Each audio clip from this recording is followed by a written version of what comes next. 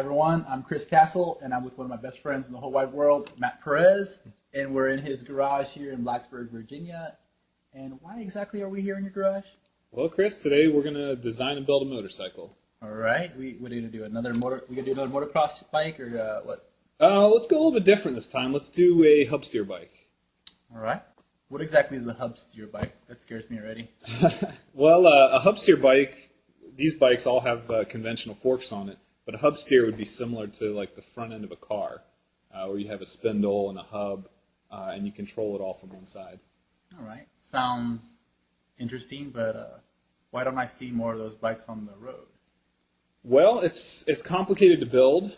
You need to know what you're doing, and you need to have good tools at your disposal for simulation and designing the parts. What are some of the reasons we'd make a hub steer bike over a conventional bike?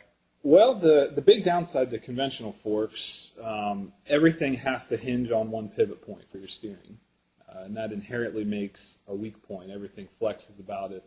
The frames can't be nearly as strong. The forks can't be as strong. So going to a hub steer bike makes the whole setup a lot more structurally rigid. Okay. Now, as far as motor and all that, we're going to use like parts, off-the-shelf parts here today, or what do you think we should try to do? We're going to use as many off-the-shelf parts as we can. Okay. And we'll use those, bring them into SOLIDWORKS, and design around them. Cool. You see a lot of potential for using things in SOLIDWORKS, tools in SOLIDWORKS to do this project? Definitely. The simulation, both motion and stress analysis, are going to be priceless in this case. So Matt, I really want to make sure that we're going to do a project that's worthwhile. What are really the pros behind this hub steer bike? Well, with a hub steer bike, you have a lot more control over the steering angle. You can set it up at the beginning, and you can adjust your links, and you can change that steering angle. And the good thing about that is when the suspension travels, the steering angle stays the same, unlike a conventional bike. When the suspension compresses, your steering angle changes, it gets steeper. So actually, designing that all in will have a much better control over the steering over all conditions. But there's got to be some challenges, right? Some things we're going to have to overcome. There's definitely some challenges. The steering presents an interesting problem because you still use handlebars, but you have to use linkages or cables or hydraulics in order to translate that motion down to the hub.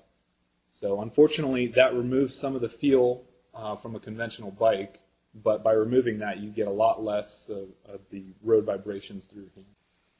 So just looking at the concept sketch on paper, I'm going to say that this whole thing could be pretty heavy, couldn't it? Yeah, it's definitely presents an interesting challenge, and most current sport bikes are like 400 to 450 pounds. But I think using SOLIDWORKS simulation and all the features built in, I think we can beat that. All right, cool, man. Well, I like it, and I think the best approach will be to start off with a real good concept maybe on the whiteboard over there, and then we'll take that, bring it into SOLIDWORKS, and start testing out the linkage. Sounds good. Let's do it, man. Hey everybody, this is Matt Perez, and this is episode 1 of the Hub Steer Motorcycle Project. Before you start any big project, you really need an understanding of the concept. And with a Hub Steer motorcycle, we have several design challenges. We have a lot of moving parts in the front end. We have the steering, the suspension, and everything really needs to work together. So the first stage is going to be doing a rough concept, and before we get to any of the simulation and stuff in SOLIDWORKS, we really need to plan out our concept, and that's what we're doing here. All right, so in this stage, we're going to kind of plan out the hub. The hub is really the first part of this whole setup. Without the hub, we really don't have a hub steer bike. So the way the concept works is you have your steering neck up here, and in a conventional bike, you have your forks coming down. Everything pivots around this point. We still need a steering angle here, but the main difference is we're not going to have all that fork stuff connecting them. So what we need to do is come up with a hub that still has that same steering angle on it. And this hub is going to be similar to a car in the fact that it's actually going to have a flange and bearings and everything on it for a wheel to bolt to. All right, so the first thing we have here, looking at this from the top, what we have is an offset rim, a hub with our bearings going through, and then we have our piece here which is going to be essentially our spindle, and then our control arm coming back, which is our swing arm. And all these have to work together perfectly in order to steer and brake and get all your suspension working out properly. So a lot of care needs to be taken in this step in the planning process before we get into SOLIDWORKS. All right, so right now what we're going to do is a 2D side view of this thing. So when you're dealing with these different linkages, it's important to look at them in 2D. You don't want to get caught up in the 3D section just yet. So our basic layout, we have 2 wheels, making it a motorcycle. And we have our engine, which is, at this point, it's a V-twin. So we have 1 cylinder going forward and 1 going up. So this presents an interesting challenge because our suspension needs to attach to the frame right next to the motor, which is okay because our motor is going to be narrower than our frame section. So what we have here is we have our hub, which our wheel is going to connect to, and we have our upper and lower suspension linkages, making it a 4-bar link. And that's so when this wheel travels up and down, our steering axis stays at the same angle. We don't have any change in that.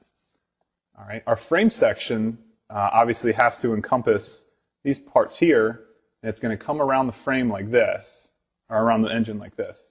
And then the rear is going to be very similar to a conventional bike with just a single swing arm. Both are going to be on one side of the bike. So this is the basic layout of everything. We have our frame sections, which are machined, and our 4-bar linkage up front with the hub and our rear swing arm, which pivots off the motor here. All right, so now this is a very rough idea of the layout of everything. What we can do is take a picture of this and bring it into SOLIDWORKS to start some sketching. Okay, so here we are out of the garage now. Here's the picture of the general layout of the bike that we took, and here's a slightly more detailed look at one of the front linkage designs. Before I actually bring these in as sketch pictures, there's one more thing I want to do first. So the motor for this bike is one of the older air-cooled Ducati 2-valve motors. I was able to get a CAD model for this motor, just one that somebody had drawn and provided to us. A lot of people do this. You can find some on 3D Content Central or various other websites. But I really want to take this down to the sketching portion. I don't really want to deal with a solid model of this engine just yet. So one thing I like to do is create a drawing file. So I'll create a new drawing file. I don't really care what the size of the sheet is. I'm not going to insert anything yet. Make sure that your drawing file units are correct. So I'm going to use inches for my units. And then over here on the left where it says sheet, I'm going to go to Edit Sheet Format and just delete all this title block information. I don't need any of that. And then go back into Edit the Sheet. Now I'm going to go ahead and insert the motor. So let's make sure we have a side view of this thing, and just to show you that it doesn't matter, I'm going to go ahead and do this thing at a 1:1 scale. Alright, so instantly this thing is rotated improperly. That's not a big deal. We can right click over here on Zoom Pan Rotate and actually rotate this thing back around to its correct orientation. It's not a step that you have to do, but it just makes it a little bit easier when we go to the next couple steps. Alright, so from here what we need to do is go to Save As and save this thing as a DXF file. So you can see I already had one saved, Ducati 2-valve engine. I'm just going to overwrite that and save this as a DXF here. Alright, so now what we can do with that DXF is open it into a new drawing file. So we go to Open, you select DXF as your file type, and you can see we have it right there. When the DXF DWG import dialog pops up, we have a few options that we can do. Now the first couple options here will actually take it into a drawing file, which is obviously where we just came from. That's not what we want to do. So we want to import it into a new part as a 2D sketch. Over here, make sure that your imported units are correct, and there's several other options here. You can move the model around, rotate it, things like that. At this point I'm just going to go ahead and hit finish because I don't need to alter anything. Alright, so now we're in a sketch. we have a lot of sketch lines here, a lot of detail, that's okay. If you want to remove any of this detail, now is a good time to do it. But all I want to do is select everything, and I'm going to create a block out of this. So if you don't have your blocks toolbar open, or you don't have them on your command manager or in your quick tabs here, all you have to do is right click and turn your blocks tools on, or you can come up here into tools, blocks. But I have all those lines selected. I'm going to go to make block, and you can see over here it's got all the selections, and just go ahead and hit OK. And then from there we're going to save the block. Alright, so we're going to call this the same thing. We're going to call it Ducati 2-valve engine, but I'm going to name it block afterwards. Alright, I'm going to just exit that sketch and close this file. I don't need this file for anything. And actually I don't need the original motor either. So now we're all set to start a new file. So before I actually insert the sketch picture and insert that block, I want to make sure that I have a correct size reference. I'm just going to go ahead and make a horizontal construction line that's infinite length at the origin. Alright, and then I'm going to go ahead and I am going to put some basic representations of the wheels in here. So I know because of the tire sizes I chose that my front tire is going to be a 23-inch outer diameter and the rim is a 17-inch rim. And the back one is going to be roughly 24 inches and a 17-inch rim. Now, the outside diameter and the inside diameter doesn't really matter too much at this point. We're still doing some general layouts of the frame and the linkage and things like that. But these numbers are close enough for what we're doing. I'm going to give these a dimension between them. I know we want a 55-inch wheelbase. And then I'm just going to put a relation between these and my horizontal construction line. I'm going to make both of them tangent, just as if those were sitting on the road. And then the last thing here is just to locate these things. So for what we're going to do, I'm actually going to put the rear wheel as a vertical in relation to the origin, and that locks all these in place. Now within this same sketch, I can go ahead and I can bring in my sketch block. So on this, on our blocks toolbars, we can do insert block and search for it. Alright, so here we have Ducati 2-valve engine block open. Alright, and you can see that comes in, and because we were careful with all our units, it is to scale, and it does look a little bit large in between these, but it is to scale. And we can go ahead and we can just put it there. And now we have both wheels, and we have a block that represents our engine, and we can move this thing around as much as we want. So now we need to go ahead and insert our sketch picture. So again, sketch picture you can add to your command manager, you can add it to your S key quick menu, or you can come up to tools and sketch tools and sketch pictures down here close to the bottom. Alright, so for sketch picture, we are going to insert that whiteboard picture that we had. And it's going to take just a second for it to think about this. Alright, so it's actually roughly to scale, but what I'm going to do is I'm going to deselect the lock aspect ratio, and I'm just going to tweak this thing a little bit. Obviously you can see how bad my my circles are when I'm drawing on a whiteboard here. Alright, so all we need to do is just tweak these a little bit and get it roughly in the right place. And one thing I like to do is play with the transparency. So you have several options. Because this is an actual picture, there's a lot of gradient going on in the background. You can see the overhead lights and things like that. So I would be real careful with a few of these transparencies. Typically you're okay with the full image transparency. You can kick this thing up pretty high, and you can see most of the whiteboard kind of disappears into the background, and we have some faint edges here for our marker lines. So I'm probably going to leave it at about 75% and go ahead and OK that. Alright, so let's move this thing around and get a rough placement on the motor. Alright. Now for the actual planning phase, we need to know the weight of the motor and kind of where we want to put the CG and things like that.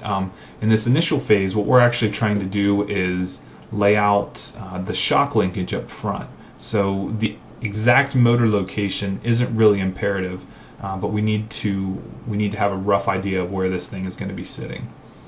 All right, and there's just a few more things I want to add to this sketch. I'm going to add a few lines here. I know that I want my front and rear swing arms to be 20 inches long. So I'm going to add those in. And I'm just going to add an equal relation between those two. So I know they're both 20 inches. And I want to add an angle between the ground here. I know that I'm going to want these at 10 degrees when it's sitting there at ride height. So this kind of gives you an idea of maybe some of the location of the engine here. So this point right here on the motor is actually the swing arm pivot on this bike. So we know that in order for this to work, that swing arm pivot is going to end up being coincident with the end of this line here. And I want to make sure that this bottom edge here stays horizontal, because that is horizontal on the bike itself. Alright, so instantly you can see that the location I want to put my swing arm pivot is right there on the cylinder itself. So there's a few things we can do. We can slightly change the angle of the rear swing arm, which does have an effect on the suspension, but for what we're doing, we can plan around that because we're so early in the planning phase. So you can see that actually it moves the motor up and back away, so it does give us a little bit of clearance. And then we can change this. Let's make it 9 degrees. Alright, so that puts us in a little bit better location, but we can play with these numbers a little bit. Let's make it 20 and a half or 20 and a quarter. Alright, so that puts it right there in that gap between the exhaust and this bulk part of the bottom of the motor. Alright, so I'm pretty happy with those numbers. We'll do 14 degrees on the rear, 9 degrees as just a rough planning phase. And let's drag some of these numbers out of the way. Alright, so this is our basic layout right now.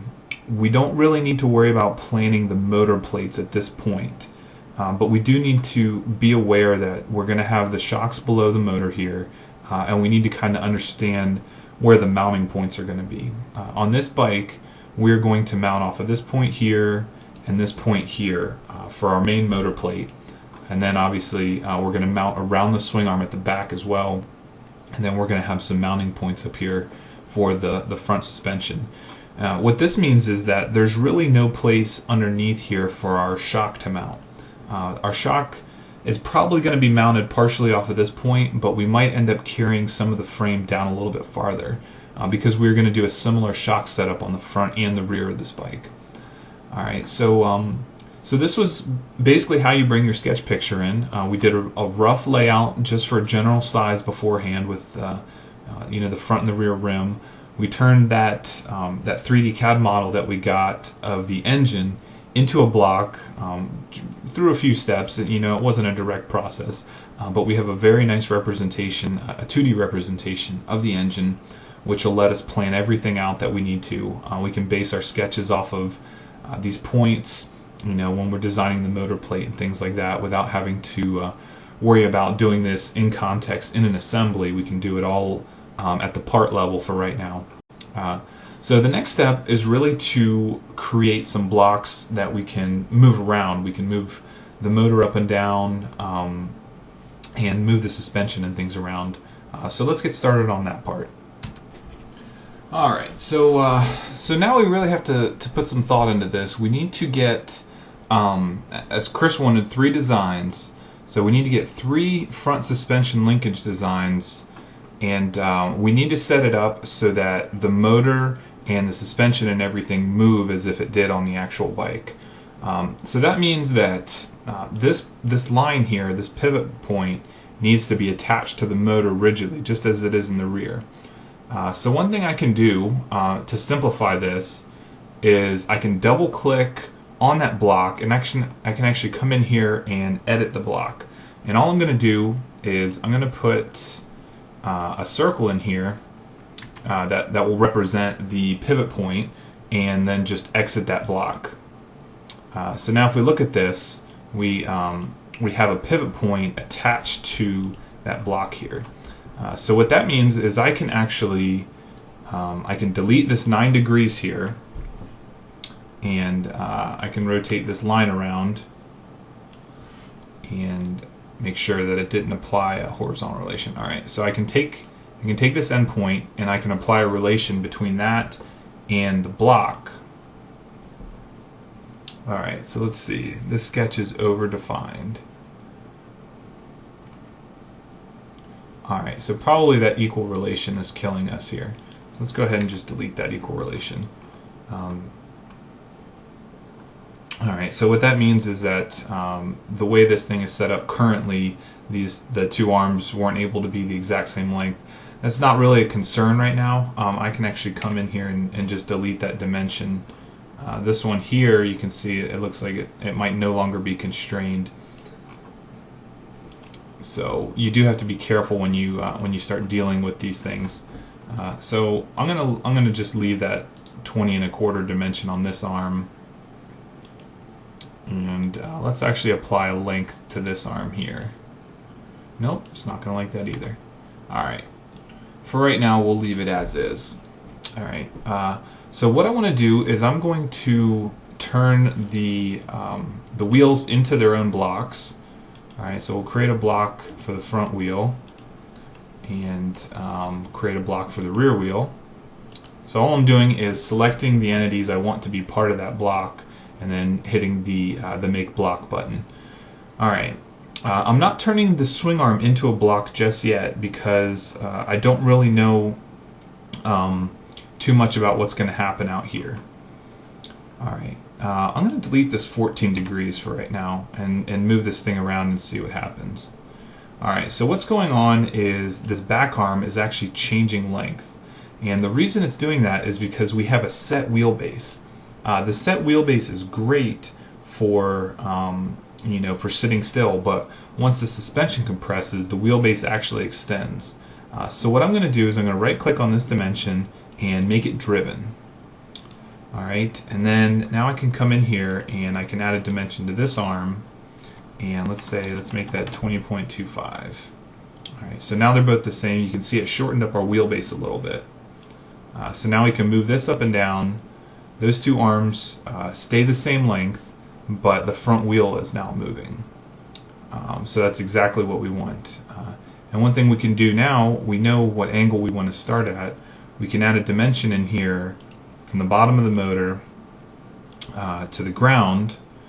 Let's just say 10 3/4, and then we can also make that a driven dimension.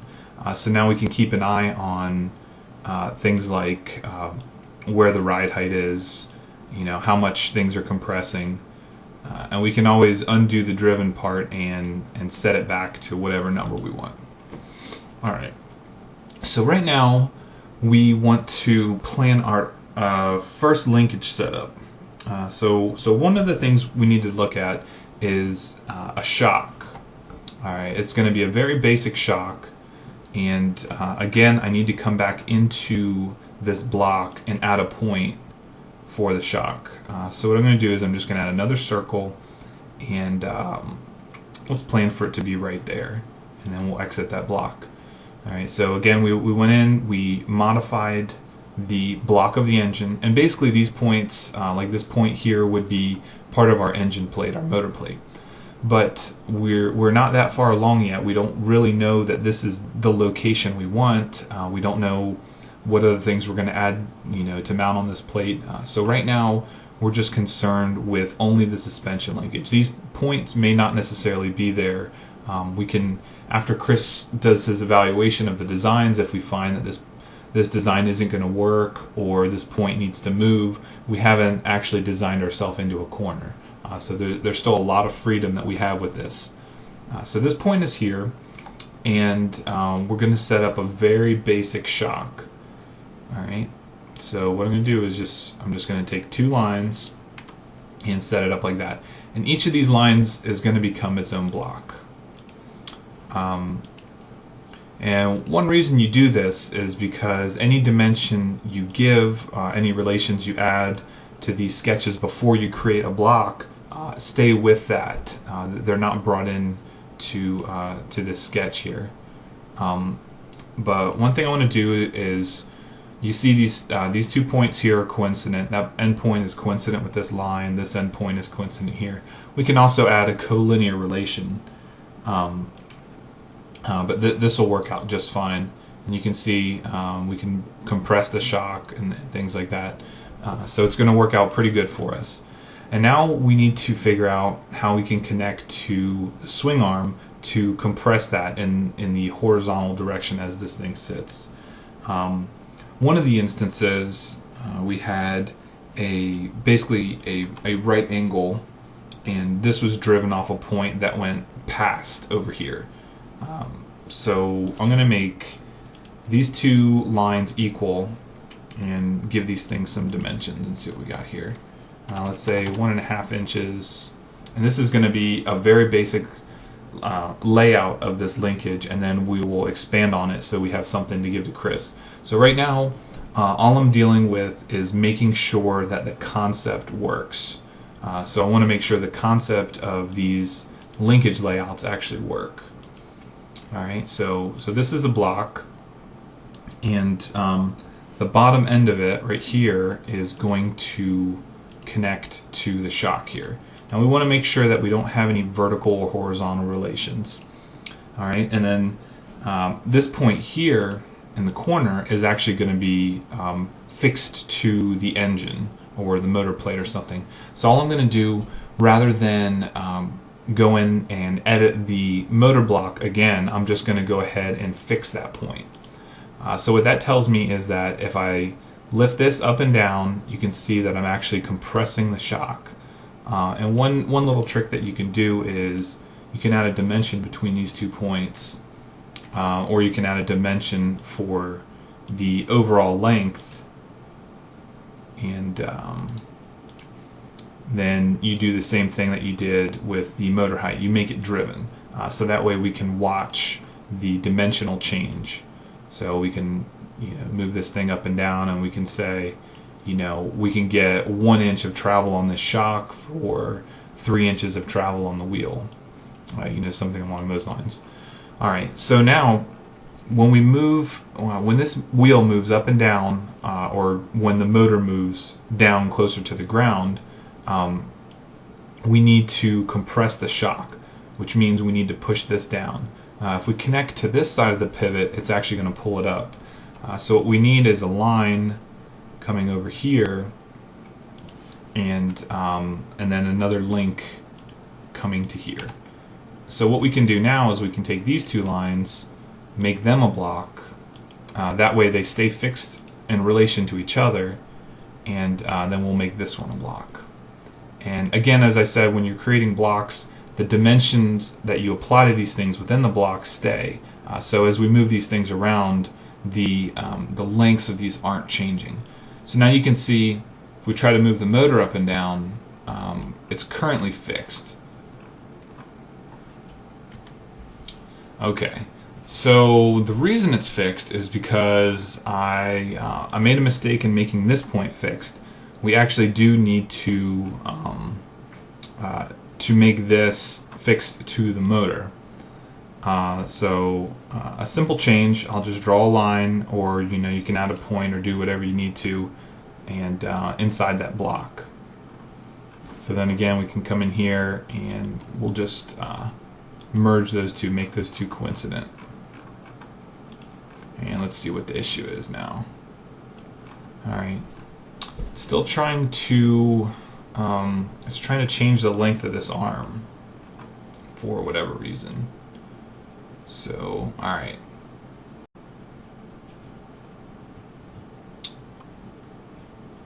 So the arm is moving, but these links are not staying together. So let's edit this block. And Let's make sure that we actually give this thing some definition.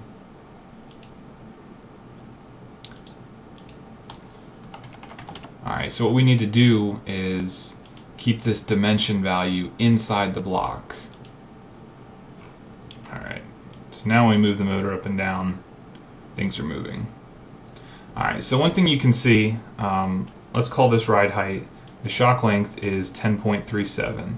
As we move this thing down, we're not getting very much compression here. We're getting actually very, very little compression. So let's say that at full compression of the wheel, we only get not even half an inch of compression on the shock. So what that's telling me is that this link right here needs to be relatively long in order to get a lot of travel, or we can edit this block and we can shorten this dimension up. If we make this 1 inch, as we move, we'll get a little bit more compression.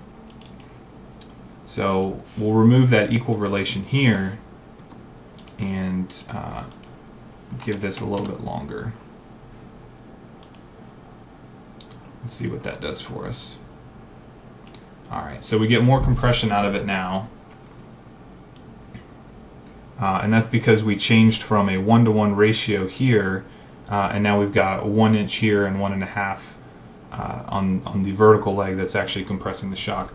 This still tells me that at a first glance that we're really not getting very much compression out of this setup, and it's going to take up a lot of space over here in order to actually get that compression, or the leverage ratio between these two is going to be really high, which means that this is going to have to be a really strong piece. So so at a first glance, this is probably not the best setup, but until you run an analysis and go through a few revisions, you won't really know. So we still need to elaborate on this in order to give Chris a design to evaluate. Alright, so what we'll do is, based off of this block here, we'll start to draw a link. Alright, so we're going to need some pivot points, and we'll give these some dimensions. Let's say 1/2 inch. We'll call all these 1/2 inch. And then the bolt size going through them, we need to give a dimension. And these are things that Chris will come back and say, oh, these numbers need to be much bigger or much smaller. We can get away with a smaller number and make all this work. Alright, so I'm going to make all the pivot points the same dimension as well. And then what we need to do is connect these. So I'm actually going to go straight through the center, and then I'm going to do an offset between these two. Alright, we'll make it bidirection, make the basic construction, and let's say 1/4 inch. Actually, we'll do 1/8 inch.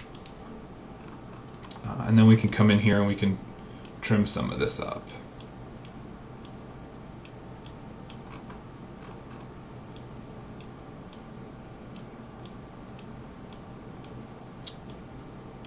Actually, didn't want to trim the inside of that. Alright, I'm going to take this out. Alright, and we'll do the same thing over here. I'm doing these one at a time. Obviously you could draw all three and do an offset of the chain. For me, this is just a little bit easier. There's a lot of once you start dealing with things like this, you have a lot of intersecting lines. You might find that you might start trimming things that you don't want to, or it gets very complicated to see what you actually do want to trim. So sometimes breaking them up individually is a good idea. Alright, same thing, we'll offset that line and start trimming it. And also, when if you're doing a procedure like this, be careful that you don't actually trim away some of the original reference lines used for these offsets. You have to keep some of that stuff intact, or you'll lose your fully defined relationships. All right. So that looks pretty good. And keep in mind that this is all based off of the sketch block there. So if I ever go into that sketch block and change my dimensions, it will change the values here. All right. So I'm going to go ahead and I'm actually going to make that its own block as well.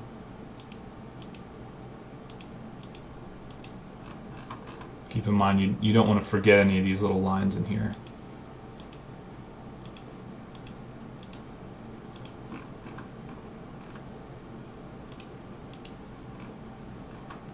Alright.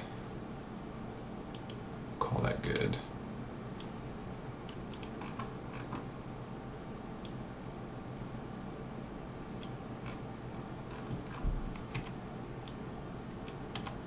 Alright. So now we have something to give to Chris. He'll know that the force is going to be perpendicular at our ride height value, which is roughly 9-degree angle on here. And you can see the way this is laid out. Our force from the swing arm is pushing down vertically, and we can figure out, basically we can plan out how much travel we need out of this setup, and then the forces based on the length of the swing arm, the weight that we're dealing with. So the swing arm is 20 inches here. Let's say this distance here is 1 inch. Then we know that if we have 200 pounds on this wheel, 200 pounds of force pushing up, then we know how much force we have going into this link.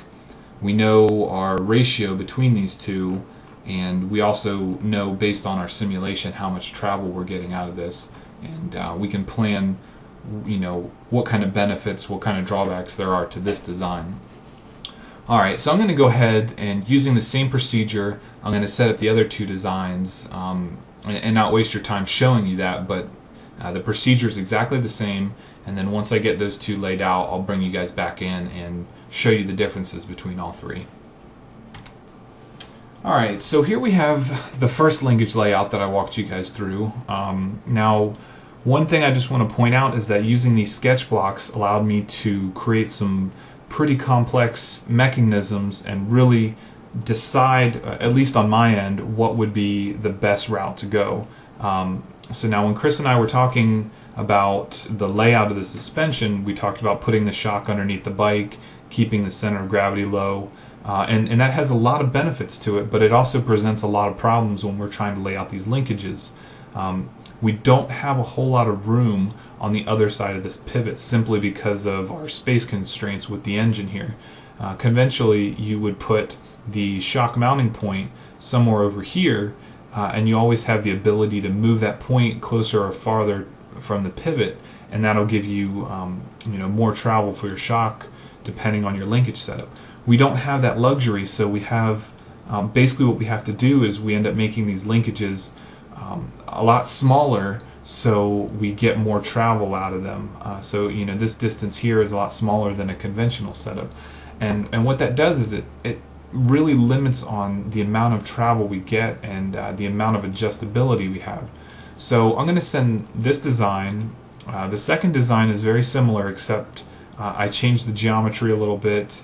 I moved some of the mounting points around, and this design actually gets a lot more travel out of it. We get a much more progressive feel from the shock as it gets closer to the end of the travel, which is what we want. But again, we have these same limitations. We have a lot of space constraints.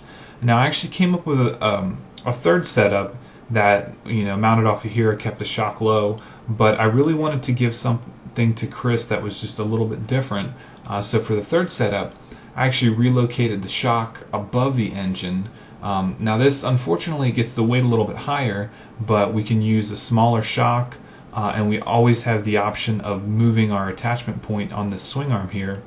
And really with our bell crank setup here, it's just a very, very simple ratio change between the distance from this pivot and the distance from this pivot in order to really change the stroke that we get out of that shock. And as you can see as I move this, we actually get a good bit of travel, and we can really plan things out very well as long as we have these, the available space up here. Now, this design really simplifies things in terms of manufacturing, in terms of space constraints. We can move this out. We don't have any ground clearance issues. We don't have any of those really restrictive tight clearance issues that we have over here when we're next to the motor. So I'm really interested to see what Chris comes back with after he runs his simulations and looks at these three designs. So hopefully you guys enjoyed episode 1, and hopefully you stay tuned for the following episodes and see how this project progresses. So as always, you guys can always send comments to us at SolidWorks support at MLC-CAD.com. Let us know how you like the project, and if you want to see anything else in the future. So thanks for tuning in, and we'll see you next time. Alright. Cool. I was looking at this thing, and I think as far as the shock layout goes, I think we should stick it down low and off to the side on this bike. Cool. We'll still get some ground clearance out of it, and it'll keep our weight nice and low on the bike. Nice. It's like you got a pretty good layout for the linkage concept. And give me some general requirements before I throw this into SolidWorks Motion and start to come up with some numbers. Well, I think using an off-the-shelf shock is good because we'll have a big range of spring rates. So we can really plan this thing for 150 pound to 300 pound rider. Okay. Kind of about right here. Yeah. Okay. And one of the big things, the weight of the rider will probably be over the rear pivot. And we want to actually keep the weight bias more towards the front so it'll steer quicker. All right, so CG is going to be probably kind of just a little bit forward of center? Yeah, so I'd say about 55% on the front wheel when we have a rider on the bike. Cool. Now, obviously I'm going to try to keep this in 2D for the most part in SolidWorks Motion. Mm-hmm. And then once we prove that we can actually handle those forces that these shocks can handle, and given the weights and all that, then we'll start to get into the details of the actual swing arm and stuff. Tell you what though, I have some concerns as far as the leverage on some of these shocks. Okay. So how about we go back to the drafting board and just take a look at possible linkages that could mount to this shock that you want to mount under the undercarriage, okay? Okay, sounds good. Yeah. All right, Chris. So what we have here, this is our frame, and this is the lower link of the front arm, and obviously this is going to go up and down. What we need to do is compress the shock this way. So I guess a couple ideas. We can extend the arm past the pivot point so we can actually push on a rod that has its own pivot here and get the motion that way. Or we can bring this whole thing forward depending on how much leverage we need. So what do you think about that? I totally agree, because the best thing that can happen to this shock is if we can keep the input forces within a small or a very tight range.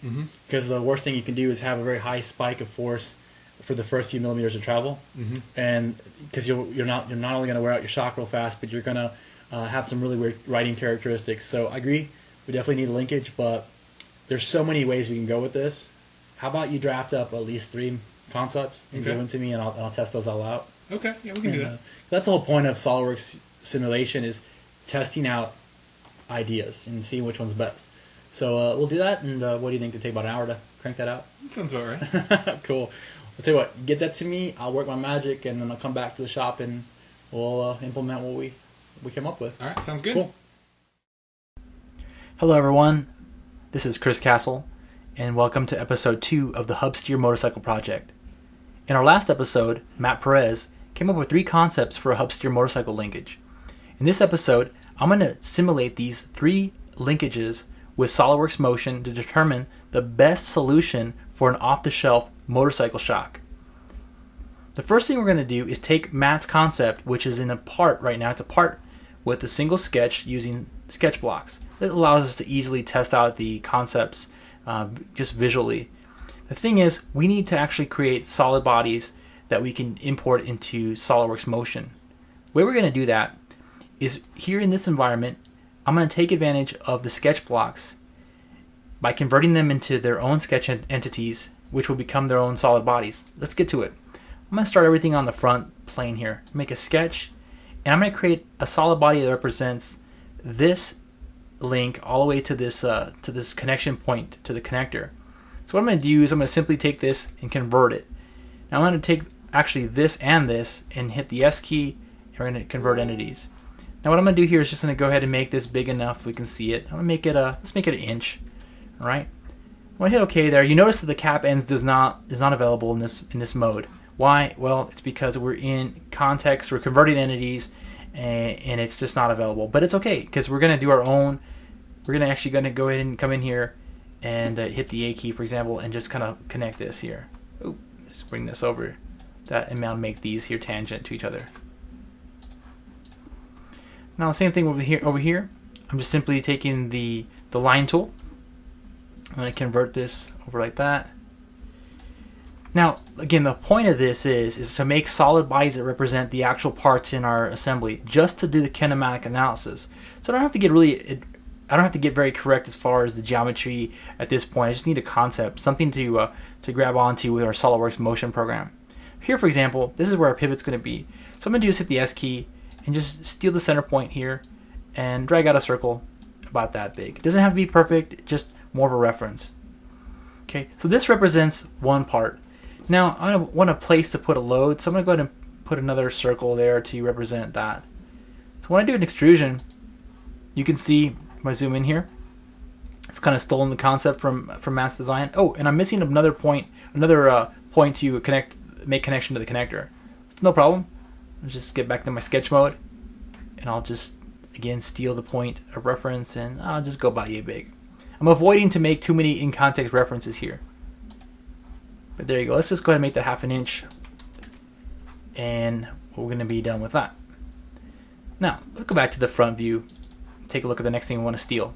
The first thing I want to do is rename this this feature. I'm going to call this feature front arm.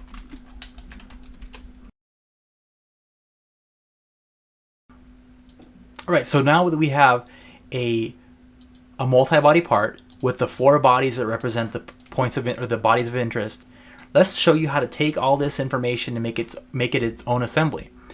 Now, a real snazzy trick is to right-click the Solid Bodies folder, go to Save Bodies, which is actually a feature in SOLIDWORKS, and this will present you the option to save out those unique bodies into their own file names, into their own files. So you can see here the names of the solid bodies followed by the SOLIDWORKS extension. All right, we're not done yet. There's a Browse option down here under Create Assembly. If you hit that, you can actually create your final assembly. What I'm going to do is I'm going to be consistent here. I'm going to go ahead and put that in a folder on my desktop, and we'll replace that, of course. So when I hit OK here, SOLIDWORKS will generate those unique file names as their own parts, and then it'll create a final assembly. We're going to rebuild it and save, and we're taken back to the same part environment that we were working on earlier. What I'm going to do is going to close this out. I'm going to save everything. And let's take a look at our final assembly. All those components we just imported are fixed. There is no motion here. Okay. So the first thing I need to do is start to repair some of those mates, or those relationships, I should say. So for example, I'm going to take all these 3 components, and I'm going to right-click them and float them. This just means they're just free to move in space. All right. So now we know how this is supposed to go together. So we're going to fix that real quick. So I'll just use some SOLIDWORKS tricks to fix that. I'm going to hold the Alt key down and click this edge and drag it near this edge right there. That's going to do me 2 things. It's going to do 2 kinds of mates for me. It's doing a concentric and a coincident mate. Okay, same thing with this guy. This got to go right here. So I'm going to simply take advantage of the fact that there's this gap right here, and just click and drag and drop him right here.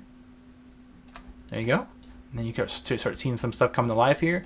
And then finally, just kind of make sure I can see both these at the same time. This bell crank is going to go in between parts. So let me just make sure I Alt-click, grab that edge right there. And then finally, the last thing, which will be this one to that. So Alt-click, drag. I'm holding down the Alt key, by the way. And there you go. And that's how easy is that, huh? So let's review. We took multi-bodies, used the Save Bodies command, and we're able to manipulate a final assembly of those components.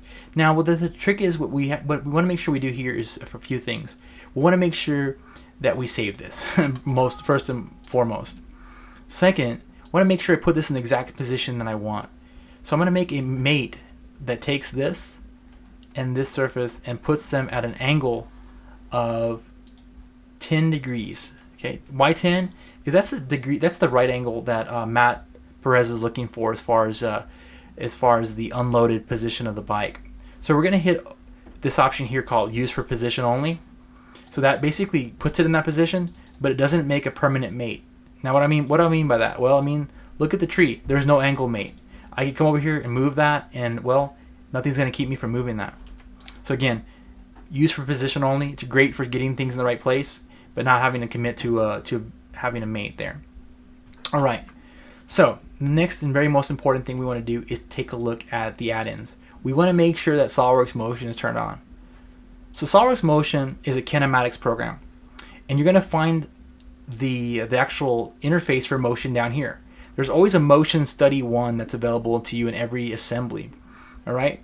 Now that's not all you need to make it a motion study. Here into the pull down menu, most people use this interface to make animations. All right. There's also something called basic motion, but we're looking for a motion analysis. That's actually going to have the full functionality of SOLIDWORKS Motion available to us: motors, springs, forces, and so on. All we're trying to do is very simple. We want to make sure we understand the spring that's required to hold our bike in this position, all right? But then also to handle it in a different position, say right about here with the rider's weight on the bike, and then finally the maxed out position, which is somewhere around here, all right? The full range of motion is about 16 degrees or 17 degrees, okay? So again, we want to make sure we understand the forces and the spring rates that are required to do that, all considering the amount of travel we have to work with, right? So let's get that set up. Before we start our actual SOLIDWORKS Motion study, let's talk about a few basic principles of suspension design. One of the first and probably most important is something called sag. So basically when a rider sits on a vehicle, a motorcycle or a bicycle or what have you, the intent is to have the suspension loaded up somewhat. So for example, the suspension component between here and there, by rule of thumb, should sag 25% of the total travel. So in other words, if in our case our current distance between here and here is 10.03 inches. Okay, so following the rule of thumb, just with the rider's weight on this suspension system, we want to see this number go down to 7.5. All right. So I already can tell you that this is not a good design. There's a concept in the business called travel to stroke ratio. So for any given amount of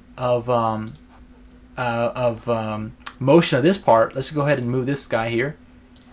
Just move it a little bit. Okay. Now let's move it this far just to show you how drastic this is. Now I'm going to go ahead and reevaluate that distance. So even with that huge motion of travel, we only went down to 9.5 inches. Okay, that's around 5%. So in other words, we're not going to utilize the suspension component very well. So for a lot of travel here, not much stroke. So this is definitely way skewed. But you know what? Let's go ahead and show you how we're going to solve this anyway with SOLIDWORKS Motion. First off, let me tell you, I love SOLIDWORKS Motion. It's amazing. However, the hard part is knowing exactly what you want to solve. Often that means you need to know exactly what you do know and what you don't know. For us, it's pretty straightforward with this example. We know we want to simulate the weight of a person on this bike, and we want to use that information to figure out the amount of spring for the spring rate we need to have here in our suspension component. Again, the rule of thumb is to have 25% of the sag taken up by the rider and the rider's weight and the motorcycle's weight. All right, but let's do it this way. We're going to do 3 different positions. We're going to do the position with no rider on it. So that would mean that there's the bike is 400 pounds, and we're assuming a 50-50 split on weight. So that would say there's 200 pounds of load going in this direction on this component, and that's going to be reacted by the suspension component here. All right, so let's just figure out what happens when we put 200 pounds on this link here. All right. So again, I'm in the motion analysis option here of the motion study 1, and I'm simply going to take the force component, pick this surface here, and the force is going the wrong way, so I need to make sure I use a reference. I'm going to use the top plane. So we're going to do, again, half the bike's weight, just the bike's weight, so that's 200 pounds. And we're going to hit OK. When you're working with motion analysis, you have more options. For example, you have motors, forces, dampers, contacts, and so on. So it's a little bit of a, there are different options, but the same interface. Now the thing is, we have a force, okay, and if I'm going to hit the calculate button just for the hell of it, you can see SOLIDWORKS Motion simulates something, okay? What SOLIDWORKS Motion does is it takes all the mates that are done in SOLIDWORKS at the assembly level, and it turns those into kinematic joints, okay? So again, if you look at it, what it's done is it maintained all the relationships between parts, but with that force, there was nothing to react to that force, so the part just kind of goes crazy, which is a good sign. It means that everything held together. We just need to impose another relationship to it. Now you see this is the timeline.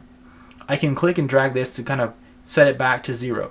My recommendation to you is whenever you do an motion analysis and you decide you need to change or add something, go back to the very first time step right here at 0. Alright, so what we do know is this. With just the bike's weight, we want this thing to stay in its relative position. So what I'm going to do to keep it there is I'm going to use something called a motor. This is very counterintuitive, but a motor, what we want to do is use a linear motor on this surface here, okay? And you see the vector is in the wrong direction? Well, I'm going to use this next box here, okay? I'm going to use the face of this component here as a reference. So what that means is it means that in that, with respect to that direction, it can't, I don't want it to move, okay? The way I'm going to keep it from moving is to change the motion model to a distance option where I set the distance to 0. So in other words, it can't move for the entire study. All right? It's a little counterintuitive, but you'll understand what I'm doing here in a second. So now that we've imposed some sort of restraint, I'm going to run that again, and you can see nothing's happening, and that's a good thing. You don't want it to move. You want to keep it in that position. So it takes some amount of energy and force to keep it in this position. We're going to figure out what that is by doing a plot. So there's a results and plots option. I'm going to click on that. And as far as categories go, we're going to do force. We're going to do this called a motor force. Now, you'd think reaction force, but it's actually motor force because we're looking at the force required by the motor to keep it there. So we're looking at the magnitude, and here I'll pick the motor from the tree, and we'll hit OK. So look at that. It takes 1,327.5 pounds to keep our motorcycle suspension in this position with a 200-pound weight on it. All right. The next thing we're going to do is we're going to duplicate the study in a different position and see what the spring has to do at that point. All right. The thing we want to know now is if we were to make the suspension sag 25% with the full rider's weight on it, what does that mean as far as the spring? What does it have to do now? Okay, it's going to be quite simple. All we need to do is duplicate this motion study. I'll right-click it and duplicate. So now we're in a new motion study. What that means is I can kind of go in here and do whatever I need to and have it only make those changes to that motion study. So if I go back to motion study 1, it looks fine. I go here, it looks like that. What I want to do is I know that this design can't tolerate a full 2.5 inches of travel here. We just know that it'll break, okay? So let's do the next best thing. Let's just make it go a distance of half an inch. All right, so now that we have it in the 9.5 position, let's take a look now at the difference in results. So again, all we're doing is we're keeping this force on here, but this force needs to be updated, right? We currently only have 200 pounds in here. With the rider's weight, that's going to add another extra 100 pounds. So we'll update that 300 pounds. All right, and now with the linear motor, same thing. Just keep it in that position. So let's go ahead and calculate these results. Wow, so we went to 2,300 pounds in just half an inch of stroke. So just right off the top of my head, I'm thinking we need a 4,000 pound per inch spring. Now, looking at any conventional chart, a spring chart, you'll notice that they kind of max out around 1,000. So this is definitely not going to work for us. So what's the next best step? Well, I think we should take a look at the next concept and the third concept, because I think already that with the better travel to stroke ratio that the other two concepts have, that we'll be in better shape when we look for just a good spring rate. Alright, so let's take a look at the second concept of our suspension design. In this case, the bell crank's a little different. The ratio of the two legs is different. It's going to give us a different travel versus stroke ratio. Now, just to give you an idea, I ran this and it was approximately 518 pounds to keep it in its initial position. Okay. Now, real quickly, what did that mean? It meant that over here at the initial position, we were working with an original free length of 9.64. All right. I started a duplicate study here where I moved it into a different position, and again, because of the way this design is, we can't go a full 25% for sag. So in this case, the best thing you could really do to compromise was 8.55. So what does that mean as far as numbers go? Well, let's take a look at our calculator again. So we went from 9.6 to approximately 8.6. So again, 1 inch. Okay. So at 1 inch, what was the force? Well, I updated the force so again, it was not only the weight of the motorcycle, but it was also the rider's weight included as well. So with that, our weight was 667 pounds. So our spring rate in this case is 667 pounds per inch. Now that's definitely more reasonable. Okay, so I like it, but again, I don't think this is gonna be such a great design, because as we go further than this position here, I just don't like the amount of travel to stroke ratio. So let's take a look at our third concept.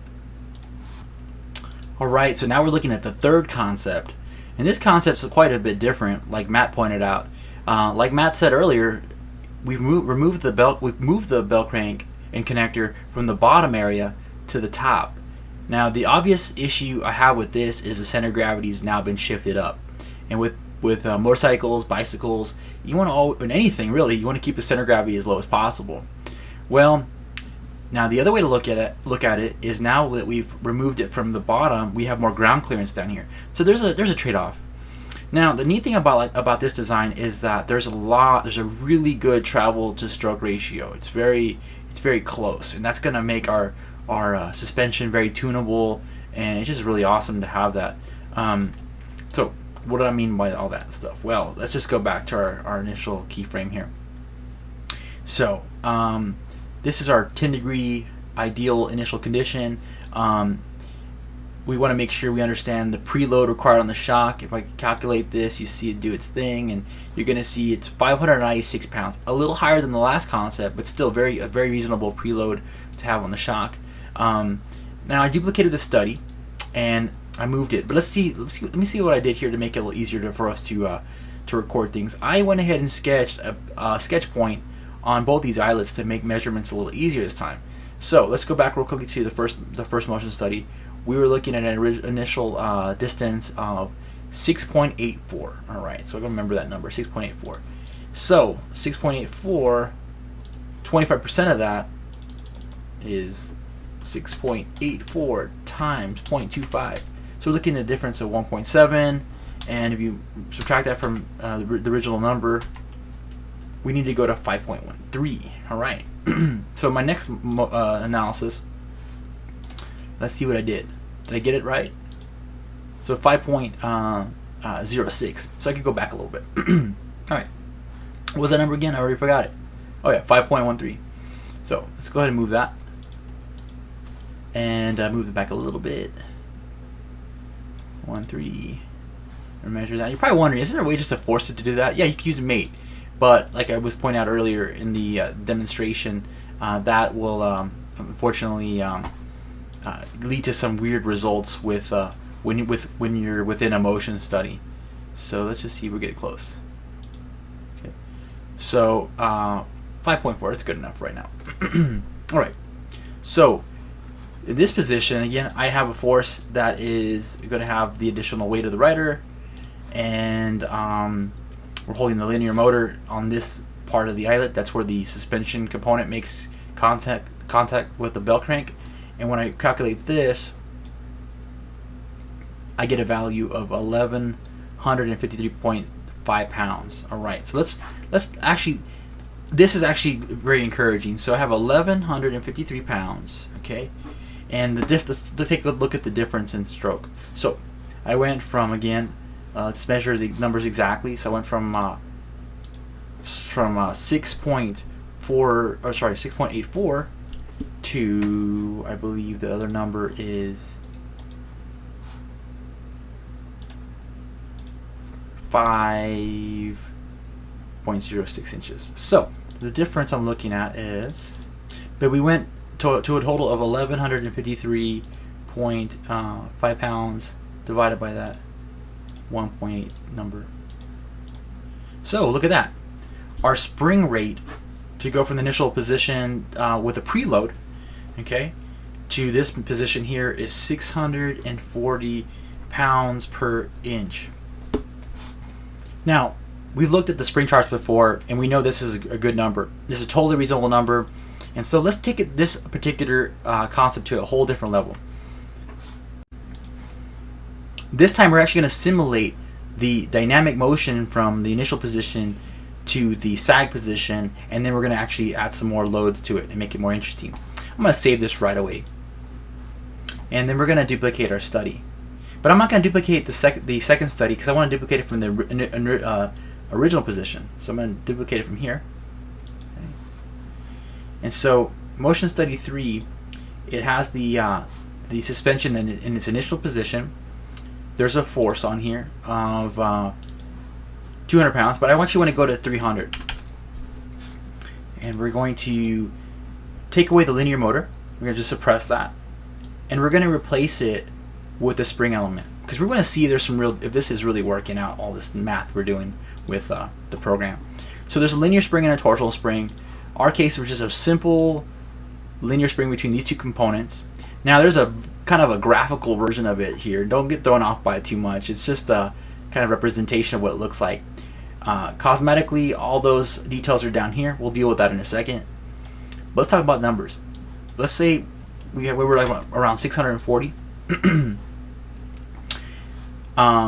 This is the free length. This is the calculated distance between here and there for right now. You don't need to change this if this is your initial position. But if this number was smaller or bigger than the current distance, okay, then you'll have a preload, either be it compression or tension on the design. Now I'm going to leave the damper off for a second, okay, so you can see what's going to happen. And I'm going to change the way our spring looks like. Let's say it's in an inch diameter. Just in appearance, of course, no real direct effect on our results. And we'll have 10 coils on there, and the diameter of those coils will be 1/4 inch. Okay, now that looks pretty sweet, doesn't it? Cool. We'll hit OK. We'll take a look at our front view. Now again, I have a force. I got a spring. We're going 5 seconds. I'm going to calculate what happens here. All right, those are added sound effects because SOLIDWORKS works in an ideal world. There's no damping. The load was applied. The spring did what it could, but there's no damping, so it just kind of goes crazy. And maybe the spring rate is a little under-defined. Let's figure out if that's the case. First thing I'm going to do is go to the linear spring, edit the definition, and turn on the damper. You always want some damping value because your design's going to go a little crazy. There's a linear spring model all the way up to a 4th order spring model, and really, in all honesty, I'm sorry, on the damper, all dampers are a little non-linear, but we're going to use a simple 1st order damper. We're going to put in 10 pounds per 10 pounds per inches squared. Inches per second. So that's velocity sensitive. So that's directly proportional to the speed at which it's being moved. But that's the only change we're going to make here, and we're going to go ahead and recalculate that. Now you saw what it did. It just kind of went real quickly from, let's play that back, from the initial to there. No real excitement. Now another thing I want to show you is that when you're doing higher order simulations, you want to play around with the settings of your program. Right here under System Options or the Motion Study Properties, there's a property manager that talks about frames per second. Kinematic solutions are solvers, I should say, are basically time dependent, and we want to do enough time frames to capture the detailed motion. So I'm doing 100 frames per second. We're doing 5 seconds total, so there'll be 500 total sets. Also, you go to the advanced options. This is where you get into the details of which solver is being used. There are 3 kinds of solvers: G-Stiff, SI2, and then W-Stiff. All you need to know is that this is the fastest one and this is the most detailed one. All right, and these here you really shouldn't have to play with, especially in our case. We have a very simple 4-bar mechanism. So hit OK there, and I'll hit OK here, and I'll recalculate that. Now you just saw a little bit. You could actually see visually the output of, or the motion there. Okay, so there you go. So what is this telling me? It's telling me that I don't need this plot anymore because we no longer use that motor to hold the 4-bar. So I'm going to delete that plot. But I want to make sure that the 300 pounds, my stiffness, had the same effect on travel. So we're going to make a new plot. And this plot is a different category called displacement. We're looking at the linear displacement. And we're looking at magnitude. And this is really, if you're going to pay attention to this example, please pay attention to this. If I use this point, remember I drew those points in earlier. It just makes it so much easier to grab exactly what you're trying to measure. And I was to go ahead and hit OK here. The numbers go from 6.8 to 5.4. Whoa, isn't that cool? That's exactly the stroke that we had here before.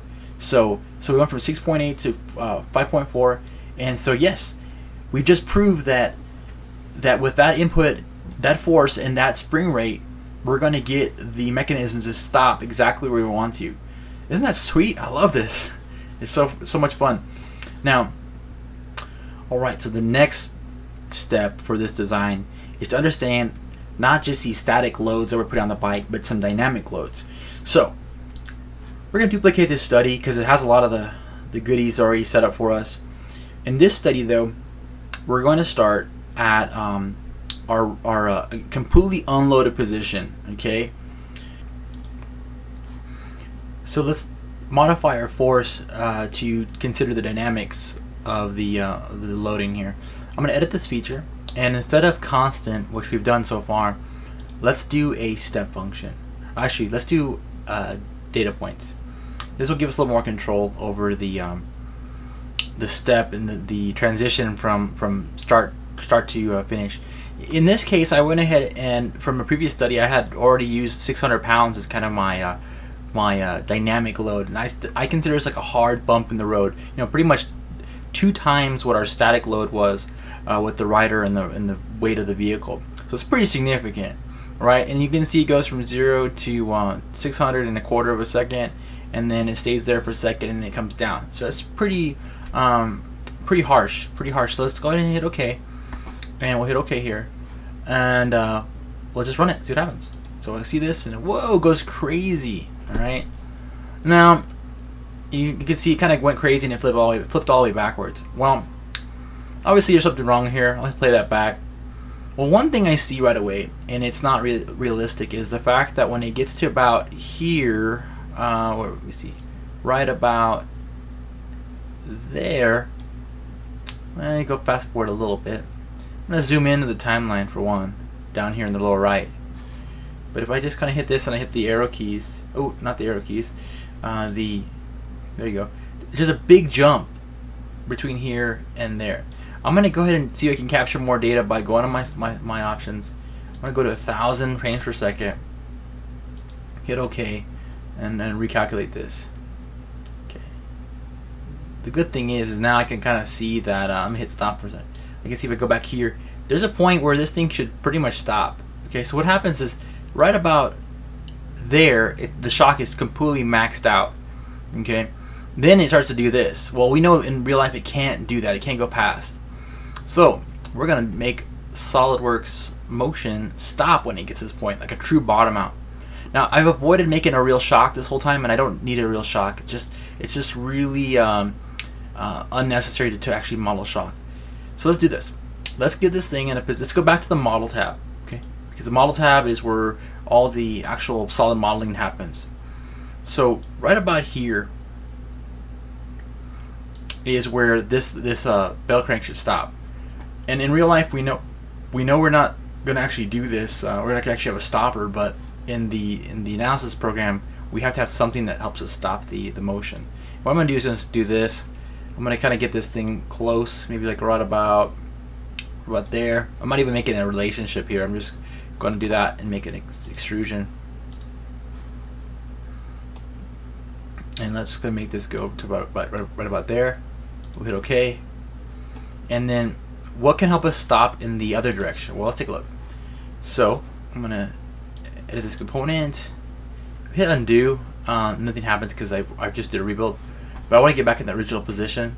You guys remember it was 10 degrees, okay?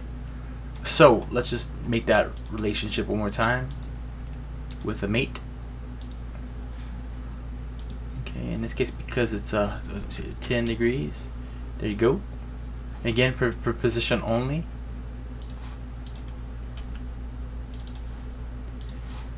Oh, SOLIDWORKS is just so much fun. So I got that stopper here, and I need one over here.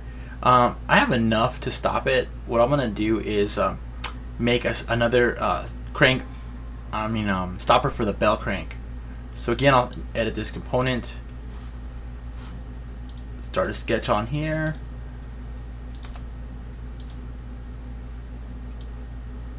And in this one, I'll make sure that it is not too big that it hits this connector. Bring that back a little bit. I believe that half an inch is or a quarter of an inch would be fine for what we're looking for. And there you go. Now, very important though, I have to make sure that there is no interference, because if we're going to be using 3D contacts, we definitely want to make sure there's no interference. So evaluate, interference detection, calculate, no interference. Yay, good. So there's nothing there. And here's another way we could test it. I'm going to save this model. I'm going to make sure it doesn't ask me again. We're going to turn on this option here with the move command. Under move component, there's an option called collision detection, and we're going to stop it at collision. And when I drag this here, you can see it stops. Oh yeah, so perfect, cool, I love it. Let's go back to motion study 4. We'll go back to our initial time step. And I'm going to make sure that at my 0 time step, my model isn't touching, and somehow my model is not updated right. I'm going to do a rebuild, and that's interesting. See, I go back to this initial time step, and it's not working right. It's kind of messed up here. This happens sometimes when you make a model change and then you go back to your study. So options you can do. First off, I go back to my other studies. They seem to be fine. It's just when I go to this motion study 4 that I had done that it seems to be messed up. Okay.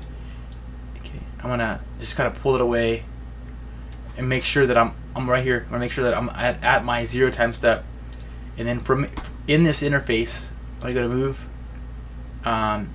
you see I don't have the standard. I don't have the collision detection here, but I'll just get it as close as I can where it looks about right. So right about there. It's one enhancement I wish SOLIDWORKS Motion would have, is the ability to stop or use mates a little more effectively when you're in a motion study. Alright, so now to have these things stop and watch each other, I'm going to use something called a contact. Now there's two methods. There's solid body contact and just curve contact. We want solid body contact, and we want to say, hey, you bell crank, stop when you see this frame part. And they are in fact coincident here, so there is going to be some touching that is going to be acknowledged by SOLIDWORKS right away. But we're going to make sure that friction is not turned on. Okay, that way there's no resistance in sliding to that hit, and we'll hit OK. I hit save, and I do save very often when I do analyses because there's just too much work that you can lose without saving. So let's hit calculate now and see what happens. Okay, so you can see it stops. Oh, now that's interesting. It didn't stop, but that's okay. I'm kind of glad it showed you that. So what SOLIDWORKS has done is it didn't quite. It happened too fast, so it just kind of blew through the part. So I'm gonna go to the options. We're gonna use something under the 3D contact resolution. I'm gonna set this on precise contact, and we'll leave our accuracy here a little more towards the high side, and then we'll accept that and we'll run it again. So far so good. Oh, it's like it didn't even see the stopper. Alright, well, let's see what happened. Well, first off, let's take a look at our solver. We're gonna change to a different kind of solver within SOLIDWORKS Motion. So under advanced options, we talked about these two solvers. The G-Stiff is the fastest W-step is the most accurate, but if there's any sort of impact, you want to use this middle one, which is a modified G-stiff solver, and especially if there's impact and the potential of parts coming in contact very fast, you want to use this. Okay, I'll do that, and I think I'm still gonna have to do one more change, but let's see what happens now when we use the solver. So it gets looking good. Oh, it stops, and then what's going on? I get a message that says the solver failed to converge. All right, cool. Well, fortunately, I do know what's going on here. The impact is so dramatic compared to the overall number. In other words, the time frame in which this thing hits is so small compared to the overall 0.5 or half second study. All right, so what we're going to do is we're going to take a look at the actual solid body contact that we defined earlier. Now, earlier we turned off friction. That doesn't really affect us, but because there is no friction, when parts make collision, there's just a real rapid change, dramatic change between making contact and not making contact.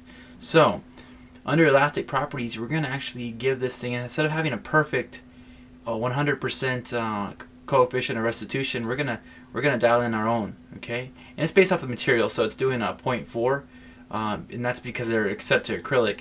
If you were to set these to say dry steel, both of them, okay, you can see this number, it changes. Okay, so let's go ahead and hit OK and hit calculate and see what happens now. So it's moving, looking good. It hits, and the solver still stops. Okay, well, maybe our material is still too hard, so let's go ahead and change that material property, or that contact property. So I'm going to change this back to acrylic, and if we just turn off material, we can actually dial in our own. So I'm going to just we'll start with 0.5 and see what happens. So that basically means there's a 50% energy return. We hit OK now. Let's see what happens. All right, so it still stops, right?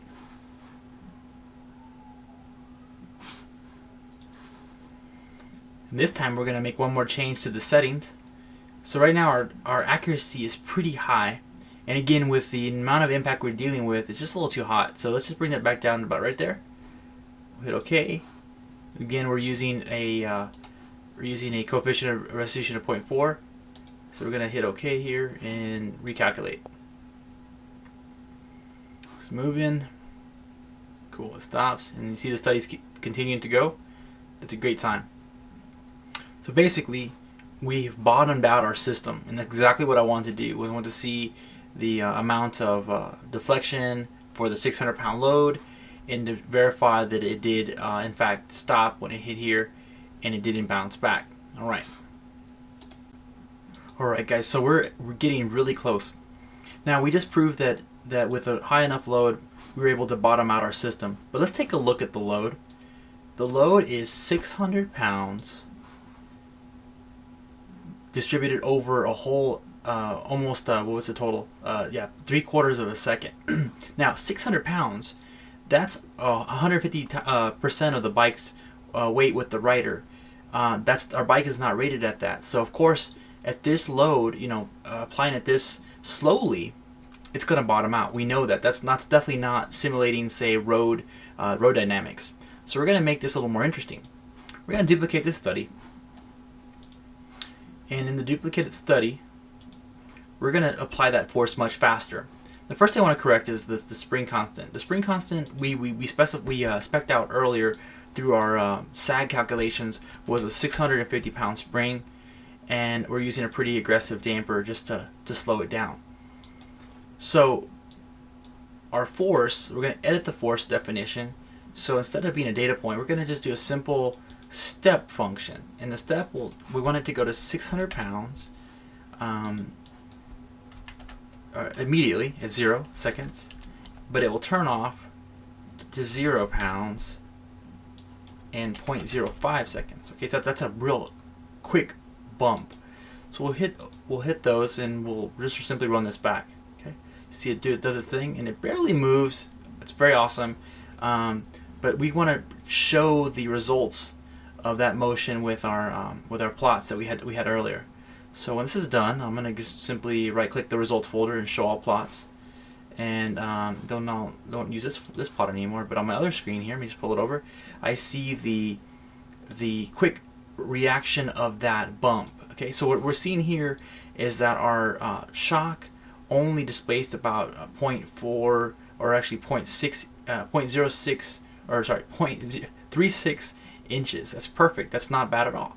And you can see the angular displacement. But what I'm really happy with is this curve. So any good shock designer will tell you that this is a critically damped curve. Okay, so we can now tune the damper in our spring to have a quicker return. See, it's coming back a little slow.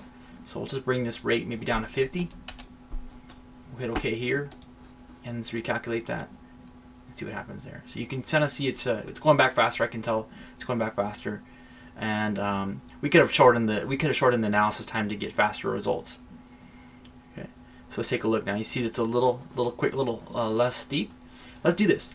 Now that we know that we're not bottoming out at 600, let's take a look and add let's just double our force. So dynamically, the weight of the acceleration of the vehicle can be in excess of 20 G's, but remember, our weight on this component is only 400 pounds max dead load. So let's go up to 1,000 pounds now. Let's hit OK. Let's calculate this. See where it goes a little further this time. And again, it's applied very quickly, so that energy is dissipated purely right now through the spring and the damper. There's no friction. In reality, there's friction. There's sound. That's helping us get rid of energy. You can see here now that we went all the way to just about, yeah, we're going to 0.9 inches now of displacement.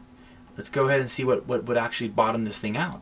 So edit this feature, and I go to, say, 1,500 pounds, and hit OK, and calculate it one more last time. You can see, ooh, getting close. But I'm very excited because even at 1,500 pounds, we're not bottoming out our suspension system. All right, so let's see what happens now as far as the reaction. So yeah, definitely using that travel. Let's go ahead and max it out now. Let's go all the way to, say, I don't know, 2,000 pounds, and run this one more time. Ooh, close. Didn't quite hit it. Didn't quite bottom out yet. I'll stop that, and I'll just do one more force. Let's take it to 2,500, and we'll hit OK and calculate one last time. Boom! There you go. And now it comes down. Isn't that awesome? So let's recap what we've done here. We've proven through SOLIDWORKS Motion that Concept 3 is the best design. With our requirements for the rider weight and bike weight on the one side of the vehicle to be actually, I'm sorry, it was actually 300 pounds on the one side, that we were able to determine we needed a 650 pound spring. Now the good thing is that we have a manufacturer who can provide us a 650 pound spring, and this value here for damping, the values are completely adjustable. So this will be a variable we control on the fly, or not on the fly so much, but while we're actually riding the vehicle, or the bike, we can change this. But I'm going to send this back to Matt and see if he can take this concept. Okay, this is a great design, and all he may have to do is just configure the exact dimensions of the bell crank. We can tweak this infinitely to get different performance here, and I think we got a winner.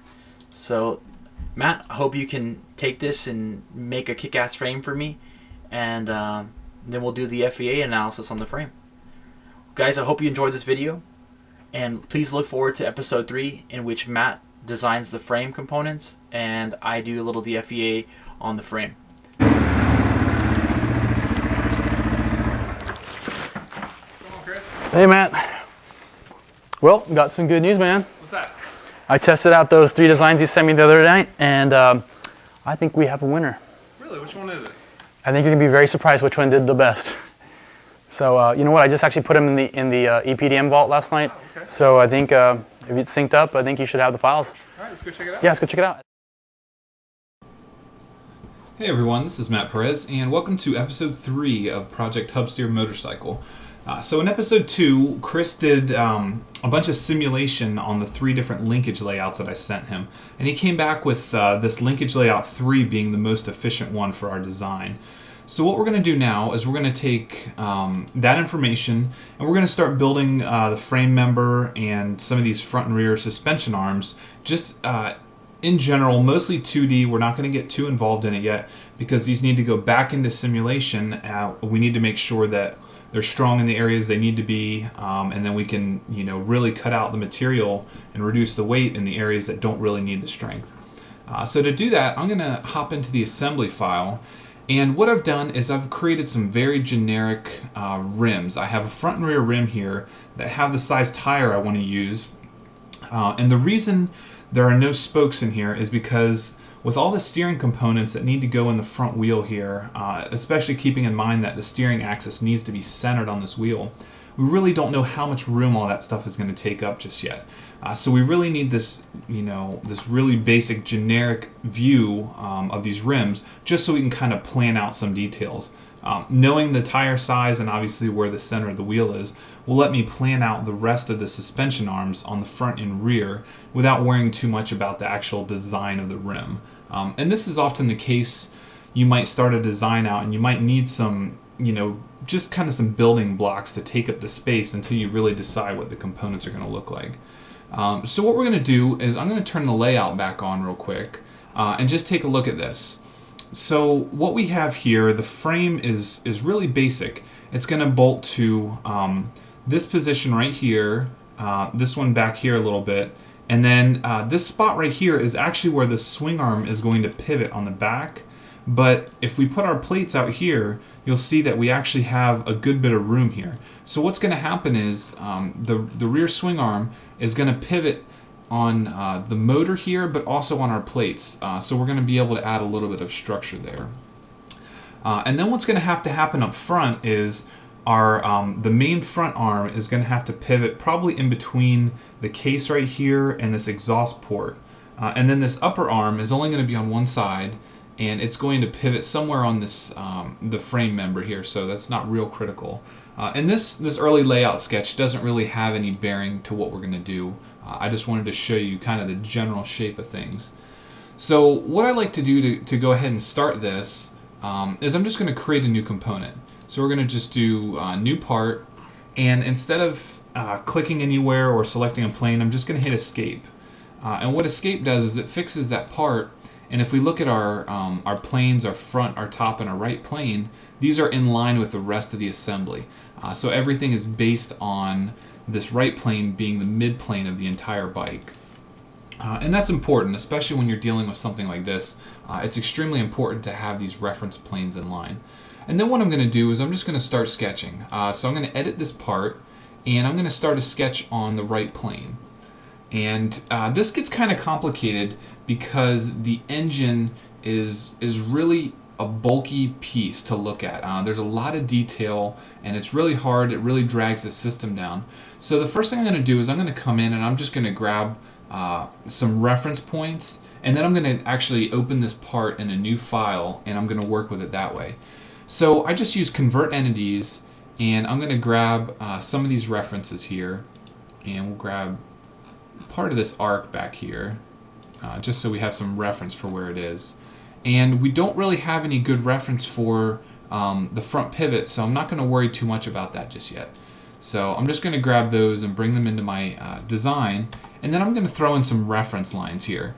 And what I do here is I'm going to actually hold down the control key, so that way no constraints are added. And all I'm looking to do here is kind of pick out a direction where all this stuff can go to. Obviously, if I go straight between these two lines, we're going to run into some clearance issues here.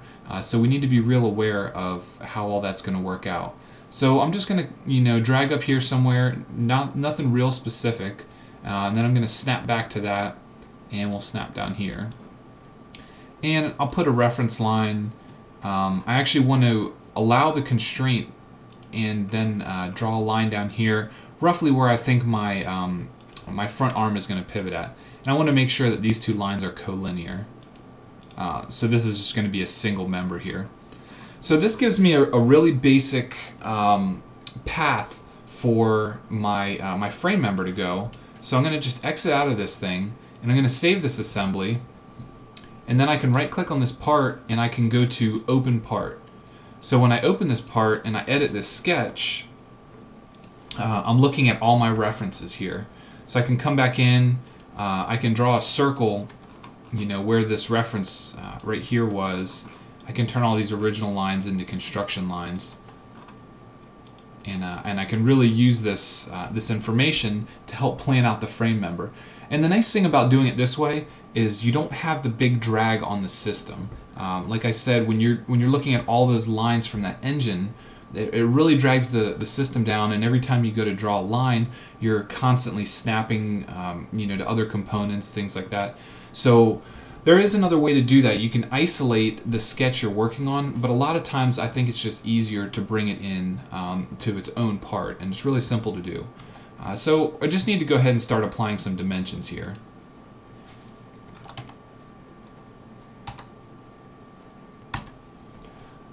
Alright, so I figured it would be pretty boring for you guys just to watch me draw some lines. So I went ahead and I just did a very basic layout of what I think the frame member is going to look like. So I took the original construction lines I added, the reference lines from the assembly. I made them construction here, and I applied dimensions to them.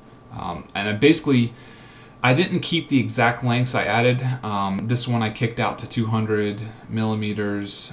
You know, I just pretty much rounded them all to nice numbers, so we had something nice to work with. And then I made this very basic layout. So what I'm going to do is I'm going to exit the sketch, and I'm actually going to go back into the assembly file. So right now you can see that sketch is in my assembly file, and we can kind of take a look at it and make sure there are no clearance issues. So as we rotate this thing around, you can see we're probably going to have some clearance issues with this case cover here. So what I want to do is I'm going to edit this component within the assembly, and I'm going to go ahead and I'm going to extrude that. So I'm going to take this plate here, but I don't want to extrude it from the sketch plane. I want to offset it. So I don't know exactly how much it's going to be offset, so I'm just going to start punching in some numbers and just make a rough guess here. And then I'm going to make this 25 millimeters thick here. And let's go ahead and OK that and take a look at where we are. Alright, so you can definitely see there's going to be some clearance issues with that case here. And if you're kind of wondering why I didn't just offset it or start it from this face here, is because I'm actually going to have a boss or an extrusion extend off the back of this plate up to that point there.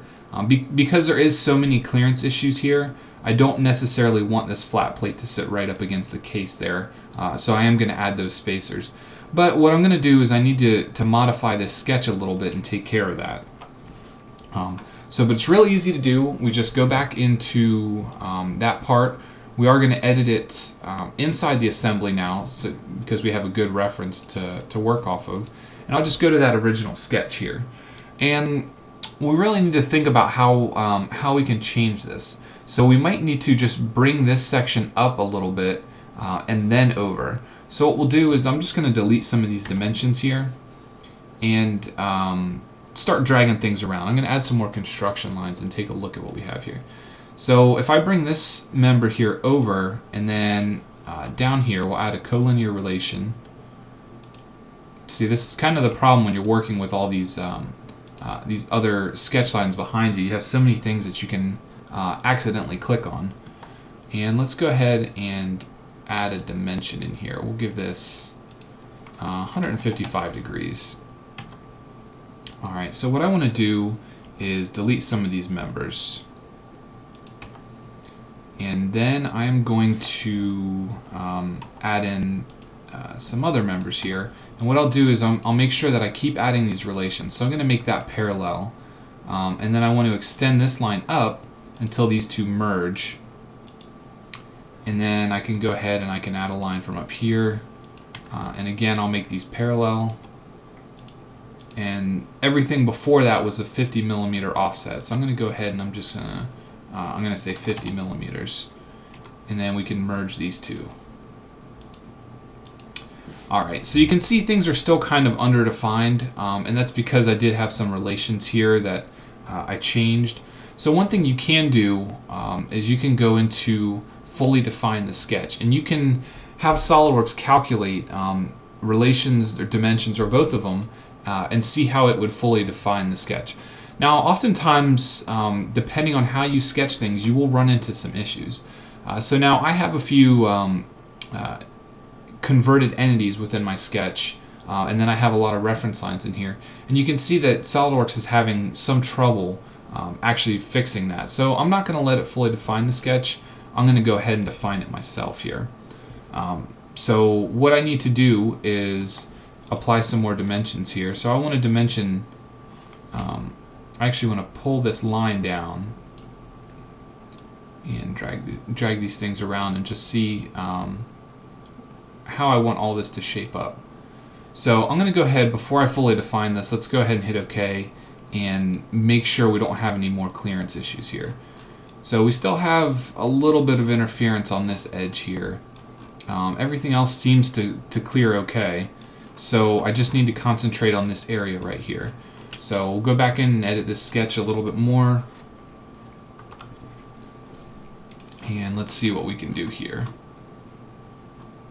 Alright, so instead of a 10mm offset, I can either do a smaller offset and make this section right here a little bit thinner, or I can do a manual relief and cut away from that area just to make sure that we have clearance. So what I'm probably going to do is get rid of some of these references. I think the shape is pretty well defined now, so I don't necessarily need all my references anymore. And I'm going to go ahead and I'm just going to dimension the actual shape that I want here. So let's just get rid of all these. And let's give SOLIDWORKS another crack at fully defining this thing. Alright, now that I got rid of some of those additional references here, you can see that SOLIDWORKS was able to actually come up with a plan and dimension everything for me. Now that might not necessarily be how you want to define these things, so keep that in mind, that you do have a lot of control over how it adds these dimensions. I'm going to cancel that, and I'm going to manually apply some dimensions. Alright, so here we are. It's kind of hard to see at the moment, but I deleted all my original references, and then I went back and I put a simplified version of those references in here, and I applied dimensions to everything, and then I went ahead and added some relations back in. So you can see there are a lot of parallel relations here. I have a few coincident. These lines all touch on the mounting points here, and one thing I did was I created a vertical construction line here, and I applied a 15-degree angular dimension for this back line right here. And the reason I gave it a 15-degree is because that is the steering angle that I want to use, or at least the steering angle and the upper and lower front arms are going to be parallel. So we need to ensure that we have the room to mount that. And having this 10-degree sweep right here will actually allow us to play with that 15 degrees a little bit and maybe put a few different mounting points on there. Alright, so I'm going to hop back out of the sketch. Now this thing is fully defined. What I want to do is make that relief cut for this part right here. I decided that I wanted to go ahead and not actually make this wall a little bit thinner. So I just want to do a probably what I'll do is a relief on just the back half of this part. But for now, since it doesn't actually interfere, it's just really close, I'm going to leave it how it is and run on with the rest of the part. So what I need to do now is apply a few fillets to this thing, and I'm going to do that using the Fillet Expert. So we'll just hop into Fillet, make sure we're on Fillet Expert, and grab this edge, and I'll just apply a fillet to all of these. And I'm going to apply a 25mm fillet, which will be roughly 1 inch. And then go ahead and OK that. Alright, so now let's take a look at what we have here. Okay, so you can see the front and rear sections I actually have tapering out So there's quite a bit of material in these corners.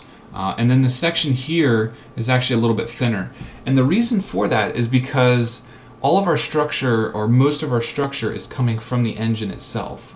Because the engine is structural in this case, the amount of material between these two mounting points is probably, it probably doesn't need to be that much. So what we really need is a good bit of material back here for the swing arm pivot, and we're going to need a good bit of material up front because we only have this mounting point up top here, and we're going to have that swing arm pivoting about this point and applying a lot of torsion to that. And also, since the linkage layout number 3 was our our final goal, we're going to actually have a shock load on this section right here. So having a little bit more meat in this area will give us a little bit more to play with in terms of the simulation stuff that Chris needs to do. Alright, so the next thing I need to do is just create that boss on the back side of this part here. So again, I'm just going to edit part, and I'm going to do a sketch, and all I want to do is I'm going to use convert entities, and I'm going to bring the two bosses in question directly into my part here. So I'm just going to grab that edge, convert entities, and actually I need to convert the center as well, so we'll go ahead and we'll bring that in there as well. And then all we need to do is extrude that. So on the Features tab we can extrude that sketch, and what I'm going to do is I'm going to use the engine as my reference, and I'm going to say up to surface, and I'm just going to grab that face as my reference. Alright, so if we exit out of this, now we have our mounting plate and we have these extruded bosses. Now when we get down to the manufacturing side of things, we might decide that just a machined spacer is going to be fine here, because everything is going to be under compression when we put a bolt through this entire assembly. So it might be kind of silly for us to use a double thickness material just in order to machine that spacer onto there. But that's something that we'll have to decide later on in the model and in the design process. But right now everything's looking good, and because our original part was designed with the assembly coordinate system in mind, we can go ahead and just mirror this component to the other side. So for our mirror plane, we'll just say the right plane in the assembly. The component we want to mirror is that engine plate. So we'll go ahead and mirror that to the other side. Now there's a lot more detail that needs to happen on here in order to create this part, and instantly I can see there is an issue right there with that mirror. So let's come back in here and let's edit that feature. Alright, so you can see I didn't go very far in the mirror component. I just went ahead and okayed it, and obviously it didn't come out right.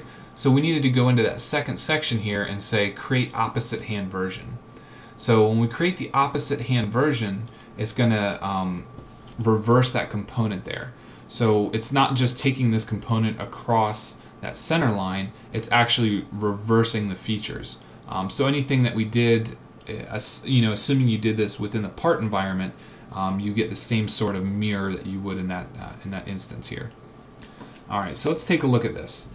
So this is pretty much all we need to do for the frame member, with the one exception.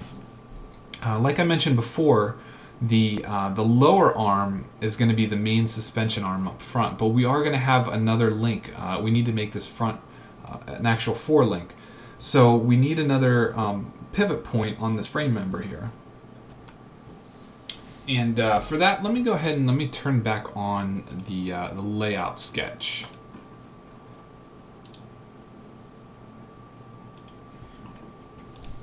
Alright, so you can see my original layout, the pivot was a little bit forward because I didn't really account for the exhaust port here. But you can see that the general design is it's a parallel upper and lower link, and they are equal length. So this allows the steering angle to stay the same throughout the suspension travel. So we need to ensure that we keep those angles the same, that 15 degrees we're planning for, and we keep the length of the arms the same. But again, we only need this pivot point on the left arm. So let's go ahead and hide the layout again, and I'm going to edit that, that component there. Alright, so all I want to do is sketch on here, and I'm going to add in some construction lines. So what I want to do is add a construction line from the center of the wheel to the center of that pivot point. Now you see that's fully defined because everything else is fully defined. So I'm going to add in a few more references. So from the center of the wheel, I'll add a vertical line, and then I'll add a secondary line, and I'm going to put this at 15 degrees. Because remember, that's the angle we're trying to hit here.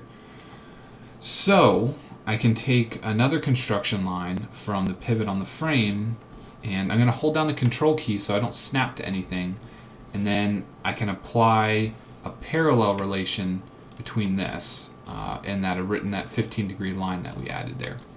So we know by making these parallel and also by making them equal that we'll have a parallel relation between what's going to be our lower arm and this upper arm. So we can go ahead, we don't really need this upper line here, I was just showing it there for reference. But we can go ahead and we can put a circle there.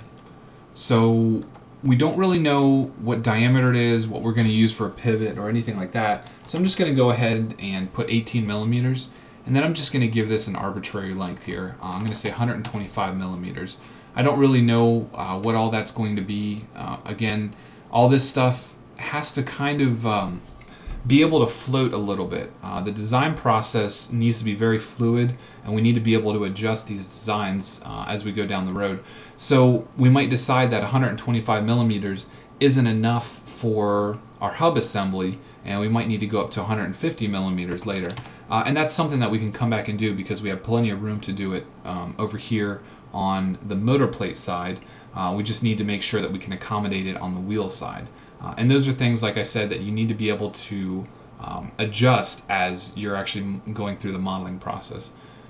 So all I'm going to do is an extrude cut, and I'm just going to say through all, and that'll be good enough for my reference here, and that'll give Chris what he needs to see when he's doing the simulation for these parts. Now if we hop back out of here and we come over and we look at our mirrored component, let's go ahead and rebuild this. You can see the mirrored component also has the hole on that. Now typically when you mirror components, it doesn't matter because they are typically identical. In this case, we don't really want an identical component here, but so there's another way that we can handle this. So I'm going to delete that mirror component feature, and I'm going to come in and edit this part. Now remember, we opened it before, so it's still open over here. Alright, and remember, we plan this all around that right plane, which is the same as our assembly. So this part is saved, and what we can do is we can do a feature mirror. So I'll mirror that using the right plane, and I'm going to just do a mirror body and say OK. Alright, so now we actually have these two bodies in here, and if I drag that one above the cut extrude there, you can see we don't have the cut anymore. So one way that we can do this is actually have both of these within the same part, and then what we can do later is we can break them off into their own files, or I can do it now and just deal with these later. But the reason I want to actually do this as a multi-body part, a multi-body solid, is because any of the features that we're going to add to remove material here to lighten weight after Chris's simulation, more than likely that's going to get identical mirror to the other side, with the exception of the ribbing around that cut extrude. So what we can do is we can actually do all those features on this side, mirror them across, and then add in any additional ribbing that we need for structure around this part. So that's one way that we can handle this, and the fact that we used that assembly coordinate system will make this extremely simple for us to come back in. So you see when we come back into the assembly, both of those motor plates are in that same part file, and they're already oriented properly because of the way we set up this part in the assembly environment. Alright, so now that we have this laid out, we can go ahead and we can start planning out the suspension arms. Now, the rear is going to be a lot easier than the front, so I'm going to go ahead and start there, and that might bring up any design challenges that we might see with the front. The idea behind this is to make this look as symmetric as possible. We want the lines of the rear and the front arm to be very similar, and it's really going to help the overall appearance of this bike. So let's go ahead and let's just dive right in and start drawing something on the rear and see how it looks. Hi everyone, this is Chris Castle with MLC CAD Systems, and I'm very excited to show you episode 4 of the hub steer motorcycle project. I'm very excited because Matt and I have made some really awesome progress. We're currently filming episodes 6, 7, and 8, and currently this is episode 4. If you watched episodes 2 and 3, you might remember that Matt Perez and I worked on the dynamics of the suspension system. I did a SOLIDWORKS motion study to determine the peak forces and the proper location of the linkage for the suspension for the front, and Matt and I used a traditional rear trailing arm design for the rear. So what we're at now is Matt just worked on the frame plates for the model, and he developed a pretty beefy 1-inch frame plate that integrates with the motor, the Ducati motor. Now, what we're going to do in this episode is we're going to show you how to use SOLIDWORKS simulation to optimize something like this. These 1-inch frame plates are very heavy duty and very heavy. If I was to open up these parts on their own and take a look at the weight that's involved here, if I go to evaluate in the mass properties, you can see for the aluminum that we're looking at almost a kilogram and a half of weight. Okay, for everyone who's still using English, that is basically, if you want to take a look here, I'm going to change the units to pounds, and you can see it's almost about 3 pounds. So that's heavy. Motorcycles, you just want to take as much weight off of them as you can. So let's take a look back at the assembly. We have a pretty symmetric layout here with the 2 frame plates. We have them bolted into the motor. Okay, we have pivot points for our linkages. The rear is a trailing, and the front is the 4-bar mechanism that we showed in episode 2. Now, the bike is going to weigh about, conservatively, we'll say 500 pounds. Now, if you remember from the previous episode, episode 2, let's take a look at the quick SOLIDWORKS motion study that we had. This is concept 3. This is just the bottom link of our representative model. And you can see, if you remember from that episode, we basically simulated 600 pounds of downward force on just the front end. That was pretty much a doubling of the weight, and it was a dynamic load. And if you remember, we defined that as a force that stepped up from 0 to 600 in about 0.25, so a quarter of a second, to simulate a pretty bumpy road. Now, what does that translate to? Okay, that's obviously the force that's on the end, but what do the links see? For example, what does this main pivot see? Well, let's find out. I'm going to go back to this SOLIDWORKS simulation study, or SOLIDWORKS motion study, and I'm going to query the reaction force at this joint. I also want to know the reaction force at the other pivot, and we'll do that by doing a plot. I'm going to go to the Results and Plots button. The category will be Forces. The subcategory will be a Reaction Force. Reaction force is when you want to understand the counter force to a given input. Now, to make it easy for us, we're going to do magnitude, and we're going to find the way we isolate it to this area here is we go through the tree, the motion tree or builder tree, and you look through these mates here. If you remember, mates are where SOLIDWORKS creates what they call kinematic joints. And concentric 1 happened to be the mate I used to make those 2 cylindrical surfaces concentric. So there you go. That mate right there, concentric 1, is what we call mate or joint that will help us understand the forces that this thing experiences. All right. So we have that in that box. We don't need to fill with this one because we're not, the direction is not important to us. This is magnitude. It's not X or Y or Z. We want to create a new plot, and we want to show the vector in the graphics window. Hit OK, and I'll see a plot that looks like this. So if I hit the playback button, I can see here the kind of the force as a function of time. So you can see at 0.17 seconds here, the force, the peak is 8,700 pounds, almost 8,800 pounds. Okay, so there you go.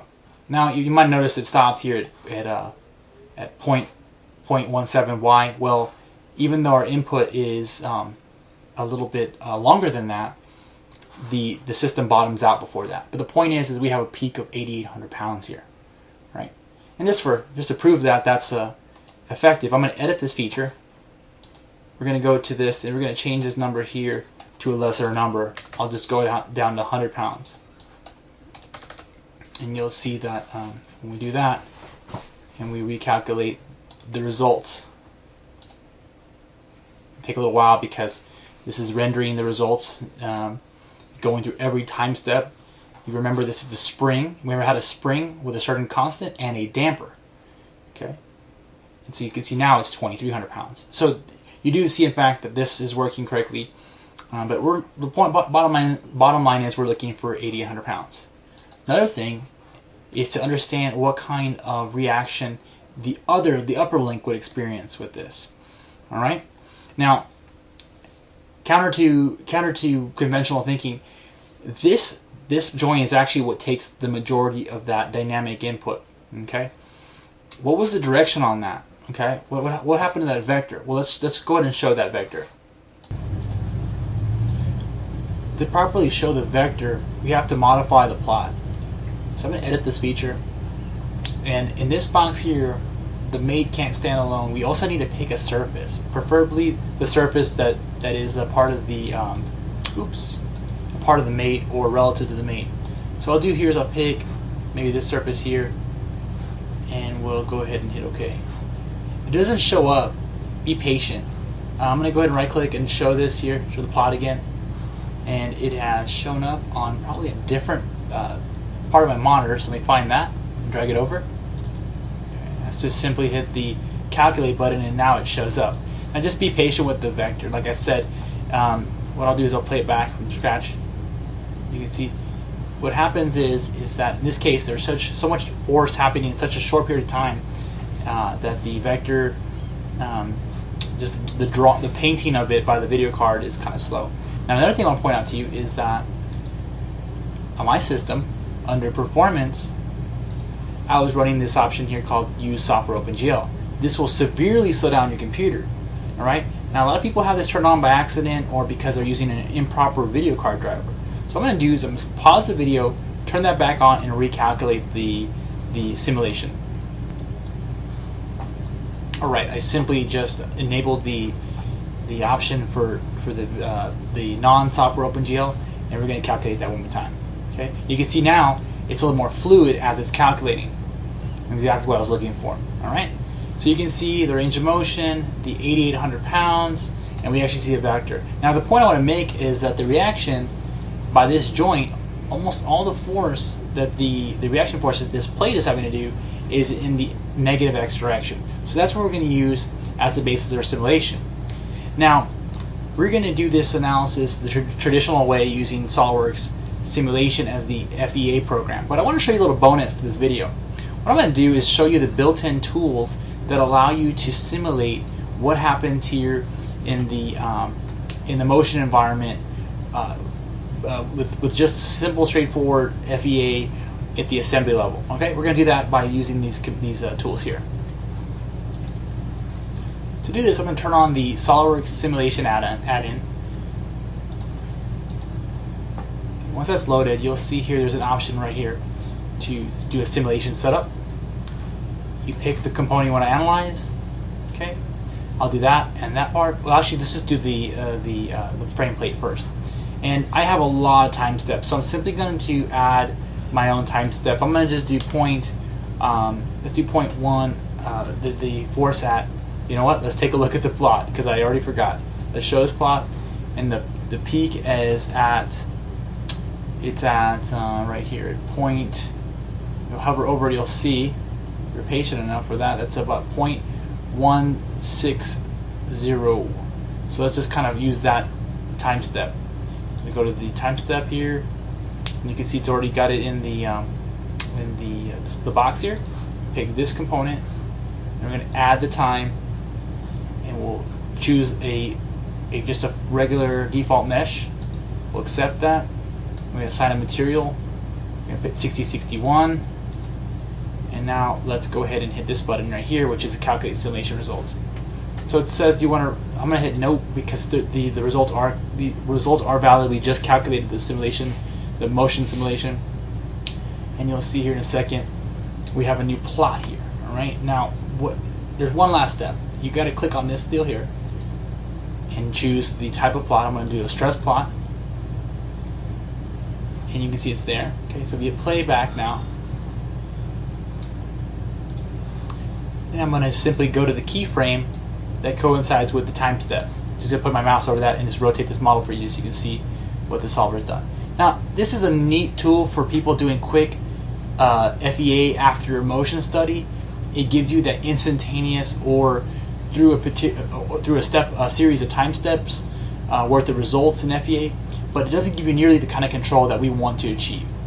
All right, but this is a little bonus I want to show you and have you be familiar with it. Let's take a look at the concept that we have so far with the hub steer motorcycle. It's pretty exciting. In episode 3, you saw how Matt designed the frame plates. Now this is just a little teaser for the next few episodes, but we also have the concept rims in progress, as you can see here. But let's talk about the frame plates and the forces. Let's kind of get this show on the road here. So now the motion simulation told us that there was basically 8,800 pounds of force, pretty much acting in the positive, or this direction, the positive X direction, and then up here where the reaction would be on the belt crank, there's about a 3,300 pound force going at a 45-degree angle. In the rear it is 4,100 pounds in this direction, and up here with the trailing where the shock mount is, it's about 3,100 pounds. All right, at a 45-degree angle. Let's get started. Let's show you how I'm going to do this. First off, these components here, they're pretty much identical. Okay, I mean they really are identical. So we're going to only analyze one of them. Okay, I'm going to open it up in its own file. We're going to take a look at the isometric view and talk to you about the method here. These are the mounts that interface with the current motor.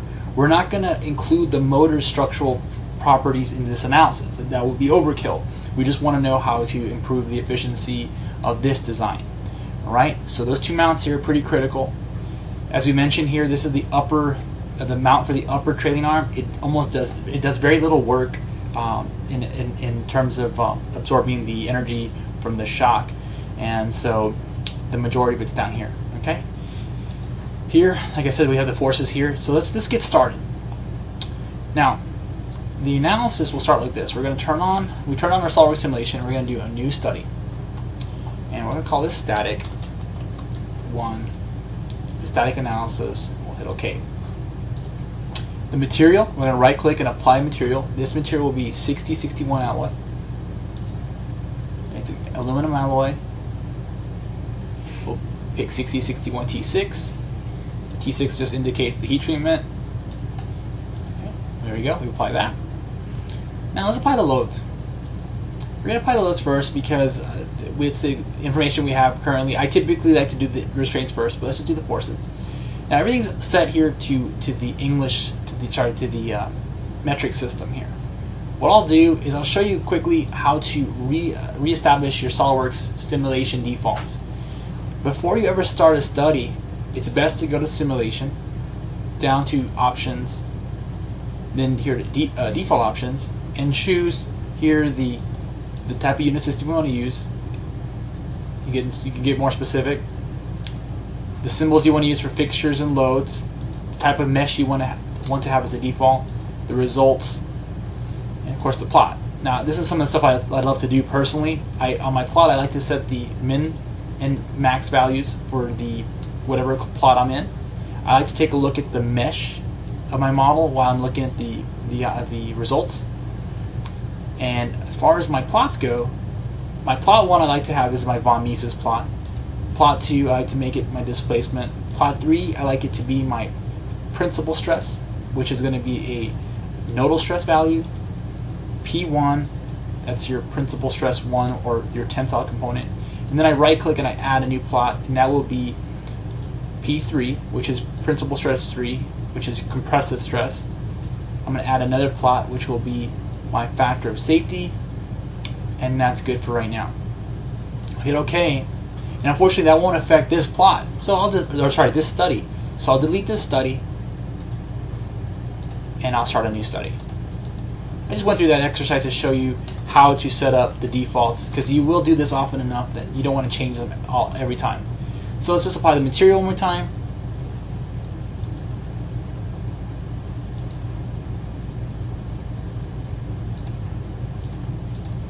Let's go ahead and take a look at the external loads now. Okay. Now you can see the default unit is now in English. Okay, so I'm going to pick this face. I'm going to zoom in on it to see it better. You're going to choose selected direction, and I said it was pretty much in this case, the negative Z direction. So I'll pick this right here, this box. I'll pick the reference. I'll pick the front plane or the right plane, and when I choose these, you'll see these components. Okay, I'll choose the right component that shows me the right direction. So I want to put in that box here 8,800 pounds. Because that's what happens down there. This one is pretty much floating with very little load. We're not going to consider it. This one, however, that has the load at a 45-degree angle is also the load that is supported by the motor. Okay, this is tricky because, like I said, the motor is taking the brunt of the load. So what we'll do is we're going to go ahead and leave this as a fixture instead of a load. We're going to create an advanced fixture. And I'm going to implement that this surface here is only allowed to resist in-plane motion. What I mean by that is it can turn, it can rotate like this, it just can't move out of plane. So we're going to use something called on cylindrical face. And we're going to find the component we want to lock out. We want to lock out the radial motion, and we want to lock out the out of plane direction. So it can only essentially turn on that surface. It can't move in and out. Okay, you'll see a little bit better when I do the results. We're going to do that. I'm going to hit OK, and I'm going to do that as well for this side. Hit OK. Now finally, I'll make one more load. There'll be another force here, and that will be another selected direction option. Use the right plane. And I'll choose, in this case, this component, and I'll make that here 4,100 pounds in the other direction. And we'll hit OK. And to recap, we have our two fixtures that represent the mounting to the engine. Now again, this is a trailing arm point, but it's doing very little work, so we're not considering it. And we're going to right-click the mesh to create a mesh. We want to use the standard mesher, and we'll hit OK on this, and we're going to take a look at the mesh before we run it. The default mesh always gives you a pretty consistent mesh. We want to make sure that some features aren't lost. Like we want to make sure the hole's still there. Okay. For the most part, we're good. We're ready to run this. Okay, we're going to run this analysis and let's see what happens. Now, the first good news is it didn't give us any errors. It didn't fly away in space. It's because we provided it with enough restraints to do the job. Okay. Now, what I'm seeing here is an immediate von Mises plot, which is think of the von Mises plot as your average stress. I'm going to right-click and animate that. Okay. Now, after a while, the mesh that I asked to be shown in my default can be kind of annoying. So let's take a look at the right-click option of the plot. Under settings, you'll find here the boundary options that we saw earlier in our defaults. We're going to turn that just to model.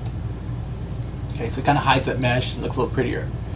The symbols can get annoying, so we'll use the quick hide feature under the heads up display to just hide the motion symbols. And again, let's just go back and reanimate that and see better. Now, the first thing I want to take a look at is just to see if our logic is correct. So what you see here is this is an exaggeration of the deformed shape. It's 8.3 times worse than it would be. Okay, but the good news is if I look closely, we did do our boundary conditions right, because I see here that these nodes are able to spin or rotate around the cylindrical axis, which is good. Okay, and this is pivoting, and it's just kind of putting this under a whole bunch of bending. I see a peak stress here, and everything looks to be pretty much right. So I'm real happy with this. And remember, these are the loads under the bump, the very hardcore bump in the road where this thing is maxing out the suspension. It's a very rare event. Okay, we're looking just to protect us from failure under that. We're not necessarily looking to have hundreds of those cycles. All right. Now, a huge benefit of the animation is it helps you understand if you're loading the model properly. Now, I've just uncovered that, well, my vectors, my directions for the force are actually totally wrong. I got the right values, but I have the wrong direction. And it's one of those common mistakes you can do when you're differentiating between reaction and applied loads. Well, of course, what's happening is these symbols now, that represents the opposite, or the reaction that the load imposes on this model. No problem. I just got to go back and edit the force definition of each component. I just got to change these around and make sure I understand, get the direction right. Just do it with both of them, and we'll just again just change the direction. It's the beauty of SOLIDWORKS and the way it works as SOLIDWORKS simulation. So now you got to rerun it. So I right-click the very top of the study and run. The beauty, no remeshing. It's just a matter of resolving the matrix, or inverting the matrix and solving for the deflections and of course the strain. Now let's animate that one more time. Let's animate this. Okay, now that makes more sense. This is pretty much what the structure would do in reaction to the whole thing moving up and down. All right, so perfect. And again, the beauty of animations. But look at the deformation scale. It's pretty big. It's 8.33. Now we really want to make sure that we're looking at the true scale. So let's right-click the study or the plot, go to the edit definition, and under deformed shape, I'll choose true scale, which is simply a 1:1. And this now will give us a better idea when we go to animate if we're looking at the right thing. Okay. And there you go. That's about right. It's going to deflect. How much does it deflect? Well, let's go to displacement and look now. And it deflects 0.233, almost 1/4 of an inch at the tip there, which is right. Remember, this is one of these extreme events for the life of this plate. Okay, it's not going to go through this thousands of times.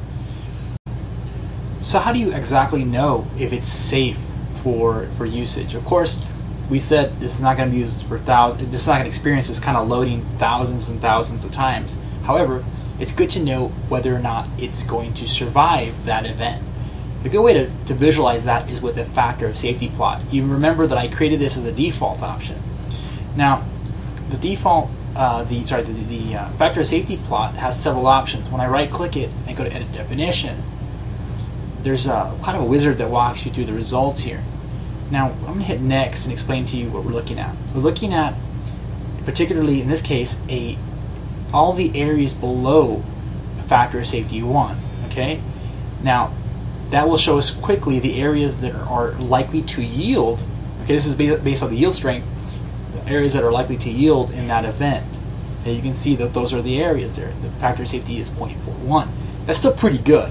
Okay, I'm not even concerned really about that in this kind of event. But it does mean that there would be yielding here. All right. Now, a better way to visualize all the design here and all its effectiveness is to understand what's really doing the bulk of the work. There's a wonderful tool when you right-click Results called a Design Insight Plot. What that Design Insight Plot does, it helps you visualize the areas of your model that are doing the majority of the work. This slider here, you just scoot it to the left, shows you effectively, if you kind of get it close to the end here, the part of the area of your model is doing 90% of the work. You start to scoot it just to the right, you start to see it light up on the model. So these are the areas right here that do the majority of the work, and you start to go here, you realize, hey, these are the areas that do most of the work. Most importantly, though, it tells you all the areas of the model that are not doing much of the work. It's a very poorly designed part as is. It's over-designed. It's designed in the wrong places. So you can see, I scroll this over, I can tell right away that I can hog a lot of this material out, right? So it's really good feedback. I love that plot. So what we're going to do now is, like I recommend to everyone use this. Is the whole purpose of SOLIDWORKS and SOLIDWORKS simulation, is to make your design better, right? So what we're going to do next is create some configurations, see what we can get away with in terms of thinning out our model, and then we're going to reanalyze those. All right, let's do that. All right, guys. So what I've done here is I've started a new configuration called Rev 1. I'm going to just do a few of these just to see the improvements. In Rev 1, I'm going to simply do this. You remember correctly that in the assembly that Matt just kind of gave us a starting point. Okay. Now everything from this surface outward is free game. Okay, we can kind of cut away all this. That's exactly what I'm going to do. I'm going to first off, I'm going to go back to, oops, it's the wrong part. You go and double click this model and take a look at the thickness value. Okay. If you look, there are a lot of dimensions here, and I want to find the simple one that gives me that thickness. Okay. It may not be so easy just by looking at it, so I might go back to the tree. And you can see here, there's the value. So I'm going to start off with a smaller value. I'm going to go to a quarter, a half value of that. So just going to take that number and divide it by 2. We'll rebuild that. A little thinner now. But will that address the issue here? Well, we're going to take it one step at a time. I'm going to go ahead and click on the last study. You notice that it's grayed out because this is not the appropriate configuration we're in. But when I right click the study and duplicate it, I'm going to call this Rev 1 static, and it will just be using the appropriate current configuration. The nice thing is all those things come over with it. I'll simply right click and run it. It'll remesh it because the model, the geometry's changed, and then it will rerun the data, rerun the numbers. Okay, and there you go. Ooh, look at that stress value, almost double the last value. Okay, went from like 92 to 197. It's a lot. All right, cool. But see, nothing's happening here. So what I'm already thinking of is just modifying this geometry a little bit. And I'm going to look at for other values that are of concern. The way I'm going to do that is by right-clicking the von Mises plot, going to something called ISO clipping, or I can change the limit that I want to see. So the number I want to type in this box is going to be 40,000. Why 40,000? Because that is approximately the yield strength of the 6061 T6 aluminum material we're using. And what this does exactly is it shows us everything that's above that value of 40,000 psi.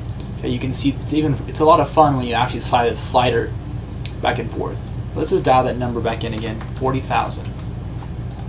So for our thinner model, you can see that these are the areas that are taking the majority of the stress. Let's compare that real quickly back with the previous study. So I'm going to go to static 1.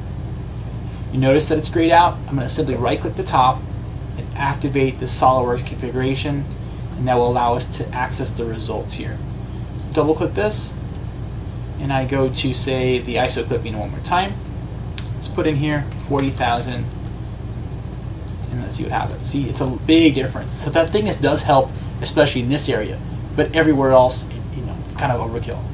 Another way to solve the problem is we could actually modify the geometry so it's bulked up here, thus reducing some of the bending. All right. So let's start playing with this. Okay. I'm going to go and pause the video and modify some designs here and see what we can come up with. So I've created a new revision called Rev 2. We're looking at the motor, the mount, and the context of the motor, the assembly. I'm going to edit this part, and we're going to make some geometry changes here. These bolts here, having worked on motorcycles, I know you never want to limit your access to to your critical parts here. So what I'll do here is I'm going to simply just make some features that don't impede the access to this part here. So we're editing, again, the left-hand side. I'm going to go ahead and just make a new sketch here. We'll make a new extrusion in particular. And let's just do this. I'm going to create some rough geometry. Bridge this. And I'll come over here and do the same thing. I'll bridge from here. I'm going to try to avoid making external references to the other, to the motor plate itself. I'm going to make these two parts here parallel. Maybe make them parallel to this existing edge. I'll just kind of play with this. I'll just pull them out like that, like this, and just going to dimension that.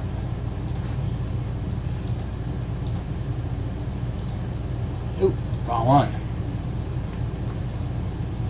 So I'll do that.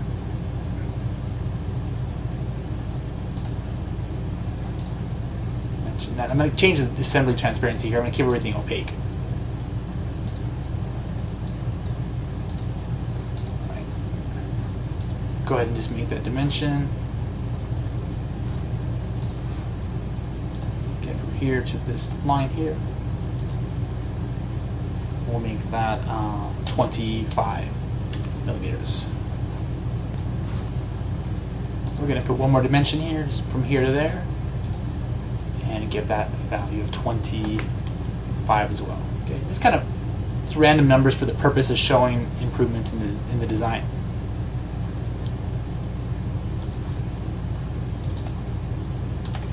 All right, cool. So now we got that. Let's go back to the plate itself, and we'll finish it out there. So with these modifications here, I'll go ahead and edit the sketch. I'll close it off by just linking these values here, or these lines there. And I'll extrude it up to the surface. Right click and do a select other. That's good for right now. All right, so we got this little bridge. I'm also going to just do some fillets here.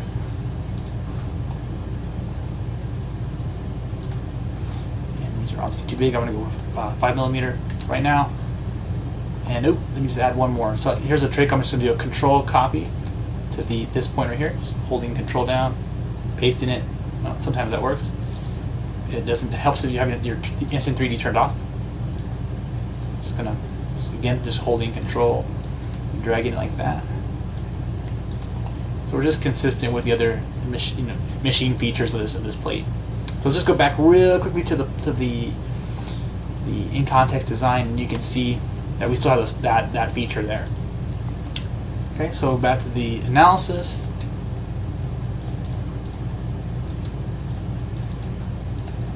We'll take a look at a new version. We're going to do right click and duplicate this study. We'll call this Rev2 static.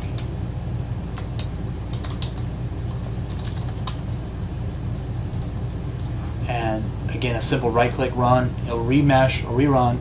We'll get some new numbers. Okay. Don't mind this error here. So there you go. So there's already a change here in the model. But let's animate this. Let's see if it's doing what it's supposed to.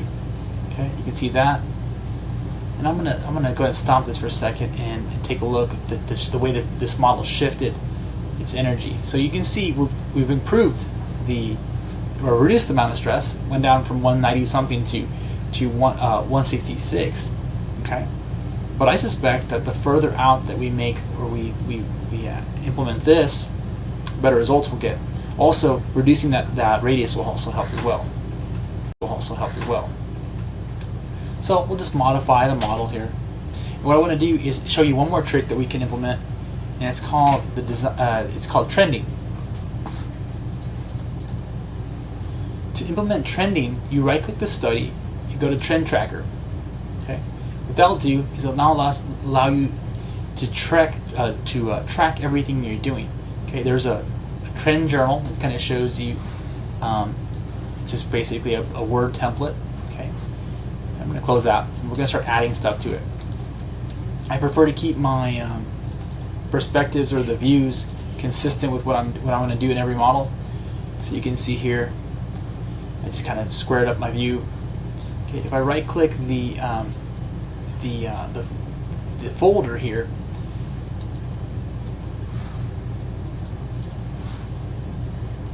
if I right click the trend tracker, I can set this as my baseline. Okay, and this will set a baseline for everything from the mass of the current design to the stress values. This would be stress 1, stress 2. These all correlate with the stress plots here. Okay, so now if I make any changes, we'll see those changes. So let's go to the model. Let's change some things like the fillet. Make this particular one here temp. Rebuild it. Okay. Actually, let's make it a little bigger. Let's make it 20. All right, there you go. That'll make that. Also change the thickness here. This value. So instead of we'll make that 25 as well. Rebuild it, and I'll rerun this study. Right click and run. It's going to do its magic. Okay, you see what's going on? It's doing all those plots that we had from earlier, again, for the trend tracker.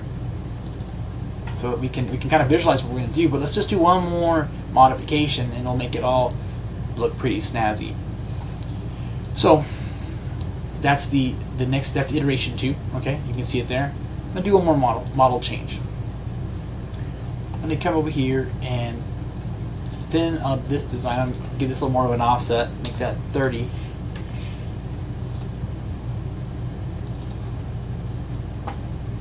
Make this even thicker, another 10 millimeters. Here, we'll make that a whole 100. Right. And then this one obviously is going to have to change. It kind of got absorbed. So you can see that there's a failure fillet here. It's missing edge. So I'm just going to pick that now, kind of relocate it, and give it an updated value of 20. And we don't even know if this is machinable yet, but we're using our best engineering knowledge to make these changes. So I'm going to go back to Rev 2, right click, run. It's going to do its magic. The mesh and the solve. You can see there are those updates. Okay. So now we're on iteration 3. Now I love this. It's been a while since I've done this, but let's just right click and view the gallery.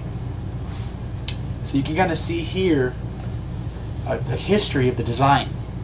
This is the first iteration, that's the next, and that's the third. Okay, that's the stress. That's why you see how the second plot's kind of out of plane or a little bit out of view. I should have moved my view, but there you go. But you can see how the stress went down. So basically went from 166 to 123 to 67. There you go. So I may just go in there and make a slight modification. Okay, but the point is quick with a trend tracker, you can prove to your colleagues and your customers that you are making improvements with every iteration that you create in SOLIDWORKS. All right, so what I did here was I took the time to go through a few different iterations, different model changes. I want to make sure that I create a design that would allow for easy access to the bolts, but not only fit the left-hand side, but of course the right-hand side. So this actually fits on both sides. And I've actually done several iterations of this, and I'm going to show you in the trend tracker. Let's go back to the document. Let's run this one last time and show you what that looks like. Okay, so run the numbers, and this is my von Mises plot. You can see this. This is the ISO clip. So you see that the way we've taken the approach to hogging out this material, we've distributed the stresses much better than before. Now this could be improved on over and over and over again, but for the sake of time, let's just kind of go in this direction. You can see my highest value of stress is 92. I've actually gotten the thickness of this model to 20. So we've made a lot of progress with this. So to get rid of some of this stress here, I might increase the overall thickness again, reduce the radius here. Let's just play with that. I'm going to modify this radius.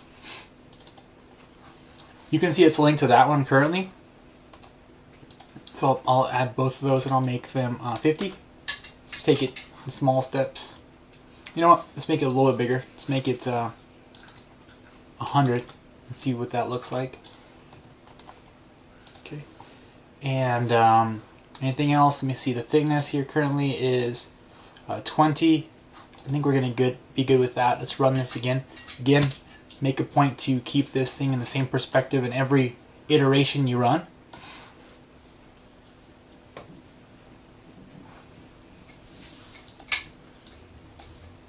And there you go. So now it's moved over to this side and so on. So it's looking good. We've definitely made some huge progress.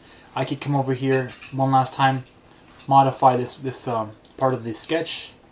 Maybe make that 15.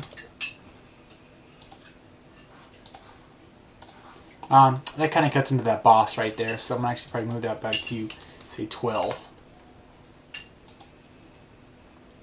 Looks a little better. Okay. And let's do it. Let's run it one last time, and then we'll look at the trend tracker and we'll move forward with this design. So right-click the study, run it one last time.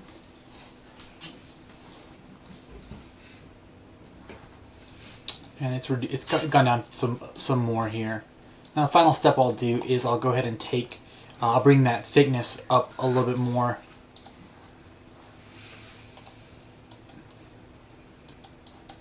Let's bring it back to 25 or 25.4. Make it an even inch. Okay, last time, I swear. One more time here. Oh, I didn't move it in the right perspective. That's okay. Alright, so you can see the point here. We could modify this all day long and be real happy. I'm going to do this. I'm going to just do a quick ISO clip and look at anything under 40,000. And you can see, look at that. How beautiful is that? We've distributed the stress so much better. This 81,000 on the surface, I don't take that seriously. That's more likely a singularity.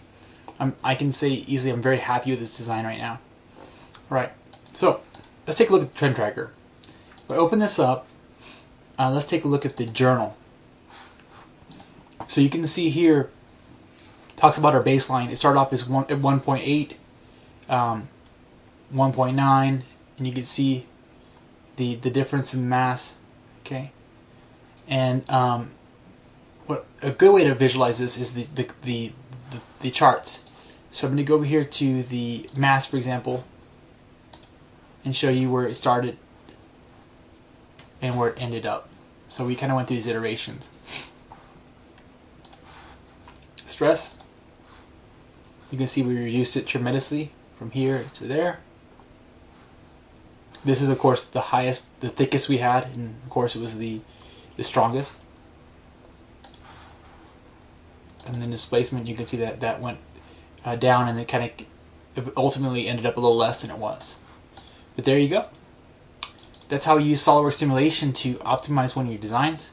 We use Trend Tracker to actually quantify that, and it makes a great tool. It's a great tool to present to your customers and clients to really show that you made the effort to improve a design.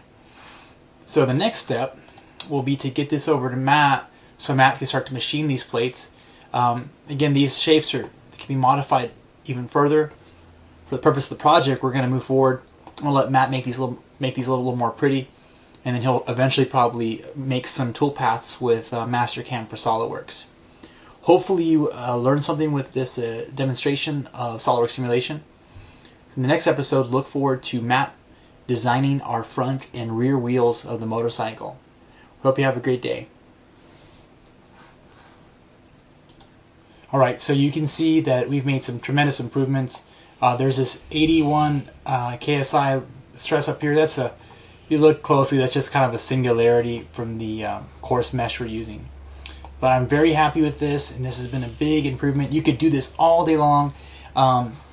You definitely want to go through Trend Tracker and show the improvements. You can open that up, look at the kind of the tabulated version of it, or you can, of course, you could right-click this and go to View Gallery and just go through every design you went through, showing all the different numbers and improvements.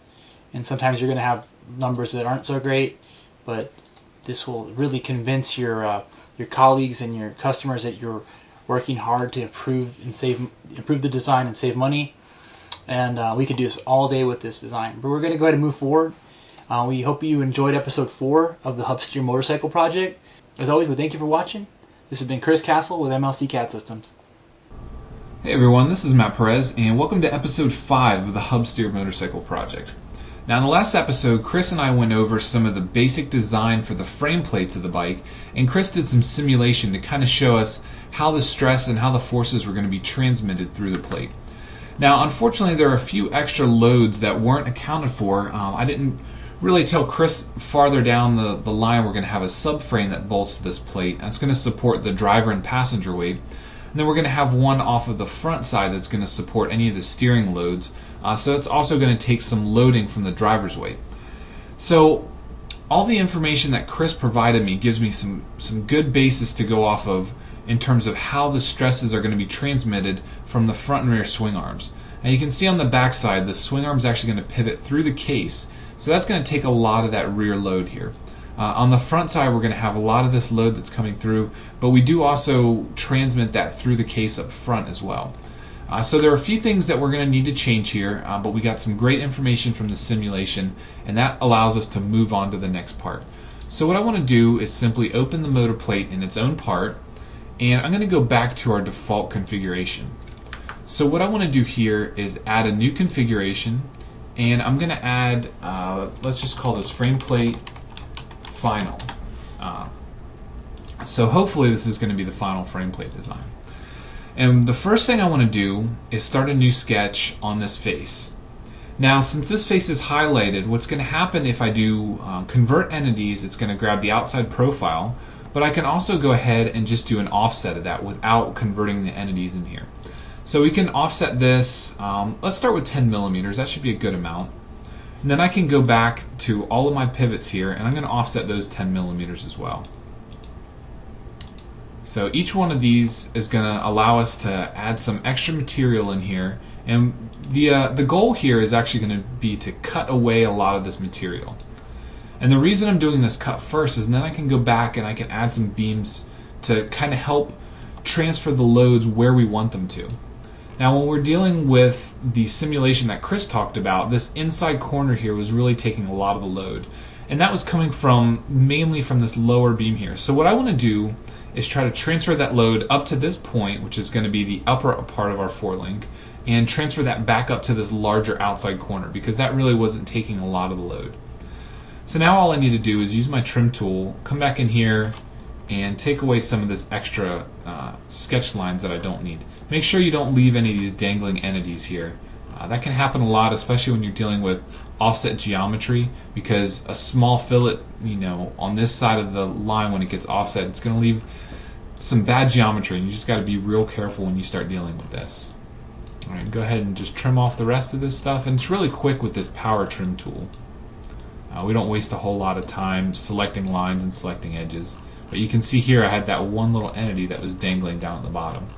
Now you can see here we lost a few of our relations, but that's okay. I'm just going to come back. I'm going to apply a tangency between these two, and then from this edge I can do a collinear.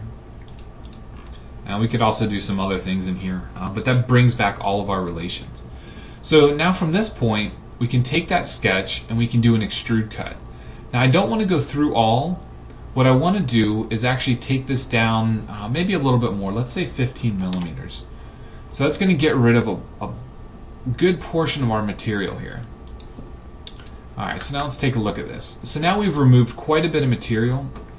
We can go back in on that back face, and I'm just going to start drawing some sketches, some sketch lines. So what I want to do is come out this direction, and I want this line to be perpendicular to that back edge. And you can see these don't actually touch, and that's okay. All I need to do is apply that relation between those two. And now from this point, we're actually going to have a center point of that arc, so I'm just going to bring that into my sketch. I'm just going to make it construction for now.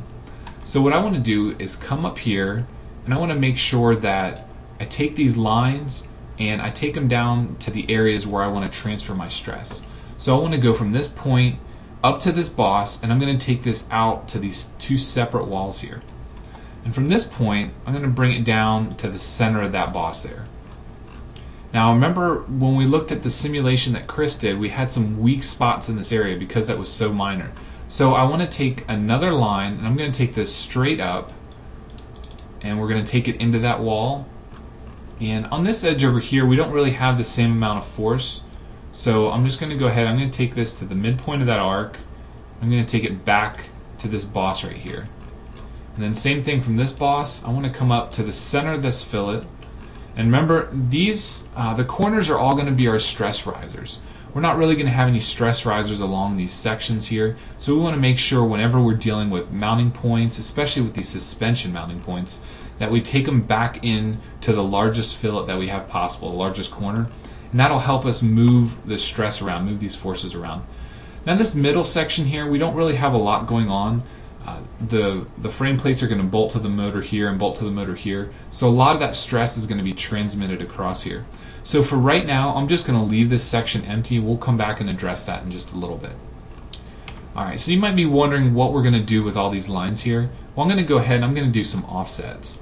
And I'm going to do bidirection, and I'm going to do 5 millimeters in each direction. Make sure that I make the basic construction, and I'm just going to go ahead and grab all these lines that I drew in here. And I can come back and I can do some trims and some extends after the fact, but we're going to go ahead and just start with this. And now I'm going to come back and I'm going to do some convert entities. I'm going to bring the rest of these lines in, and this one I'm actually going to convert back. I had it construction earlier. So we're going to grab a couple of these edges that we need to deal with, this arc. We're going to grab this corner here, this one, and let's see what else we have, this arc right here. Alright, and we got a couple more, this arc and that arc, and that should take care of just about everything. Alright, now we can go back to our power trim tool, and whenever I'm doing these power trims, I try to leave the original construction geometry alone if possible. So I'm going to go ahead and get rid of some of this stuff. And we don't need this line here. I can get rid of this, this, and that. And this inside, we have to be careful here because a lot of our relations could be lost if we trim away too much stuff.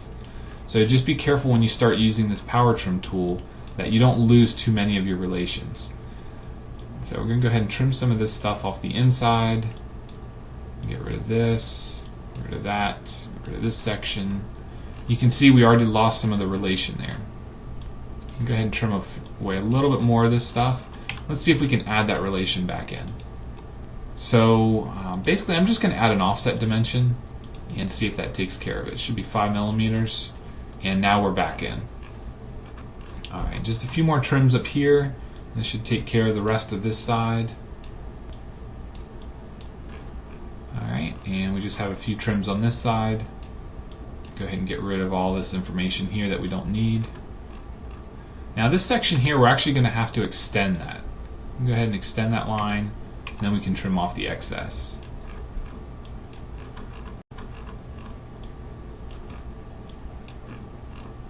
Alright, just a few more trims, and this should take care of everything here. Make sure we got all our relations. Alright, so now at this point we can take this information and we're going to extrude it.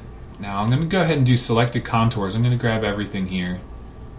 Because we had so many entities in this sketch here, we need to make sure that SOLIDWORKS knows what we want to grab, what we want to extrude. Now I don't actually want to bring these all the way back up to the top. I'm only going to take them 10 millimeters. But if you remember, I went ahead and I did that sketch on that back face. So what this means is if we do any simulation down the road, and let's say we change that from 15 millimeters to 10, these are going to come all the way up to the face, and that's not what I want. So my end condition, I'm going to say offset from surface. I'm going to grab this surface and I'm going to say 5 millimeters offset from that.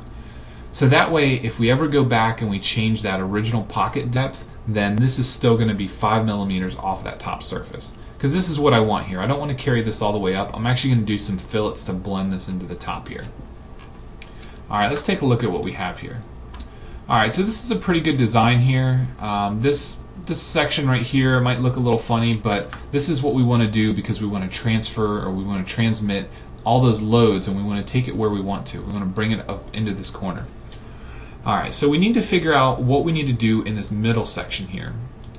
So I'm going to do another sketch. I'm going to take lines from the midpoint here, and I'm going to make this perpendicular and see where that falls. Alright, I'm going to take another line from the midpoint of this one, and again I want to make this perpendicular. Alright, so you can see where those two cross, and what we want to do is go ahead and do an offset of both of those, just like we did on the other one. And I can see that this probably isn't going to work out the best. Bringing this close to the wall, first of all, we're not going to be able to manufacture that. So I'm going to undo both of these. Actually, just that one was the real issue, but I'm going to undo both of them, and I'm actually going to take it from this intersection point where that hits the wall. I'm going to take that over, and then for this one, let's take it from that intersection point, and let's bring it down to this face, and then we're going to bring it back up to the middle of this face here. Alright, so what this will let me do is all the stress that we're taking into this corner, it'll help me displace it a little bit, because these inside edges are going to be under tension whenever this is trying to spread it apart, and they're going to be under compression whenever it's trying to push it together. So this will help take those loads out as well. So from this point we can go ahead and do our offset both directions. And then now we can go ahead and we can grab all the edges that we need to in order to do our trims. So we're going to need that edge, that edge. We're going to come back up to this edge, and we'll need some of this information here. Alright, so now we can go ahead and use our trim. Same power trim that we used last time, and just get rid of all the information we don't need. And this section here, we're actually going to have to extend that, just like we did before. I'm going to go ahead and extend that up. Then we'll do a trim. Now all this information in the middle here, this is going to be interesting because we don't need any of this stuff here. We could leave it because we're going to be selecting some of the geometry that we want to extrude, but I'm going to go ahead and just get rid of it now. I'll make my selection process a little bit easier. Alright, let's get rid of some of this information. And get rid of that right there. Alright, and this up here. Alright, so this is a pretty good section here. I'm going to go ahead and extrude that. Alright, so you can see because I went ahead and I trimmed all the sections in the middle, this is just one big open area in the middle. It's a closed sketch, closed profile. So I didn't have to do any of that selected contours. And again, we want to do offset from the top, but instead of doing that, I'm just going to say up to vertex. I'm going to grab an edge here, and that way anything that changes with this original extrude is just going to carry over with this. We don't have to worry about any extra dimensions or linking anything. Alright, so I think this is a pretty good way to transmit the loads around, but we might want to make some changes later on. The next thing we need to do is apply some fillets to this. Alright, and this is where our fillet expert is going to come in extremely handy.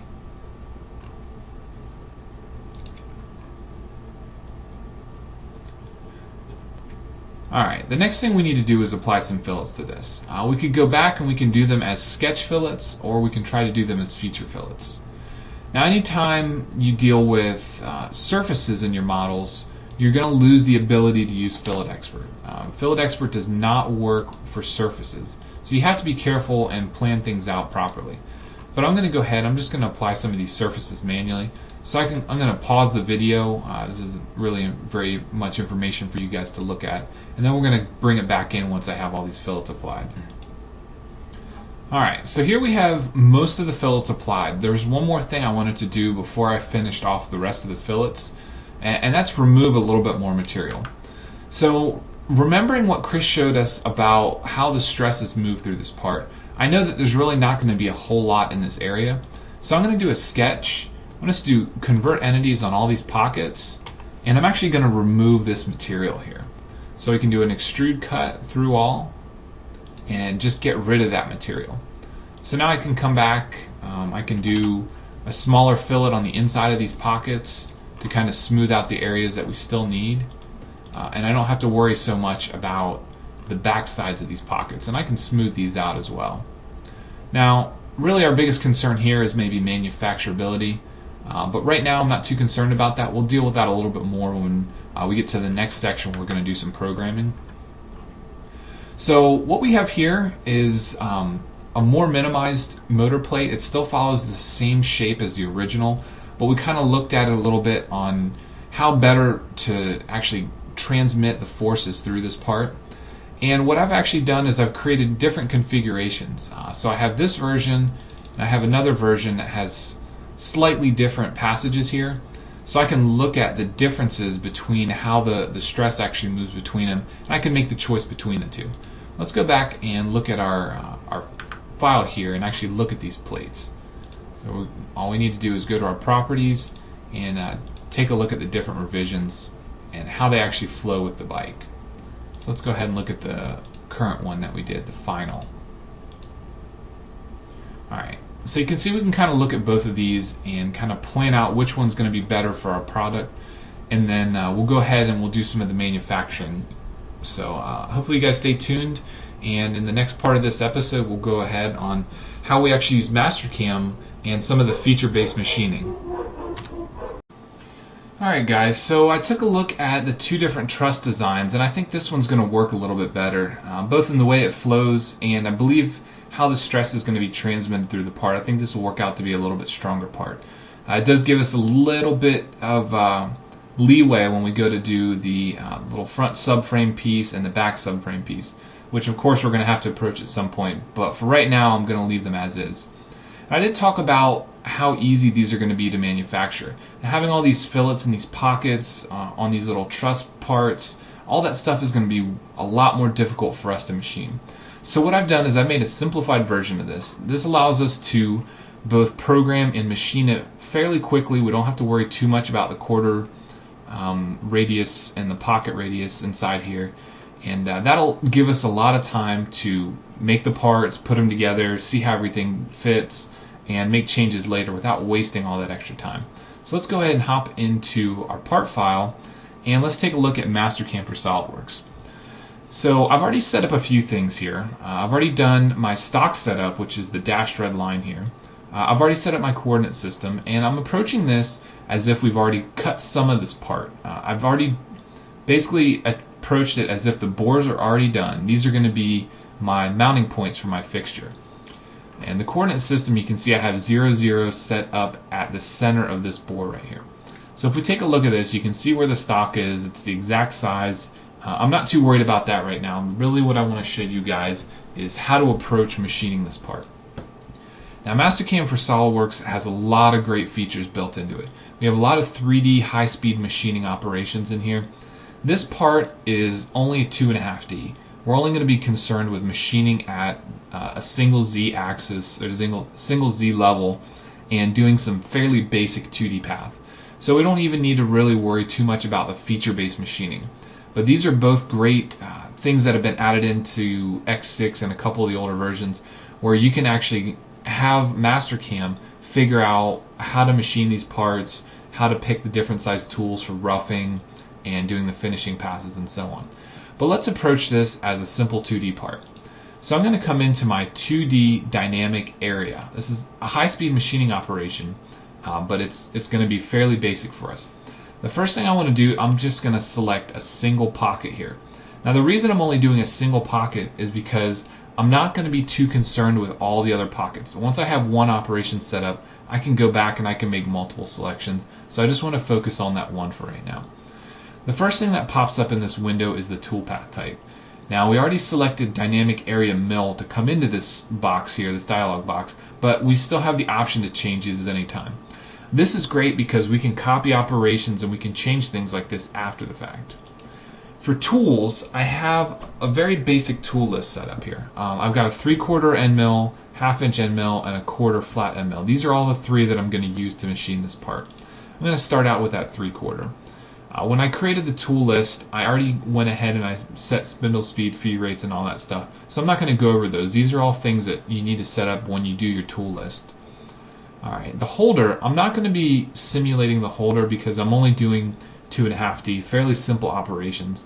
When you guys get into 4th and 5th axis, when the tool holder is actually fairly critical, when you need to get these bits deep inside, hard to reach areas, you need to make sure that you turn this stuff on and you actually simulate it.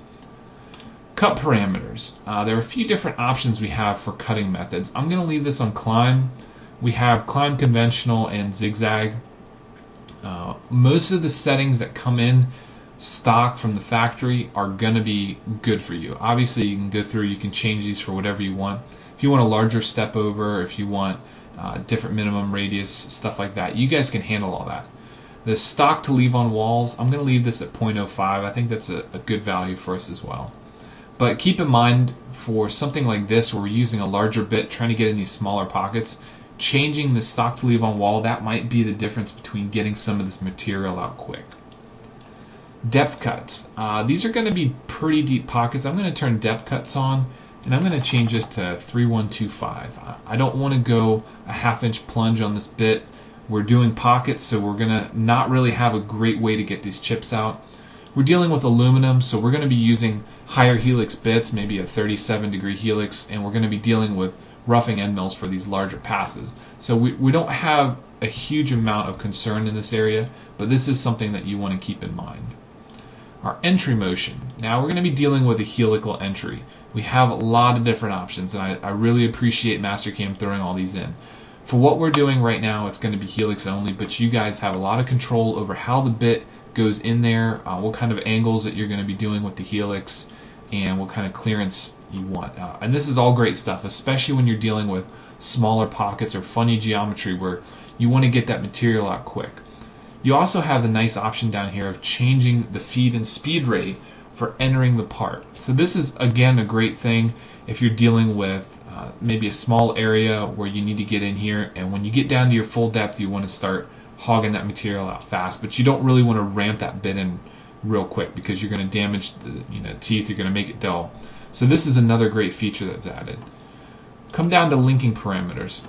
Something that I like to do, especially when you guys are starting out, I'm going to change everything to absolute. Now the reason I do this is because I know when my bit retracts, it's going to come up to 1/4 inch above my part. When I go to my feed plane, it's 0.2 above my part. When you do incremental, sometimes let's say our pocket was 1/4 inch deep and it's going to only come up 0.2. That means we could have the potential of running into our part. Now there's a lot of checks and balances in place. We don't have to worry too much once we turn all the checks on, but just kind of a pet peeve of mine, especially when you're starting out, change everything to absolute. That way you know for sure that you're coming above the part.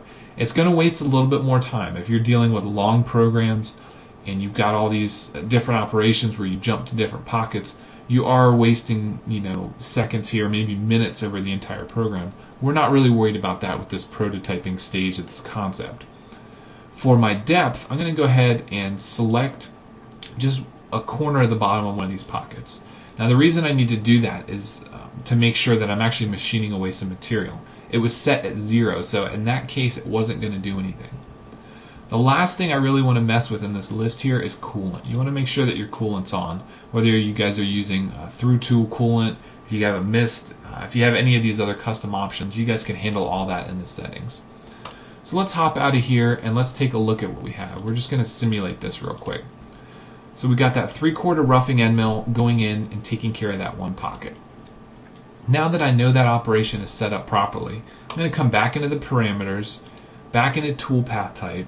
I'm going to go over to multiple machining regions. Now I can come in here and I can go into my selection. I can come and just select all these different pockets that I wanted to do. Once I OK that, hop out of my operation. You can see we have a red X over the toolpath. That means this is changed to a dirty operation. We want to come up here, we want to regenerate all the dirty operations.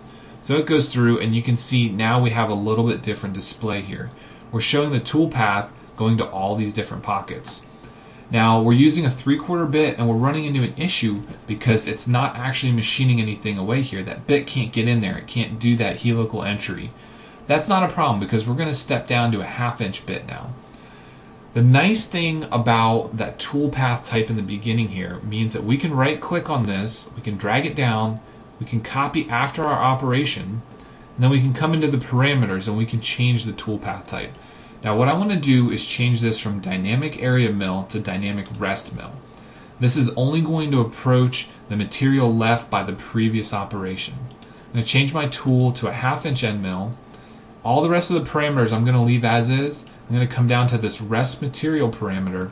I'm going to make sure that I'm taking the rest material from the previous operation. Now there's only one operation here, that's a no-brainer, there's only one thing to select. But once we get a little bit farther down the tree, I'll show you that there's a little bit more that we can do here. I'm going to go ahead and click OK.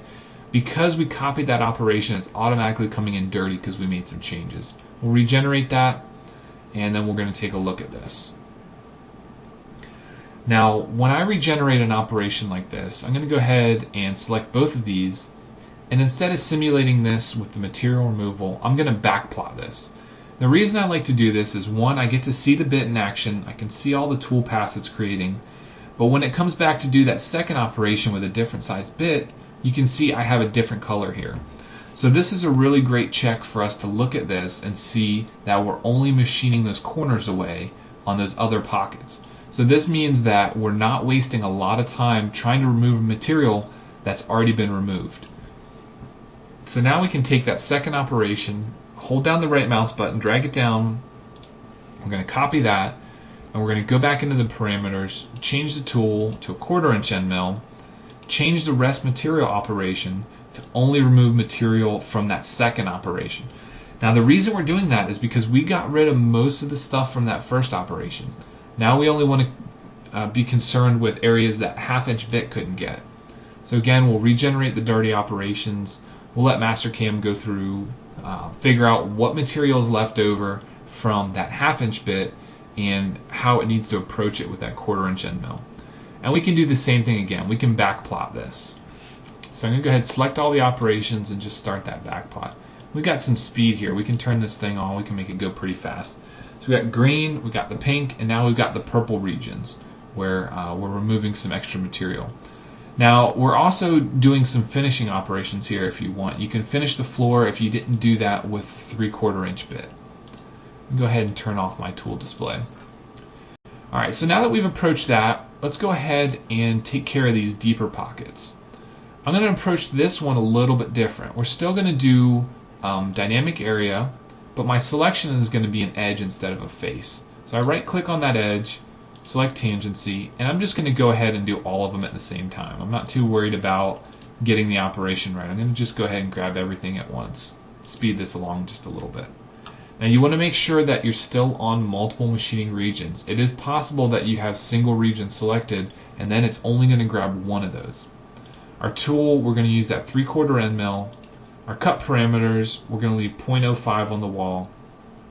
Depth cut, we're going to keep that on. Entry motion, helix, linking parameters, I'm going to make sure that I turn all these back to absolute. And the depth, I'm actually going to go a little bit past the bottom of that. I want to make sure that I go down to 1 inch here. Alright, and this reminded me of something. I'm going to go ahead and come back to these parameters, my cut parameters, and make sure that I'm not leaving anything on the wall or floor on these last operations. I'm going to regenerate that. Alright, so now we've taken care of the pockets. We've done all the finishing work on the pockets. We have roughed out the through holes for the center of it. So now we need to go back to this operation. I'm going to drag it down, copy after just like we did before, come in, change my parameters. So now I want to do dynamic rest. I'm going to do tool, take it to a 1/2 inch, and rest material, I want to select that one operation there. And let's take a look at this. Go ahead and regenerate that and make sure that this worked out properly for us. So we're going to grab operation 4 and operation 5 here. Actually, let's go ahead and backplot everything. We'll just take a quick look. We'll speed this up. Alright, and you can see here at the bottom we have a nice color bar display. This is showing you the different tools when we get to a different section. So we have the teal, it's going to be our 3/4 end mill for the big pockets, and the pink is going to be the 1/2 inch end mill for the rest material.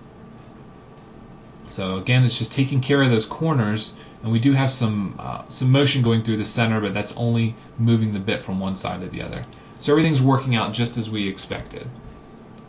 And once we hop back out of here, we probably have to come back out and do a quick save, make sure that we're not going to lose any of our material that we've already created. Let's go ahead and save that real quick. And now I can grab that last operation again and hold down the right mouse button, drag, copy after, You can see after you do this a few times, it's going to speed up quite a bit. We're going to do 1/4 inch end mill, rest material, make sure that we grab that one operation. Let's make sure that we're not leaving any material on this. We can also go back to the previous one, cut parameters, and we can leave less material there if we want. Now we don't need to worry about stock to leave on bottom because we're actually machining all the way through. And then let's regenerate those dirty operations. Alright, so now we have the blind pockets and the through hole pockets all done. We need to actually take some material away from the top down to this plane right here. So what I'm going to do is a 2D dynamic area again, same thing we've been doing before. Right click on one of these edges and select tangency. That's a great thing about having that fillet there, is it's giving me an edge all the way around. Single selection. Now this is going to be a single region. We don't need to worry about multiple machining regions here. Tool, we're going to do the 3/4 end mill again. Cut parameters, we're going to say 0.05 to leave on the side. We're not going to leave anything on the bottom. And we want to make sure that we turn off depth cuts. It's not that deep, it's only an 1/8 inch down. We're going to let it do it all at once. Absolute, make sure that everything here is fine, and make sure that we're actually doing a helical entry, and we'll go ahead and OK that and let it figure out. So I'm going to backplot just this one operation. Make sure that everything worked out properly with this. You can see what it's doing. It's doing mass material removal through all that. And even though we're wasting some time here, we could reorder this, put this before our pockets, and change our start position for our pockets, and we can change all that and make everything a little bit more efficient for us. That's a great thing about doing this back plot. We can see where we've maybe made some mistakes or made some changes and speed things up. The next thing I'm going to do is 2D path. I'm going to do a 2D contour. I'm going to grab that same edge, and actually we could do this by simply copying that operation again, but I think this time I'm just going to start a new operation. I'm going to grab tool, I'm going to grab the 1/2 inch end mill, cut parameters. We might have to change the compensation direction depending on which orientation we're working in. Depth cuts, we're not worried about that. We'll do full depth. Make sure we have a lead in, lead out. And we could do multi-passes if we know the 1/2 inch bit is large enough or small enough to make it into these different corners here. We could do a multi-pass, do a finishing pass. I'm not too worried about that right now. Change all these back to absolute. And this is stuff that you can change in your configuration. We don't need to worry too much about it now. It's real quick for us to click on. Let's backplot this one. Make sure that we're just doing a single pass in here, getting some of that material out of the corners. Alright, so that works fine. And I'm going to leave it like that. I think that's going to be a small enough bit to get into these corners. Alright, the last couple things we need to do are going to be the outside edge, and then maybe consider doing this fillet here. Alright, so what we want to do again, we're going to do a contour. I'm going to grab this outside edge, do select tangency, and go ahead and grab that. My tool, I'm going to use a 3/4 end mill. My cut parameters, contour type, I'm going to do a ramp. So what this is going to allow me to do is do a constant ramp down the entire profile on the outside. We have a couple different ways we can define this, through angle, depth, or plunge. I'm going to do an angle, I'm going to do a 2 degree. Alright, we want to make sure that we have a lead in, lead out. And actually, let me go back to cut parameters. We have 0 stock to leave on here. So you need to be careful with that. We're going to do a multi-pass because of that. I'm going to do 2 passes. You can see we have the spacing here is going to be 0.1. And that'll be fine for what we're doing here. Tabs, we don't need to worry about. Breakthrough, we don't need to worry about. Depth cuts, we don't need to worry about. Linking parameters. Since the edge that I selected was only an 1/8 inch down, my depth right here is only set at an 1/8. I'm going to go ahead and set that at 1 inch. Alright, let's go ahead and backplot that. Make sure we're on the right side. Alright, everything works. You can see it's ramping down as we go. So because this is a fairly large bit, we're ramping down pretty rapidly. We can change that if we're a little bit worried about it. But one thing you'll notice is that inside pass, it did full depth. It did not ramp that inside pass. And that's something that you guys can choose to do. So you can see here, machine finish pass at all depths or final depth. We have keep tool down. We have a lot of options here that we can do for our passes here. So let's go ahead and just regenerate that dirty operation. Now I want to come back. I'm going to go ahead and do select everything, and I'm going to go ahead and plot this with the actual material removal. Alright, so you can see here we have a great tool at our disposal. We're able to simulate all the tools, going ahead and removing some material. And actually there's another method of doing this. We can do a machine simulation. We can show the table on the mill moving, we can show the bits, we can even show chip removal. So this is a great tool for you guys to kind of evaluate everything before you get it off to the machine, the shop floor. And I think I'm happy with everything. I'm happy with the order that everything's going, and everything looks real good. And hopefully you guys got some good insight into how we go about programming some of this stuff. And as I mentioned, this is a fairly simple part, so it's not really taking great use of all the different features inside Mastercam. So hopefully later on in the project we can show you guys a little bit more of that and maybe make some use out of that. But we got a good result on the screen. This looks like our part. As I mentioned, we didn't have the bores because I was kind of using those as my fixture. But everything looks good, and this is a great step off point to move on to the next part. So if you stick with us, next time we're going to be talking about a little bit more of the aesthetic side. We're going to be looking into things like rims, maybe start getting into a little bit more detail on how the bike looks, and getting back to some of the mechanicals just a little bit later. So hope you guys enjoyed it, and hope you guys stick with us, and we'll see you next time. Welcome to another episode of the Motorcycle Project. Today I'm here with Jimmy Wabe from MLC CAD Systems. We're here visiting SMT. They specialize in aftermarket wheels for sport bikes and cruiser bikes. Hopefully they'll show us how to make a good wheel for our hub steer motorcycle. Let's go inside and see what they say. Hey, we're here with Sebastian from SMT Machining. They make amazing parts, but rather than me talk about it, I'm going to let Sebastian give us a little history. So, basically we moved down here. We got jobs in the aerospace industry when we moved down here. And, we saw, these exotic machines rolling around with two wheels, and it just caught our eye. And then we saw how many, billet components there was on these machines. Yeah. But when we went to talk to certain guys, hey, where do you get these parts? Right away we realized that there was a huge problem at that time getting components. The biggest problem we had, we noticed that the parts aren't easy. Oh yeah. We noticed we wanted to do the work, but when we thought, oh, these are just bike parts, but when we actually got to look at them and saw the kind of involvement in machining, we're like, there's no way. Yeah. We actually tried to do it with different software. I'm going to leave the names out. It got to that point where we're working two jobs, SMT at night. We're working at a big aerospace company in the morning. Basically no family life. It's just the shop. And I was telling my dad, I don't think we can cut it. And then, at the aerospace company where we worked, they were using Mastercam. But I didn't know it. And my dad's like, if they're using Mastercam, maybe this Mastercam, what they're using at these aerospace companies might help us. Yeah. And I'm like, no way. There's no way, Dad. There's no time. We were so tired, I was actually begging my dad to close the company. Wow. We were at the point where I didn't want to do this anymore. I wanted to throw in the towels, and I was really asking my dad, pleading, sell the machines. Yeah. Please, let's just get out of it. This is pointless. Let's just give up. And my dad actually beat into my, thick head. Listen, we're going to try one last thing.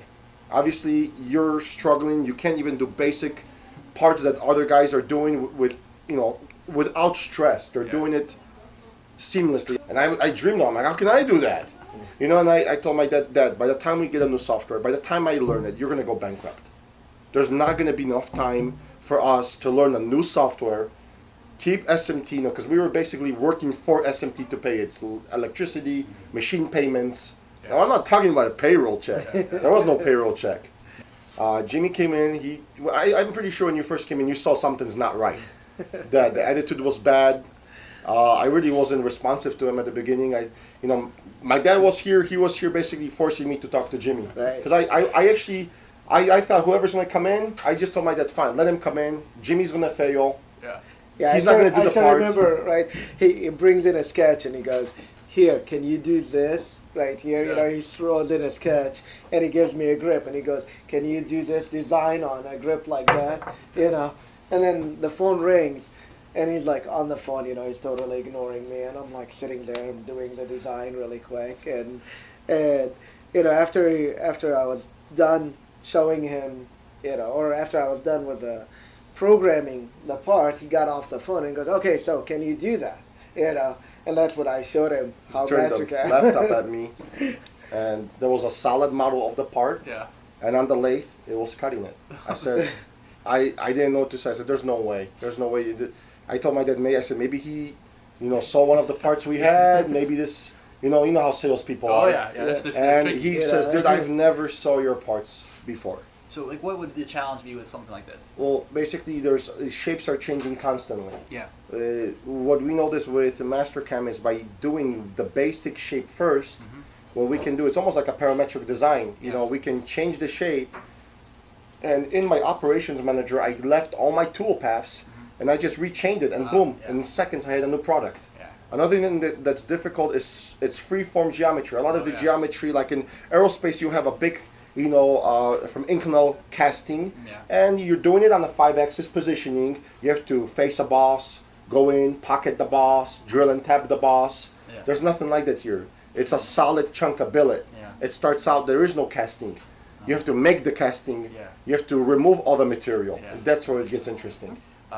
What did you do special for these guys when you first came in? I mean, obviously, did they take the training? Were they doing the public classes that Well, MLC offers, or what? How was their, yeah. their introduction to like, Mastercam? Stuff like that. He came in and he took a class, and by the third day, he was like, "Man, I can program with this." Yeah. stuff," you know. So he jumped in full force at that point, and from that moment on, I mean, he just took off. Yeah. You know, it just we started with simple designs, Yeah. real designs, you know, that type of stuff, and got to a point where he's just being able to tweak one wheel after the other and making more complex things, making different grips. And so, I mean, obviously, you guys are pretty close. You guys have been working together for a long Oh, yeah. time. The relationship was definitely more than just you know, you came to the training class Yeah. initially, and then it's like, hey, so good luck. You know, Yeah. some tech support here and there. When you need Jimmy, is he pretty much able to? There come was, you know, help if I left him a message, if he was with another client or customer, there was never a time when, you know, I was stressed. I can't, you know, at the beginning there was so many. You know, at the beginning, you know, pretty much, you know, I bet his wife probably was asking him, is that Sebastian on the phone? There was never a time when Jimmy didn't find time to help us. Cool. Is there any interesting wheels that you're going to be cutting next? We have a customer who came to us local here in town. This one is from Paul Yaffe, Bagger Nation. His high roller wheel. It's Oh, a nice. it's a Nice. complete 3D wheel. Nice. And we're utilizing the biggest thing is the stock removal. We're utilizing the high-speed machining. With the core mill functionalities. Yeah. Well, perfect. Well, let's take a look at the wheels because I know everyone who's watching back home wants to see something get cut. You know, Yeah. we've been designing for months now on this bike, and it's time to cut something. So let's go check it out. Awesome. Let's go.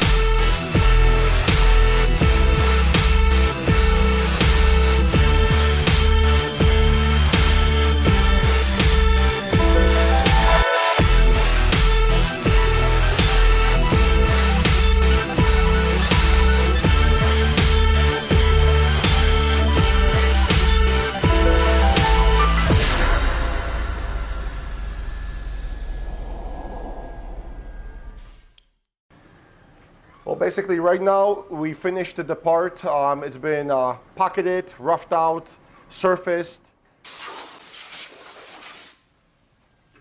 and voila! Here is your surfaced wheel. And basically, the next step, what's going to happen with this wheel, is we're going to take it to the polish room next door and have the polisher go at it. And the nice thing about it, if you guys notice, is the surfacing option in the Mastercam is so nice that it blends the spokes with the other surfaces so good that the polishers have very minimal work left on the rim. So now we send this to chroming. It came back. Beautiful, Sebastian. That's good job again. Because of your surfacing technology, Jimmy, see like these areas? See how these radiuses are perfect? The polisher really didn't have to do much work. You didn't have to do any blending at all. Not much blending to get this wheel to look the way it looks. That's awesome. So all I can say is keep up the good work at MLC CAD Systems and Mastercam. I don't know what else to say. I'm happy you guys exist because it keeps me in business. Well, as always, it's been a pleasure working with you, and awesome job again. And all I have to say, if you're not riding, it's because you don't have the right wheels on your bike.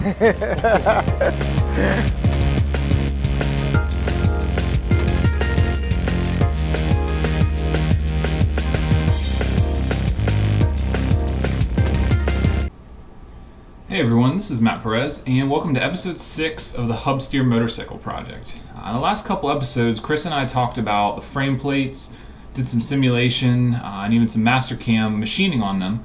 And now I want to get into a little bit more of the aesthetic side of it. Since we've got some detail on the frame plates, I want to kind of look at some rim designs. So what we've had here in the beginning was just kind of a blank. There wasn't really any detail here. I just wanted to have kind of a hub flange so I knew where everything was going to go, and then there's just some rough rim shape here. So let's go ahead and take a look at that shape and then kind of add some features to it. So the first thing I want to do is I actually want to thicken this hub just a little bit, and I'm simply going to do that by going back to that original Boss Revolve, and I'm going to look at the Boss Extrude and kind of look at the dimensions I gave it. So it was a 20 millimeter offset from the center, and then I have this set at 20. I'm just going to go ahead and make that 30. Alright, so this gives me a good starting point so I can have some nice thick spokes that attach to this, and then maybe we can go back and lighten some of this up later. Alright, so I'm going to show you guys a trick that I like to use whenever I'm designing rims. So I like to use the combine function and use common. So this lets me look at the rim or the spoke profile in two different orientations and then simply keep what I want to keep where both of them intersect. So first I'm going to start off on my right plane, and I'm just going to draw some general shapes.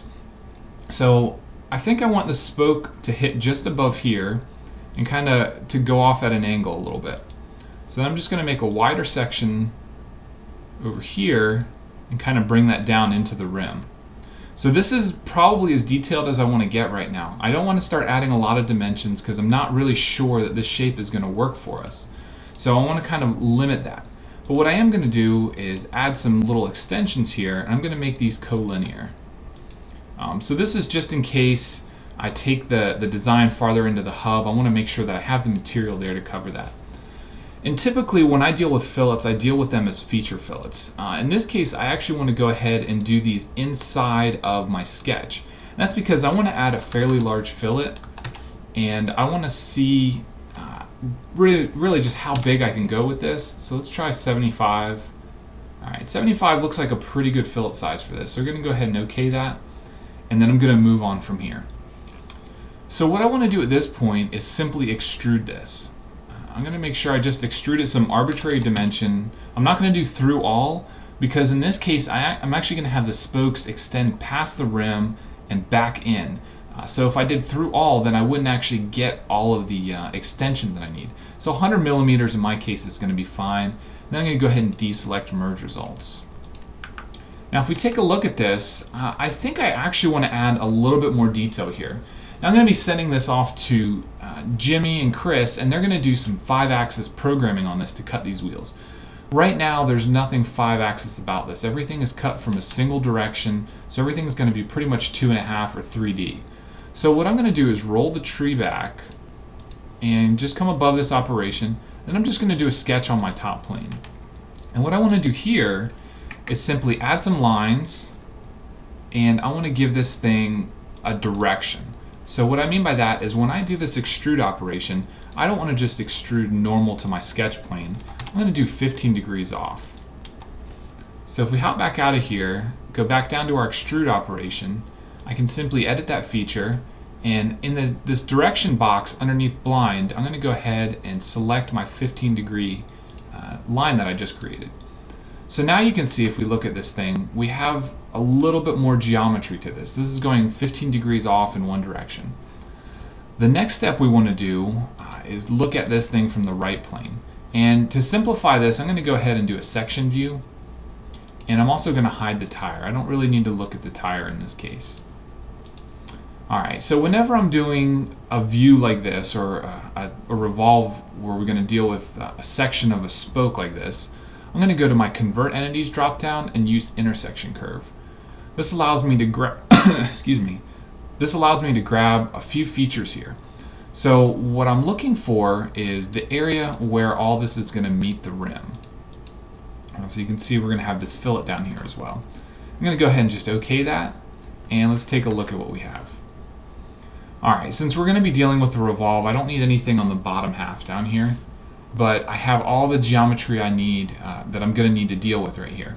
So now I'm simply going to just start drawing some lines. It's going to come out from this, I'm going to come straight down a little bit, I'm going to come out from this rim, and I'm going to come back to somewhere along that line. I don't necessarily want to go to the end point because I don't want this spoke to be full width right now. And then from down here I'm just going to bring a line in, and then I'm going to come back just before the back edge of it as well. I want to make sure that these are tangent, and I want to give these some sketch fillets as well. 75 is probably going to be a little bit too big, so let's go ahead and let's do 50 on the front one, and then I'm going to do a smaller one on the back. Let's say 30 millimeters. Alright, so these are looking pretty good. I'm going to go ahead and do one more fillet, do one right up here, and keep that at 30 as well. Alright, and again, I'm not going to get overly detailed here. I'm not going to start adding dimensions. I'm just looking at shapes right now. After the video, after I actually go and I create all this geometry, I will come back and I'll add some dimensions and probably tweak things a little bit. But right now, I'm only concerned with the shapes. So this feature, I want to go ahead and do a revolve, and I'm going to revolve around this axis that we created. And again, we want to make sure we deselect merge results. Now, I've actually done this a 360-degree revolution. You don't need to do the whole thing. It's a lot of times it's easier just to do an entire revolution, but you guys can just revolve it in the section that we're concerned with. So I'm going to go to my combine operation, and I'm going to do common. I'm going to do common between the spoke and that last revolve operation. And if I show a preview, what I'm left with is a spoke that has the shape of our extrude, but it's only hitting our hub where I want it to. I'm going to go ahead and OK that. Let's take a look. Alright, so that's a pretty neat feature right there. I really like the way that shape is working out. And I think we can give it a little bit more detail. I'm going to show my extrude sketch, and I actually want to do another sketch on that right plane. I'm going to do an offset. So I'm going to go ahead and take that sketch. I'm going to offset that whole thing inward. Let's say 12 millimeters. Let's see what that gives us.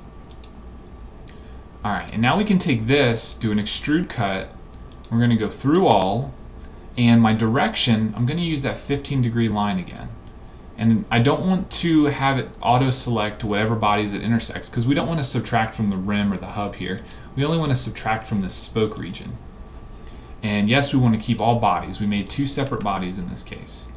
Now I can go ahead and hide these extra sketches.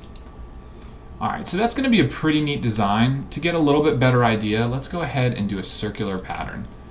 So we're not going to pattern any features, we actually want to pattern bodies because these are their own bodies still. And we're going to do a circular pattern, and we're going to do 5 spokes and take a look at what we have here. Alright, so that's a pretty neat design. Obviously we need to do a little bit more work on some of the details here. So I'm going to go into my solid bodies folder.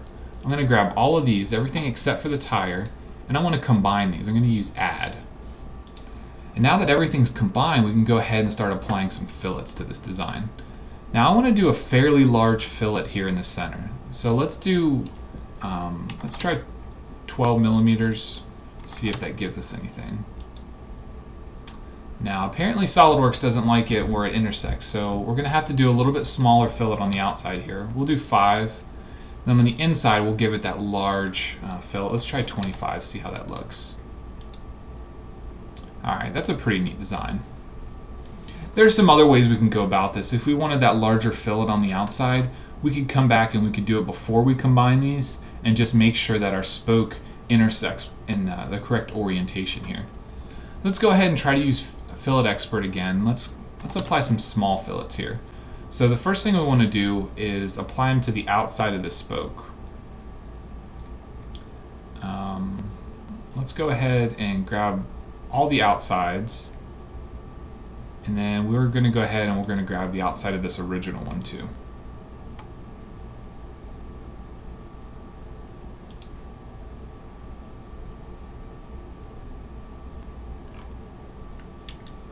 Alright, that last selection might not have been the best one.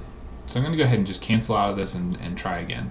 So what I want to do is grab the original feature that I want to use, and I want to apply fillet to just the inside and the outside edges here.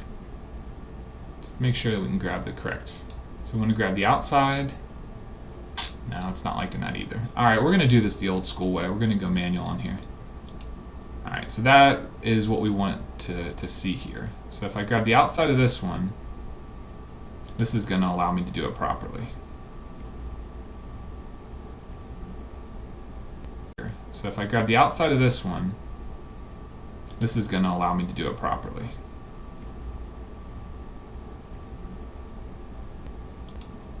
Alright, I'm just going to make a few more selections here. Just going to grab these back edges. And remember, we got 2 more here. We're 15 degrees off.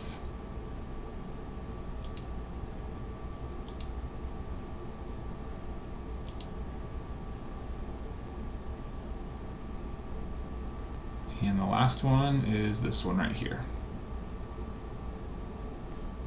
Alright, let's go ahead and apply those. Alright, so this is going to give us a nice blended spoke look here. And now we can go back and we can apply the fillets where it intersects with both the hub and the rim.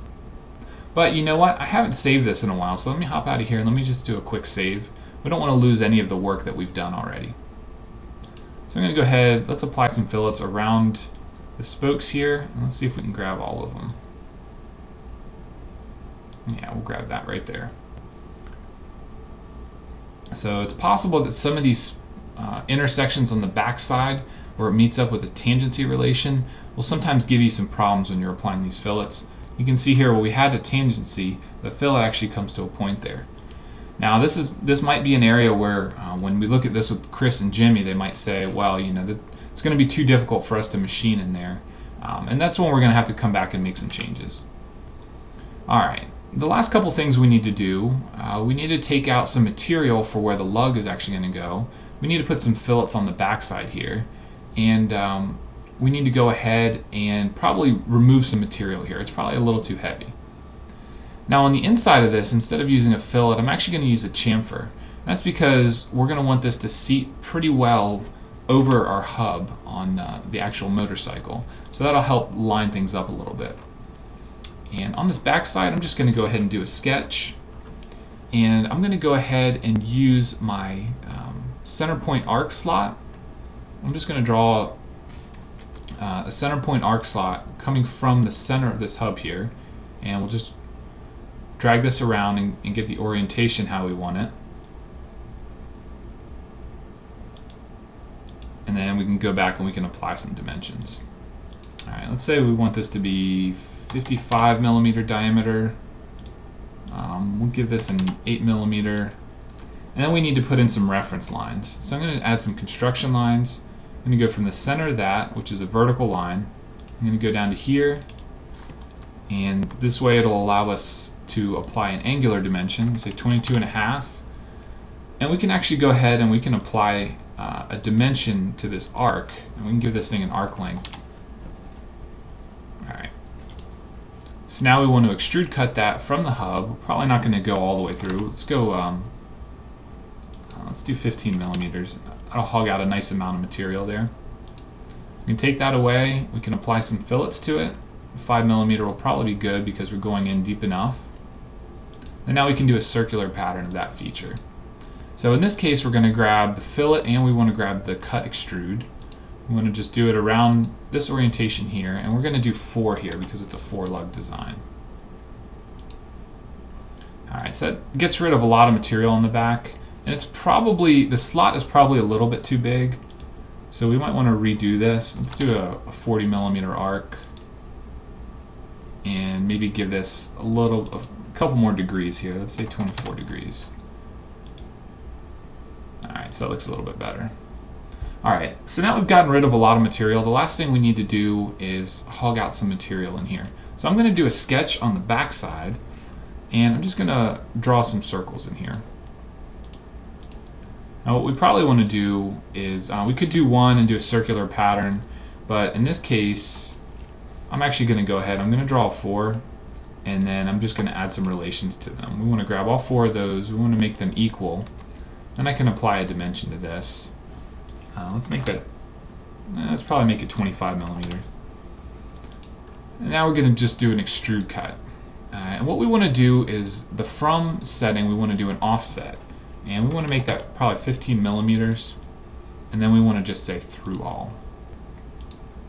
That way we have these nice counter bores in here, and that'll give us a good area for us to seat any lug nuts or any bolts that we need to. Then to finish it off, we can do some fillets on the outside edges here and kind of blend things back in a little bit.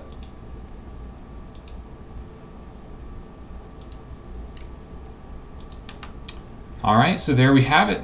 This is a 5-axis rim design for the front of our hub steer motorcycle. So now we can send this off to Jimmy and Chris, and we can kind of take a look at it and see what areas of concern they have and maybe some changes that we're going to need to make. Hey everyone, this is Chris Castle with MLC CAD Systems, and today we're working on the next episode of the motorcycle project. And today we're looking at the wheels that we hope to put on the bike. Now we have some pretty grand ideas on what we can do here, and we had Matt Perez create a few concepts. We had a judging panel take a look at them, and Matt's going to show us some of those concepts and how he came to those conclusions and why they're so awesome. So, Matt, you want to show us a little bit about what you did these last few days? Yeah, sure thing, Chris. So to kick it off, we're doing a 4-bolt hub. So we kind of played around with a few different 4-spoke ideas. And this is the first thing that came to mind. Now, of course, we're dealing with a hub steer, so we have to offset the rim a little bit. It's not going to be centered like a normal motorcycle wheel. So this is really the first concept that started the whole process of looking at different wheels and what we can do. We moved on to the second concept, which actually had more of maybe like a propeller or a turbine feel to it. So everything's kind of rotating the direction the wheel is going. And we use the same hub and we use the same rim profile for these. So all the rims that we're showing you are all created off of the same base parts here. The third rim that we went into actually had a little bit more detail going into it. But again, all of these are really more of like a 3-axis wheel, so that there's not a whole lot of extra steps that need to go into machining these. Everything's pretty straightforward, and you can just redo the operation a couple of times. So we really wanted to get into just a little bit more out in left field design, something a little bit harder to produce, just to go along with the whole project here. And the fourth concept, which I think was fairly universally picked, is this concept right here. You can see from the backside that we're looking in, we have a lot of areas where we're going to have to come in at some extreme angles in order to be able to machine these. And I think everybody was pretty much in agreement that this was the wheel that we wanted to see on this thing for a final. So if we take a look at the design here, you can see that it actually flows pretty well with the overall theme that we're looking at. Wow, it's beautiful. So what's the wheel size? So we're dealing with 17-inch wheels front and rear. The front one's going to be 3.5, which is pretty much an industry standard. We're not going to try to do any funny sizes and go with, a hard tire choice. The back one is going to be 6 inches wide. So it's really going to give us a nice look and really balance the whole thing out. Awesome.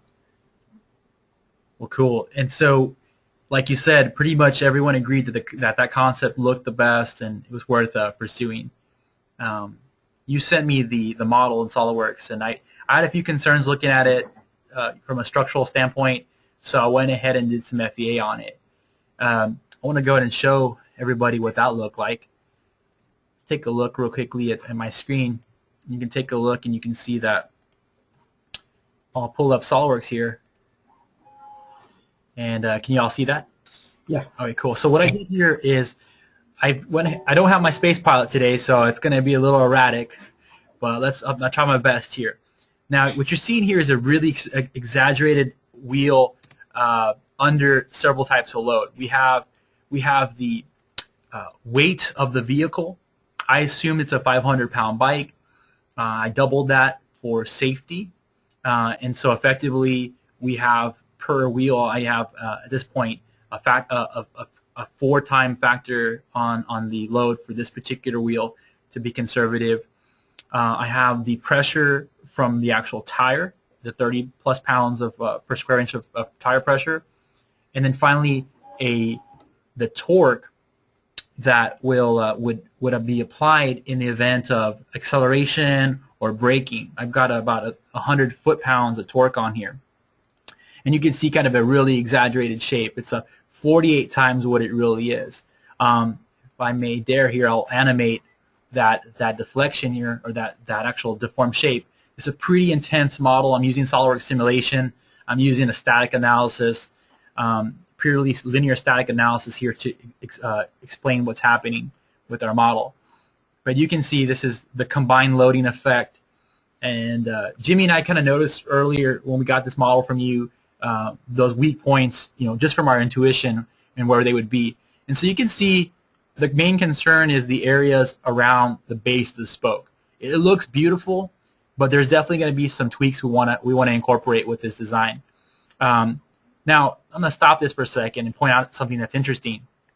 If I go back to, say, this view, now, depending on the way the rotation is, you'll have torque going one way or the other, so you'll actually have the deflection and stresses be actually reversed. And we found that even with at the worst case scenario, that the highest stresses are around 61 KSI. That's pretty much 3 times the strength of aluminum. Even some good 60-61. And Matt, you were thinking 60-61?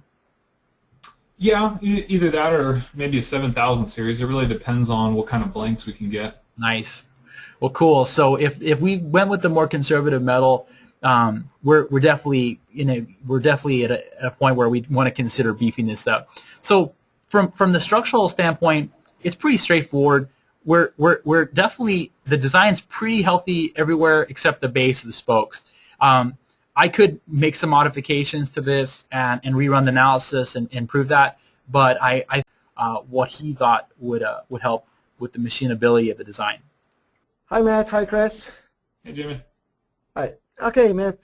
Thanks for all the design and the hard work you put into those wheels. They look really good.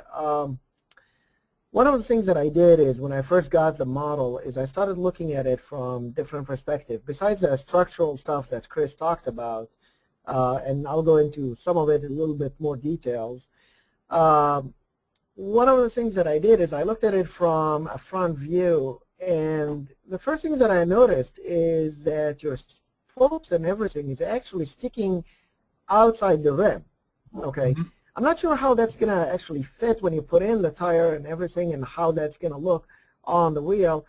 So that's one of the concerns that I have. But not only that, is I'm not confident that we're going to be able to even find a blank or be able to machine something to give us the material that we need in order to do this.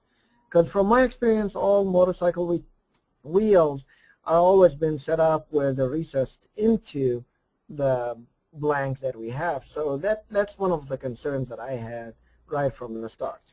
Okay. Yeah, part of the issue, Jimmy, yeah, with this design is that the hub and all the steering components are actually inside the wheel. They need to be centered on the wheel, okay, which is why the spokes kind of have to stick out of the front of the wheel a little bit.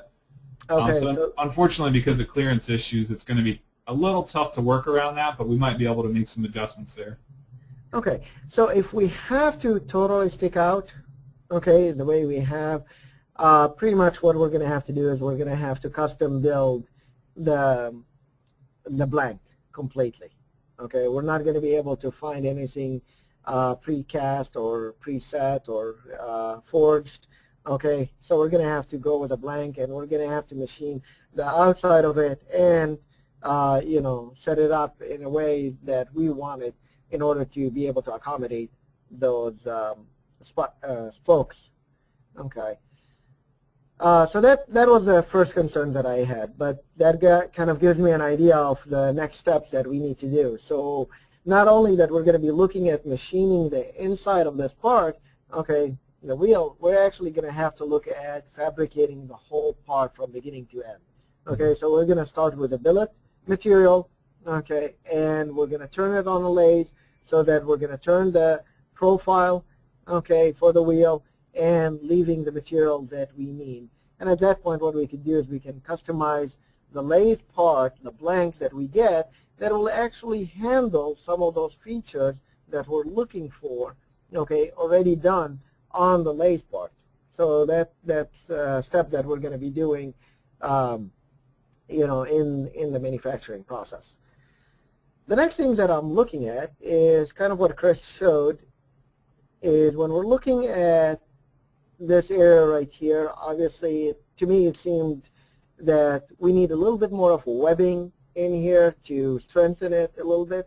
But not only that, if I look at the model, and I zoom in on this area right here, and I'm going to go ahead and analyze this dynamically.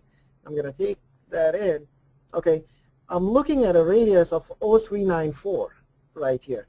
So from a machining perspective, that means I'm going to have to come in with a really tiny tool in order to get that blending in here.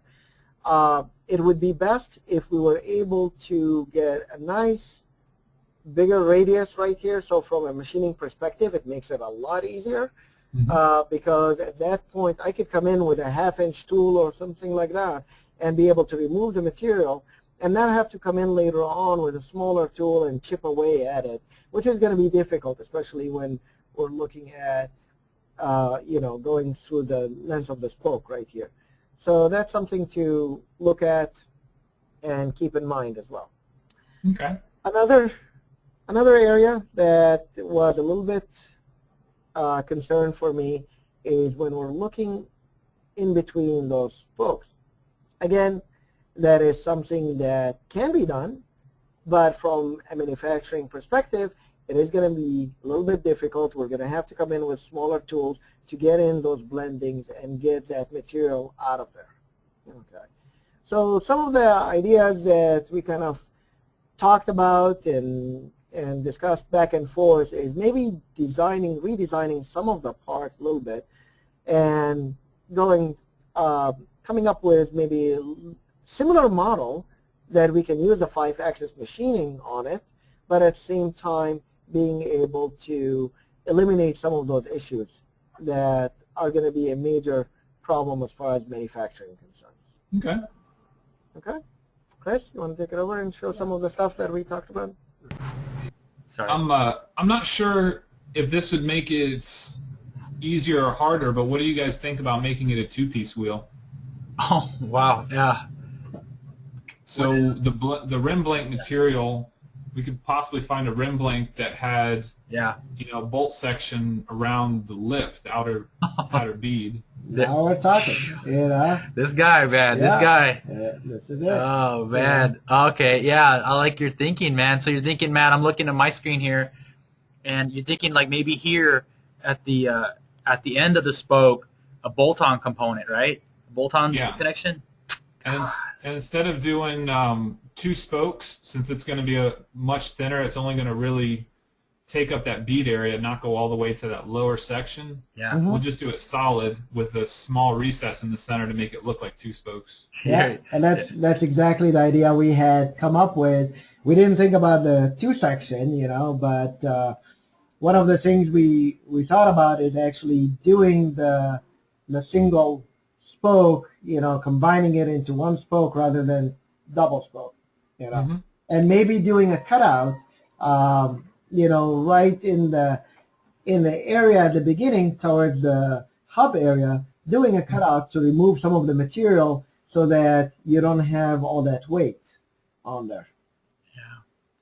Yeah, I liken that idea of the 2-piece wheel, because it kind of goes along the lines of this bike in general, where we're really pushing the limits of what people are used to with design. This is a hub steer motorcycle to begin with, so why not incorporate as much unique design as you can with it.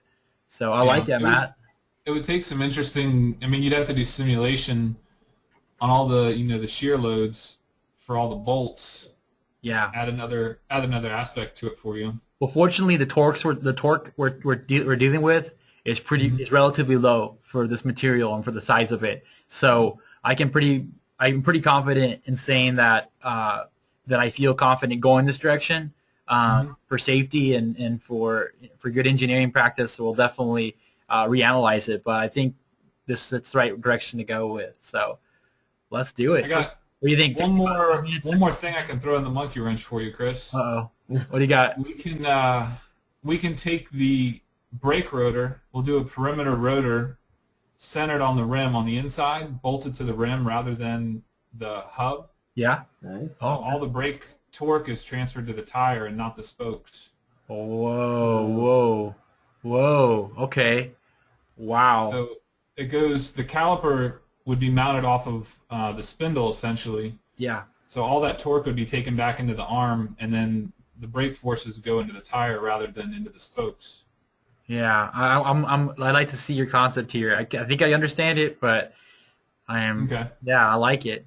So, all right. Well, how about this? How about we take another stab at it? Send me another concept. We'll go ahead and I'll run through the analysis again. Get Jimmy hooked up on the files so he can start looking at the toolpaths, and we'll take it from there. Now, do you, Jimmy, I think Chris mentioned that you found some rim blanks, or you found a company that would do. Right. There is a company that I know of that we can get the blanks from, but again, the issue there is, like I said, it's mainly for 2D type blanks. We have another company that I'm familiar with that will give us a 3D blank, but to be raised the way we're talking about, with the spokes, that's where we're going to have to go into a total custom. But Okay. Well, do you think that company has one where they have bolts around the lip?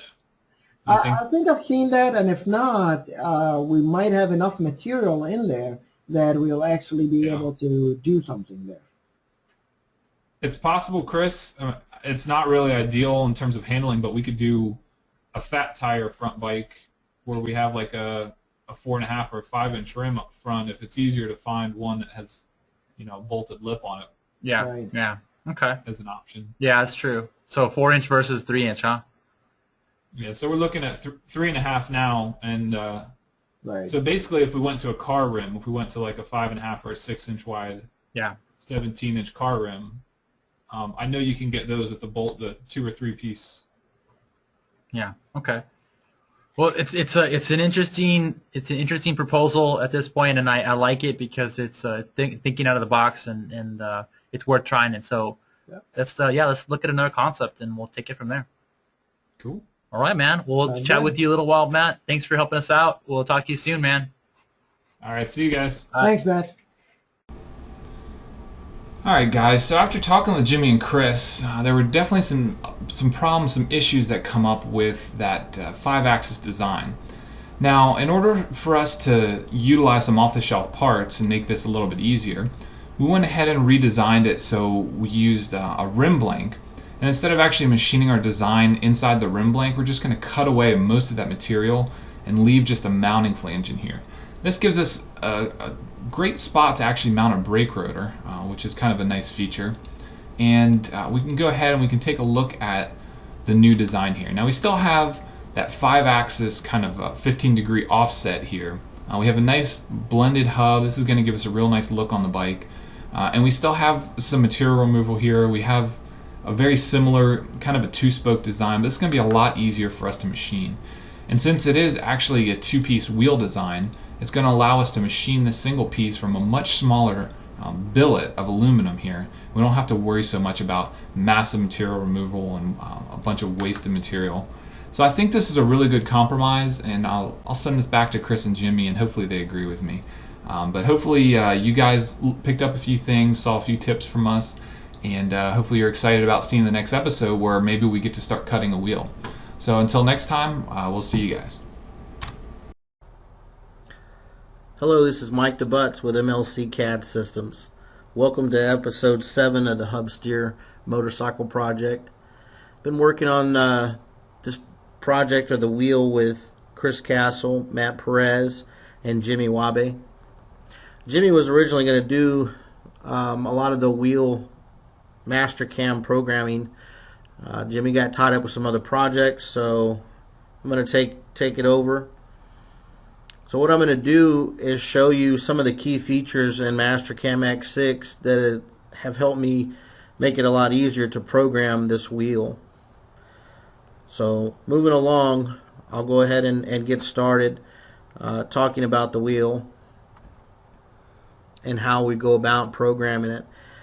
This is the imported file that was created in SolidWorks. Of course, Matt did the design and Chris did analysis work on it to make sure that our wheel was structurally sound.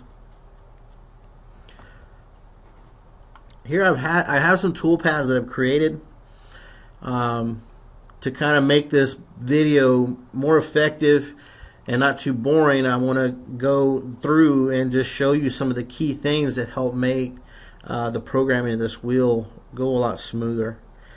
Some of the first things that I did, of course, was going to my levels, which as we import into Mastercam, it will break down the different solids into their own levels. We just came in and named them.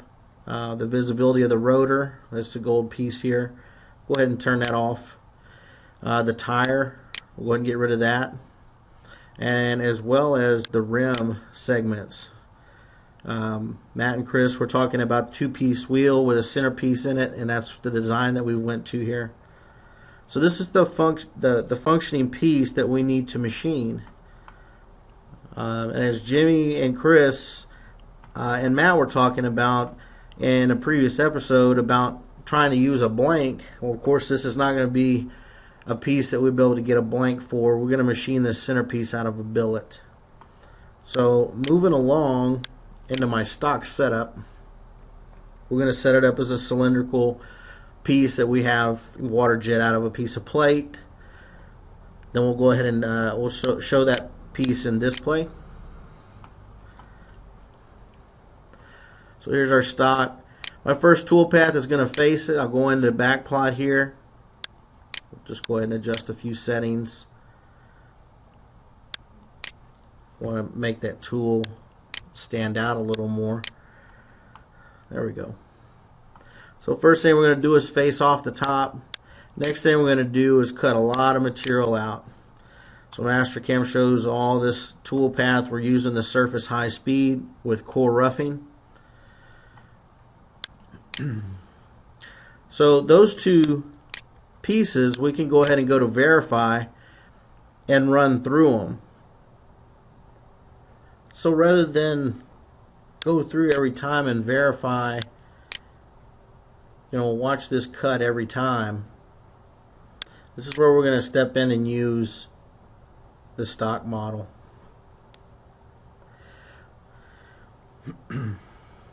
So looking at this now, of course it's going to go through and rough all this material out for us. So what we can do, go back into here and we're going to take a look at how stock model works.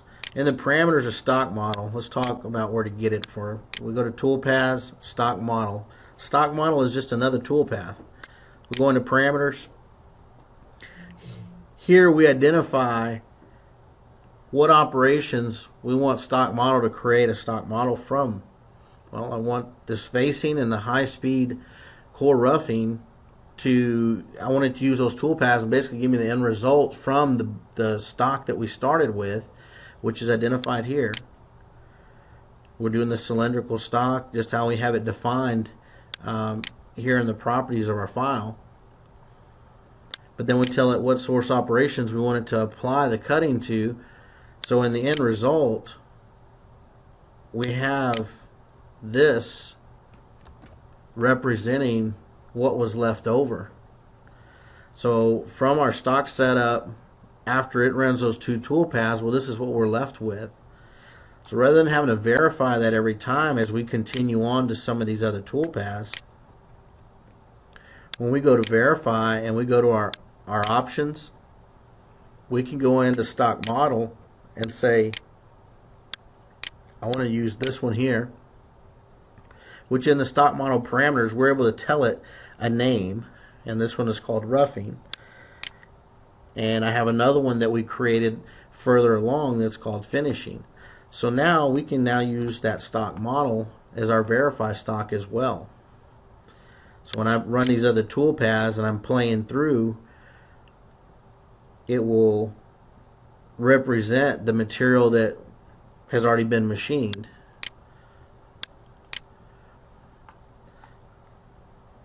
So here, if I change up, this stock model is just the next stage. After these 4, 5, and 6 operations have ran, if I want to see what that looks like, and how we toggle the stock model on and off is just like if it was a toolpath.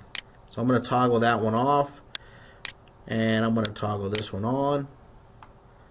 So this one shows, this one didn't run the transform, it's only running this one leg, but you can see it's finished that out.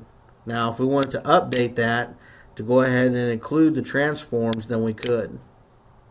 So after we have it finished, well, let's talk a little bit how we finished it.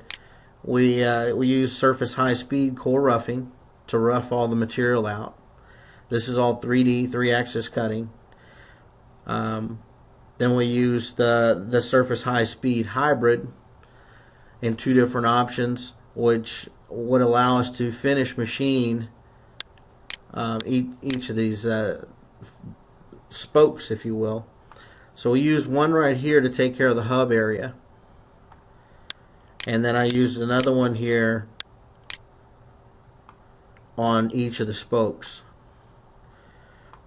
And we can let it run down a little bit further, but we do have our 5-axis cuts. They're going to come in and clean these walls up, because as you look at this thing from the top, there's undercut on the spoke walls.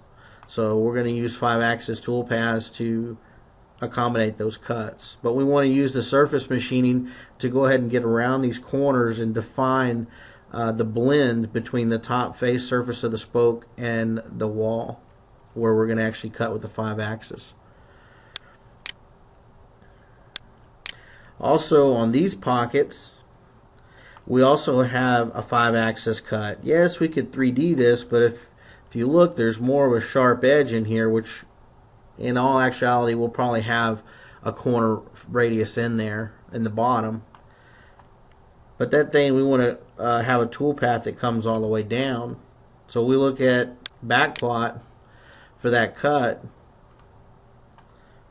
We'll come in here with this setup on a 5-axis machine and actually have it follow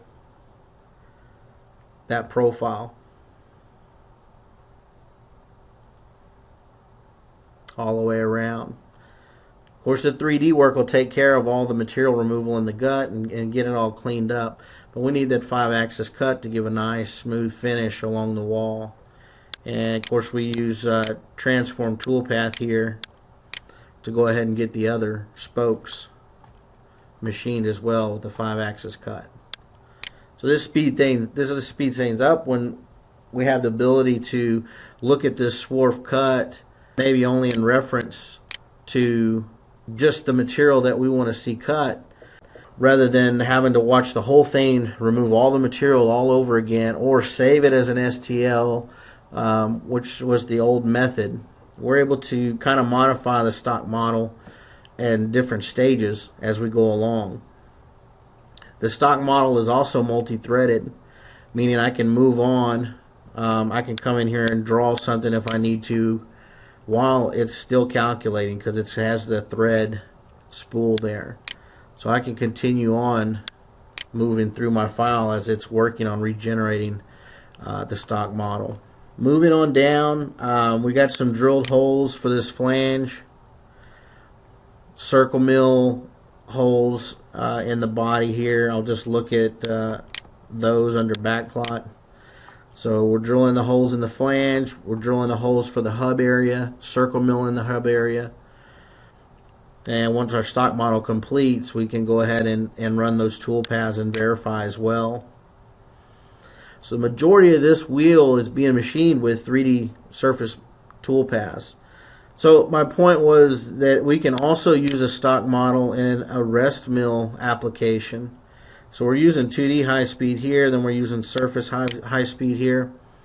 So let's say we're using OptiRest, for example. Maybe we're doing semi-finish.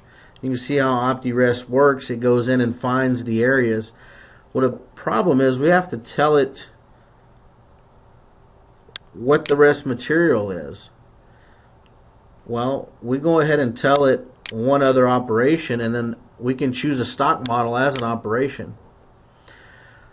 So it'll identify the cut, the material that's remaining versus the cut we're trying to cut to the CAD file, and it'll adapt the cuts to stay cutting only the material needs to be removed rather than cutting a bunch of air.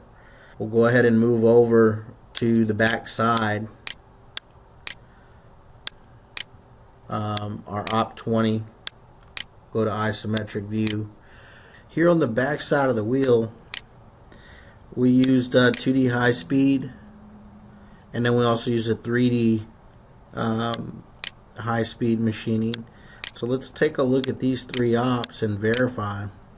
And for those of you who are not familiar with moves refresh, on certain operations in 3D verifying, it's helpful to increase the moves refresh to swiftly move through the verification process. So we're going in here and removing the material on the hub region of the wheel in between the spokes. So as it machines this, I have it set to stop after each operation. So once it gets finished with this 2D high speed cut, it'll stop and pause and allow me to show the other cuts individually.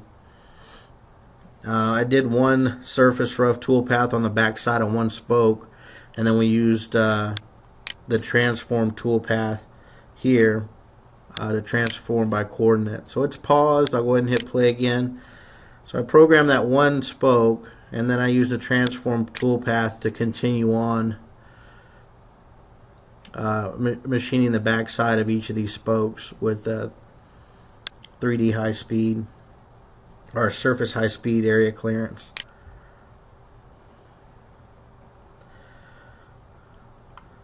So I've got everything roughed out here. Next thing I need to do is I need to come in with my 5-axis cuts and cut the back side clearances, and then also finish this back side of the spoke. I used the surface finish blend for machining the back side of this. So what I'll do is we'll come down after those operations and we go to Toolpaths Stock Model. We're going to go to the source operations. We want these 3 operations to drive that stock model. We'll go ahead and select all of Op10 as well. So everything up to this point, I want this stock model to represent. That way when I come back and I'm finishing the underside of these spokes and doing the 5-axis cuts on the spoke walls, I don't have to wait for all this stuff to run to show my actual verification. And then I can go in and tweak in little spots where I need to clean up, maybe with some small tool paths here and there. This is a complex part with some of the design features and how it blends and meets with other edges. It's hard to get just a couple of tool paths to achieve the full machining of this wheel without coming back in and touching up a few edges. So we'll let that stock model generate. Keep in mind the stock model can take a little bit of time because it's going to take all those tool paths and basically regenerate and then run them in comparison to the original stock model, you know, the plate, and it's going to generate a file that we can have. I mean, yeah, it takes a little time up front, but it makes up for a lot of that time over and over again after you've created this. Okay, now I'm going to go over the methods that I use to create our 5-axis swarf cuts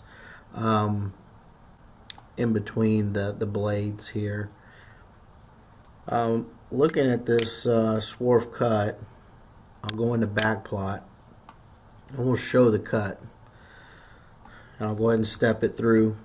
So the tool's coming in, doing its 5-axis cut.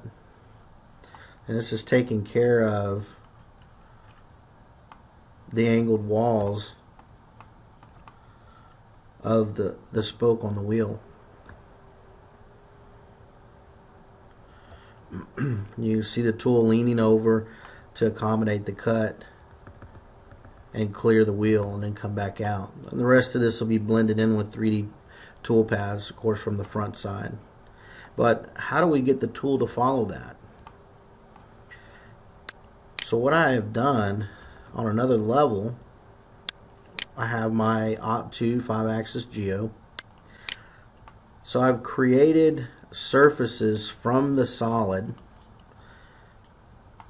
in these locations, okay, but on both sides. Now I wasn't concentrating on this area because you want to, at most, you want to try and avoid real complex surfaces if you can. If you can't, then we deal with those as we need. But in this particular case, I don't overwork myself and get too concerned with forcing the tool to follow areas that aren't necessary, especially on a 5-axis cut. You want to keep a 5-axis cut, especially dealing with swarf, you want to keep it simplified as possible. So what I've done is I've created those surfaces from the solids, and I then went to create surface untrim, and I untrimmed the surfaces to give me these arbitrary looking surfaces in relationship to the wheel, but they give me a greater surface face for me to project curves onto.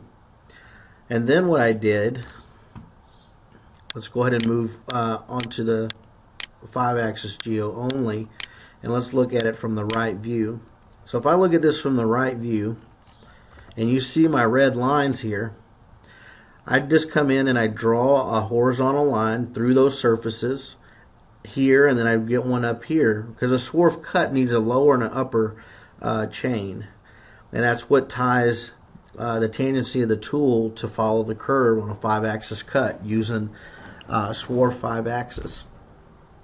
So once I drew those two horizontal lines, I then went up to X-form and project, and under the X-form project, we can of course select the entities that we want. I'll just pick those two for an example. And here we're able to project onto surfaces.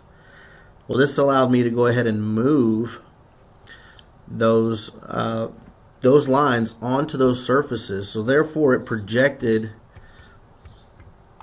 these curves onto the surfaces. Now it did not create these lines here. I took the endpoints between these two and I drew those lines in 3D, and then I put fillets on it. Another thing to keep in mind as you add geometry on your own with swarf, you need to create fillets in there if you can. And if you don't know what fillet to use, most of the time you can use the radius of the tool, will work just fine. It doesn't like to see the sharp corners, so kind of soften it up with your tool radius as you trim two profiles together. So now I have the profile that follows the spoke, and it was generated from me creating surfaces from the solids, and then I took from a right view and I projected those lines out. I have these guys that kind of just popped out there. I'm going to undo those. So I'll shade this back up. So it looks kind of blocky and looks like it would be imprecise, but it is precise because it's following the surface faces that were the master planes in the creation of that solid that Matt designed. So with that in mind, now we go and look at the geometry. So when we go to a swarf 5-axis, we can either choose surfaces or chain, and I chose the chains. So when you look at this, you have the upper and the lower chain. You always pick your lower chain and swarf first, then you pick your upper. And then also in my tool axis control,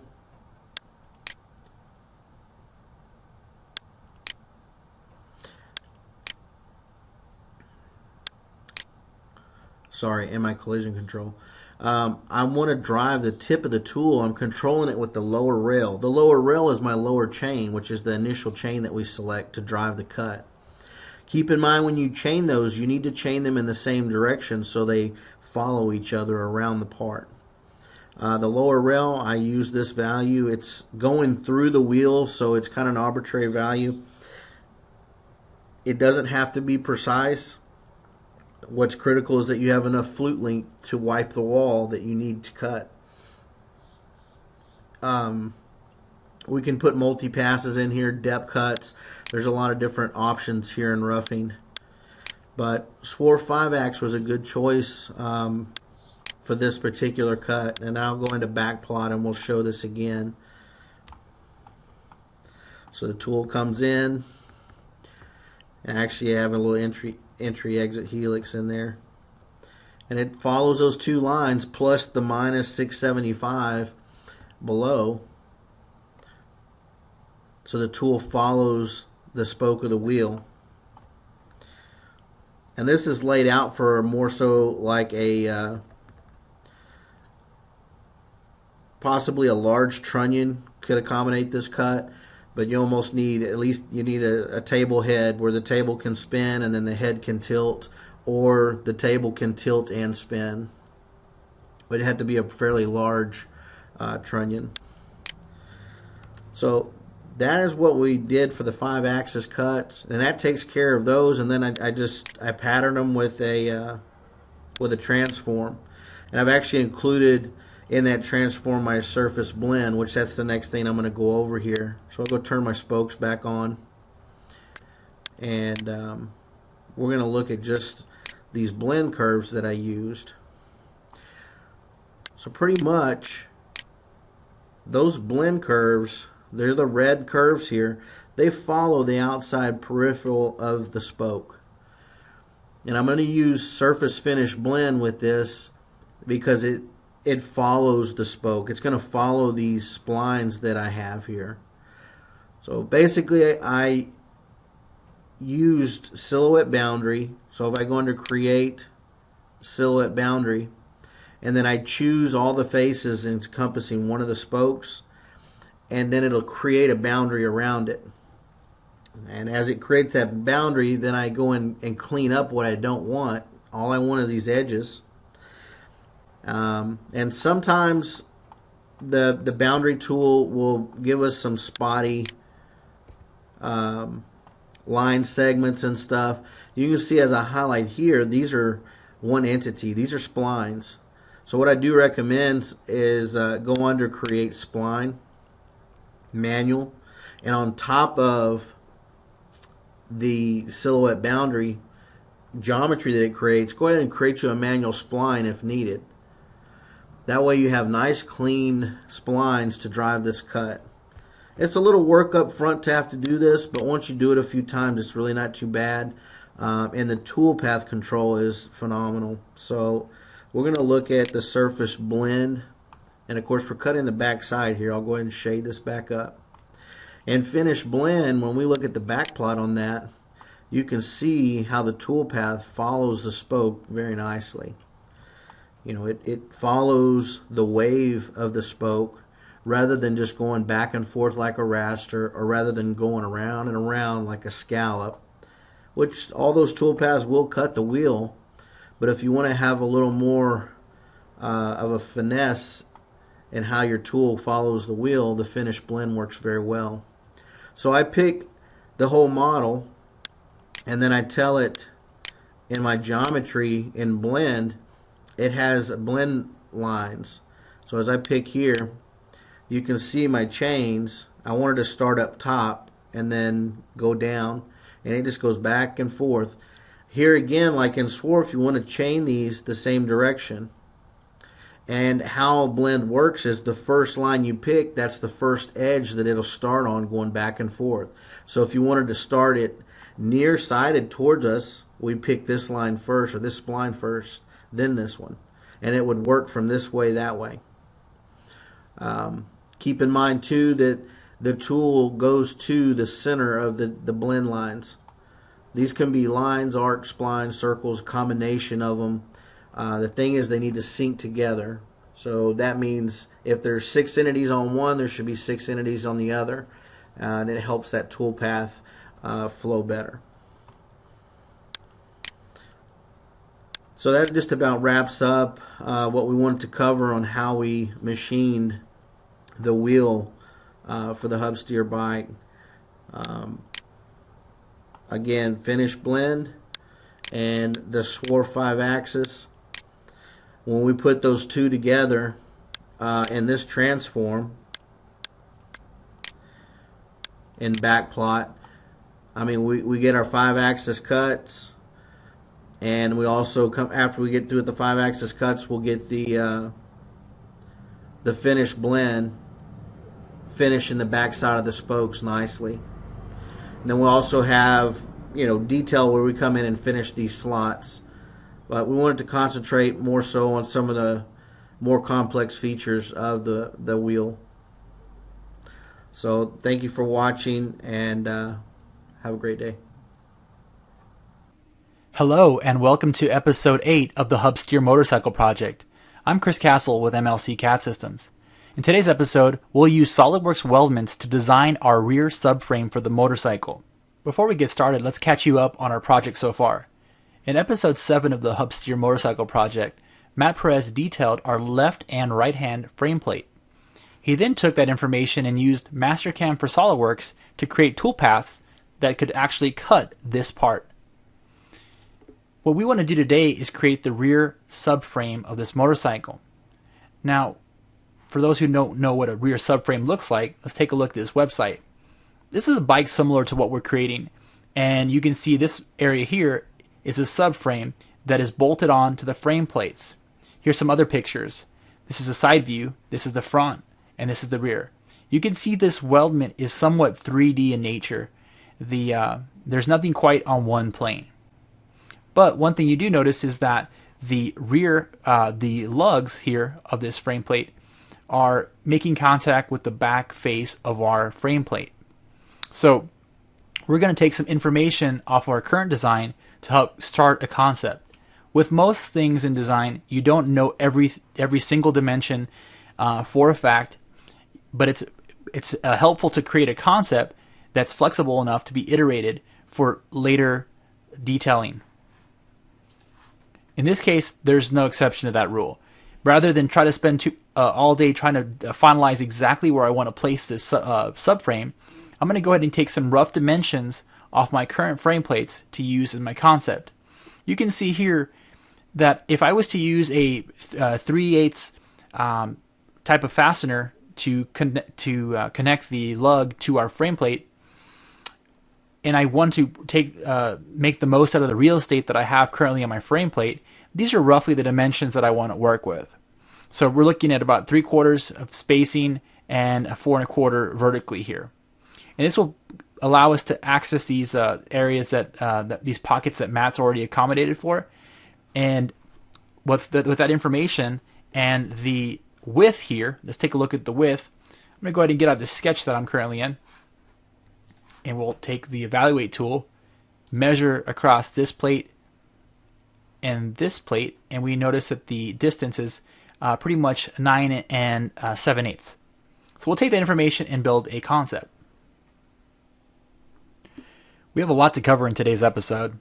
We're going to start off with a new part that serves as our concept, and then we're going to do some simulation on this concept to see if it's going to be able to hold the weight of the rider and some of the dynamics that come with riding a motorcycle. If that works out well, we're going to create a detailed cut list and drawing so we can start making this part.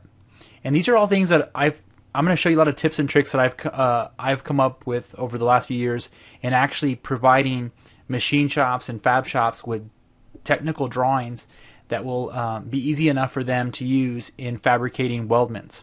So let's get started. These are some lugs I created to represent the 1-inch stock that we're going to use as a lug to weld our aluminum tubes on. I've spaced them out approximately. There's a 9 7/8 spacing between both faces. I've chosen a random spacing here of 8 inches across here. That's probably going to totally change, but again, I'm making this concept, and Matt can always play with it later. Okay, let's get started.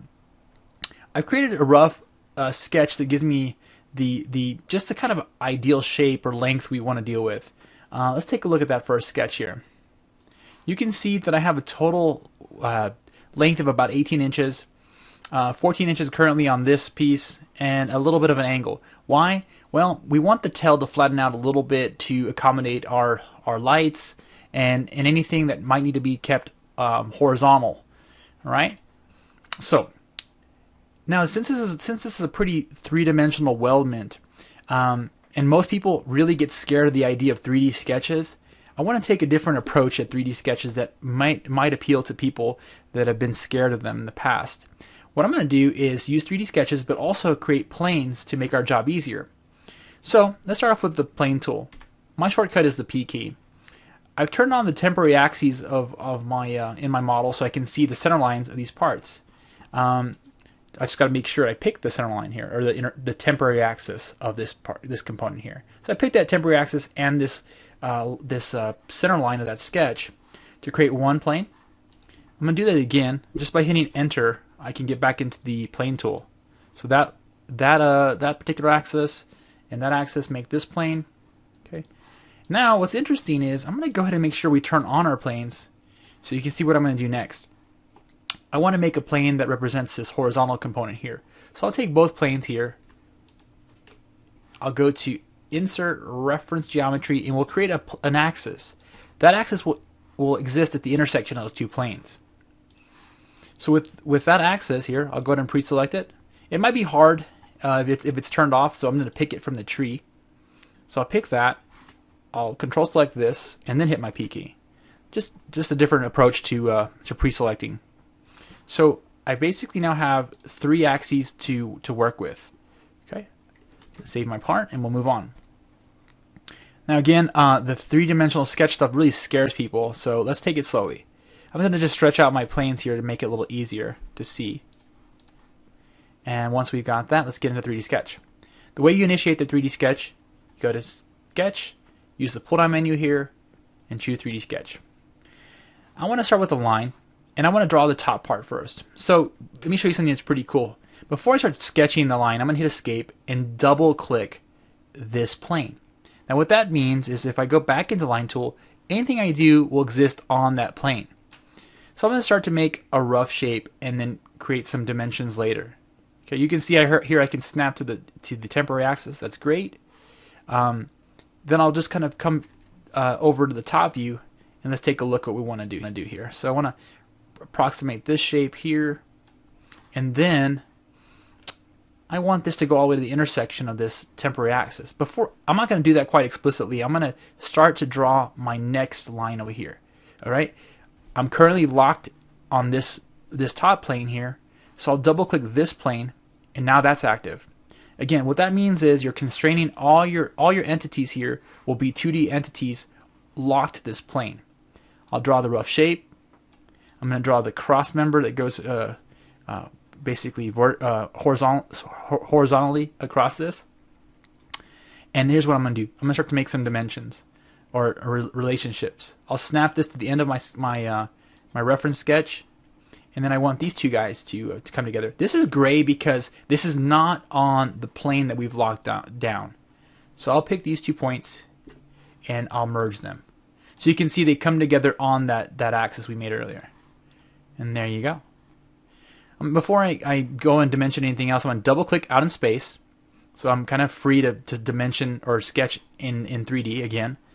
And this time I'm going to double click this plane, and we're going to do one more line. We'll go from this temporary axis, just roughly about to here. And then I'll rotate my view just slightly to see better. I want these to come together at the same intersection. So I'll take this endpoint, snap to the other existing point, and there you go.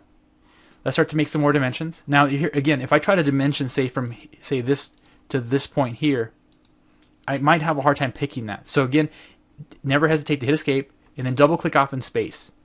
It's a lot easier to make conventional relationships if you are out of the lock plane mode. I'm gonna make that approximately 75, pretty much 3/4 of an inch. Same thing with this guy. Just the distance from the lug face to the center of our eventual pipe here. And you can see it's for the most part still blue. Well, let's take a look at the top view and then start to apply some dimensions. First off, I'm going to just drag this around to see what it's doing. You can see there's some flexibility here. I'm simply going to dimension from the center line to this point, and we'll make that a total of 5, so 2.5 here, and then from here to there, I'll make that 1.5. And now you can see we've conquered our 3D sketch here. Hopefully that made it more simple for you, or at least you'll be willing to try this. Now you're noticing already I've just dimensioned or sketched out half the shape.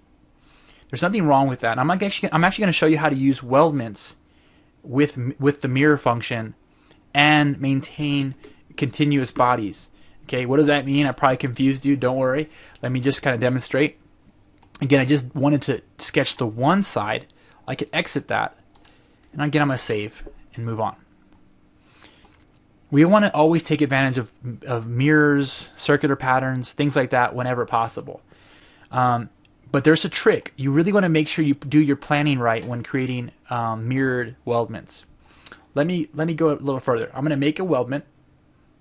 I'm going to choose a structural member. We're doing ANSI inch, AI round tubing, 3/4 OD, and 0.083 wall. This wall is probably going to go up, but we're going to just throw out a concept and see if our simulation proves otherwise. So groups, what does that mean? It means if you start picking an entity, you can continue to choose segments that are in a chain with the initial selection. Okay, for example, I try to pick this, it won't work. That would be a new group. Another thing I want to point out to you is this. There's an option that says merge mitered trim bodies. Okay, I'm going to leave that on for right now, and then I'm going to hit new group so I can choose this unique section here. I'll hit OK, and let's take a look at what we've done so far, and common mistakes as well. The cut list is another word for multi-bodies or bodies, solid bodies. But because we're in a weldment environment, these are all going to be grouped, or we have the ability to group these later. You can see I have the 4 initial bosses and then 2 bodies. See this body here? It's been completely merged. We do not want that. We want this to be its own tube, this to be its own tube, and this to be its own tube, and this to be its own tube. All right, let's fix that. I'm going to go back and edit the structural member. And down here where it said merge mitered trim bodies, we don't want that. I'm going to hit OK, and let's see if that makes a difference. We got this tube, this tube, this tube, and that tube. Perfect, perfect. Now the next step will be to mirror this guy here. Okay. Before you mirror, it's usually a good idea to do any trims that are convenient at this point. So I'll go to Trim Extend. Bodies to trim would be, in this case, this particular body here. In this case, I'm going to use a bodies option here. This guy and this guy, and you can see the effect there. There's also ability to add some weld gap. I always add weld gap no matter what I do because it gives me some flexibility when I'm putting things in a jig.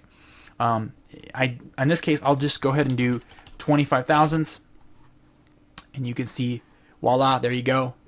I'm also going to hit the H key. In my case, H is synonymous with hide all types. You can see there's some overlap here. I'm going to go to trim one more time. Let's see what happens when I try to use a trim. This is the trim body, and I use this as my boundary or my trimming boundary. You see it doesn't work. It's because these were created as extrusions, bosses. They're not necessarily weldments. So I got to choose a different option for my trimming boundary. I'll use a face. You can see there, and again I have the same weld gap. I'll accept that, but before I accept that, I'll pin this, and I'll do the same thing over here. Pick that, and there you go. So we've trimmed this, and you take a look here. If you zoom in, it's actually messed up. It's picked the wrong side. Pick the wrong side here. No problem. Just got to go and edit these, and make sure that we we change the option here. There's a little arrow that will help pick the trim direction. All right, little things like that you start to pick up on. Over here, we're ready to do the mirroring, but I want to point out something really important, and that is, if we were to come over here and mirror using the right plane, I'll go to Features, Mirror. Be very careful to do the right order of things. So I pick that, and if I was to go ahead and start picking bodies, and I pick this and this, and I accepted that, well, before I accept that, I'll hit to do the right order of things. So I pick that, and if I was to go ahead and start picking bodies, and I pick this and this, and I accepted that, well, before I accept that, I'll hit this Merge Solids option. I'll hit OK and see what happens. It does not quite work. So I turn it off, hit OK, and see, this is what's really tricky and sometimes throws off people when creating mirrored weldments. You can see we actually have two bodies now where there should just be one. Is there a way to merge these easily? Not really. The best thing to do is just to have better planning. I'm going to delete my mirror feature, and we'll do that one more time a little differently. I'll mirror just this body, and I'll merge the solids. Okay. And there you go. We've just mirrored that body. We'll repeat the process using the right plane, and now I can go ahead and select all these other bodies, and there you go.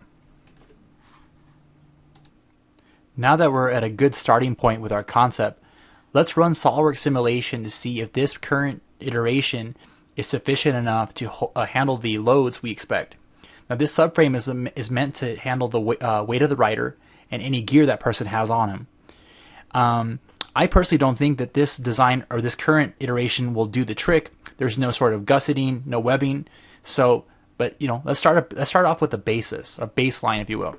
To start off with, I'm going to go ahead and put some holes through my lugs that will help me simulate where the fasteners make contact with this. I'm going to just draw my 3/8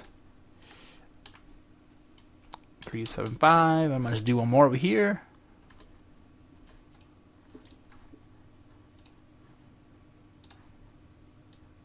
And let's make these two circles equal to each other. And just in case we have to up the size of our fastener. All right, so those two holes, or those circles, will create through all holes.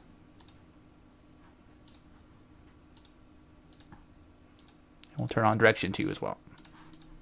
So now that we have that, let's start SOLIDWORKS simulation. We'll go to our add-ins and turn on SOLIDWORKS simulation and hit OK. Now you're probably wondering, could SOLIDWORKS Simulation Express do this job? Unfortunately not, because this is a weldment body or a weldment part that has multiple bodies. Okay, SOLIDWORKS Simulation Expert will not do that, so we'll have to use the Simulation Designer to do the job. All right, so with the simulation pull-down menu available, we'll go to Study, and we're going to call this one First Pass. It's a static analysis, and we'll hit OK. Now SOLIDWORKS is intelligent enough to understand that these components here, these lugs, are just solid components. The weldments are converted to what we call beam elements automatically, and that's what those symbols there represent. If I right-click it, I can say, you know what? No, I actually want to treat it as a solid. You always have that ability, but we're going to show you how powerful this weldment analysis or this beam analysis can be in SOLIDWORKS. So let's take a look at what we do know for a fact. We do know that the load is supported through all these holes here that the fasteners go through. So let's create right away fixtures. We're going to create, in this case, not fixed boundary conditions, but rather fixed hinge. Allow me to pick all these inner surfaces here. That will allow the inner surface to rotate but not translate, because that's really what the lug does. There's nothing that prevents it from actually rotating. So those are our real boundary conditions. We'll hit OK. Now, unfortunately, one thing I want to point out is a lot of people forget to mention to point out that In this case, if you look at the symbol here, this also will keep the hinge from moving in the X direction. In other words, it'll keep it centered between the frame plates. Now we need to talk about the load. I'm going to create a load, in this case a force. And when you're dealing with weldments, you have different options. You can apply the load on a face, a joint, or along the entire length of the beam. What we want to do is do it across the entire length of the beam. I'm going to do it on these two here. And then I need to pick a direction. That will be, I'll use the top as my reference. And we're going to go normal to that in the opposite direction. Now, you're probably wondering, is this total? Is this distributed? Okay, this is per item, unfortunately. I wish I could just say total. And why is it grayed out? It's grayed out because we're using multiple objects, but we're using the selected direction option. Okay, once you use that, you're unfortunately not able to total up the weight. I'm going to assume, in our case, our rider weight has been 250 pounds. So we're going to round up a little bit. We're going to make him 300 pounds because of dynamics and any gear he may have, and we'll put in a number of 150 in this box. And this is going to be per item. So this particular weldment beam and this one as well, going in the right direction, going on in the negative Y direction to simulate gravity. I'll save this. And are we done? Let's go ahead and try it and see if this works. If I was to right click and say run, it says material is not defined. Okay, let's go ahead and apply a material. And then we get some other errors. Well, let's go ahead and apply our material. In this case, everything is aluminum. We're going to choose 6061 for this example here. The tube material is actually going to be a little bit softer than that, but this is fine for right now. I'll try to run this, and let's see what happens. It says, please define bonded contact sets between beam and shell. You can't just run these, unfortunately, right out the box because it doesn't understand quite how the components are connected to each other. There's something called a joint group. We can edit that, and you can see that SOLIDWORKS has figured out, and there's color differentiation here. There's basically gray or kind of a beige little ball, and then you see purple balls. The purple balls mean that at a particular joint, okay, if you just right click here, you can see that it's treated these two as a connected element. And if you keep it right clicking, you can see the connection. Right click there, right click there. But there's some confusion here. It doesn't know how these are connected. And it's because of that gap. If I right click here, it seems to think that it's isolated. All I need to do is just click and add that beam to it. So I'm just telling SOLIDWORKS, hey, this beam is connected to that beam at this point. Okay. Now, because of the weld being isolated to this part mainly, I'm not gonna include this. So you click off. If you go ahead and click the check mark, and then hit recalculate or calculate over here, you can see that that particular ball is now purple. I still have to fix this one, so I'll click this one, click this, and then we are good to go. I'll recalculate, and that's good. Now, but what about this stuff over here? Well, I need to be more specific. It's not necessarily a joint per se. I can't just do the right click here and then pick this body. This is not a beam, right? I'll hit OK. I need to actually create a contact set. When I go to create a contact set, choose bonded and pick the joint and pick this face, we notice there's an error. This is the same error we got earlier. All right. Well, I just looked this up, and apparently I finally figured out that because this surface, given the length of it and the fact that it's round and this joint is kind of penetrating through the surface a little bit there, this kind of contact set will not work. However, the good news is there's a better contact set to use to actually figure out the translation of this shape onto this shape here. Okay, what do I mean by that? Well, if we choose this option, the beam, and we choose to make a contact set between this beam and, let me just choose the right faces here. I'm going to choose the beam in this box up here, and then down here, this surface. I'll hit OK. I'm going to pin this down and hit OK. I get an error that says contact surface and the beam are not parallel. I'm going to hit OK. This still works, and it actually works really well. it warns you again that the two surfaces are not parallel, or they might be too far. Would you like to continue bonding them anyway? What that means is that right here at where the surface of the beam makes contact with its face, all those nodes will be bonded to that surface. And that's actually going to give us a better idea of the stresses, the local stresses on that shape. I'm going to repeat this for the rest of these guys here. Okay, I'm going to get errors every time I do it. Okay, that's okay, like I said. And where did I find the answer or figure that out? I basically went to the SOLIDWORKS customer portal and looked up that error that I originally saw on the interface there. But the good news is again that we're actually getting a better contact set for what we're doing here. Right, cool. So we're good to go there. I'm going to save it. And we have our material. We have our joints recalculated, the little check mark there. We have 4 contacts from our beams to our solid lugs. And remember, these lugs are fixed.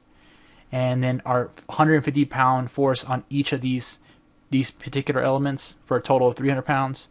And we're going to right click and mesh this. And we're going to use just the default setting. And you can see here solid elements and then beam elements here. We'll run this, just right clicking the top, doing a run. And we'll see what this does. These will go pretty fast. And you can see here pretty quick answers. Now, when you're doing when you're looking at the stress plot, you'll either see the beam stress, or if I right click the stress plot and edit the definition, I can see the solids and shell. And that will go, basically either or. This is what I was talking about. One of the nice features is that the tube gets translated to this surface. But again, because this is a pretty small surface, you don't get that round ring of stress on this thing. But that's okay. We're not so concerned about the stress of the lug itself, but rather the beams. Let's take a look at the beams again, and we're going to take a look at different components of stress. So we take a look. You can see here my max stress is about 1.4 KSI. It's not very much in terms of aluminum or steel. But let's take a look specifically at different components. We want to look at in this case, well, let's look at the stress. I'm going to take a look at a different stress plot. The first principal stress plot. Again, I got to toggle this over to the beams. You can see that again. That's also the same order of magnitude, 1.4. Okay, so that's not bad. But let's take a look at displacement and see if we can get a feel for how this is working. This deformation scale is quite large. It's 87. It's not going to give us. It's going to confuse us. So let's edit the definition. Let's change it to a user-defined scale of 10. Okay, and we will animate that. And you can see it's just a little more reasonable. We get a feel for if we are in fact loading it correctly. What's important here is that we do see translation of the reaction to the lug, and it is able to rotate. Okay, very important, because if this was completely rigid, we'd have artificial stresses in our beams. But there you go. So on paper, looks pretty good. 300 pounds should be fine. You can kind of see how this is working quite well. So we have to ask ourselves the question, is this good enough? Okay, well, we did kind of a factor of safety plot here. Based on aluminum, our maximum factor of safety is not important to us, because that could be at a very inactive area. We want to know our minimum factor of safety, and it's currently 0.92. You're probably wondering, how is that dictated? Let's edit the definition, and you can see here that we're looking at all components. We're not multiplying the load by anything, and we're looking at a plot. In this case, I want to look at a plot of anything under the factor of safety of 1. Okay, you can see right here we're exceeding the yield stress of the material there. So we could do a few things to strengthen this. We could change the angles here and play around with it. So let's just do a few iterations and then take a look at all those options, and then we'll determine what's the best, and then we'll move forward and make our weldment cut list and our drawing. So you're probably wondering, why is it that our factor of safety is less than 1 when our stress results appear to be relatively small? You can see that this stress component, in this case the axial stress component, is only 1.3 and 1.4 KSI. Well, isn't the aluminum, the yield strength of aluminum around 8,000 at least? Well, let's take a look at other components of stress. I'm going to right click the results folder to define my own stress plot. We're going to look at the beams category. And you notice how when I went from beams or solids and shells to beams, I get different types of components of stress. We've been looking purely at axial and axial stresses. Those are tensile components and tensile, or think of your first principal stress. Well, we want to also look at something called the bending stress. Okay, we're going to look at the axial and bending stress coupled together. When I do that, you can see that my stress that I have in that area here is 8.7 KSI. That's more than the yield strength of the aluminum we're using. So you're probably wondering, well, what mechanism is creating that stress? This is stress from bending, not so much being in tension, but bending. So basically what we have here is that one side of the material is having its membrane stresses exceeded just because the bending component of that. So if we could somehow figure out a way to reduce the bending that we have here, then we're going to be in pretty good shape. So maybe we could put a little gusset across here. So what I'm going to do is start going through those paces and see what that does for us. Because for the most part, it's looking pretty good. So let's go back to the model environment and get to work. All right, so how do we create these tubes? Well, again, we have a 3D sketch that pretty much dictates everything. It's nested under this structural member 1. Okay, remember I hit the H key that hides everything. What I'm simply going to do is add another component here. I'm going to go straight to sketch. We're going to do a 3D sketch again. Add a line, and now before I double click the plane to activate it, but this time we're working purely in 3D. So I'm just going to snap to things to make it easier for me. I'll snap from there and to there, and I'll hit escape. I always like to look at orthographic projections like this, like maybe we'll snap to the midpoint, okay? And you see it's actually hard to snap and drag when you're in 3D sometimes. So what I'll do is I'll actually go about I'll make a point of actually grabbing this line here, grabbing this endpoint, and choosing the midpoint, just to snap it to that point, or no pun intended. And then here, let's just drag this a little bit into place. And where is the midpoint? Let's just try it. Let's grab that.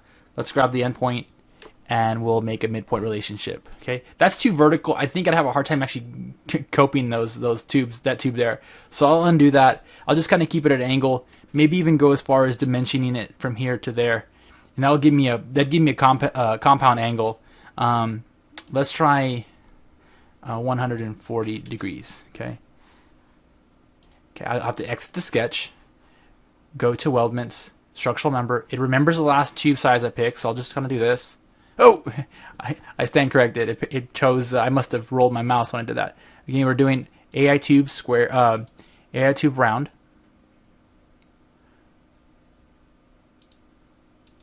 And we're doing 3/4 with 0.083 wall. Okay, there you go. I'll hit OK. Trimming is done after, so we'll go to trim, pick this body. In this case, we can use bodies to trim. Choose this and that. My weld gap will be consistent. There we go. Again, the beauty is we can go ahead and mirror that. So I'll choose the right side.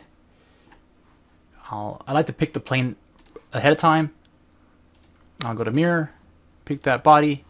Oh, make sure you're in the right category, body. And there we go. Now, what we're going to show you is how to go about creating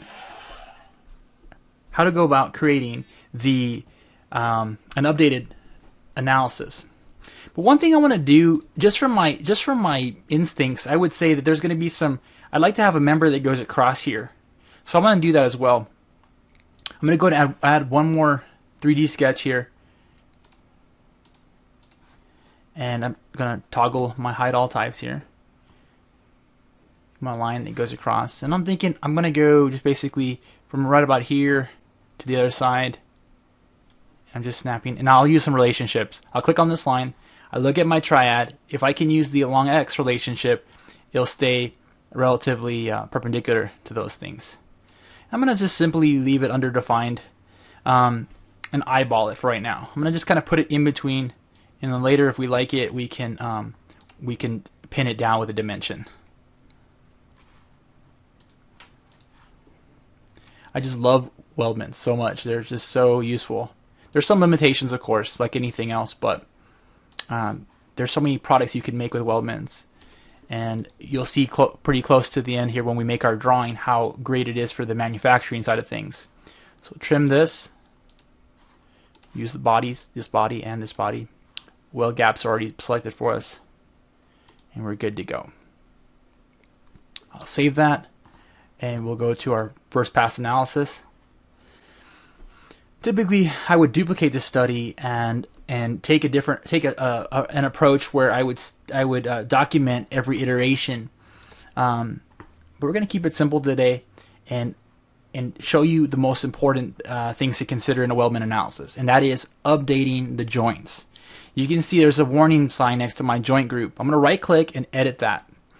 You can see right away there are some brown dots, and you're probably thinking to yourself, didn't I already assign this earlier? Well, that's the thing about the calculation of joints. You have to fix these quite often because it doesn't do a real good job of keeping track of what's been trimmed and what's not. So I'll choose those two. I'll right click these. I'll add that. I'll right click this and tie it to this. Right click this, tie it to that. Right click this, tie it to that. Right click this and tie it to that. And then I'll go straight to calculate. Okay. Looks interesting. Doesn't seem to quite work. So let's go ahead and do that one more time. This time I'm going to be more careful about it. I'm going to pick and then hit the check mark. Okay. Do this, hit the check mark. Same thing with this. Hit the check mark. I missed the check mark before. Got me in trouble.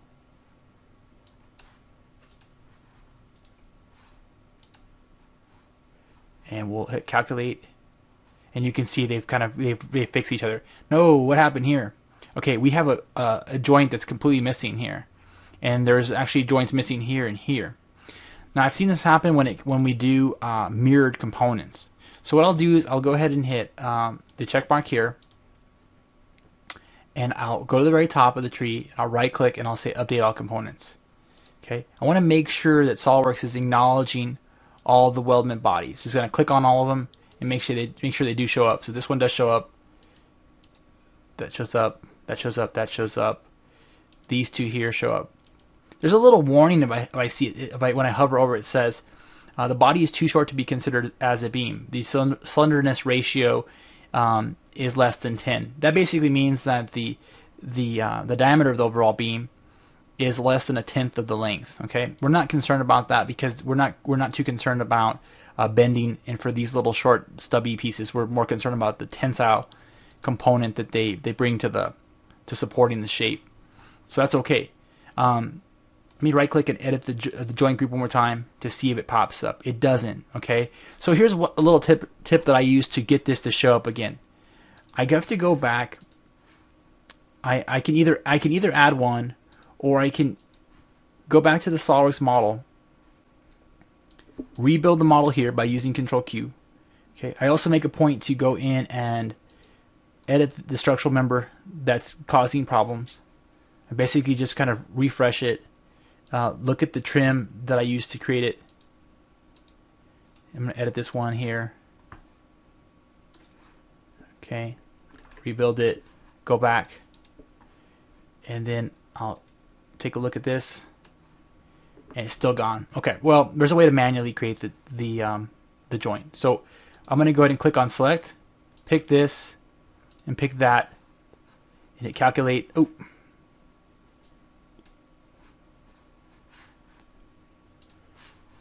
okay, I'll hit recalculate here, and you can see they showed up again. What did I do exactly? I just simply toggled this, clicked on a particular combination, hit calculate, and it kind of forces it to recreate there.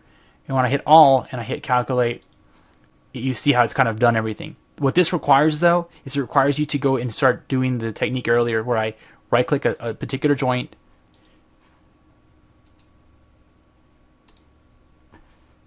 So calculate one more time. I'm going to hit the Keep Modify Joint on Update. Right-click, and then click this. Okay, I want these to be paired together, so check mark. And I'm going to go ahead and pause the video and do the other ones. All right, so it's a little tedious sometimes, and that's really what I want to show you with this demonstration, is that you can have a successful beam analysis once, but when you add other elements to it, or other weldments, I should say, then you have to definitely go and edit the joints. What we're looking for here is the fact that these are all purple, and it's looking good. I'll accept this, and our joint group is fine. I need to apply material to the newly added joints. I'm going to simply copy this material, and then paste it to these here. And you can see I got to do it actually to each one. Just going to right click and paste. I'm looking for everything on this list to be left with a green check mark. Our contact sets are still good. Our load is good. Our boundary condition is good. Let's just simply right click and run this.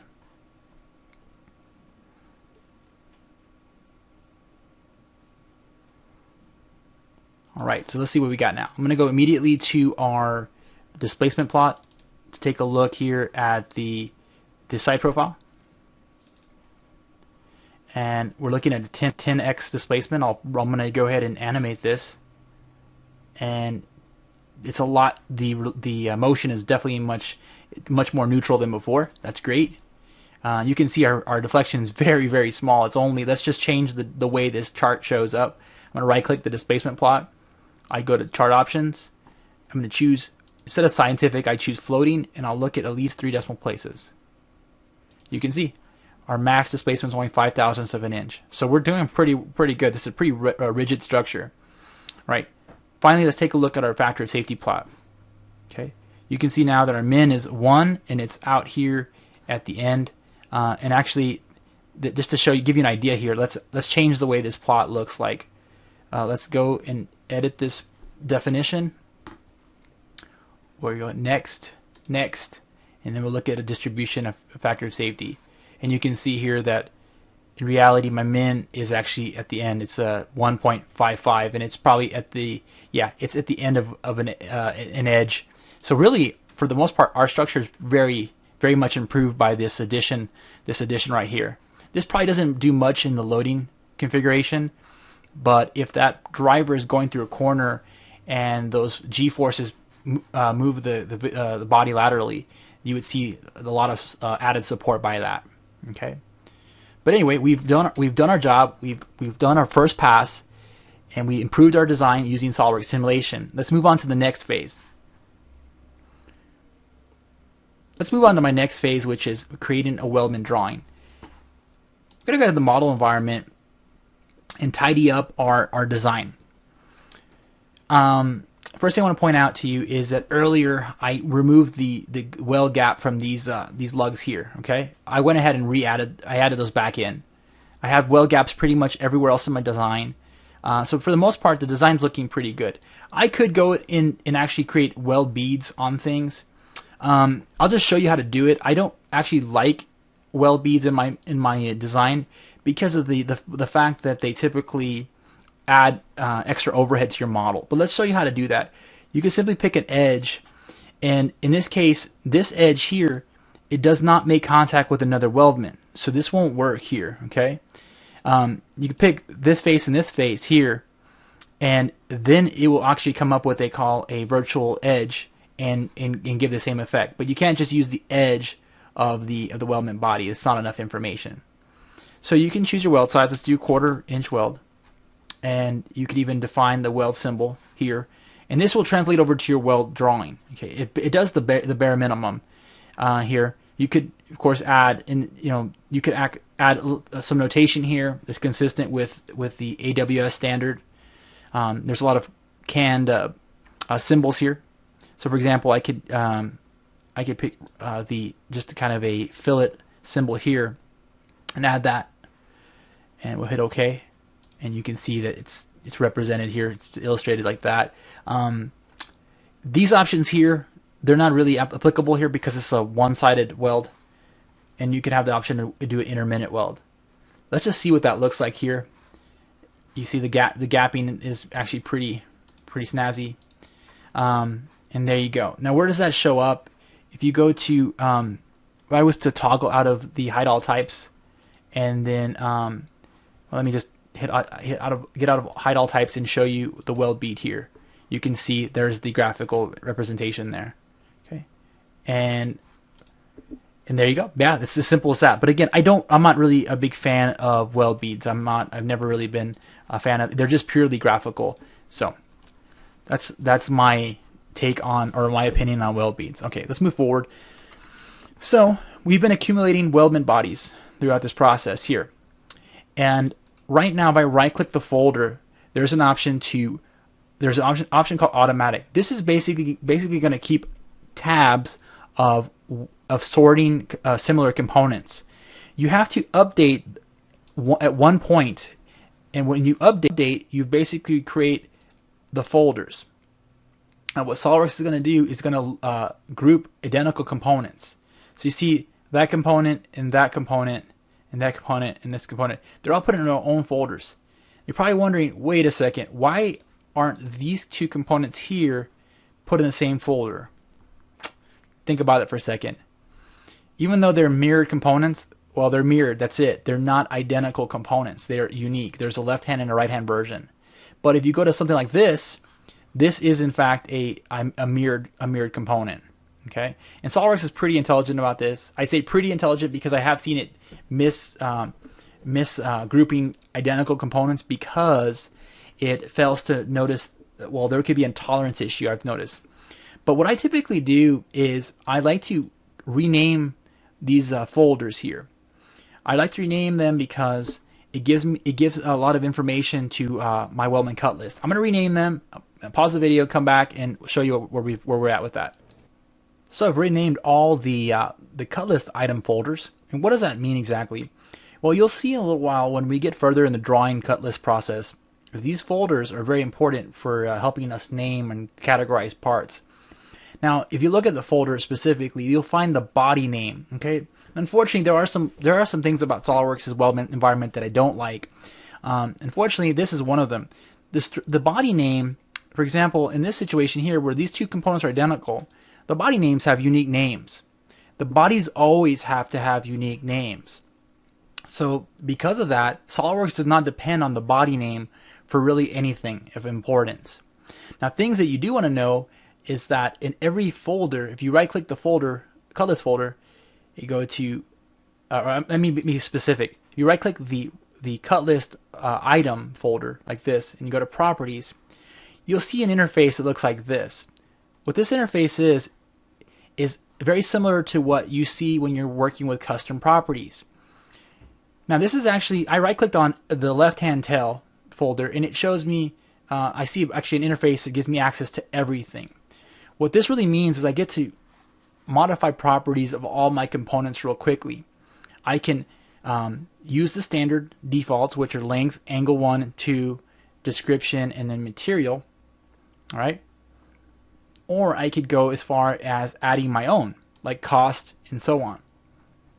We're going to keep it simple because I want to point out the power of the cut list, and I want to make sure I do it in the right order here. So you can see I'm just verifying that the evaluated values of, for example, length on the left-hand tail makes sense. You can see the total length is 4.9 inches, right? So I can kind of go through here and find all that. Now I can go to lugs, and I could exclude this from the cut list if I wanted to, and I'm going to do that. But everything for the most part has data here. If I go to property summary, it's just another way of sorting all that information. Okay, so in this case, I'm looking at the length or angle, for example, for every component or every body in my cut list there, and you can see that what it is. It's actually it's grouping them by cut item folder. Okay, all right. So you can see that that's why in this example, for example, where there's a if I go to this length here, you'll notice that the length for the example angle tube, which has actually has two components, this it's the same because they're identical components. right? And then you got finally cut list table. This is what your cut list is going to look like in the drawing. It's kind of a way for you to verify it. You can actually come in here and start adding, well, you can add it in this view here, but you can verify what it's going to look like. So for example, item number 8, which is the lugs, which I'm actually excluding, I could go to the lugs here, go to description of lugs and type it in. I can say CNC'd per drawing number or something.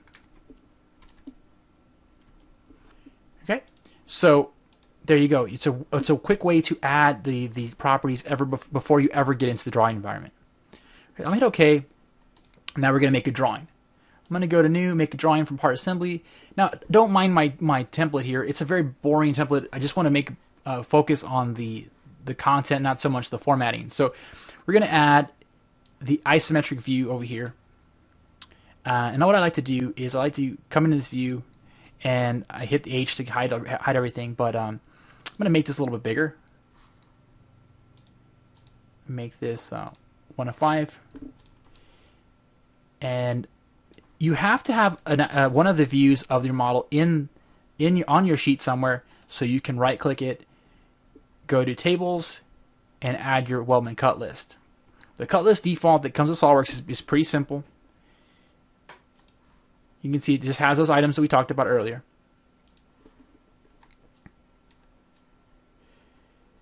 And it's very similar to assemblies, but in this case, it's the multi-bodies that are being called. So I'll go ahead, and unfortunately there's no exploded view. It'd be really great if there was an exploded view. I hear that in 2013 there may be exploded view. That'd be really great.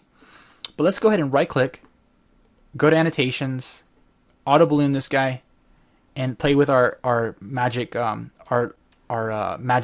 magnetic lines here.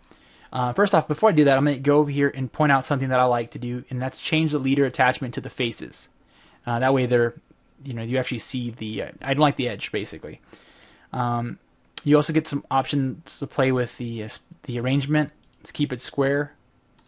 And if I click on any of these, you have the magnetic line option, which I'm just really crazy about. That's something you actually find in 3D Via.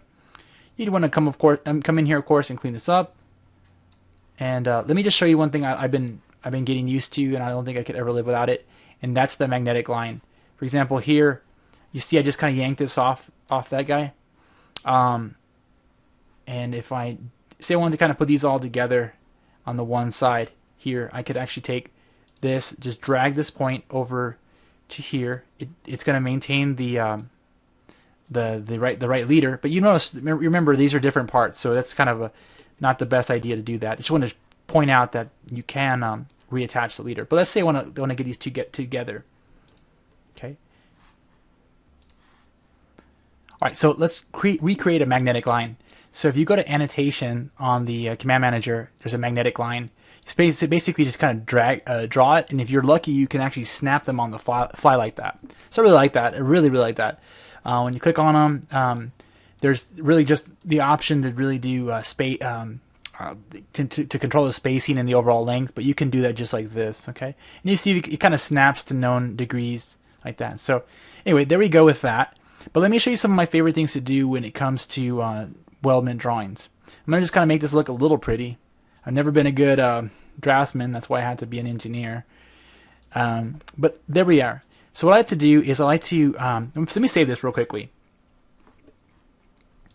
And we're going to change the way these balloons are done. Now typically when I'm in the process of auto ballooning, I like to go in right from the get-go and add another type of balloon style. It's actually called a circular split line, where I'll have the default is to have the quantity below it. Okay, I really like that. But let me show you a few other tips and tricks when it comes to this kind of stuff. One of my customers is Pablo Huffaker, the Gravedigger guy. You guys have seen other videos with him. One of his challenges is that he's got a lot of tubes. And when people are cutting the tubes, they need to look quickly at the drawing and know the names. Well, let's just show you another thing you can add to the bill of materials. I'm going to right click here, and I'll insert a column just to the left of it. And this column, I'll just click on it, will be the cut list the cut list item name. You remember that? Remember, that's why we name those folders, because it gives us the ability to represent them here. So you have the ability to come over here, pick a balloon, and choose its text to the item number. I'm sorry, the cut list name. Okay, and let me just change that back to circular, for example, and make that a little easier. So I'll click on that. Go to where is it? Component reference, custom property, cut list name. There we go. And of course, you probably don't want the balloon or the circular option around it. But that's just one of the things I really like about the Weldment environment, is that you can refer back to that cut list name. All right, so keep that in mind. I'm going to go ahead and just put it back to item number for right now. All right, so one of the last things I want to demonstrate here is something called a relative view. So this is, you could actually go back to the drawing environment, take these bodies, like for example, let's take a look at the right-hand down tube. I could take this body, right-click it, and do this thing called Insert into New Part. If you've ever seen my Master Model series, you'll be aware that you're definitely aware of how to derive parts from your multi-body environment.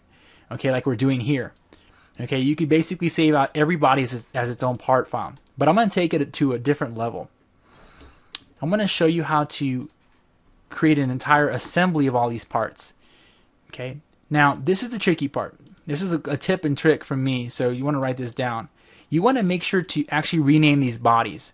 You know, I made a point earlier of saying that yes, you want to keep the folder, or you want to rename the folder, and the bodies are, well, they're kind of useless. They're useless unless you want to create individual parts from the bodies. So for example, here I'll call this LH-Tel, and I'll give it I typically like to give it a number in front like this, 01 LH-Tel.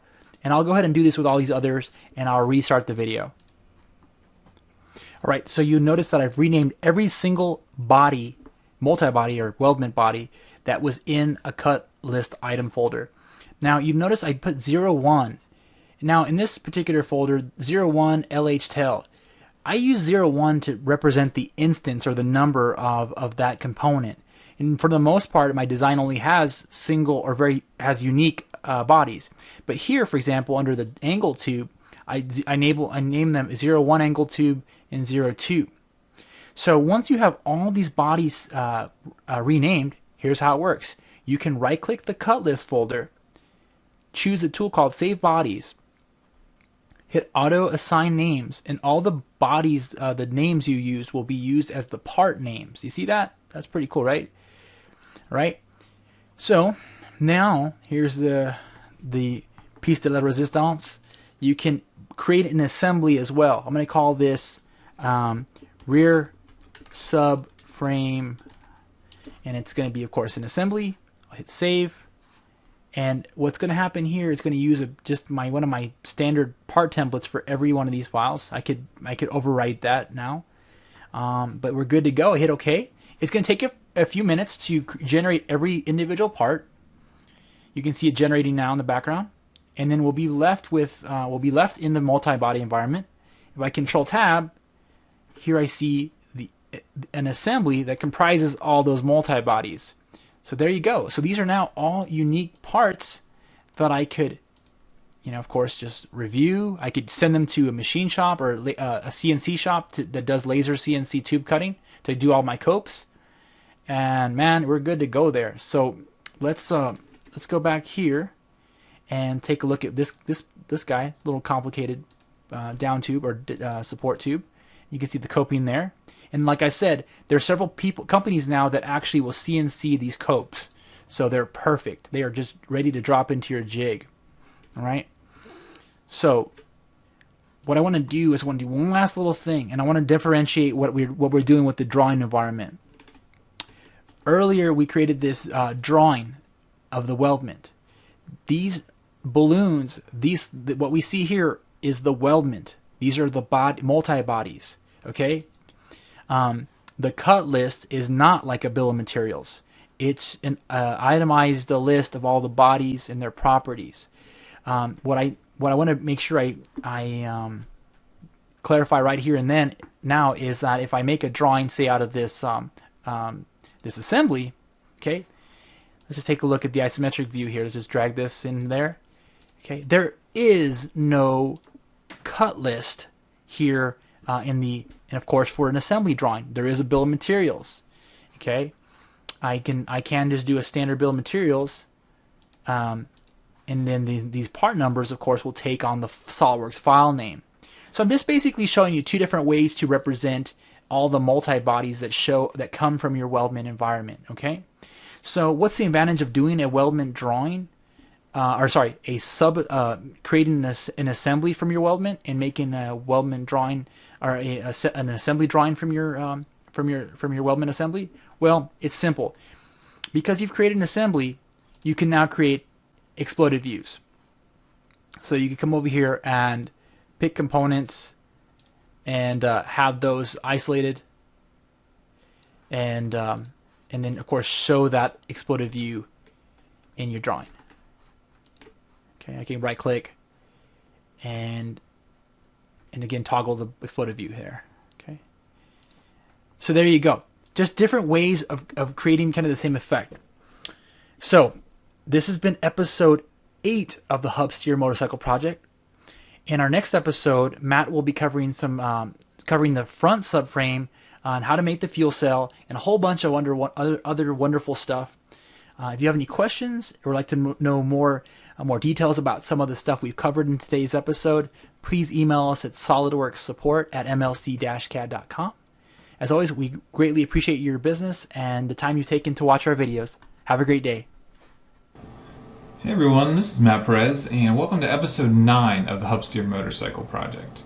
Now, last time you guys saw Chris walk you through doing a weldment of our rear subframe here. Now, what I've done is I've brought this into our assembly, and I've applied a few mates. I've just pretty much used this lower left-hand boss here and added a few mates to keep it in place. So that way I've got a good starting point to see where the rest of this piece needs to go. Now if we take a look at it from the top, we can tell that I need to adjust the widths a little bit of these bosses. And then once we adjust the widths, I'll go ahead and I'll change some of Chris's dimension to make sure everything lines up how we need it to. So to do that, I'm going to go ahead and hop back into Chris's original weldment part file and just start modifying a few things. Chris made these original bosses offset sketches or offset extrudes. So all I need to do is come back in here and change the dimensions and have it update for me. So I'll do the same thing with the top and the bottom. And we're going to go ahead and divide that by 2. Alright, let's hop back into our assembly and just make sure that everything updates properly. Alright, so now when we take a look at it, you can see that both of these upper and lower bosses match the inside frame plates here. So everything is lined up perfectly. When we rotate this around, you can see that the upper boss doesn't quite hit. So we need to go ahead and play with a few more of those dimensions that Chris created. Now the great thing with this is all I have to do is go back to Sketch 1 and modify what Chris has done here. Now I'm going to go ahead and delete this dimension, not because it was a bad way to do it, but because I want to dimension the distance between these two circles, these original bosses. I want to make sure that that's the right number. And for me that was 3.75 inches. Alright, so if we hop back out of here, go into our assembly and take a look, those two holes should line up now. So if I rotate this around, you can see that everything lines up, and that'll allow me to go ahead and do a concentric relation between these two. But when we get it into the proper orientation here, you can see that the subframe is pretty much going straight up. Now that's not what we want. For this bike, we're going to have a sheet metal gas tank that's going to be tucked in between this frame just a little bit. It's probably going to come over here and mount off of the top of the cylinder head here. Probably one of these covers. We'll go ahead and do a custom one later on.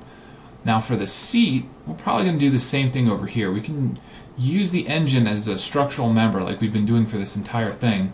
We'll come off of this valve cover here and create a seat mount. And that's going to go from here to our subframe. This is going to tie everything together nicely. but I need to go ahead and modify some more of these dimensions in order to get the rear subframe lined up how we need it to be. So hop back into this original file. I'm going to edit sketch 1 again, and I'm going to delete this 3/4 dimension. I'm going to go ahead and just drag this down into place and take a look at what we have. I'm going to make this a little bit longer, let's say 22 inches, and I'm going to delete this angle because I know I'm going to have to change this just a little bit.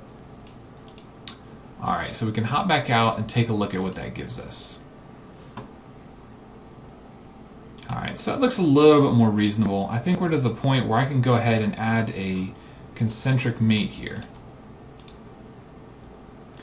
Alright, so now when we look at this thing from the right, angle's still a little bit extreme. We can still modify that. So we'll hop back in here, back to that original sketch, and what I probably want to do is stretch this point out just a little bit farther. And I think that's probably going to be pretty close. So I'm going to apply a dimension here. Say 2 1/4. And let's go ahead and just redimension this. Let's say 35 degrees. Hop back over to our assembly and take a look at what we have. Alright, so I think that's a little bit closer to the original design. It gives us a nice high mounting point for the tail section back here, and we're going to have a nice spot right here we can come off with a seat mount, and like I said, come over to the rear valve cover for the rear cylinder. And the entire aim of this project is to make something structural. We're using the engine as a stressed member. You can see the swing arm pivots through the frame in the back here as well as the frame plates. So everything we're doing here, we're trying to use as much of the structure of this motor as possible, and the seat is going to be no exception here. Alright, so the next thing we're going to do after we do a quick save is move on and create a sheet metal gas tank for this thing. And that'll give us the basis for the surfacing project that we can do for the rest of the body.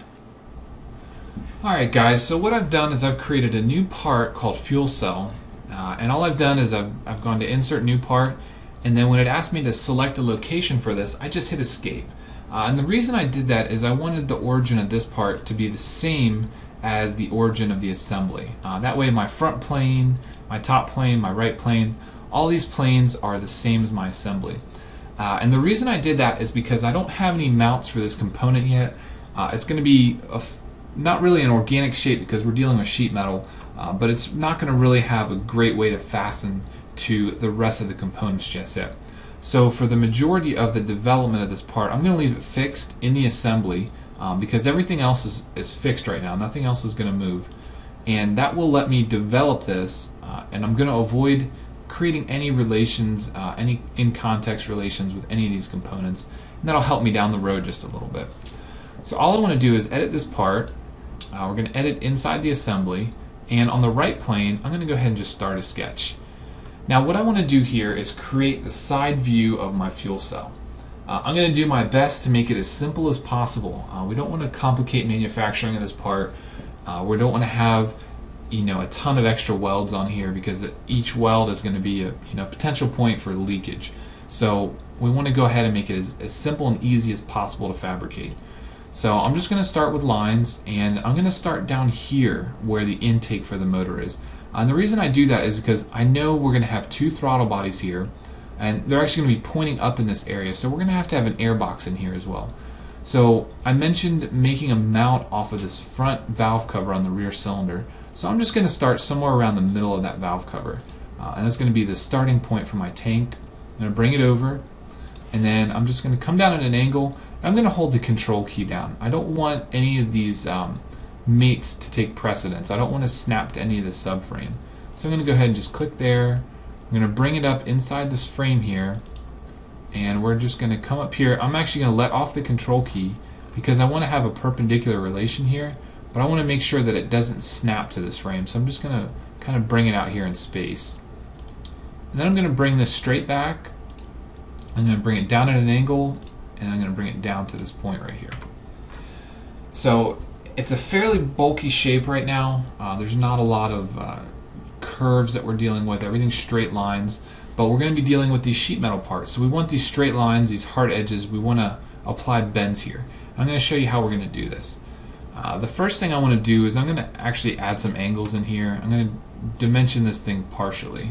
So I know this is actually perpendicular, but I'm going to have to drag it around a little bit and try to get it closer to the angle of the frame. And for right now, I'm just going to leave the rest of it. I think that's pretty good. So I'm going to go ahead and OK that. And the way I'm going to approach this sheet metal part is I'm going to do it as a solid. Once I have the solid shape that's going to define my tank, then I'm going to convert it to sheet metal. So we're going to go ahead and extrude this shape, and we're going to do it from a mid-plane. So if we look at this thing from the top, let's go out 10 inches. So you can see that goes all the way past our front subframe. So we want to keep it inside there. Let's go to 8 inches, see how close that gets us. Alright, we're going to have to be a little bit more narrow, 6.5. Alright, that brings us inside that frame there. So we're okay with that right there. The next thing I want to do is I'm going to come on the top plane, and I actually want to create a cutout. I want to match the shape of this frame. So what I'm going to do is I'm going to hide everything else besides the front subframe. Just hide all those components. Makes it a little bit easier for me to deal with. I also want to hide that solid body. I don't want it to make it complicated for us to create any of this geometry. I'm going to add a construction line in. It's going to come in from my origin, because remember, this right plane is not only splitting this part, the fuel cell part, but it's splitting the entire assembly, which is going to be symmetric about the left and right side for most of the components. The subframe is definitely one of those components. Everything is symmetric. So now I can go ahead and I can just draw some geometry here. I'm going to go ahead and put an arc in here, put a straight line. We're going to come all the way back. We'll bring this over. Alright, so from that point, I'm going to go ahead and mirror these entities. I'm going to go across that center line that I created. And before I finish this off, I'm going to show that sketch there, or that original extrude. Alright, so everything looks pretty good. I actually want to bring this line inside. I want to make sure that these are tangent. Make sure that all my relations apply. And I want to give this a dimension here. So I want to make this 6.5 inches wide. That'll give me exactly the same width as that extrude. The rest of the parts, the rest of the sketch, I don't really care about right now. I just want to go ahead and use that. Alright, so I'm going to take that extrude, and I'm just going to say through all. And it'll go all the way through my part here. I'm going to deselect merge results. And I'm going to use combine, common, and I'm going to grab both of those parts and see what that gives me. Alright, so this is going to be the basis for our sheet metal fuel cell. Now you can see there are probably a few areas that we can improve upon this, but for the most part that's going to be our shape here. This will give us plenty of fuel to deal with. So I'm going to go ahead and hop out of edit component. I'm going to bring the rest of these parts back. And let's go ahead and just do a quick save on this assembly before we get too far. The next thing we want to do, I've already saved this externally, so I'm going to go ahead and open this part, and we're going to deal with it as its own part. So now from here I need to turn sheet metal on, and we can do convert sheet metal. So I take this original part and I need to grab whatever face I want to start with. So I'm going to start with this face. Now we're not going to have it be almost 0.4 inches thick, so we're going to use something a little bit more reasonable. Let's say 08. We'll do 08. And now I just need to pick all the bend edges. So I kept everything pretty sharp. I left a lot of these edges sharp. So now I can grab all of these edges, and you can see all of these sheet metal the sheet metal sections are starting to be created. Now I actually have a fillet here in this corner, so it's not really going to like that part, but I do have a straight edge up here, so I can still create some of these other pieces. We're going to have to go back in and fill in some of this. This might not be a part that can be done with one sheet metal piece, but we're going to try it first because we want to reduce the number of welds that we're going to have to create. We might end up finding out that it's going to be easier to do this in multiple pieces, and that's probably the case. But let's go ahead and see what we get. Just click a couple more sections here. Now there are options that we have. You can see that last one, it definitely won't do. So we're going to deselect that one and grab it from this edge, see if it'll do it from this side. No, Definitely doesn't like that. Alright, so that means there's going to be some overlap in that section. So we just have a few pieces that aren't going to be created, but that's okay. Let's go ahead and I'm going to select keep body. And the reason I'm doing that is because I want to have these edges in here as references. And let's check on some of the options here. Bend radius, let's do an 1/8 inch. We want to go a little bit tighter than what's actually being created here. We don't want large rips to deal with. In the auto relief section, let's go ahead and just do a tear. And let's OK this part and see what we got. Alright, so what I need to do is go into the cut list, and I'm going to go ahead and hide that original part. So you can see we have most of the pieces here. We're just missing the small section in the edge here where that fillet was. It really wouldn't create it because it couldn't create the bend on that round edge. And that's not a big deal. We can deal with that with a second piece, a secondary flat piece. But for the most part, it did a pretty good job of creating that fuel cell. Let's try to flatten this and see what happens. See if this part's even able to be created with one piece of sheet metal. Alright, so that looks pretty funny. Bending this might be a nightmare, but if you guys had a form, then you could go about this and actually create this from almost one piece. You would need at least 3 pieces in this case. Alright, let's go back to our assembly. Let's take a look at this thing. Alright, so you can see there we have our sheet metal part kind of floating in place, and we need to do a few more things just to fill these sections in, but I think that's pretty good. It's a good representation, gives us plenty of room for our airbox and our throttle bodies here, and we have a nice section back here for this front valve cover on the rear cylinder where we can do our mount. So I think from this point, since we talked about getting the base shape down, let's go ahead and move on to actually creating some curvature to go over this and cover everything. Do a quick save, and then we will hop into doing some surfacing. Alright guys, so we'll have to be completely honest with you. We have no idea what this thing is going to look like.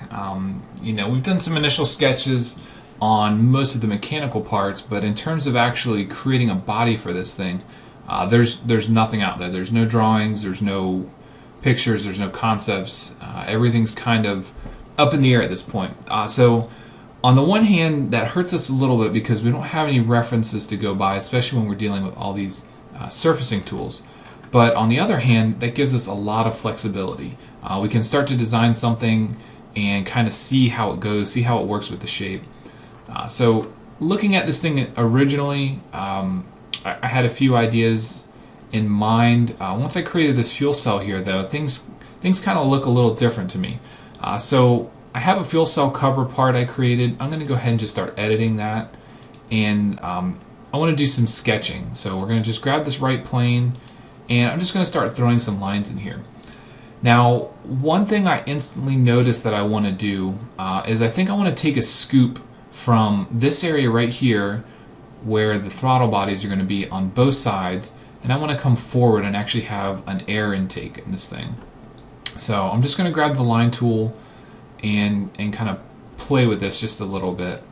So I'm going to draw some lines in here, kind of give us an idea where maybe this panel might be, and connect these lines.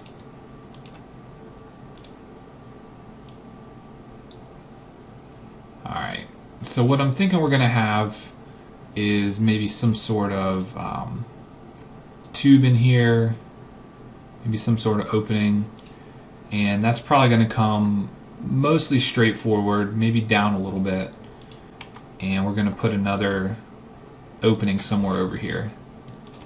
Now, keep in mind, like I said, these are all just kind of random sketches. There's no layout of this thing anywhere.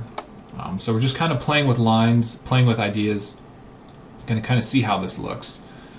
So connecting that into another piece of the tank, let's just kind of look at this thing from the side. Everything on this bike is very mechanical.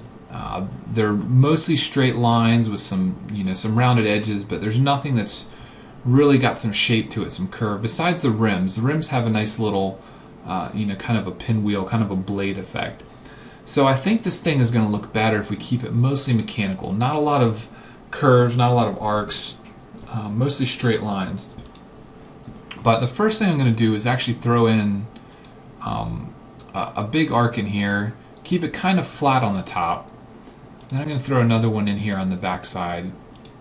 And I'm going to give these two tangency. Kind of bring this back a little bit. And I think that shape will transition pretty well into what we're dealing with on the rest of the bike, just kind of looking at it from the side. So I think I kind of like the way that shape is flowing with this. It'll cover the tank nicely. You can see we could probably increase the capacity a little bit, but we don't want to kind of stick ourselves into one corner just yet. So we're going to play with this shape a little bit, and I think it might work out better if this intake section here is actually separate from the tank cover. This might be a nice, secondary piece that we can put on here. So we don't need to completely cover this fuel cell. It might actually be kind of nice to leave a little bit of it open, give it a little bit more of that mechanical feel. So I'm going to just grab a few more. I'm going to grab a spline here and kind of play with some curves and get a little bit more of an idea here. So I'm going to take a straight line down. Let's keep that in line with the frame. Alright, so I don't really like that very much. Let's keep it more straight edges. Let's go straight back, and we'll come down to kind of this area here, and back again.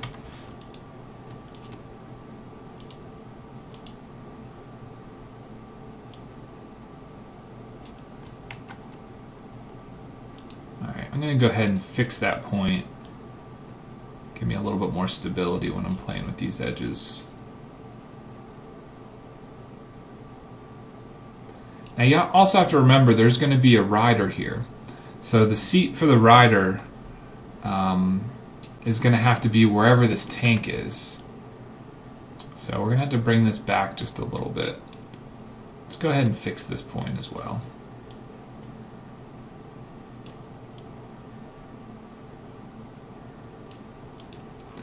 Alright. So I'm thinking the seat is probably going to be somewhere in this area.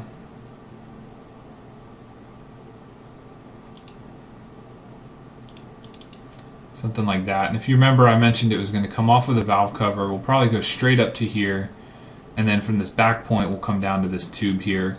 And that'll kind of leave us this nice open section right here. It'll look pretty cool if you can see through the bike. We'll be able to cover the back of this up with a tail section, but we'll probably leave these two tubes and this brace open, kind of like you can see them over here a little bit. You can see it at the front of the tank here. And this fuel cell is going to be inside that, so we're going to be able to see a lot of this detail here, and it'll still look very mechanical. And that's kind of what we're going for. We don't want this to look completely covered in bodywork like most modern sport bikes are going to be. We want to show off all the CNC detail and all the work that we put into designing these components. We don't really want to hide them. Alright, so I think looking at this, I'm going to start just creating some surfaces and kind of playing with the shapes and kind of seeing where these things are going to take me. So the first thing I want to do is an extrude. So I'm going to take this sketch and just extrude it, but you can see I don't actually want to extrude the entire thing, so I'm going to do selected contours and take that part right there.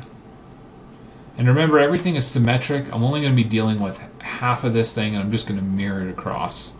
And this whole entire front section of the tank, it's going to be pretty narrow. We don't need to make it 6.5 inches, we'll just make it 1 inch.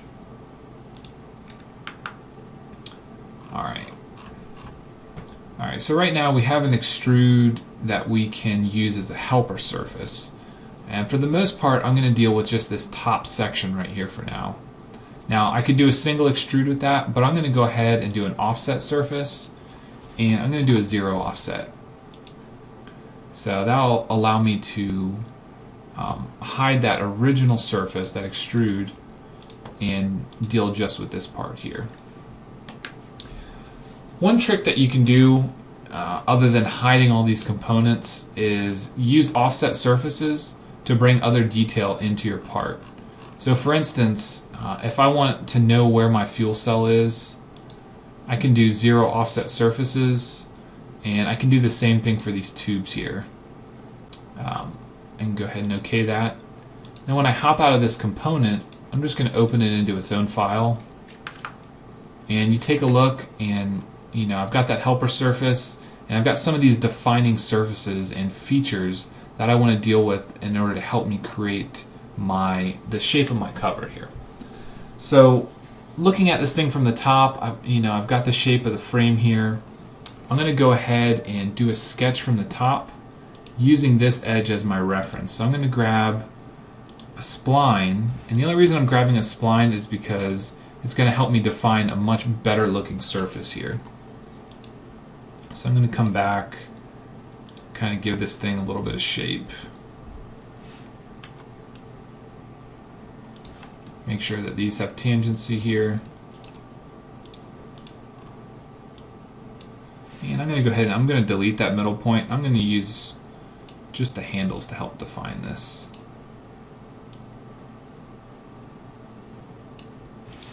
Now remember, you don't have to exactly match a lot of these components here that you're dealing with. I don't really want to match the shape of the frame. I want to give it a little bit of kind of an accent by throwing the curve off just a little bit. Alright, so we've got that curve from the top. Now I want to deal with this thing from the front. So I'm going to go to my front plane, and again using that same edge, I'm going to come out of here, snap to it with a spline again, and I want to come down about this area somewhere. Give this tangency, and on that curve I have on my top plane, I'm going to go ahead and convert that. I'm going to grab that endpoint, and I'm going to give this a vertical relation. That way I know that they're in the same spot. You can see I can move it up and down, but it's going to be in the same location relative to that original sketch. Alright. So now we can take both of those, go to our curves menu, and do a projected curve. It's going to be a sketch on sketch. Alright. So now I have a 3D curve that starts at my helper surface here and wraps around in the location that I specified. So from the top it looks like that curve. From the side you can see it's its own curve here. From the front it's that same shape that I gave it. So that's kind of an interesting shape that we can start to deal with here. I'm going to have to do the same thing from the back edge. So for the back edge I'm actually just going to do a straight line here. And the reason I'm doing that is this isn't the back of my tank. I have some more curvature back here. So I'm just going to take this line straight out. I don't have a dimension here yet, so I'm just going to leave it kind of floating around in space, not give it any real geometry. I'm going to come to my front plane. Before I do that, I'm going to grab that edge, I'm going to convert it. And that's just because it's going to be hard for me to see, especially looking through all this geometry that I want to leave there. But now I've got something that I can deal with here in terms of curvature. So I can apply some relations. You might be wondering why I'm doing tangency instead of equal curvature. Well, there's no curvature on a straight line. It's going to be a tangent relation. If you do equal curvature, it's not going to give you any extra geometry there. It's not going to give you any extra help in terms of creating that curve. Let me go ahead and do a vertical relation here, and I want to give this a little bit of bulk here. So I want to bring this line up, and I'm actually going to make that vertical and see how that works out for us. Then the same thing, I'm going to go ahead and do curves menu, projected curve, grabbing my curve from the top and the curve from the front, and now we have some geometry here to deal with. Alright, you can see from the shape, the way that things are going, I might have to go back and either punch out some of the shape here or modify the fuel cell to be a little bit narrower at the top. I'm not really concerned about it right now. I can go back and I can edit all of these things later. At this point, I'm going to go ahead, I'm going to sketch on the right side. I'm going to convert both of these curves here, and I'm going to turn them into construction. And then I can add some geometry here. So I'm going to grab this, I'm going to make it horizontal. remember we wanted to see part of that fuel cell. So I'm going to go ahead and I'm going to leave it like that. And the next thing I need to do is the same thing from the top. Now if you remember, when I created this line from the front view for this back edge here, I had a vertical relation there on the spline handle. And the reason I did that is because if it cut back on itself from this point, I wouldn't be able to use it in the top view as a relation. Let me go ahead and actually, let's not use a straight line there. Let's use a spline, because I want to give it some curvature relation here. Alright. Now from this point we're actually above the frame, so it doesn't matter that I'm crossing over the frame there. And again, we want to use projected curve, and this time we've got a top view and a side view. Let's see if that works for us. Alright. So my top view sketch and my side view sketch, for whatever reason, it doesn't like it. So let me just make sure I had the right thing selected. Alright, so that must mean I've got a line in the side view. This line up here, it's not construction. So it wasn't creating a valid set of inputs for SOLIDWORKS to create that line. Alright. So now I have a completely closed profile here, and we're going to have to do a lot more work to get the shape that we want. But this is a good starting point. Got my helper surface, I've got my other curves here, and at this point I'm going to have to put some sort of relation up here. So on that first edge there, I'm going to go ahead and put a tangent relation and take a look at what we have here. Alright, I'm going to hide that section, and I'm going to use my right plane to mirror this body across here. Alright, so it's really a very sleek kind of a bullet shape, and we're going to have to add some more geometry to this, but it's a decent base for us to deal with. So let's hop back into our bike here and take a look at what we have here. It's a nice smooth shape, and I believe it's a good starting point. It lines up with our geometry pretty well, and we're going to be able to punch out the corners here and give it some cool details, some cool features, and still be able to cover up that fuel cell. Let's go ahead and do a quick save and add some more geometry here. Alright, after looking at the shape a little bit more, I felt like there's a little bit more work that I could do. I created an offset plane, I tweaked some of the curves here, and I'm going to go ahead and just create some more geometry here to help that filled surface. So I've got a spline, I'm going to pierce the extruded surface that we have here, and I'm going to pierce that curve. I'm going to come up to convert entities and use intersection curve. That way I can kind of get an idea of what the curvature looks like right here. I know it's straight, but if it wasn't straight, this would be a good way for you guys to get an idea of how it looks here. Since it is straight, I can simply grab this handle and I can make it horizontal, and I'll get the same thing as if I created a relation there. Alright, so what this will help us do is actually push that shape out a little bit more in this area. So if we come back and we do a filled surface, I still grab the same boundary. I'm going to grab those three projected curves I made, that edge. I'm still going to go ahead and do a tangency with that original edge here. But under constraint curves, I can grab this right here and actually have it push the shape out and follow that just a little bit more. So you can see it gives a little bit different shape here. Let's go ahead again and mirror this body and take a better look. It's pretty helpful for you guys to go ahead and mirror these shapes when you start dealing with them. And also you can use evaluate and check the curvature, get an idea of what you're actually dealing with here. So you can see I've got some decent curvature lines. It's really not ideal up here at the front, but I can work with that a little bit. I can do some more work and kind of play with this. Well, let's go ahead and hop into the assembly and take a look at actually on the bike here. Alright, so I think that'll flow pretty well.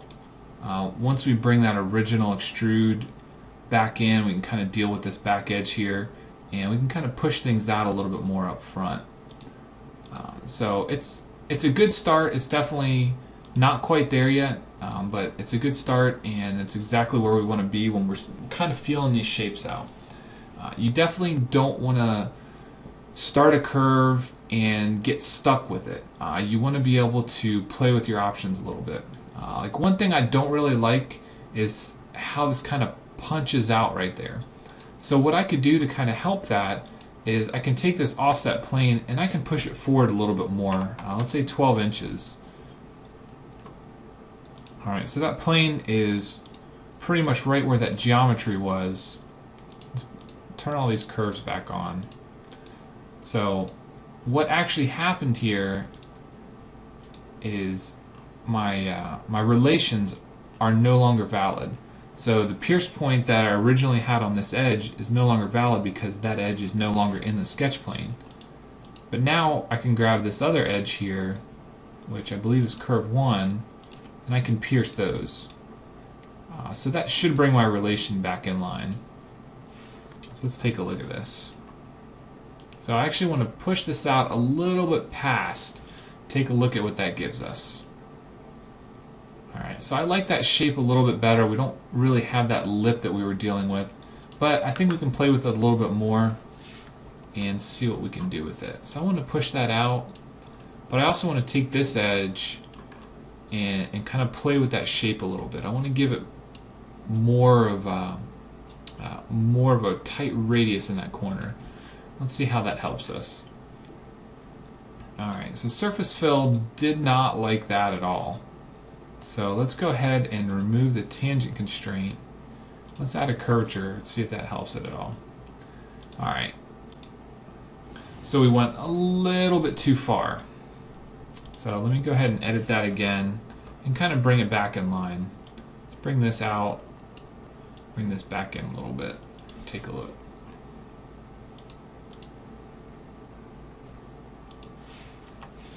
Alright, so everything's working properly without that edge. When we bring it back in, it really starts to flip out, and that's because this edge is kind of curving out here.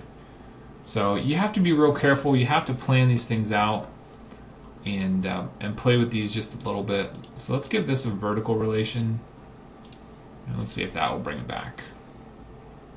Alright, so now we get that nice sharp point that I was kind of hoping to get.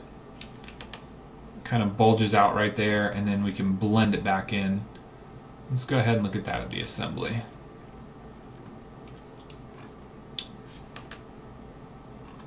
Alright.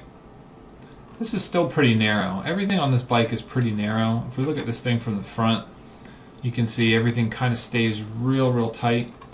We're probably going to want to add a little bit more material here. So we might need to really consider what kind of a view we want to get, how big we want this thing to look. And I'm thinking this might look a little too narrow. So what we might end up doing is actually covering up this entire frame with bodywork just to make this thing look a little bit bulkier.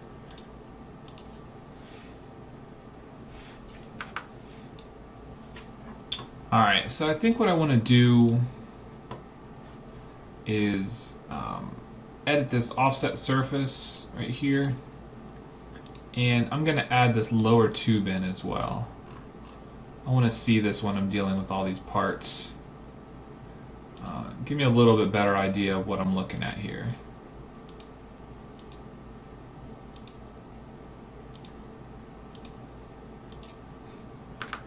Alright.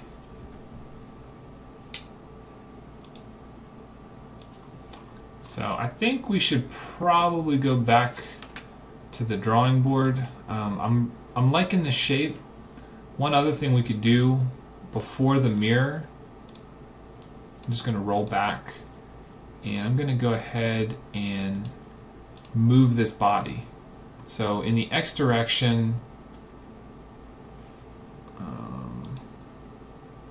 let's go ahead and move it 4 inches. Actually, that might be a little too much. Let's bring it back in. Alright, so now when we mirror that, we've actually got a fairly wide section, and we can do a boundary surface between them. and we can do an equal curvature. Alright, so now when we hop back into the assembly, it gives us a little bit more of a presence, and it gives us enough overhang on the frame that we can actually come down and we can make a little bit more body work. We can integrate those intakes that I was talking about. And this is going to be a little bit more reasonable in terms of the size of a tank for you know, a normal size rider. If this was a child's bike, that other tank might have been fine, but I think we want to kind of pursue the shape a little bit in this size here. And you can see we've got a little bit of a dip in that centerpiece, and that's okay. That's kind of a neat feature there, especially when you're coming up to something like the steering stem here. Having that dip kind of gives you a nice little visual cue there of what you're looking at. So let's go ahead and save this real quick. And I need to add a few more details to this tank.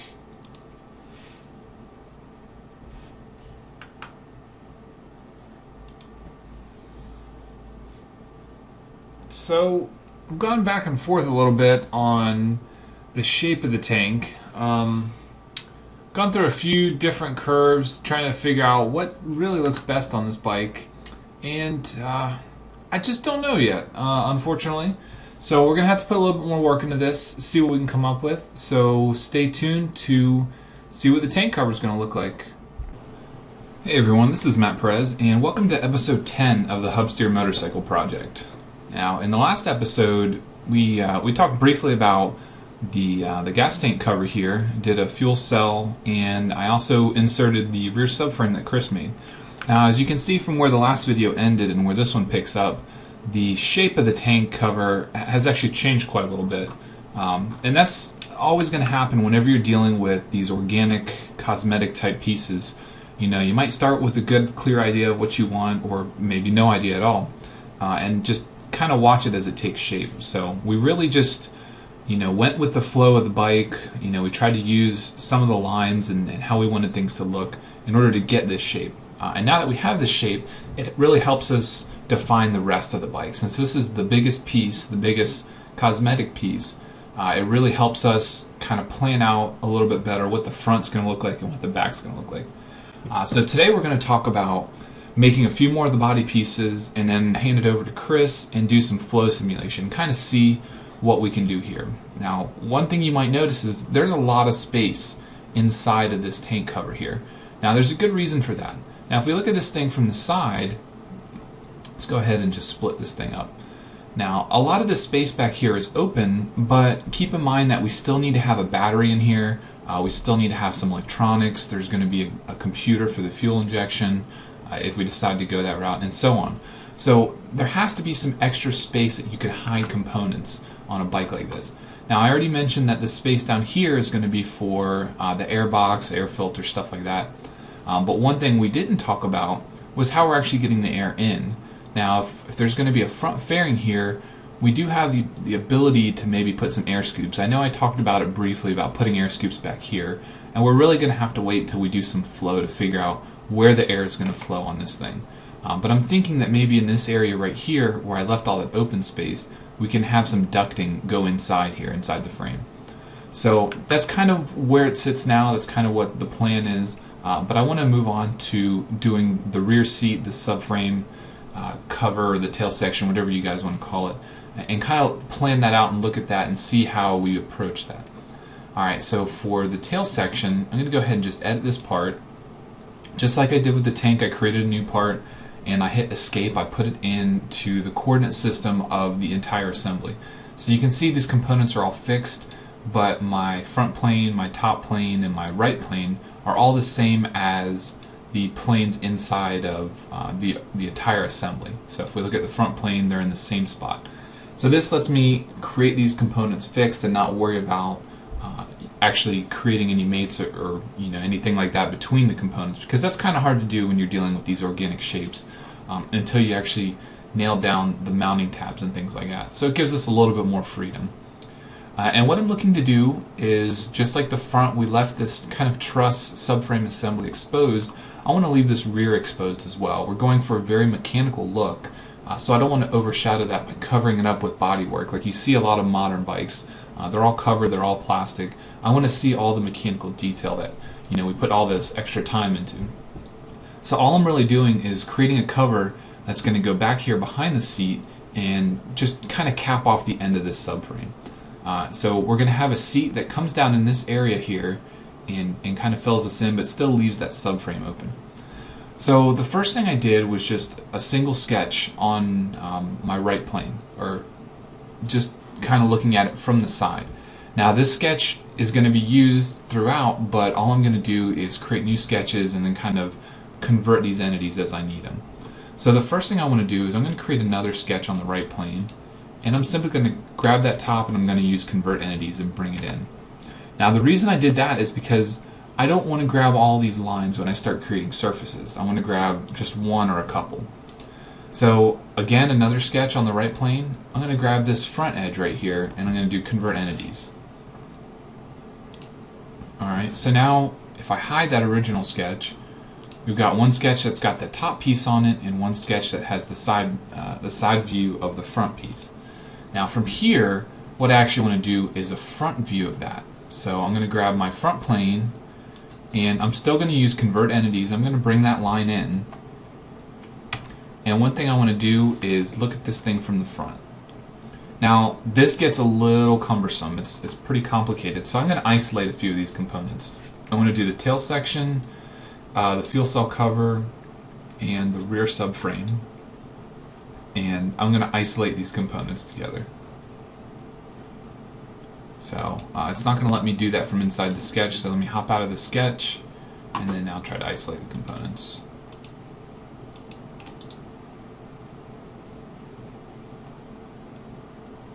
Alright, it's not going to let me do it while I'm editing the assembly either. Alright, tail section, fuel cell cover, rear subframe.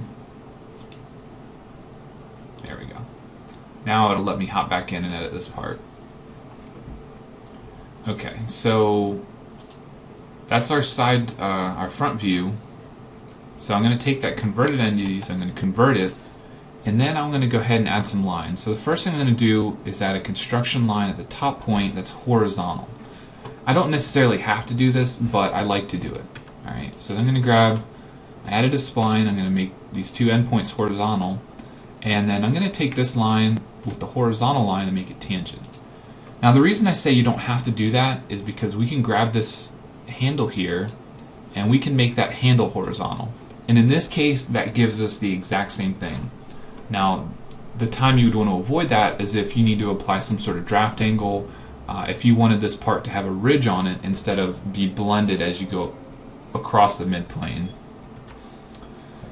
Okay, so here we can define how wide we want this tail to be. We'll probably keep it a little bit more narrow than the tank. I don't want to snap to anything, so I'm going to hold control down, allow me to free drag this. But we'll probably keep it right about there, and then I'll just tweak these handles to make sure that you get the shape that I'm looking for. Alright, so now what we're going to do is we're going to take those two sketches and go to our curves menu, grab projected curve, and we're going to do sketch on sketch between these two. Alright, so what that'll do is that'll give us a 3D curve that has that shape. And let's go ahead and turn this one back on and just extrude it. So the reason I'm going to extrude that is because I want to give a tangent relation. I want to apply a surface tangent relation there. And we're also going to do that for this one right here.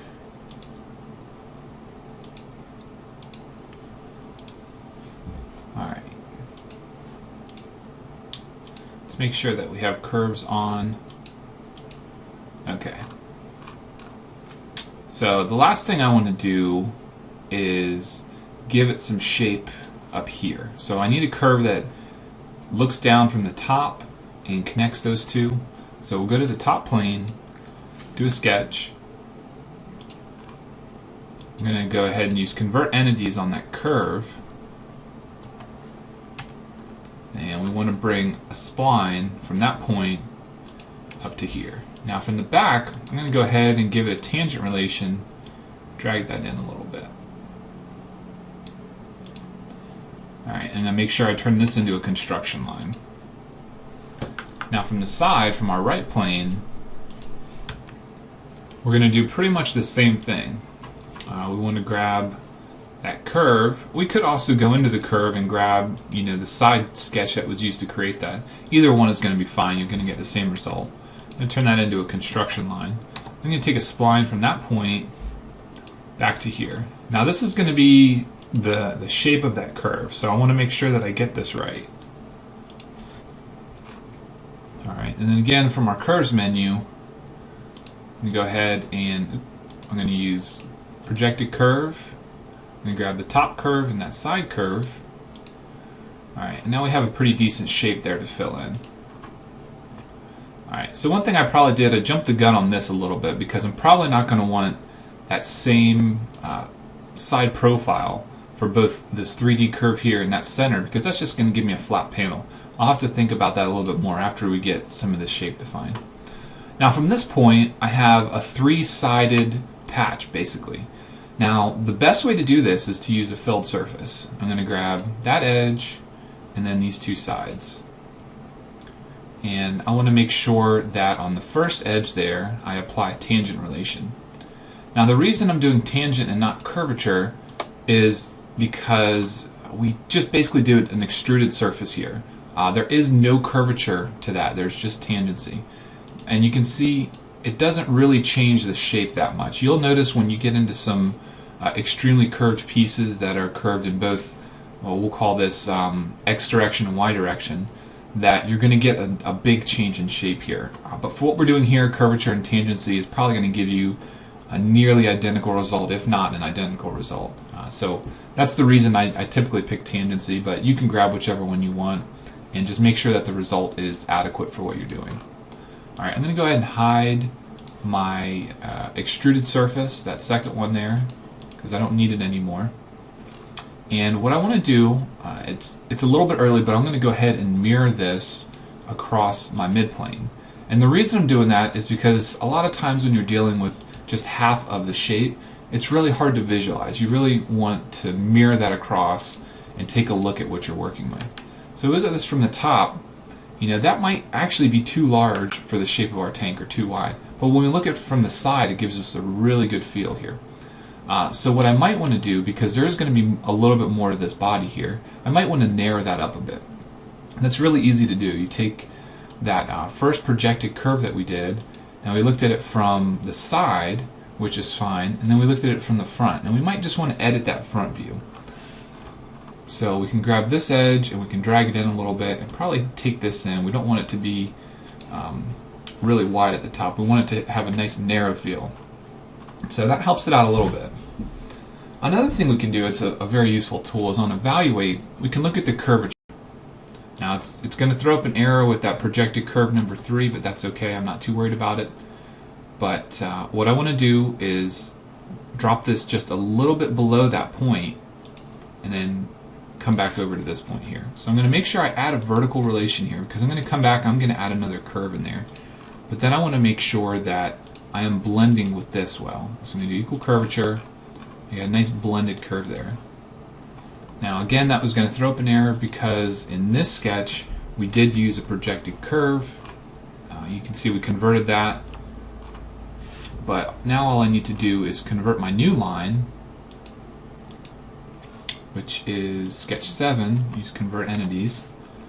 Now if I look at this thing, I can make that a construction line and apply my relations the same as I did. So I want a horizontal relation between that, and I'm going to have to remove this coincident relation because my lines are no longer in the same place. So I'm going to make those horizontal. Now this line here from my side view had a vertical relation with this point. I don't want that in this case. For this case, I actually want it to be in just a little bit because of the way I want to blend those two together. So I'm simply going to drag it in. I don't really have any dimensions that I'm working with. I'm just dragging that part in there.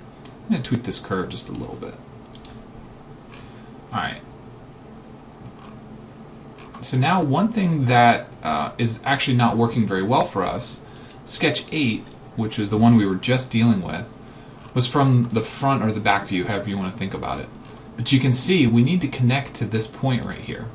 So I need to do a little bit more modification here. So I'm going to delete the original horizontal relation here. But then I want to come in and I want to make those coincident. And now I can come in and I can actually put a relation between this bottom edge and this curve right here. I'm going to do equal curvature and hop back out. Now when we look at our projected curve, that lines up very nicely with this edge, and if we look at it from the side, it lines up nicely there as well. So what I want to do is I'm simply going to delete sketch 10, I'm not using it, and I want to do a new set of sketches. So again, from the right plane, I'm going to go ahead, I'm going to project this curve, or I'm sorry, convert entities, make that a construction line, and I'm going to take a straight line from here to here. And then on my front view, let's take a look at this. We'll actually look at it from the back so we can see it.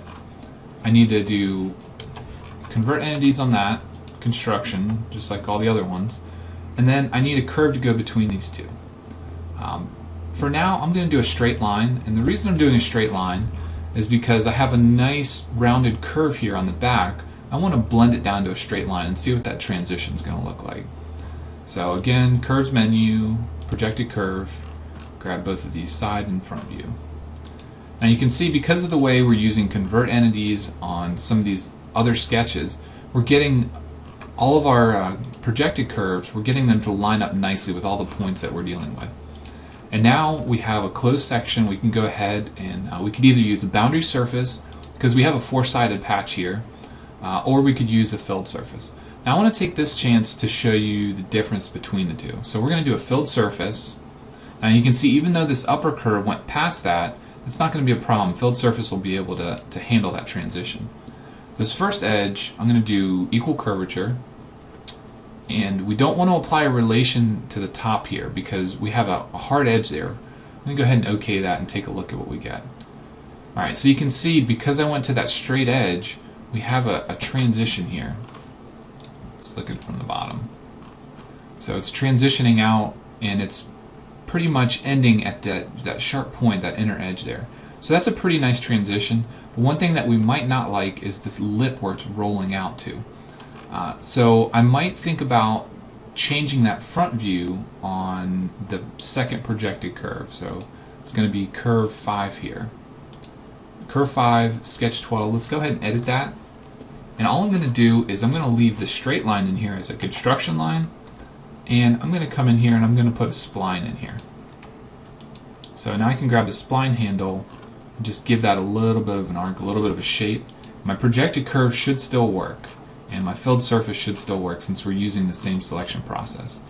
Alright, so you can see that it's now rolling to that curved edge instead of a straight edge. So if you look at this thing from the side, it's a pretty nice blend, it's a nice transition.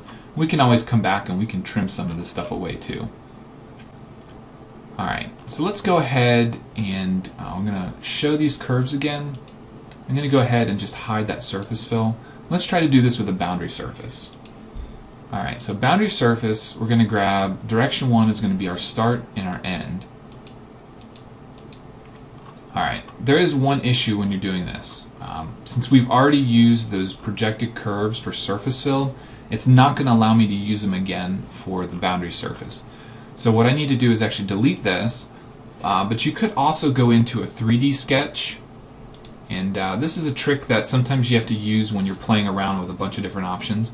You can grab those 3D curves and you can use convert entities on those. Now I'm going to actually bring them both into the same 3D sketch, and I'll show you that you can do that when you're using the boundary surface selection tool. And then I'm going to hide these curves just to make sure I don't select them. Alright, so let's try this again. Boundary surface, I'm going to go from this edge. Now I'm going to right click, do selection manager, and I'm going to grab this curve here. The reason I do selection manager is because if I don't, it's going to grab that entire 3D sketch, and that's not what we want. So we want to do selection manager and select the curve that you're interested in. Alright, so now for direction 2, again we're going to do selection manager and grab the other part of that 3D sketch. That'll give us a nice blend at that bottom section, and then I'm going to grab this edge here. Now you can see because my first edge selection, my direction 1 selection was right here, even though this edge goes a little bit past that, the boundary surface is still connected properly. It doesn't go past that point. But what I want to do is make sure I do an equal curvature relation. You can see when I did filled surface, this wasn't a problem, but now it's saying that I don't have the appropriate curvature to match that. It will let me do a tangency though. But you see it still says the discrepancy will be propagated. Now the main reason it's giving us that is because this point isn't connected to this surface here. That edge is actually going past that. But it's still going to allow us to apply that relation. Alright, let's go ahead and hit OK. Let's take a look at that. Alright, so you can see as we look at the reflections going across here, we still have a really nice transition here. So that error, even though it's there, it's really not affecting the shape of our surface. If I come back in and I turn on the filled surface, in this case, you probably wouldn't be able to tell much of a difference, but you can see there's some slight differences at this edge here and this bottom edge here, where they overlap. So you really have to decide which shape is going to be better for what you're doing. So let's hide the boundary surface, and let's evaluate it turning the curvature analysis on. Alright, so you can see there's some red, green lines, some blue lines, some twisting going on here. If we hide the boundary surface, we show the filled surface. Actually, let's hide both of these. Alright, so let's start with the surface fill. Alright, so you can see the red lines, how they're twisting. We got the blue lines and everything's coming from here. It blends really nicely from this back piece, but we didn't apply any relations to this top edge, so we don't really have anything going on there. If we show the boundary surface, you can see that the blend is actually a little bit different. We don't have as nice of a blend here at this surface, but we have a really nice transition here in this area. So if we look at this thing from the back, we have to decide which shape is going to be better for us. And a lot of times when you do this, you need to turn on your Photoview preview window, you need to do some renders, you need to look at the shape of the surface and how the light is hitting it. So if we look at this thing from the left, kind of zoom into it, you can take a look at how these shapes look in the light. So if we turn on the surface fill and turn off the boundary surface, you can kind of look at this and you can see that we actually get a little bit more of a lip here on the back, and you'll see that here in the preview window. So you have a little bit different transition. It's actually giving you a little bit more shape here. Now I think in this case I actually want to go with the filled surface. I think it's going to look a little bit better, and we're probably going to put some sort of a fillet on this edge anyways. We're going to blend that in. So I think that gives us a really nice transition there. So what I'm going to do is just delete that boundary surface. I'm going to delete that 3D sketch, and we're going to just run with the surface fill. Alright, so now I just need to mirror the rest of these across. So we're going to go ahead and mirror across our right plane, and the bodies to mirror are going to be these two pieces. Alright, so the last thing we need to do on this piece, at least for now, is we need to connect this front section here. So I'm going to go ahead, I'm just going to hide that original extruded surface because I'm probably not going to use it. I'm going to knit all of these together. So all these pieces I've been dealing with. Alright, so now we just have one surface, and I want to blend this front section in together. Now there are a few ways that you can do this. I'm actually going to go into a 3D sketch, and I'm going to draw some lines in here. So the first thing I'm going to do is draw a straight line between these 2 points. And now I've got a midpoint selection here. I can draw a straight line in any direction. So if we look at this thing from the side, you see this line is vertical along the y-axis. So I can take another line from that same point and draw it still in the YZ plane, and I can put an angle relation between those two. So I'm going to give this a dimension of, I don't know, let's say 25 degrees. And what that does is it gives me a point in space where I can attach a spline to. So this is just kind of a good way to help define certain characteristics inside of a 3D sketch. So I'm going to just grab these 3 points, and that'll end my spline. So the reason I'm doing this is because this gives me a little bit of flexibility. I can come in here, I can change that angle to 20 degrees or 30 degrees and bring it up or down in different directions. And this allows me to take that 3D spline and use it as part of a filled surface. So now I can grab these two edges and I can fill this in here. Now you might notice that this might not be exactly how I want this thing to fill in. It's kind of protruding out right here, but then it's kind of sinking behind in the bottom. So a good way to handle this is they're going to draw a sketch on the right plane, and again I'm going to make it a spline, and I'm just going to draw it out here in space. I'm going to take that point and I'm going to say make it coincident with that point as well. Now if you didn't have this, if you didn't have that point there to make it coincident with, you could always simply grab that endpoint, grab the spline, and pierce it. So what that's going to do is it's going to pierce this curve wherever it intersects the plane that we're sketching on. So in this case it's the right plane, it's the same exact point. Now if this was actually a full circle or had some extra curvature there, then you might run into some issues not knowing exactly where that's going to pierce it. But now we can come in, we can grab these spline handles and we can bring it back either close to that curvature, or if we want to sink it in just a little bit, we can go ahead and do that. So now when we hop out of here and we do our filled surface, we have another option on how to define this. So I'll grab those same three edge selections at 3D Sketch, but now down here under Constraint Curves, I'll grab that sketch that I just made, and you can see that gives us a much nicer option for defining that surface. It's really well defined, it's got a nice pocket to it. Go ahead and OK that, and then all we need to do is really trim away for the subframe. And now that also gives us another option. We can do a boundary surface between these two edges using this bottom 3D curve as another option of a way to define that.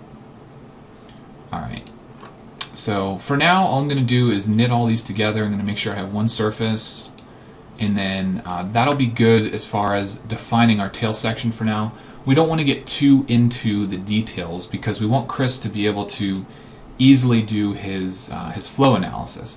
We want to know that this piece is going to work right, and if I have to make too many changes to it, I don't want to have to go back, undo all these different surfaces, these knits, these curves.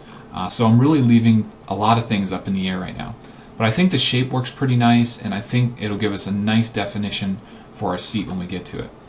Now unfortunately, dealing with complex surfaces, it takes a lot of time, especially when I'm explaining these things. So we can't really show you every step of the way. That's why the tank, really, we kind of gave you a little bit of info and then skipped over a lot of the detail work. The tail section, this is mostly done. There's not a whole lot left that needs to be done to this. You could simply come in and thicken that right now, add some depressions for where you want to mount this part, and then deal with the mounting bosses on your subframe. But I really just wanted to give you guys a good look at this, how it's done, and then we're going to skip on. I'm going to do the front fairing without showing you guys any of the detail work, but all the steps are the same. You're still going to use, two planes, project the curves, and kind of lay things out, doing it one piece at a time, one patch at a time. So right now I'm going to turn it over to Chris and let him show you guys how to set up a flow simulation, and hopefully we made some good choices with the curvature here and we don't have to make too many changes, but I guess we'll find out. Hello and welcome to episode 10, part 2 of the Hubsteer motorcycle. I'm Chris Castle, and today we're going to use SOLIDWORKS flow simulation to look at the aerodynamics over our motorcycle. Now in the previous part of this episode, Matt Perez designed a fairing, a tank, and a tail. What we want to take a look at is the effect of those shapes on our actual motorcycle. This is a touring motorcycle, and it's definitely not very aerodynamic at all. Okay, you can see there's a lot of square, flat faces exposed to the wind. What we're looking for specifically in this episode is how the wind goes over our shapes, and most importantly, we want to make sure that it comes off the tail cleanly, and if it comes off cleanly, we'll avoid turbulence behind our bike. Now the turbulence, or eddies, will create drag and friction and instability for our rider. We don't want that. So we're going to take a look at those things. We're also going to take a look at what happens when a rider is to lean over in a turn, because as you can see, this bike, for example, has quite a bit of a bubble here. That bubble will actually create lift in the turn. So we want to make sure we know what that lift value is for our bike, and we can use that for a baseline for other designs. So let's go back inside and take a look at the computer and see what kind of numbers we can get out of this.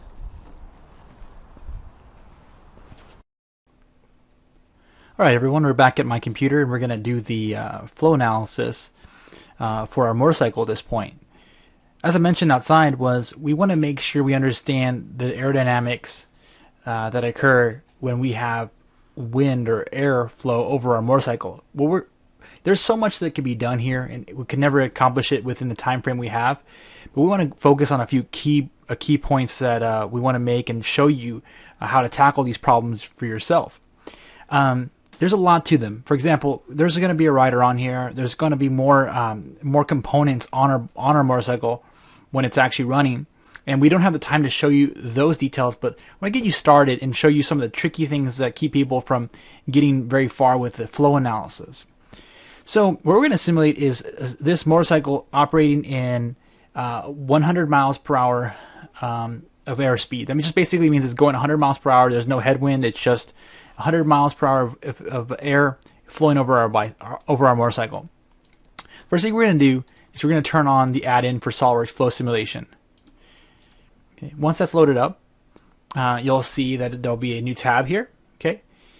Now what we want to do is I want to make I've worked on this a little bit to make sure I can cover this within the time allotted for, but I'm going to start a new flow simulation study and walk you through all those little details that you want to do to prepare your model for the analysis.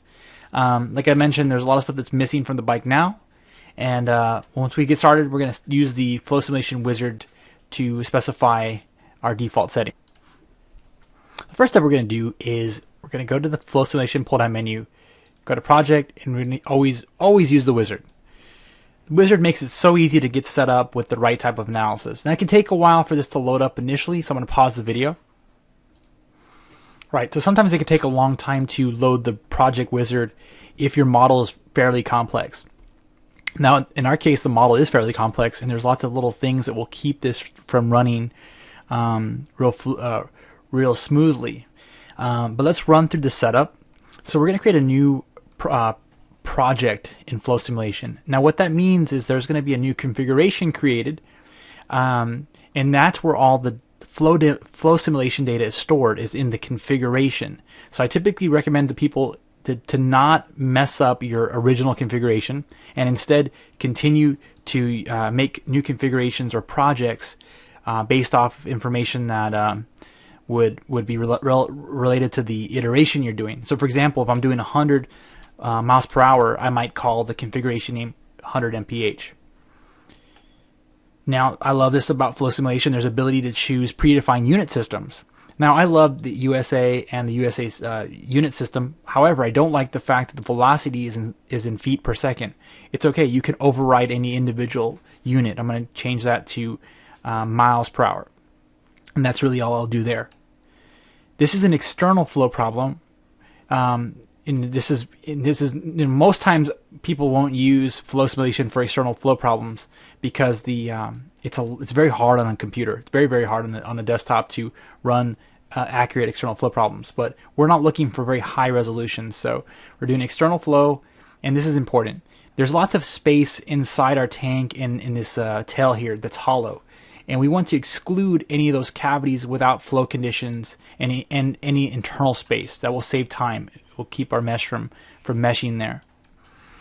We want to choose a fluid. In this case, it's a gas, and we're going to double-click air, and that will put that in the project fluids list here. You have to double-click it to get it into this little project fluids area, and that's our default fluid. You could have other fluids in here, or I'm sorry, materials, but in our case, we just want air.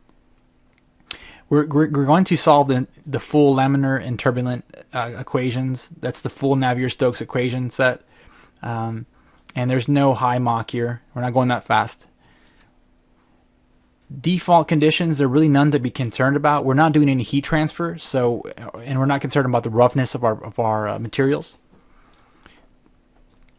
Initial conditions. Now this is very important for external flow problems.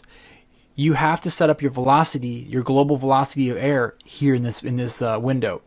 We want to have the air go parallel to our bike. That's the negative z direction. So I'm going to come in here and type in negative 100. You see the units are correct. Turbulence. There's already a default turbulence, and that what this has to do with is the turbulent energy that comes into the picture, into our little reference frame. These are just defaults are fine. You can stick with them. I do want to do one thing. I want to change our standard atmospheric pressure to a round number of 14.7. All those decimal places don't really help us here. And that's it. The last step will be the mesh quality. Now, we're going to start off with a level 1 mesh just to make a point. Always do a level 1 mesh analysis first just to see if your solver is in fact working. You can waste too much time having the default of 3. The 3 is the best balance of quality and efficiency for your computer. Anything in this area here will give you results. They just won't have very fine detail in certain spots. Other things we want to consider is because we have a fairing in our motorcycle and it's pretty thin, we want to make sure we optimize thin walls resolution. That's going to basically capture those details, and it will also create a mesh that's more accurate around them. The first thing you notice if I zoom out here is that there's a box. This is our computational fluid domain. What this means is, based off our model's geometry, flow simulation has kind of encapsulated that as the domain in which we'll solve our problems. Now, the problem with this domain is that it's basically having the motorcycle floating in the air. So it's assuming that air is flowing underneath it. We don't want that. So now that we've set up a project, there's now a tab here on our tree. It's called the flow simulation tab. And this is our configuration number, our name / project name. And here are the inputs. You basically do all the inputs and then you post-process the results. The CFD boundary is controlled here under domain. I'm going to right click and I'm going to edit the definition. This is where I can manually, yank on the numbers. But what I want to do is I want to just use this option. It's a new thing that's available in 2012, where I can simply click on the domain and then yank on the arrows and kind of get them where I need to. You can see it snaps to 0 feet. So that's good. Now, the size of this boundary is really dependent on how accurate you want this solution to be. If this thing's too tight on the sides or too short on the length, you don't get the compressibility. You get this fake compressibility of the air. It's almost like you have a wall on the boundaries. But for analysis purposes, I'm going to bring these, just to speed this up a little bit, I'm going to bring this in a little bit. So I'll do 3 here, -3 feet. And I'll bring this in a little bit, and I'll just type in 3. This interface is so much better than the earlier versions of the program. They've really made them enhancements. I will share with you a little rule of thumb. This length here is typically at least 3 times the length of the smallest component you're looking to analyze. This is a rule of thumb I've heard over the years. But for the purpose of the analysis, I'm going to go right about here, about 10, -10. And we're not concerned too much about the air, what's happening before the bike. So I'm going to bring this into 5 feet. Height-wise, I'm going to bring that in as well to just about halfway. That's about 6 feet. And again, if you want more accurate results, you want to play with this CFD boundary. I'm going to go ahead and hit save, and this could take a while too because there's quite a bit of data in our model. While that's saving, I want to point out a few documents that I've been looking at. So stability of our motorcycle is very dependent on a few things. Now, one of the first things you may be familiar with is how airplanes fly and how important the center of gravity is how important the center of gravity is in relation to what we call center of pressure. I did a previous episode on my MLC services regarding calculating the center of pressure and how important it is to know where that is.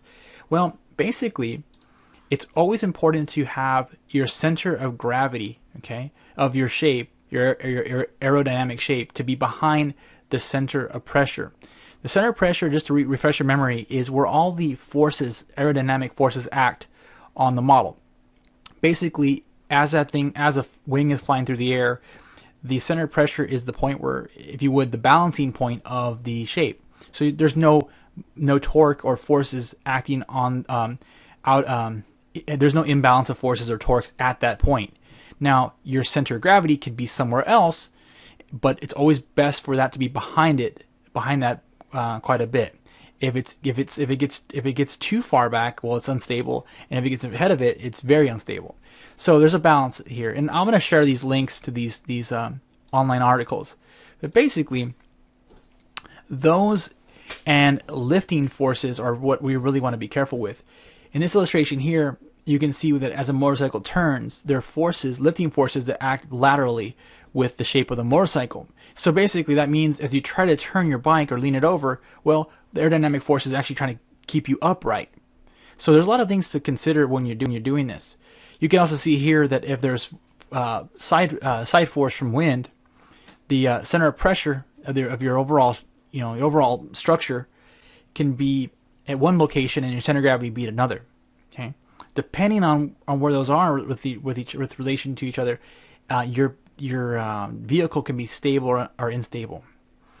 So what we want to do is we want to make sure that with SOLIDWORKS flow simulation that we have an understanding of the forces as they are now, and how the wind energy sheds off the bike and what happens to it after that. So as I wait for this to save, I'm already understanding there's something wrong with my assembly. Just the fact that it's taking so long to save is a concern to me. And that usually happens when your model has some component that is very complex. And so there's a combination of complexity and an inability for flow simulation to understand how it's going to use that component. Okay, so those are the things I need to contend with. Now, I have quite a bit of components here, and I don't want to analyze all of them. In fact, if I try to analyze every little detail in my model, for example, the holes here in my perimeter rotor, or the effect of some of these fasteners here in every little detail, it would just kill my computer. You have to pick your battles and stick with them. We really want to understand the effect of the front fairing, the little windshield, tank, and the tail. Yes, there's going to be a seat, a rider, and all those things, but I want to show you how to troubleshoot and set these up, as I feel that those are the most important things to understand when using SOLIDWORKS flow simulation. All right, first things first.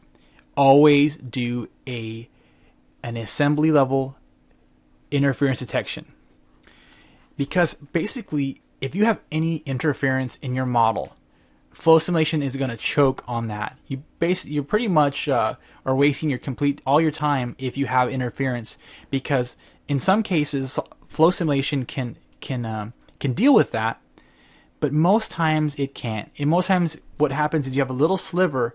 For example, you can see here I have a lot of fastener overlap. Okay, like the most common stuff you'd imagine. But in some cases, I have some really fat interference. Now, flow simulation in some cases can resolve that on its own, and it's pretty good about it actually. But for a lot of people, what happens is they have interference. It just doesn't make any sense. Like maybe here in our fairing, if I go through here, there's a few that I've noticed earlier that, like for example here, we haven't worked the detail of exactly how we're going to make room for our subframe with our tail. Okay, this will totally choke flow simulation, and we don't want to even have that in the equation. So how do we deal with that? Well, it's typically best to pick the components you want to actually analyze. You don't have to go to your SOLIDWORKS your SOLIDWORKS assembly tree and suppress things. You can simply within FlowWorks, using the FlowWorks pull down menu, under Tools, you'll find Component Control. And actually, it's on this top level now, Component Control. So, this is a way for you to effectively suppress and unsuppress components in your analysis. Now, this is the way I usually do it. I usually have so many parts that I go ahead and disable all of them. And then I find the ones that I actually need to have. For example, I definitely want to have the front fairing, so I'll find that, and you can see when I click on a part, it highlights. So I'm going to enable this, enable the tail section. There you go, it's fuel cell cover. The tail, which we already have, and then of course the let's go. We'll throw in the wheels here, so you can see if I click on that. That is in this case the front. There you go, the front rim, and so I can get down as far as the specific component I want. For example, I just want the revolve 4, which is which is just the body that represents the tire.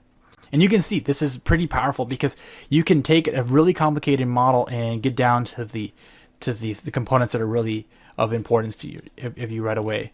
And I want to same thing here. I want the rear tire, and then I'll throw in the arms here.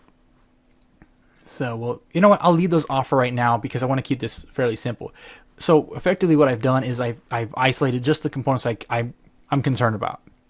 Motor, I'm not going to touch that with a 10-foot pole because of the detail that it has. If I had the time and the computer power, I would totally do that.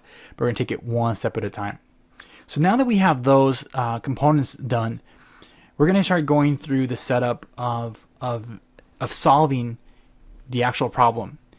Now, flow simulation has the ability to solve this problem on its own, but it's all a matter of what are you looking for specifically. Well, what we're looking for specifically are forces, and whenever you're looking for a specific piece of data, you should make that a goal. A goal allows the program to stop solving the problem, if you will, by looking at those specific goals and looking at how the number is changing as each iteration goes by. We call that convergence. If the numbers start to converge to a certain number, well, the program considers the solution to be solved. Now, there are several types of goals: global, point, surface, and volume. They all have their different places. When it comes to external flow problems, you're typically going to work with global goals, because when you're working with the big picture, you typically your structures is all of one, is basically one piece, and you're looking for all the cumulative data for that one piece. And so we want to know lift in the X, Y, and Z, and all the torque as well. So globally, we're going to look at the now there's lots of force components. We're looking for force in the X, Y, and Z, and you see here this checkbox here indicates that this will be used for convergence. So the solver will monitor these components. I also want torque about those 3 axes globally. Okay, and it's not isolating any particular component. It's just rather a goal. It's a global goal to see if those numbers are coming to a known value. All right. Now, typically, just to refresh your memory, if you're typically doing internal flow problems, you're used to using goals that are related to pressure. Okay, and in our case, pressure it's not quite what we want to scrutinize. So we have those 3 goals. Now I want to look at a few specific things, like the force on a particular surface. So I'm going to create a surface goal, and I'll pick this face and this face, this face, and this face, and this. And you know what? Since I'm picking a lot, let's just do this. Let's go ahead and right-click, select tangency, and we'll get them all in one shot. So we're picking that, and we're making that. We want to know what the Z component is of force. So we're doing force in the Z. I'm going to do the same thing for this upper part of the fairing, the windshield. We're going to look here for force in the Z as well. Okay. Now, the reason why I'm going to monitor that is because when the forces have stabilized for those surfaces, we can be pretty confident that the solver's done. Okay. I'm going to do a little different goal this time. I'm going to look at the surface goal back here of this contraption, and I'll look at the force in the Y. And why? That's because that's the component of lift that we're concerned about. I also want to look at the side-to-side forces. That will be force in the X. That will give us the side lift that would keep us in and out of a turn. Okay, and then finally, let's do one more surface goal of the tank. And some of these surfaces are not tangent, so I have to pick them manually. And there we go. So I want the same thing. I want lift, so force in the Y, and then the force in the X. Okay, and there we go. So there we go. We've set up. Now I'm making this look a little easy because normally our goals list would be very, very long for an internal flow problem, but in our case, we're just looking for lifting forces, and then eventually, of course, we'll be able to post-process and look at the actual flow over our bike. But those are the things that we'll use to monitor the problem. So I'm going to save this, and it's going to ask me to rebuild and save. I'll do that. Now, because I've disabled components like the motor and the other fine detailed components, I have to rebuild or reset my settings on my mesh density. Now, there's a consequence to that. During the save process, there was a little box that came up, and I hit no, and just because I want to show you what happens. If I right click the top of the tree, there's a rebuild. Okay, if I rebuild. So by hitting rebuild like I did, it resets the settings on my mesh. Now, it's also a good thing to do that once in a while, just to hit the rebuild, because that will force the program to reconcile all the new changes that may have happened since last time. All right. Also, I want to point out one last thing. We accessed the mesh settings earlier by in the process of creating a new project. You can always go back to those by right-clicking Input Data, and then there you go, Initial Mesh. Now that will bring up this dialog box that you're used to. All right, just FYI. Now, okay, so we have disabled components. We created goals. We reset our boundaries so it's flush with the ground. All right, and we're ready to move forward. So I'm going to right-click the study, and we're going to do a run. Now this is the first time we've run this on this computer, and this is more importantly, this is the first time we've run it after making major changes. So the mesh is a must. It's going to mesh for the no matter what. It'll also solve. Now a lot of people will just mesh, and then to look at the mesh, we're going to actually do that. We're going to just mesh, and this could take a while to do. Because what's happening first off is the solver has to update all the geometry, find the thinnest walls, and then it gets to meshing. Now down here, this is the mesh generation window. It's preparing the model. So this is actually going through and looking at all our complex curves. We actually have a lot of complex curves in this model. Most people work with arcs and lines, but we have lots of splines in our design. So this is going to take a little while to go through this.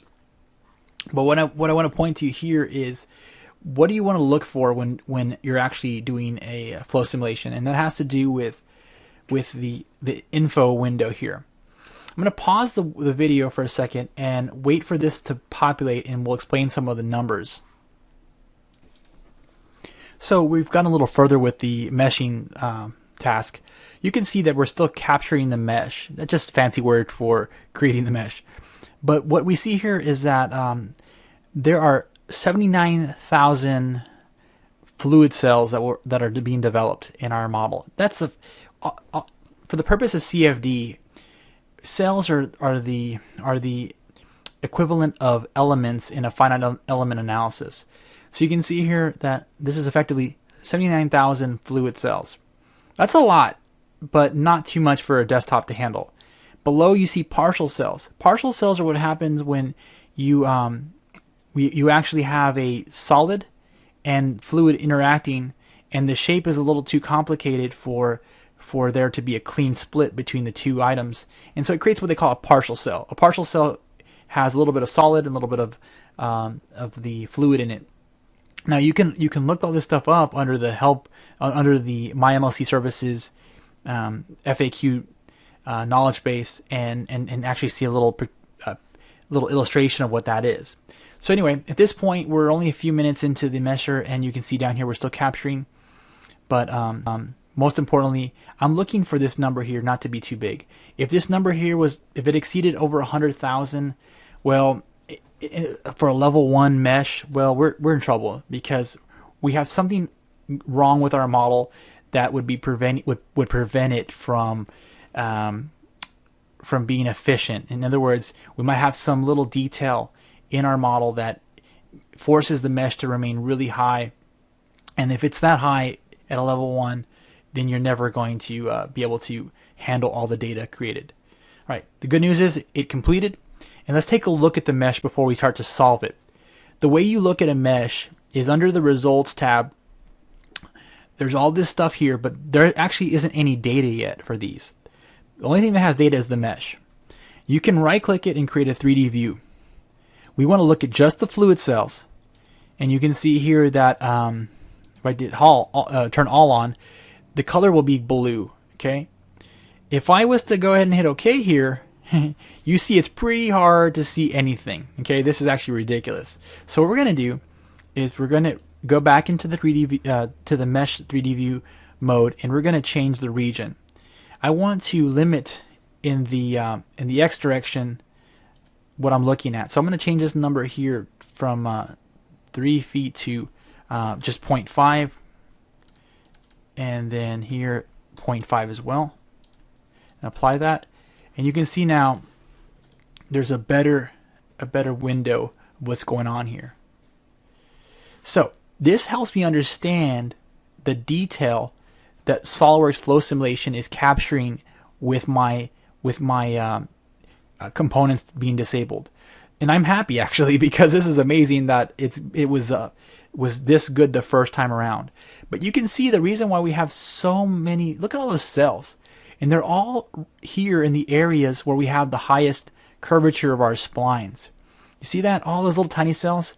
That's pretty remarkable, because most CFD programs could never do that automatically. There's a lot of manual manipulation of the fluid cell elements around it. So anyway, it looks phenomenal. So I'm going to go ahead and save this, and we're going to continue. So let's move forward. To move forward, I'll right-click the top of the study again, and we'll run it this time. When I run, we no longer have to mesh again, so that's turned off. But we will solve it, and it's a new calculation starting from 0. We're going to use my computer. You could use computers on a network, and you can choose how many processors you want to use on that computer. Now I have 2 quad-core processors, so I have a total of 8 CPUs at my disposal. I'll run that, and we'll take a look at this next window. Now, while this is pulling up, I want to point out something that's really, really awesome about SOLIDWORKS Flow Simulation.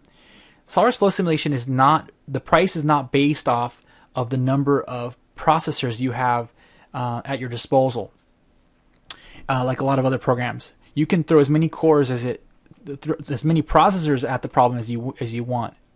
Now, I want to point out what we have here. This is a list of goals that we established earlier, and they're being used for convergence.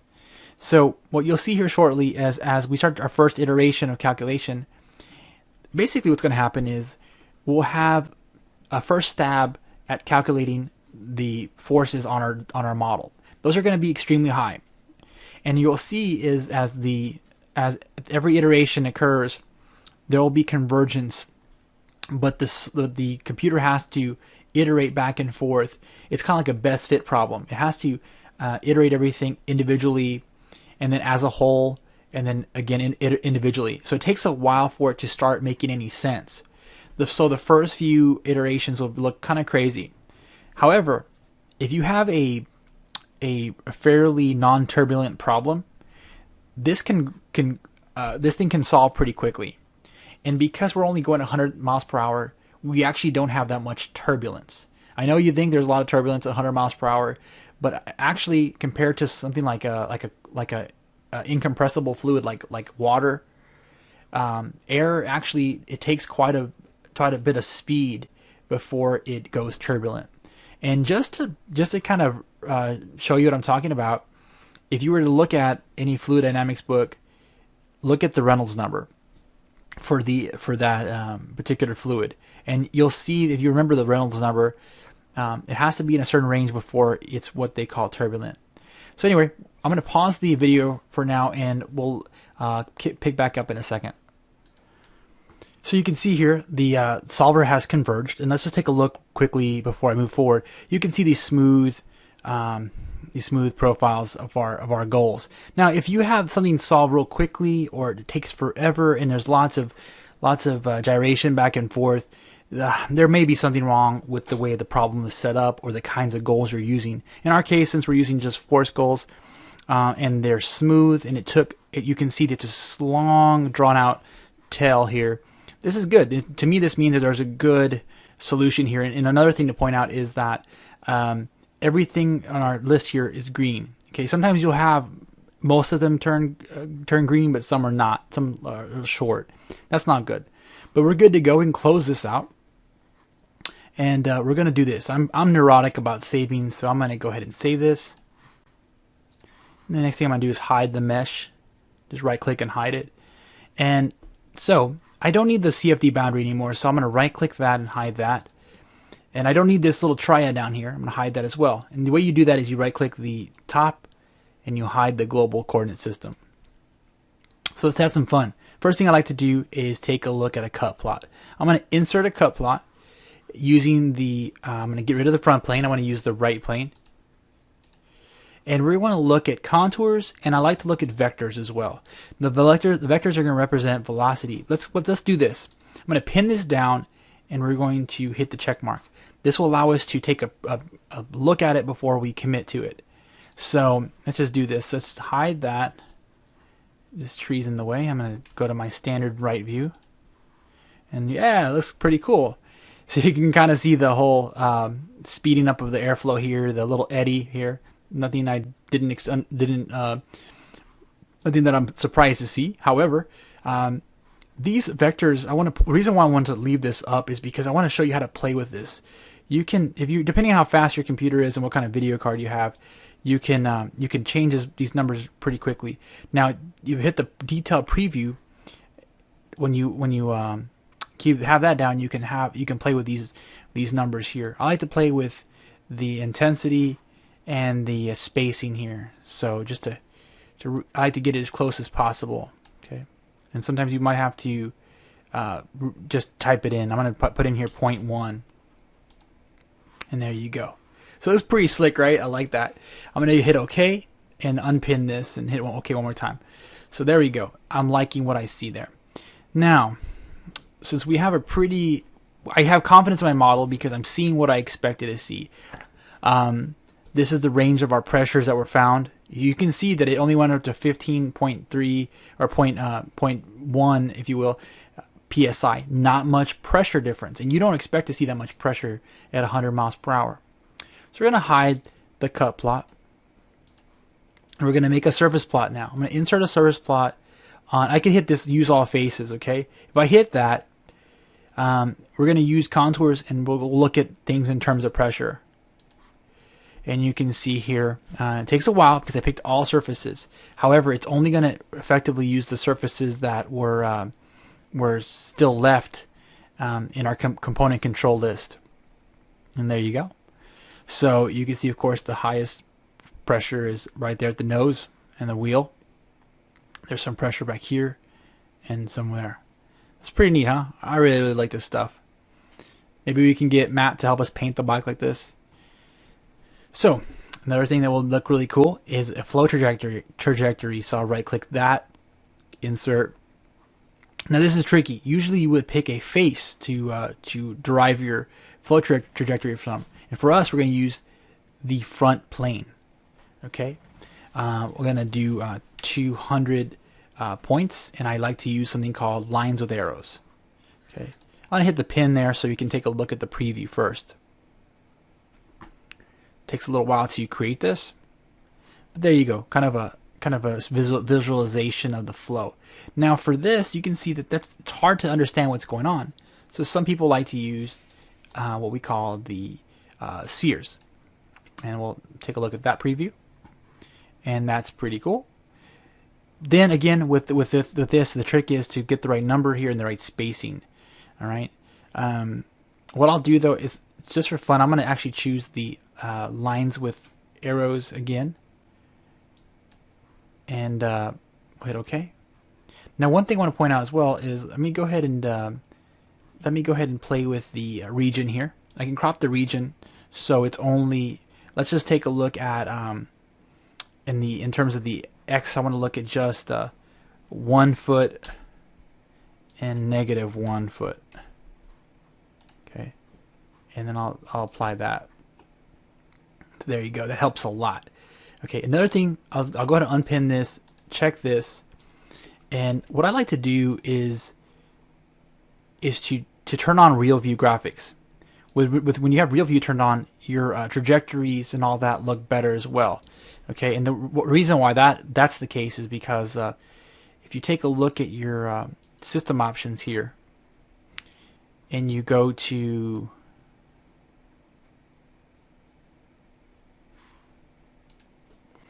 so it's actually I just misspoke.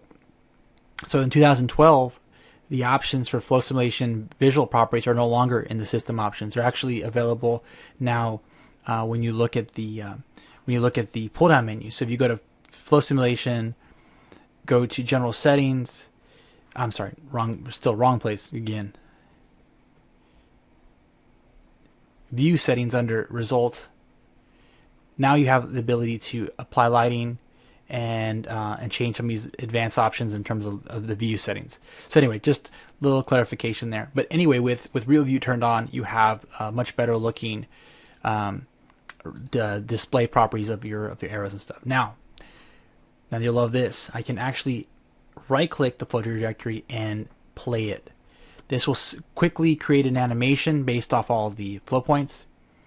And now what's going to happen though, you see it's kind of, there's this little craziness happening over here, and then it just shows. Okay, the reason why is we picked the front plane, which is cutting right through the motorcycle.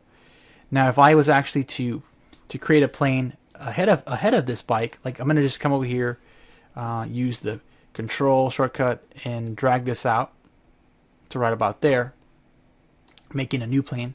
Okay, by the way, it's going to keep playing until you stop it. So if you go here and you right click, you want to stop that.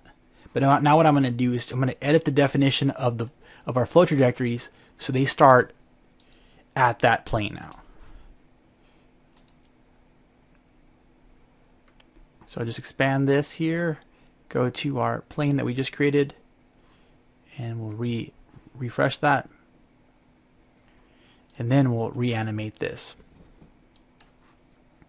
So you see a little bit better now. So what I want to emphasize here is the plane that you choose for the flow trajectories.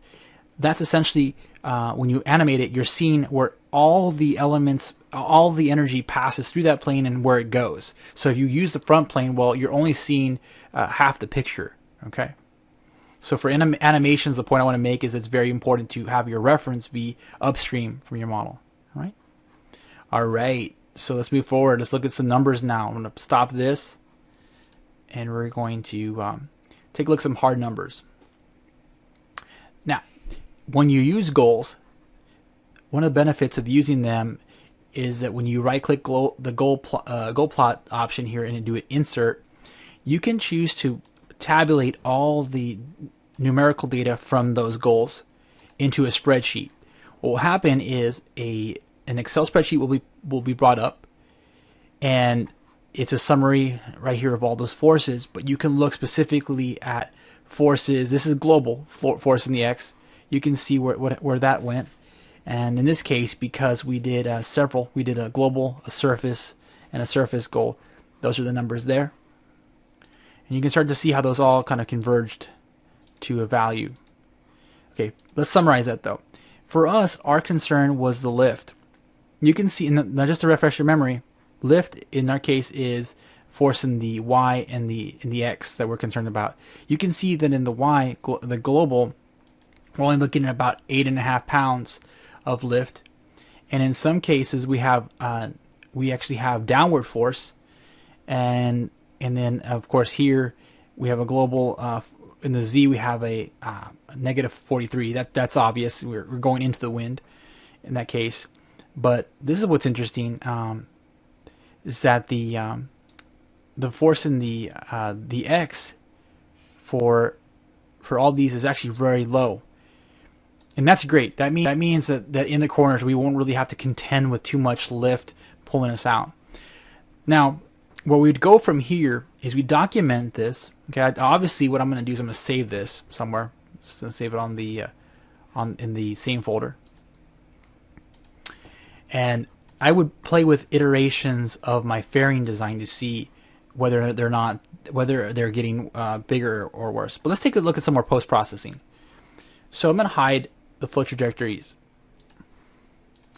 And I want to query a specific value. I want to know, for structural purposes, what kind of force is happening here on this fairing. I could right-click this thing called Surface Parameters, Insert.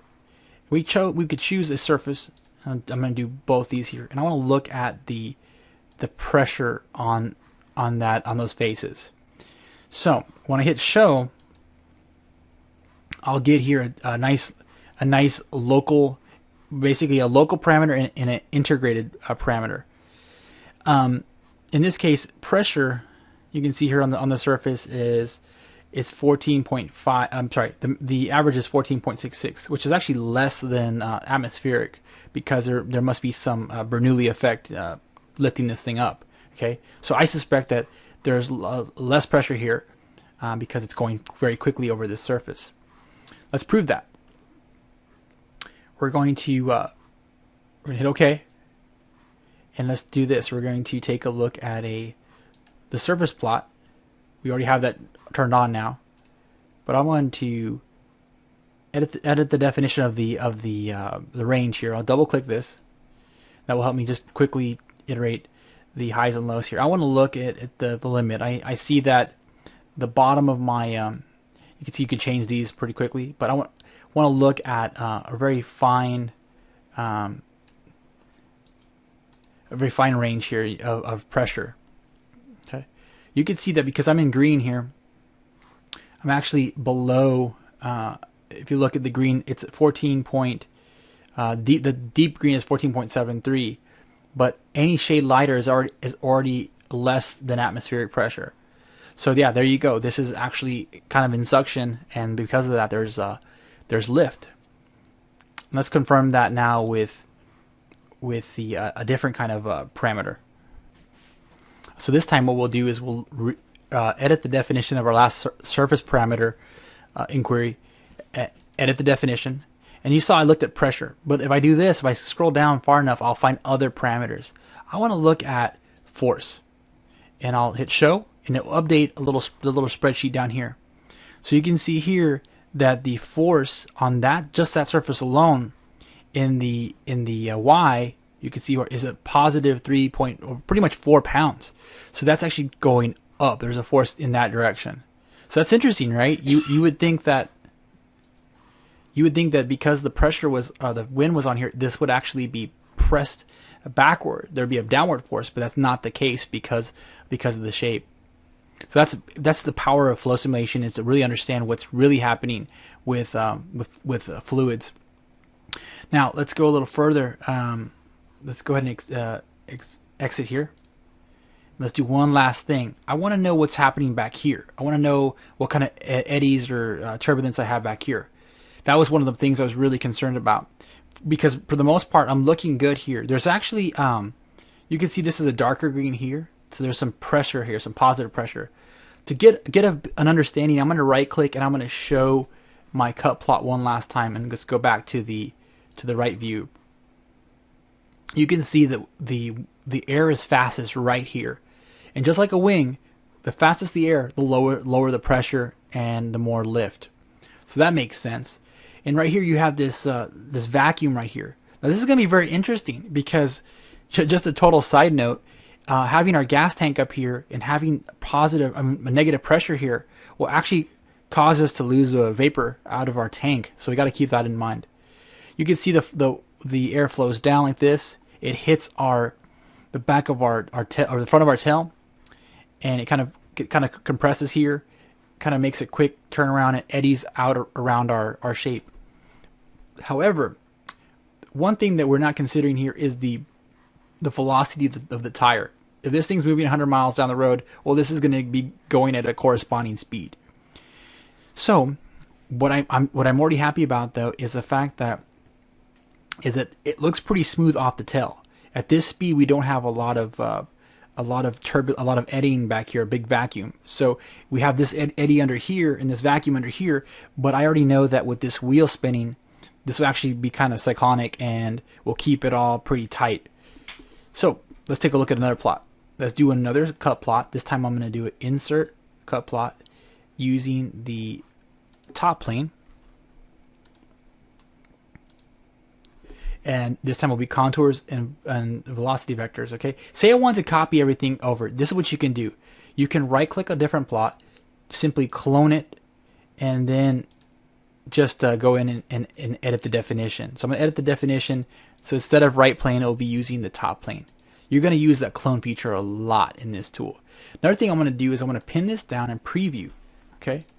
So now you'll see if I take a look at this ISO view here, you can see that that it looks good, but it's on the floor, so it should be at 14.7 psi the pressure. Now, if you got this preview up, you can just use this option here to scroll up and understand what's going on here. Okay, so there you go. There's a little cut plot through our bike now, and we're looking pretty cool. I like it. So we'll wrap this up so you guys can get to your own flow analysis.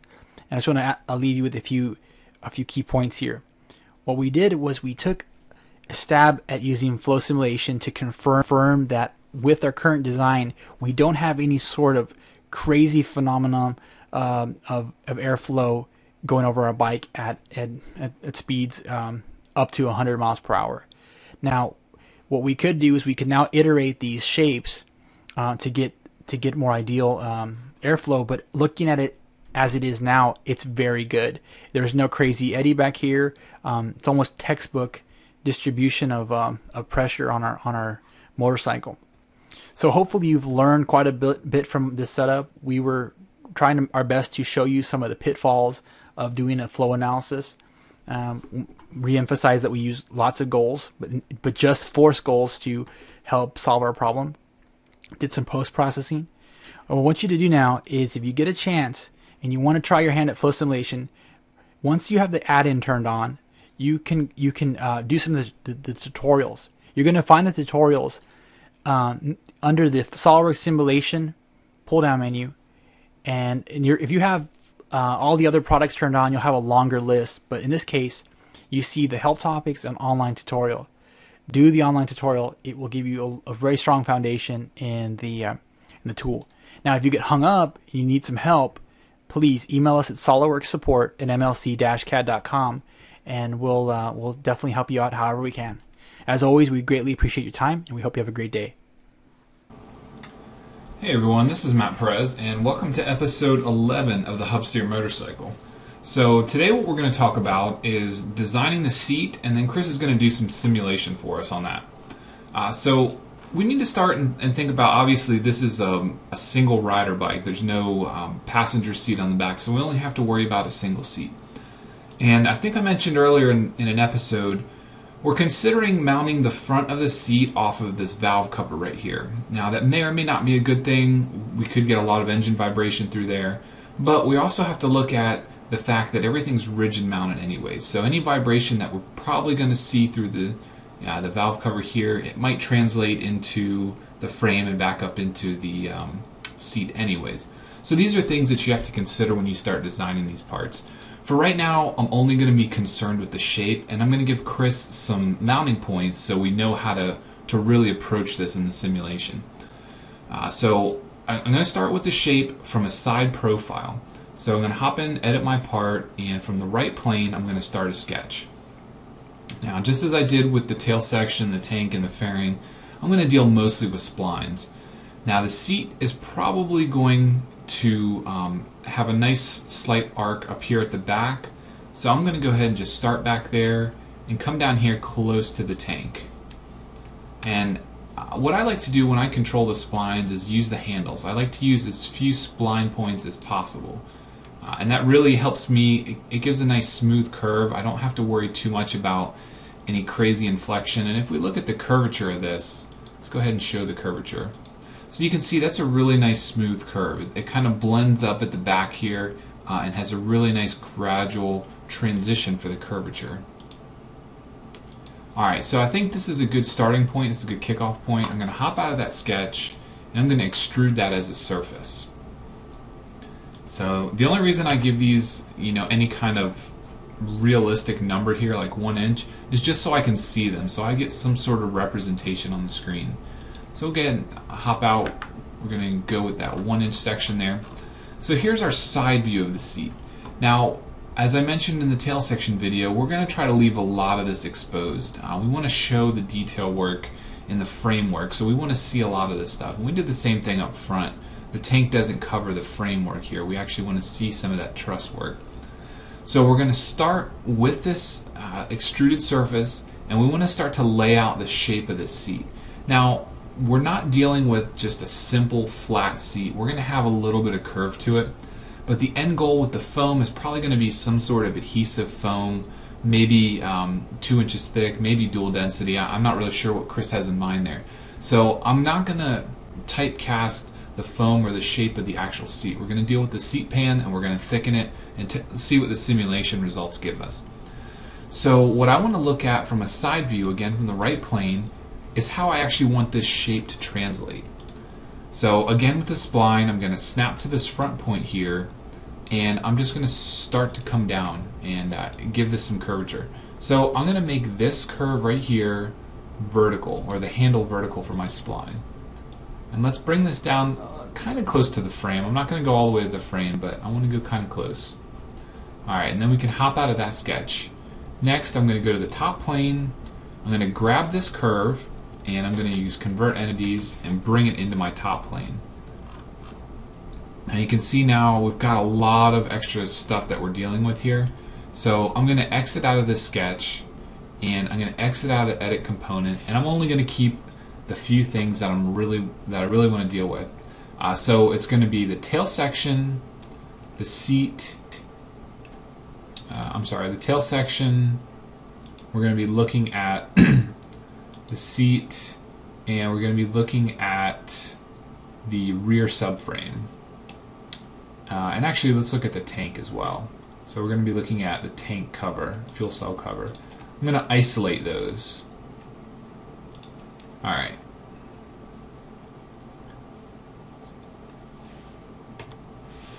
Okay, so this will be a little bit easier for us to see our curves in. So let's go ahead back into edit this part, back into a sketch on the top plane, and again I'm going to take that curve and I'm going to use Convert Entities. And it's basically just going to take that and shoot it down to that top plane. I want to make sure this is a construction. Alright, so from a top view, I want to take that curve, and I'm actually going to bring it out to wrap around the tank a little bit. So you can see what I've done here. When I looked at this from the side, I kind of had a good idea of how I wanted things to look. But now that I look at it from the top view, it's completely different. So I'm going to have to make some changes to this. I'm just going to leave this sketch how it is for now. I'm not going to delete it. I'm going to go back and I'm going to edit that sketch too. Alright, so what I actually want to do is wrap this around the tank a little bit. Alright, so I'm going to reduce that just a bit, and I'm going to bring this up. Alright, so now when we hop back into our sketch 4 that was on our top plane, we can redo some of this curvature here. So I got a spline that's starting here, and it's going to come out and be horizontal with this point. And then again, I'm going to take this, I'm going to make this tangent. You could also just do a horizontal relation on that handle, and I kind of want to mimic the shape of the tank here. So I'm not matching the curvature exactly. I'm not real concerned with that at this point. These can be finer details when you get closer to production. But really we're just doing an overall layout of everything here. So I think that's a pretty good setup there. So now I'm going to go in and I'm going to do, for my surfaces or your features menu, I'm going to do a projected curve. Grab both of those sketches. It's going to be a sketch on sketch. Alright, and you can get a 3D preview of that curve. And when I've isolated these few components, it's a lot easier to see what we're working with here. Alright, so you can see that may or may not be exactly what you have in mind, but I think that looks pretty good for what we're doing.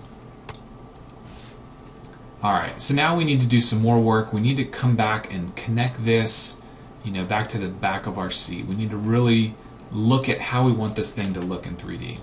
So I'm going to start with the sketch on the top plane for this part, and go ahead. Again, I'm using splines. I always use splines. Very rarely do I use lines or arcs, and that's simply because the curvature is a lot harder to deal with when you're dealing with lines and arcs. Lines don't have any curvature. If ever you're dealing with a line, it's got zero curvature. If you're ever dealing with an arc, it's constant radius curvature. And that makes it a lot harder to get nice blends between straight lines and splines, or straight lines and arcs. You're going to have some issues when you start dealing with reflections. Alright, so that's a nice general shape, and don't get stuck when you're designing these shapes, when you're coming up with these shapes. Don't get stuck in one shape or one area. You want to really explore your possibilities. As you guys saw with the tank, when I was showing you that, I was really, I started drawing the tank and I really got into it, but I went through a couple different revisions. I really didn't like the shape, it didn't flow. So you really need to be able to cut your losses and just start over. And don't be afraid.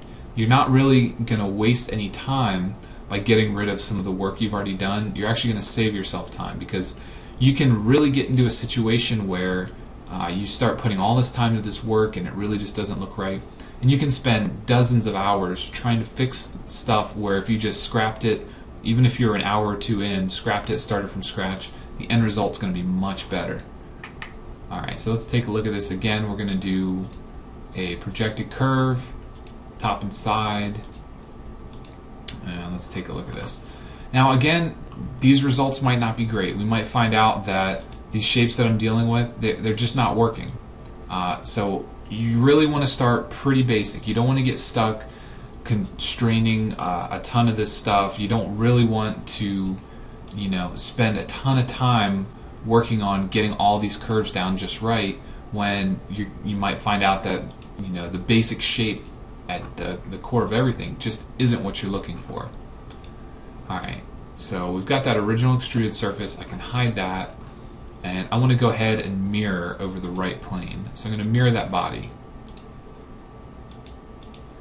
And what I'm going to do while I'm here, I'm going to select knit surfaces. I'm just going to put those two together. So you can see here, because I had that top curve, everything looks great from the top, but when I did the curve from the side, I've got that sharp point. So now when I look at this, my curve, my shape of my seat isn't really working out. And so what I need to do, I'm going to delete that mirror, delete that filled surface, and actually delete that curve too. I'm going to leave that side view that I had in there, but I want to do a view from the front. So I'm going to take my extruded surface, I'm going to show that again, and I want to connect my curves in the front here. Actually, let me go ahead, let me hide sketch 6, make it a little bit easier for me to deal with. So I'm going to project this line into my front plane, and let's look at this from the front. The tank is in my way, so let's go ahead and just hide that while we're in here.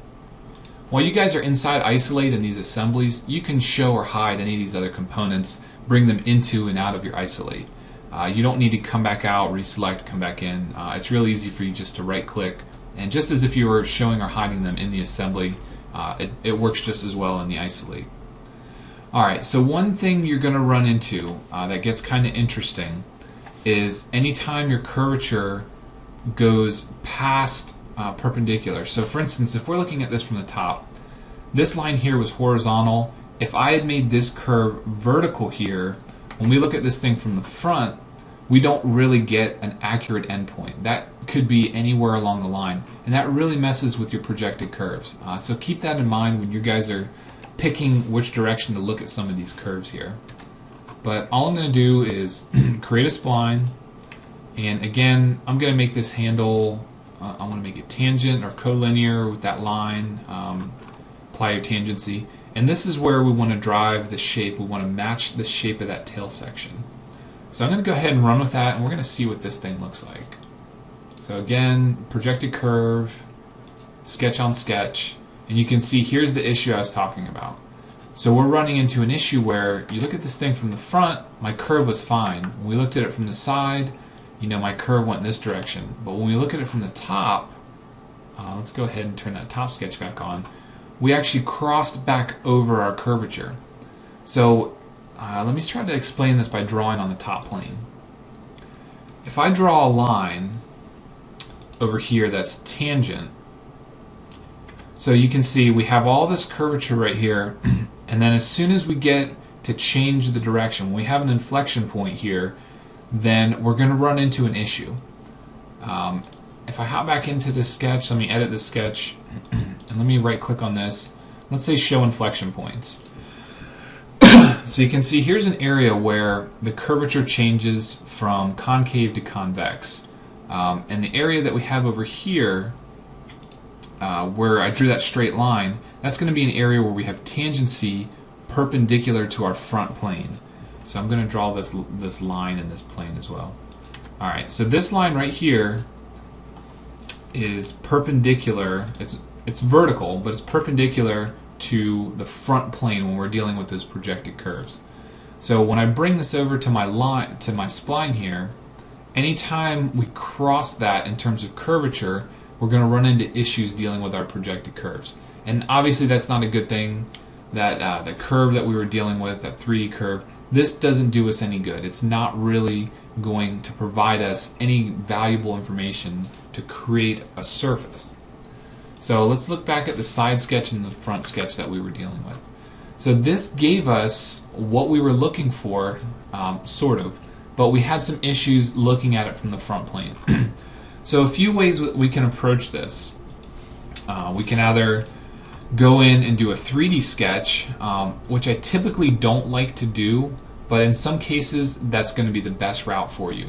Another thing we could do is draw the surface how we had it, then we could extend it out, we could do some trimming, and there are a few different options. In this case, I'm going to go ahead and do a 3D sketch and just show you how you can work with a spline in 3D.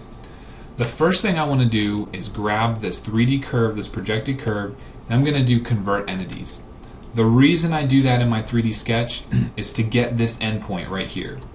So when I start a spline, again, I'm only using a start and end point. I'm not dealing with multiple spline points just yet. I might have to add more.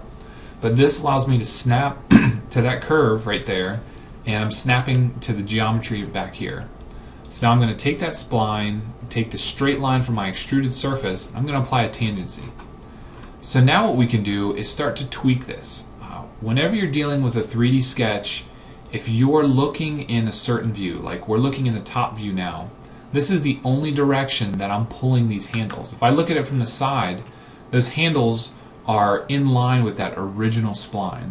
So you can see we don't see this handle, but we're going to be tweaking this side handle here and trying to get the curvature that we want. So looking from the side, that's good. Looking from the top, we need to do a little bit of tweaking to kind of get it in line. But when we look at it from the front, we have a much better view here. We're dealing with a much better curve because we applied that tangency with that edge there, that extruded surface. So you can see as we start tweaking stuff, it's not really coming into line how we want it. We're going to have to play around with it some more. Let's look at it from the top, and you see every time we do that, we're kind of pulling it out of that curvature. So what this means, what this is telling me, is that I might have to actually insert a spline point. So I'm going to insert a third spline point, and what I'm going to do is drag that around. But you have to be careful because you see how it's snapping to this point right here? When I look at it from the side, I snap to that sketch down there. That is not what I want to do. So you have to be real careful when you start dragging these points around. And what I like to do is hold down the control key. That's going to remove that snap, the constraint snaps here. And this is only moving currently in my XZ plane. I'm only moving in X and Y. I'm not moving it in 3D whenever you're using these normal views, the top view, the side view. Alright, so when we look at this thing from the side, all I did was move that thing horizontally. So now I'm going to kind of tweak this and bring it back. Remember, hold down the control key. You don't want to snap to that line because that's on our right plane. So let's look at this again. We're getting a little bit closer, and I'm just going to actually run with this curve and see what it brings up for us. So I'm going to hop out of this sketch. I'm going to hide all the sketches I'm not using. And one thing you have to be careful with now with your selection, we're going to select this 3D sketch. And that's all great, but now we've got that construction line here. You can edit your 3D sketch and you can make that line an actual spline there. We don't have to use it as a construction line. And then we can simply hide that 3D curve. Now obviously it seems like we did some extra work creating this 3D curve, but at the time that we created it, we didn't know we were going to need to have a 3D sketch to define this. At this point, I can go back in, I can do my filled surface, and everything is looking a little bit better. I'm going to go ahead and apply a tangency here, give that an OK. Now we can hide our extruded surface, and the same thing, we're going to just mirror that right across that right plane, mirror the body, knit the surfaces together. So you can see that is a much better result. When we look at that thing from the top, when we look at that thing from the front, the shape is a lot better. But it's not perfect. We're still not matching the shape of our tail. And this is something that you guys are going to have to play with a lot in order to get right. Dealing with curves in 3D, it's not an easy problem. It's a complicated problem, and it's the reason why not a lot of people do surfacing, especially in SOLIDWORKS, because you have to define things in a very mechanical fashion. You don't have a lot of freedom where you're just grabbing, you're pushing, pulling surfaces. You have to lay out the curves that are going to define these surfaces, and it's not the easiest thing for people to do. Hopefully, seeing the way that I lay out these 2D and 3D sketches, being very careful not to apply too many relations, not to do too much, hopefully that'll give you guys a jump start on creating some of these surfaces. From this point, I need to go back into my 3D sketch, and I'm going to modify this curve. So you can see here, because I added that spline point, I'm no longer matching the shape of my tail here. So I want to go ahead and modify it to match it a little bit better, and take a look at it in the top plane. Alright, so there with the little tweak we did a little bit better. This doesn't really match up very well with our shape anymore though. So we need to go back all the way to the extruded surface. And this is a great thing about the way that the curves were defined. I can come in much closer to this, go ahead and tweak some of these handles, and see if we can get a better representation to match the shape of our tail here. One thing I want to make sure I don't do is go past vertical though, because then we might start to run into some problems. Because I know at this point I already defined a 3D curve, and I didn't deal with it in 2D, I can go ahead and make that curve back. So let's take a look at that.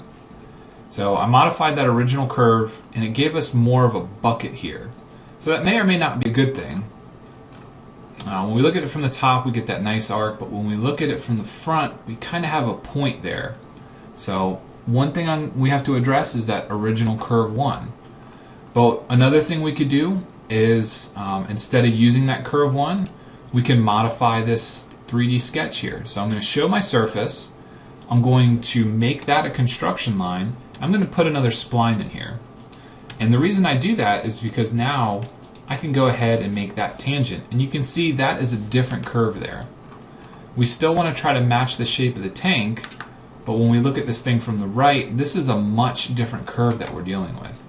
So it's very interesting to note what kind of changes are made when you do these things.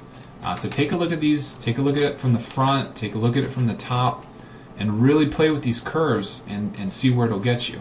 Let's hop out of here, and since we defined that surface fill by using a 3D sketch, it really changes the overall look. So now we don't have that same point, we have a nice smooth gradual curve there. We're still not matching the tail section just right, but because this is so early on, I really need to just get a file over to Chris so he can make the tweaks, do some simulation, and take a look at what we're dealing with here. So I'm going to just modify this a little bit. I'm going to make a tweak here, make a tweak there, and whenever you guys insert these spline points, I really urge you not to mess with the handles until you absolutely have to. So I'm tweaking these curves, messing with things. If you get to the point where you really need to modify these handles, go ahead, but it's really going to complicate the curve generation for you. It's going to put inflection points in here, you're going to get some interesting curvature that you may or may not want, so just be ready for that change as soon as you start tweaking those. You can always go back, let me actually show you this. You can always go back, right click on these, and you can relax the spline or simplify spline. So a lot of times that'll remove some of these intermediate points. Since we're only dealing with one spline point, it doesn't really help us here. But a lot of times you can get rid of a lot of complexity and a lot of inflections in your curves whenever you do that. Now, so here's an interesting thing. Let's look at the curvature. I'm going to kick the scale up a little bit. So go ahead and OK that. So we've got curvature going in different directions. As soon as we hit that inflection point, it really tapers down. You can see we've got the inflection point here, we've got one up here, and this is, obviously it's showing us all the different directions. When we look at it from the top, everything looks nice and smooth. When we look at it from the front, it looks smooth, it looks like you're just having a drastic change here. When we look at it from the side, it's a little bit different story. Close to that spline point we added, because we tweaked the handles, we've got this sharp curve here. Now for our seat, that's not going to be a big deal if you guys are making, the bodywork, a fender, something along those lines. Well, that gets a little bit more complicated and you start to run into issues in your surface quality. So that's just another thing that you need to keep in mind here. Alright, so at this point, we've got these two pieces together. I'm going to go ahead and thicken this. Now I know when we actually go to create this seat, this is not going to be a solid thickened part here. It's actually going to be, probably an 1/8 inch thin plastic. It's going to have, some reliefs on the bottom, some ribbing. At this point, there's no need for me to go through all that extra detail work, not knowing if the seat, the shape of the seat is going to change, not knowing how the simulation results are going to come out. So really, I take that shape, I thicken it, and this is going to be the base structure of my seat. Now when I go to do the foam portion of it, all I'm going to do is create an offset split of this thing, and I'm going to thicken it for Chris. But we still have a little bit more work to do. I'm going to go ahead and do a quick save. I want to make sure I don't lose any information in case of a system crash. But now we have to give Chris some mounting points. Now this is going to be very important because we are dealing with the stress analysis here. Now one mounting point is going to be on this tube here. And like I mentioned, the other one, it might be off of the valve cover up front. I don't know yet, so we have to kind of make some judgment calls here. I'm going to go ahead and sketch on the right plane, and I'm going to grab this median line here, and I'm going to convert it into my sketch. Alright, so now I have that line to deal with. I'm going to make it so that my mount comes off of that point. I'm going to give Chris a boss down here and give him some dimensions. Let's make it, 3/8 of an inch ID. Maybe give him a 1/2 inch OD. Let's go a little bit higher. Let's go 5/8. Alright, so this is going to be our mounting point. And I'm going to take, because I know Chris is going to do the stress analysis, I'm actually going to do an arc here. This might give us a better result rather than using a spline for this point. And I'm going to take this arc and just do an offset of it. I'm going to do a bidirection offset.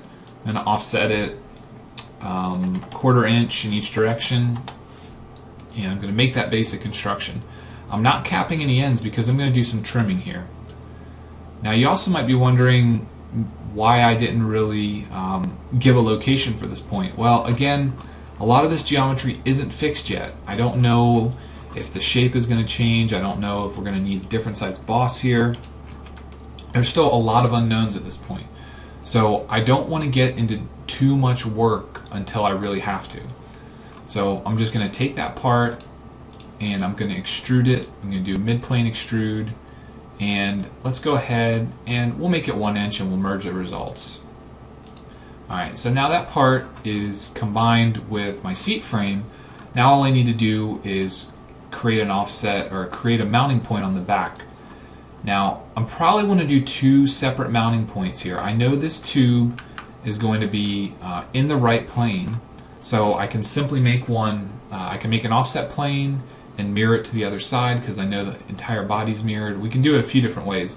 What I'm actually going to do is take that right plane and I'm going to offset it, and there's a reason for this. I'm going to go ahead and do a 1 inch offset and OK that, and then I'm going to sketch on this plane. So my 1 inch offset plane, I'm going to do a sketch, and I'm going to use this intersection curve. So I want to figure out where I hit the seat, this complex surface here, with that plane I created. So when we look at it from the right side on our sketch plane, we now have that curve so we know where our seat is hitting. But we also have this tube here, and this tube is in a different part. Let's go ahead and do an intersection curve and try to select that, and you can see it's not giving me anything. So unfortunately, you're not going to have the option to grab that separate body, but what I can do is hop out of here, do a surface, zero offset surface, and simply grab that surface there. So now, if I create a sketch on that new plane, again I can come in, I can do intersection curve and grab that face, and now I can grab that surface and I can get a good reference for where these components are. Look at this from the right hand side. I'm going to take a straight line, I'm going to go from here, I'm going to go straight up, I'm going to do a vertical line, and the reason I'm doing that is because the rider's weight is going to be straight up and down. I know this one's got a funny arc to it, but I'm going to let Chris do some simulation. We're going to figure out what we need to do to this part to gusset it.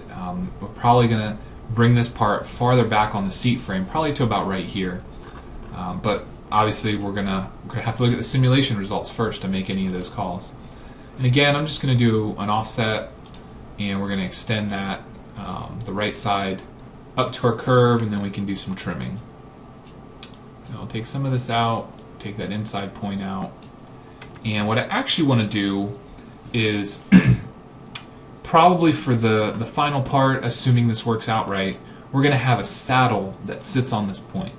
But for our simulation, for looking at the stress on this part, I'm simply going to draw it as if it was a tube, and I'm going to put a bolt hole through the center of that. That'll give Chris the information he needs to figure out what we need to do in terms of support here.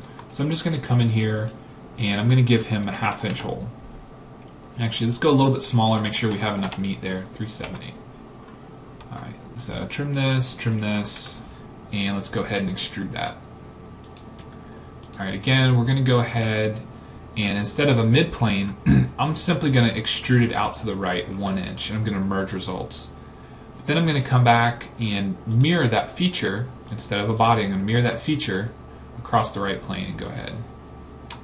Alright, so now I'm going to take these surface bodies I created, I'm going to right click on those and delete them, just get them out of the part. I don't want any extra stuff in here that Chris has to deal with when he goes in to do a simulation. Alright, before I actually offset this and do my surface for the foam, I want to do some fillets on these edges. They're nice and sharp and pointed, and I don't really want that. So I'm going to do a pretty large radius. Let's try 3/4. Alright, that takes a little bit out of it. Okay, again, we're going to do a quick save, and let's look at this thing from the top. So from the top, I'm going to select both of these faces, and let's do an offset. I don't want to do bidirection, I want to do it inside. And you can see it's not showing me a preview of this. Let's go ahead and do a smaller value and hit OK and see what happens. Alright, so it's giving me an error. One or more connected, model edges, model face. So what I have to do is select one face here and try to do an offset curve. And again, it can't offset the specified curve. Well, unfortunately, that's not great for us, but we can do a few other things. We can exit the sketch, we can go to surfaces, we can do a zero offset surface, and then we can trim that. So if you remember, we had some curves on the top, we had some curves on the side, we had that 3D curve. I can take that 3D sketch and bring it into another sketch. So for instance, on my top plane, I'll select that 3D curve and do convert. So you can see it brought that in. Now if I draw a straight line between these, I'm going to do a fillet on the corner, on this corner right here, and remember we did 3/4. Okay, that. Now we can mirror entities. We're going to mirror this curve, that fillet, and that line right there. We're going to mirror it about that. And now we have the basic layout of our seat. We don't have the edges how they were thickened, but we have a pretty good understanding of it.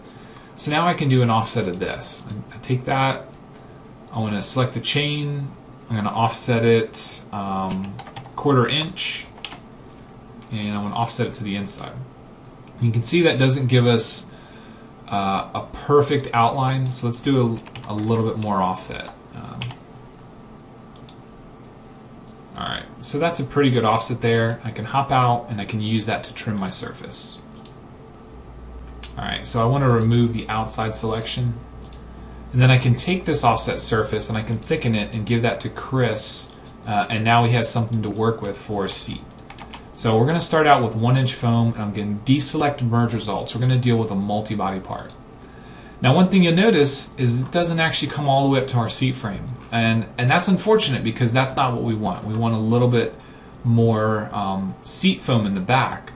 But one thing we can do, we can add a secondary pad on the back. We can go back and change the trim of this part. But it's not going to bias anything. This part right here isn't going to bias anything in terms of sitting on. It's only going to bias something as we accelerate and the force goes back. So let's scroll back up and take a look at that sketch that I used to trim this. Alright, so you can see it's kind of bowing in and bowing back out. So in order for us to get a different result, we're going to have to trim this from a different direction, or we're going to have to do multiple trims. So if I hop out of the sketch, instead of doing a trim and a thicken, I have another option here. So I'm going to delete the trim, I'm going to take that sketch, go to my curves menu, and do a split line. So I can take that sketch, grab my surface here, and do a split line, and now I don't necessarily have to thicken just this area, but I have a pretty good understanding of where that trim was happening. So I can go back to my front plane, and I can say, well, I really didn't want to trim that surface there. I can draw a spline, and let's go ahead and project this curve into our drawing. I can draw this spline, I can add some relations to it. I want to make this horizontal, and I want to trim this section right here, and then I want to make these tangent. Alright, so you can drag this around a little bit, we can play with the relations, we can get a little bit closer to the shape of the actual seat that we want. So actually, now that I'm thinking about it, I'm going to delete that. I'm going to draw a vertical line, or we could always use a plane or whatever you want, and mirror these entities across. And grab both of those, grab that vertical line, and now we can use this as another split. So we grab curve, split line, and we want to use this to split these additional faces.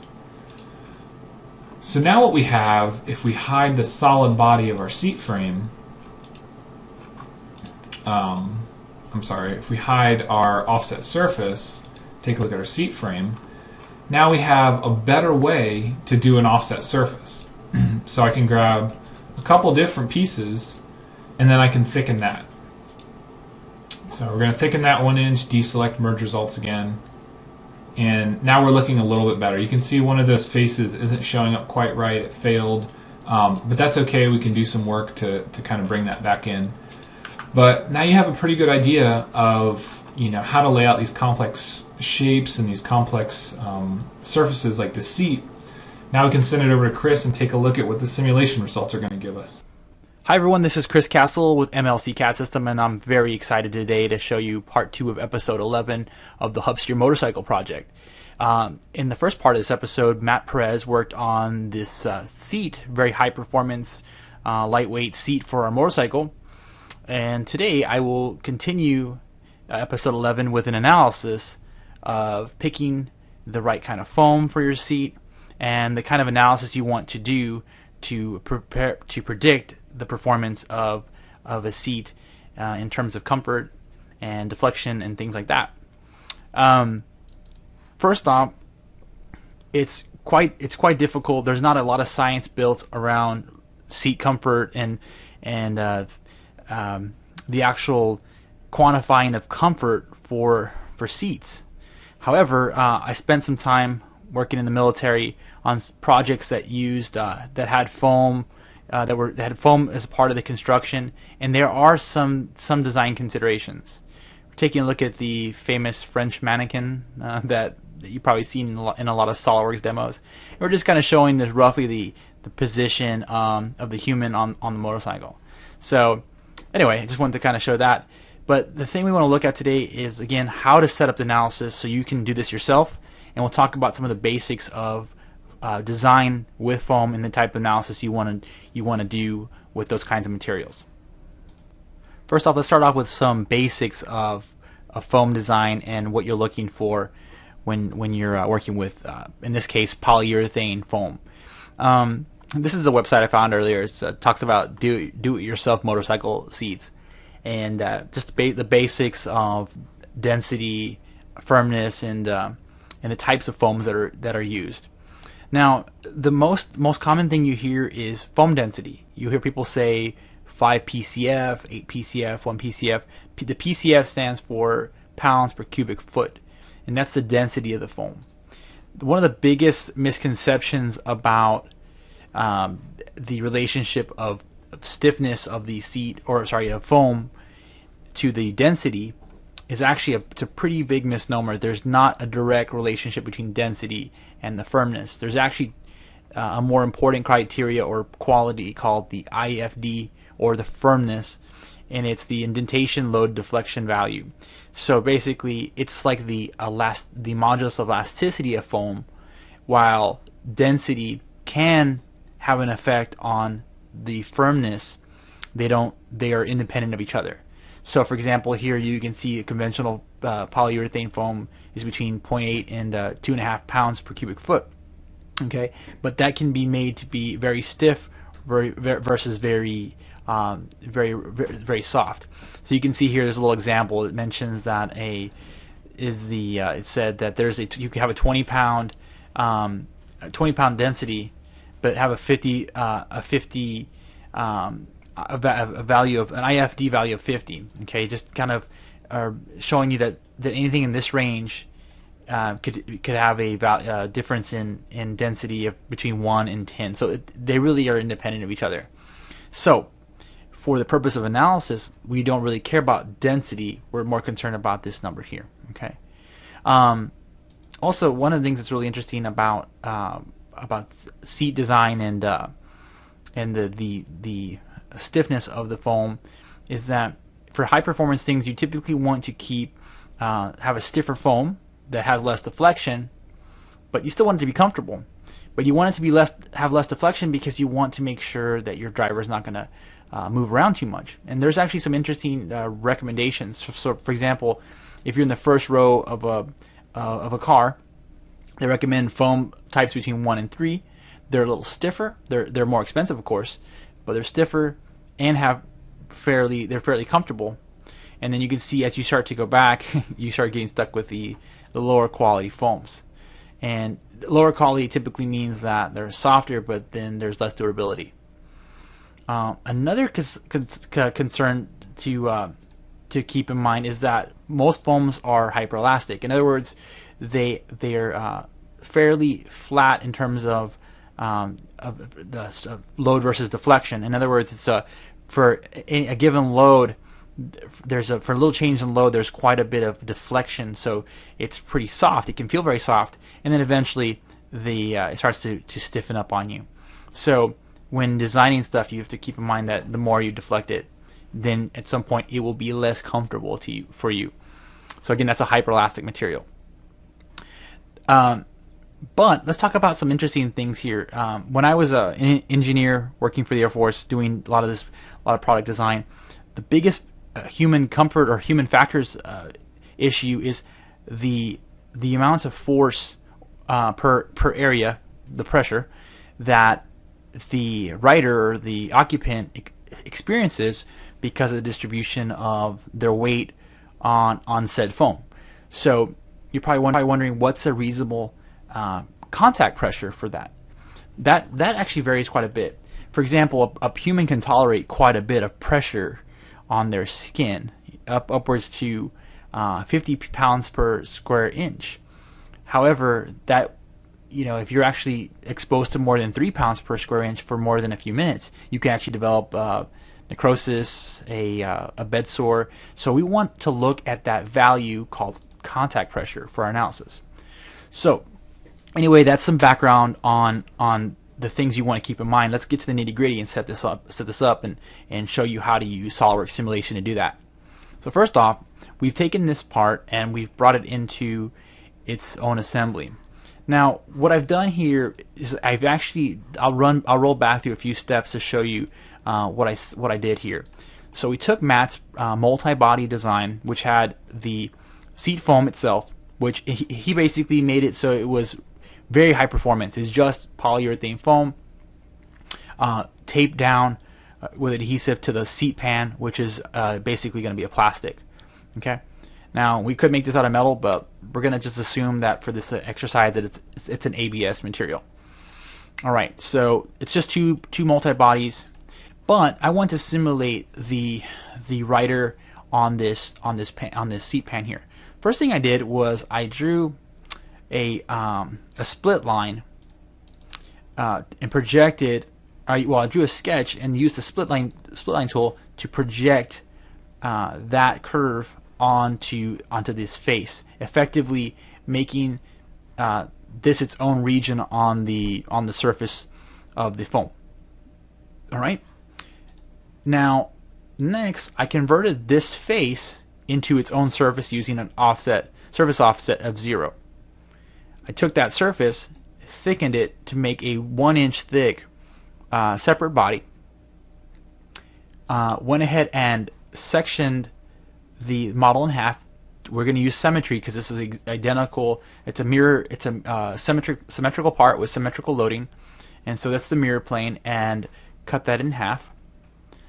We went ahead and did some fillets to simulate what this. By the way, this is trying to simulate the rider's butt and the leg, upper leg, making contact with the seat up here. All right. So that's our model prep. We simply have this multi-body here. I'll isolate the multi-body so you can see. This is basically our I guess a representative butt for the analysis. So let's review the rest of our model here. So you can see this is this multi-body here represents our seat foam, and this represents our seat pan. All right. So we're ready to move forward. Now, what I'll do to start off our analysis project is to show you quickly, we'll review quickly a simple linear static analysis of this situation, just to show you some background and what most people would do to attack this problem. All right. So of course you would go to simulation, you would make a new study and do static. Well, the problem with static analysis is that, remember, linear static analysis assume several things. The first thing is that the load is applied very, very slowly to the model. Okay. Second, the material's deflection is relatively small. 3, the material itself is linear elastic. So for a given, for example, if we look back here at our chart for our hyperelastic materials, this is not linear at all. So our stress to strain relationship is not linear. So if that's the case, then you really shouldn't be doing a linear elastic static analysis on your model here. It's going to give you some overly conservative results. But let's just show you what would happen and how you would set that up. First off, we've used natural rubber as our material for the foam. And why did I choose rubber? Just to show you, it's a soft material. It has a very small elastic modulus of 1.54 or 1.45. Anyway, that's about a millionth of the elasticity of, say, steel or aluminum, or actually, it's even a little less than that. So you can see this is very soft compared to steel. Well, therefore, it's going to deflect a lot under load. There's actually a very small selection of materials in here, and if you look at them, most of them are missing any elasticity values.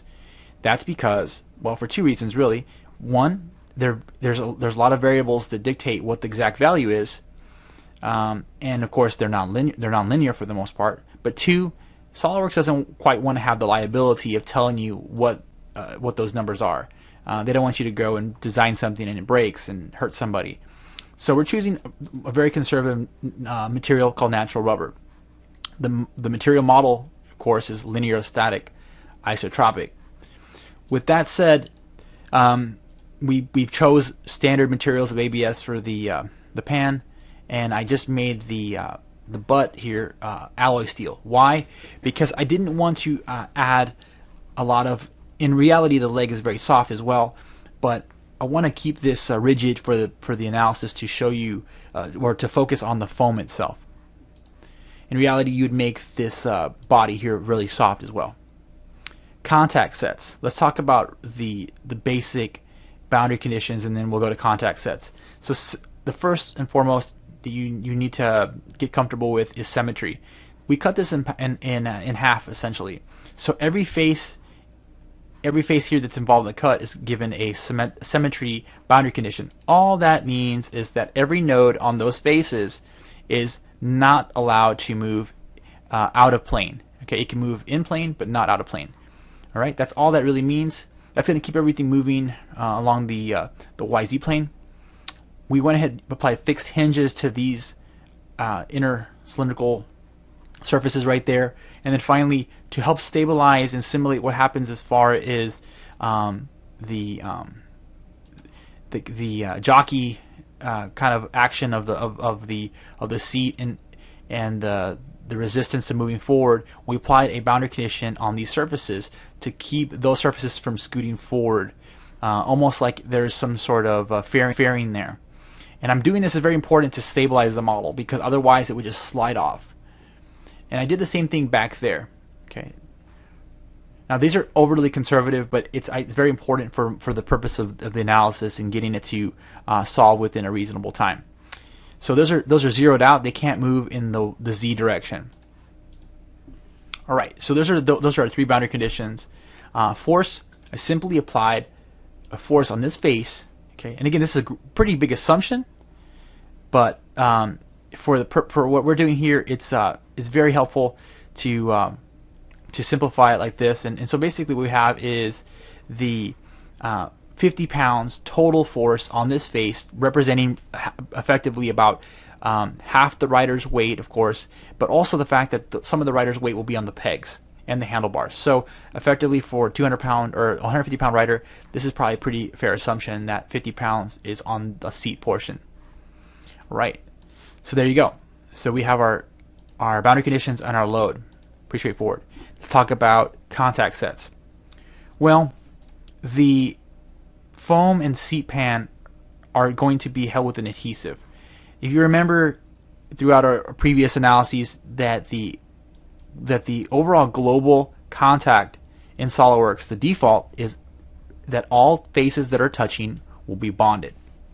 So we left it bonded. So those faces effectively will be bonded, but the bottom of this little butt piece here, the face that it makes contact with, just right here between those surfaces, would also be bonded.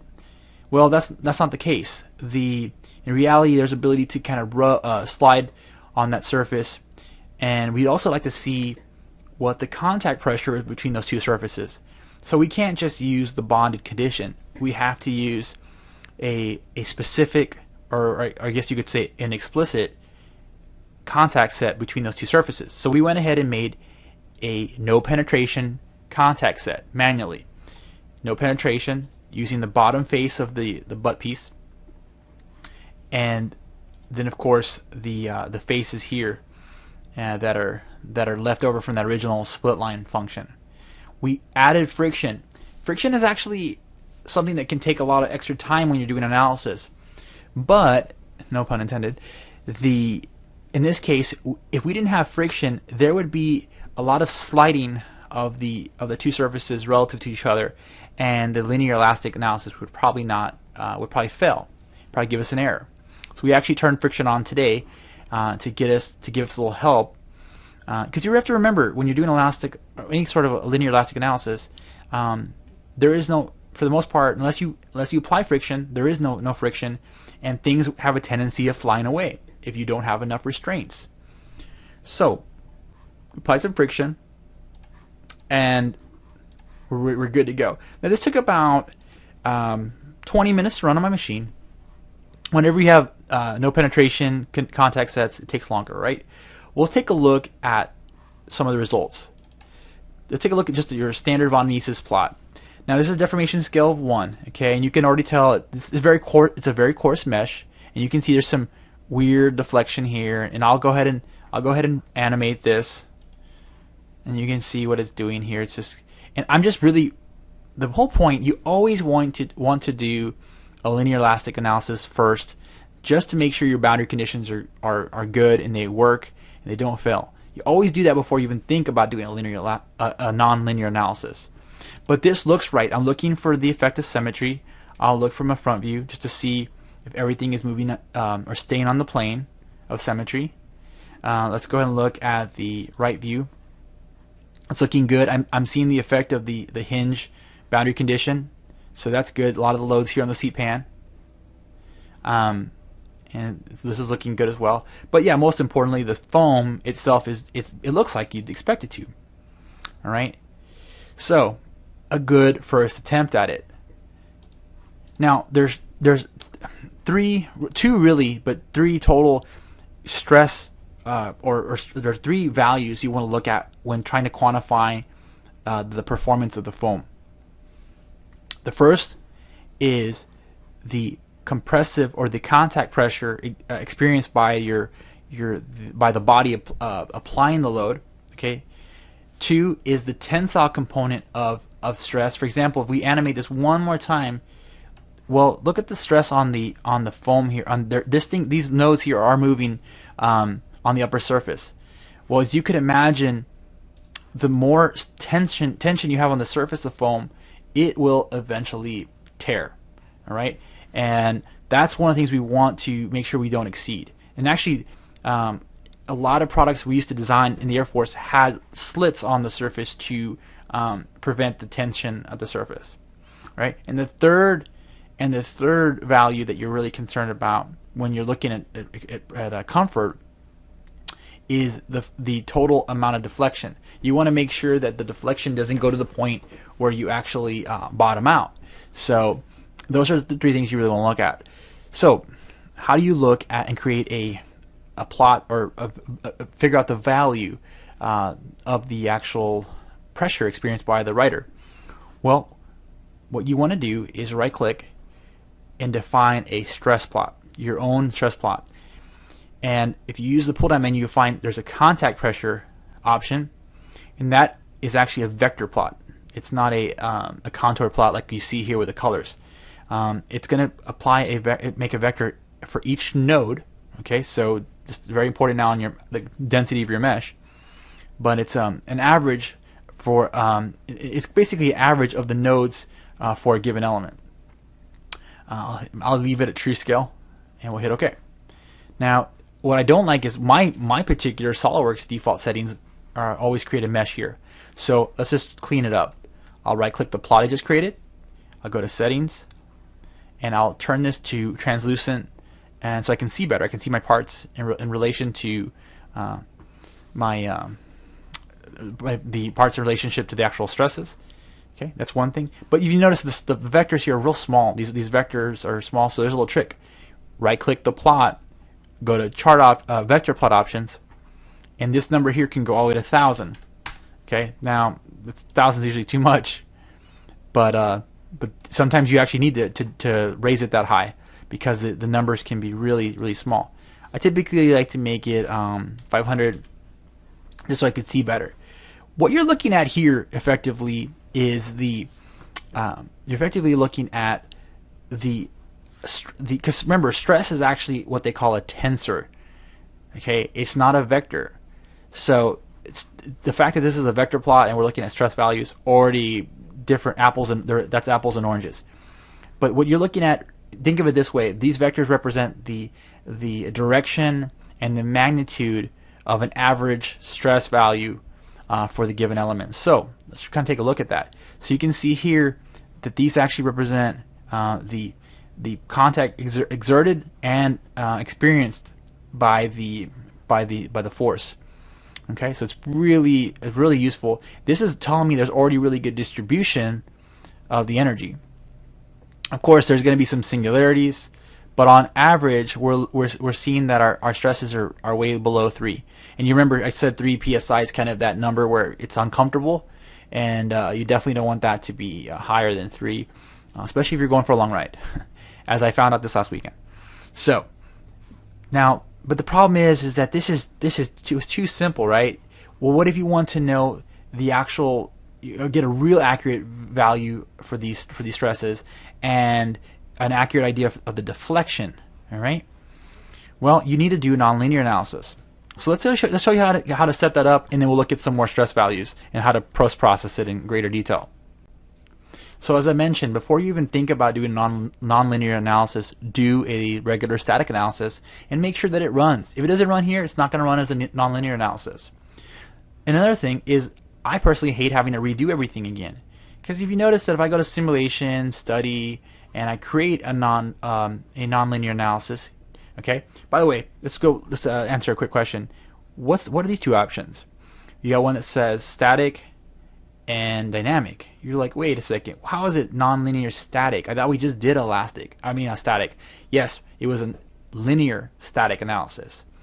A nonlinear static analysis basically means that, again, it has the assumption that the loads are applied slowly, but what we're really looking for in a nonlinear static analysis is instead of having very small deflections, we can have greater deflections and understand those deflections. But the assumption is still that there is the application of force is very small. So, for example, this is not like a snap hook or like a snap through analysis. This is a sitting very slowly on a seat analysis.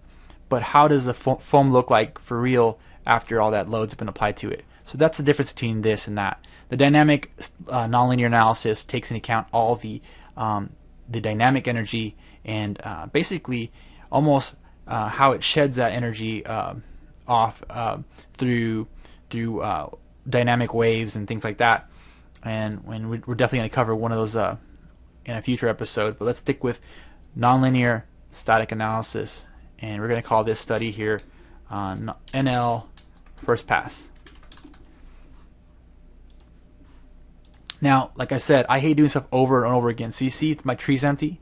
No problem. I'll go back to my first attempt at doing my analysis, and I'll copy everything. I'll copy the materials, I'll copy the connections, copy the fixtures, the external loads, and the mesh, and I'll just drag that and drop that over onto the nonlinear analysis. I had to do it twice there. Okay. So it doesn't. Sometimes it doesn't copy everything over. You want to take a look and make sure everything came over. But we look good here. Oh, the loads didn't come over. So let's go back, apply that, and does that come over? Yes, it comes over. But you know what? There's a reason why it didn't come over the first time actually, because the force isn't linear. So with the linear elastic analysis, the one we did before, there's an assumption that the load was applied very slowly, but it went from 0 to 100 very slowly, but we had no control on how slowly that was applied or the profile of how it was applied.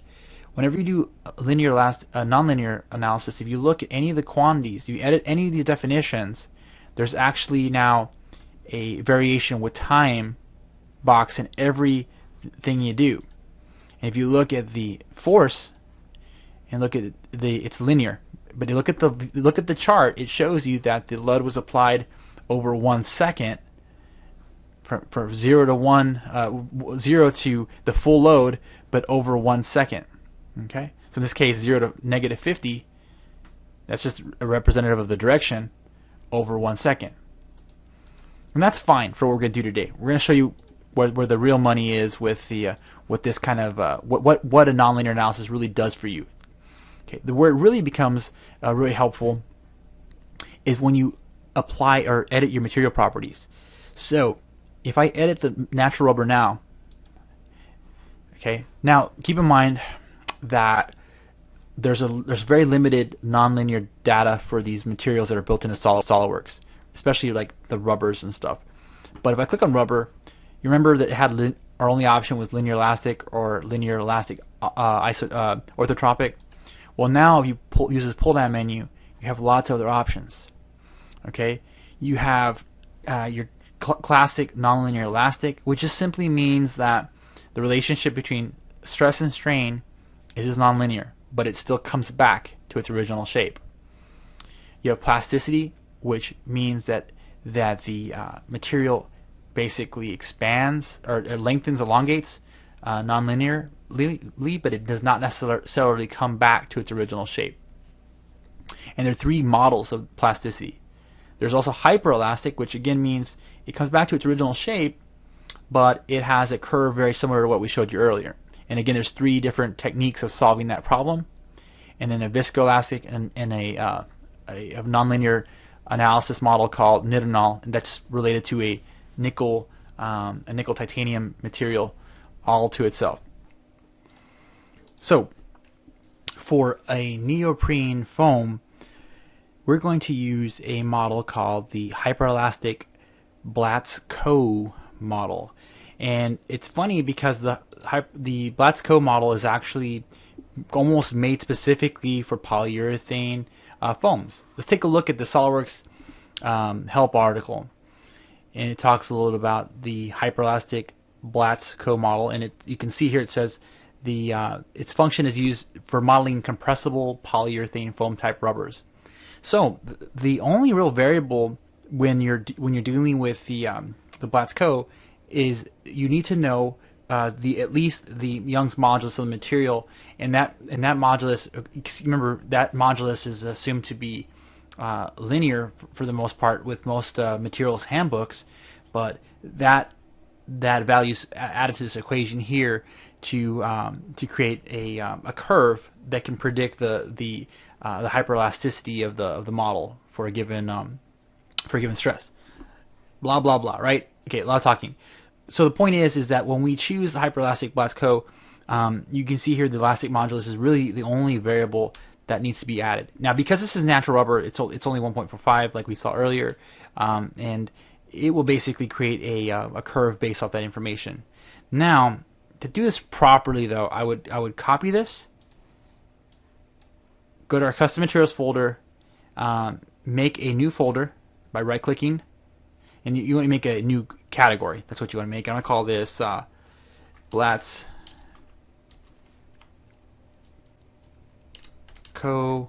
and I'm going to call it foam. And then here I'll click and I'll right-click and I'll paste it. So you can see there's that natural rubber. We can even rename it here. And then of course, because we've made a copy, we can modify the elasticity value. Now, I'm going to apply that and save it. Saving will save the library. But what I did was I went ahead and ran this because this nonlinear analysis takes a long time. But I want to show you some troubleshooting, some things I had to do to make this work. Because what happened was I went ahead and made that change to material, made it the nonlinear material, and as I mentioned earlier, our force is being slowly applied with time. Okay, 1 second. And all the properties for a nonlinear analysis are going to be found under the study name. You go to Properties, and you can see that the start time is 0. It goes to 1 second. Now think of it this way. This is all pseudo time. This is not really 1 second per se. This is more of a 0 to, it's a way of breaking down the problem. So they basically go from 0 to 1, and then there's steps that are used. So basically the load in this case is our variable, and it is applied linearly with at least the initial step is 0.01 seconds, and it steps automatically. Either this is the smallest time step it takes, this is the maximum step it can take, and it can adjust itself 5 times in the event that the model provides there's some sort of singularity or an error in the solution. All right. Some other options here to consider. Because there is lots of strain, we would turn that option on. There's this basically enhancement to the analysis, and if the load was changing direction, like our material is bending a lot, you may want to have the load direction updated as that material deflects, but we don't need that here. In large displacement formulation, that's just a given that we're working with so much strain. The overall displacement in this case, the over total magnitude is pretty high, so that's why that's on. And then finally, there's a advanced options area where we verify that the actual variable we're controlling is the force. Okay, you can, if you're doing displacement, if you're applying a prescribed displacement to your model, you could just use the displacement as the method of control. There are a few different ways of solving the problem, and the Newton-Raphson is the most common. and there's some advanced things here. But for almost all compressible nonlinear problems, the defaults are fine. Okay, and we'll talk about these other options later, but let's just go ahead and hit OK, and we'll move forward. So what happened was I did a right-click and run, and it failed. And it took a long time before it failed because, if you remember, my contact set between the butt piece and the foam was no penetration. You can see here I've changed it back to bonded. I changed it to bonded to troubleshoot the problem. Because it was no penetration, it was taking forever to solve, and eventually it failed. It took a long time to fail. So what I did was I changed it to bonded, was able to run it fairly quickly, and I got results. So you can see I'm looking at von Mises, I'm looking at the animation now, and you can see that if you look, it's already a little smoother. Look at the deflection on the surfaces here. There's not that weird crinkling effect that we have with the linear elastic. But what's happened basically is we proved that our nonlinear material does work, but it's very picky about the contact set. Now, the contact set to no penetration is more accurate, but we had to see if there was a fundamental problem with our material model or the contact set. All right, so let's take a look at let's make another stress plot here for contact pressure, and again I have to change the settings on this so I can see the model. Okay, and I will also do this. I'm going to go to the vector plot options and make sure those are at least 500%. Okay, and I'm looking and I see nothing. Okay, well, remember, we're nonlinear, so there's some more to this now. First off, there's no contact pressure because we have no contact set.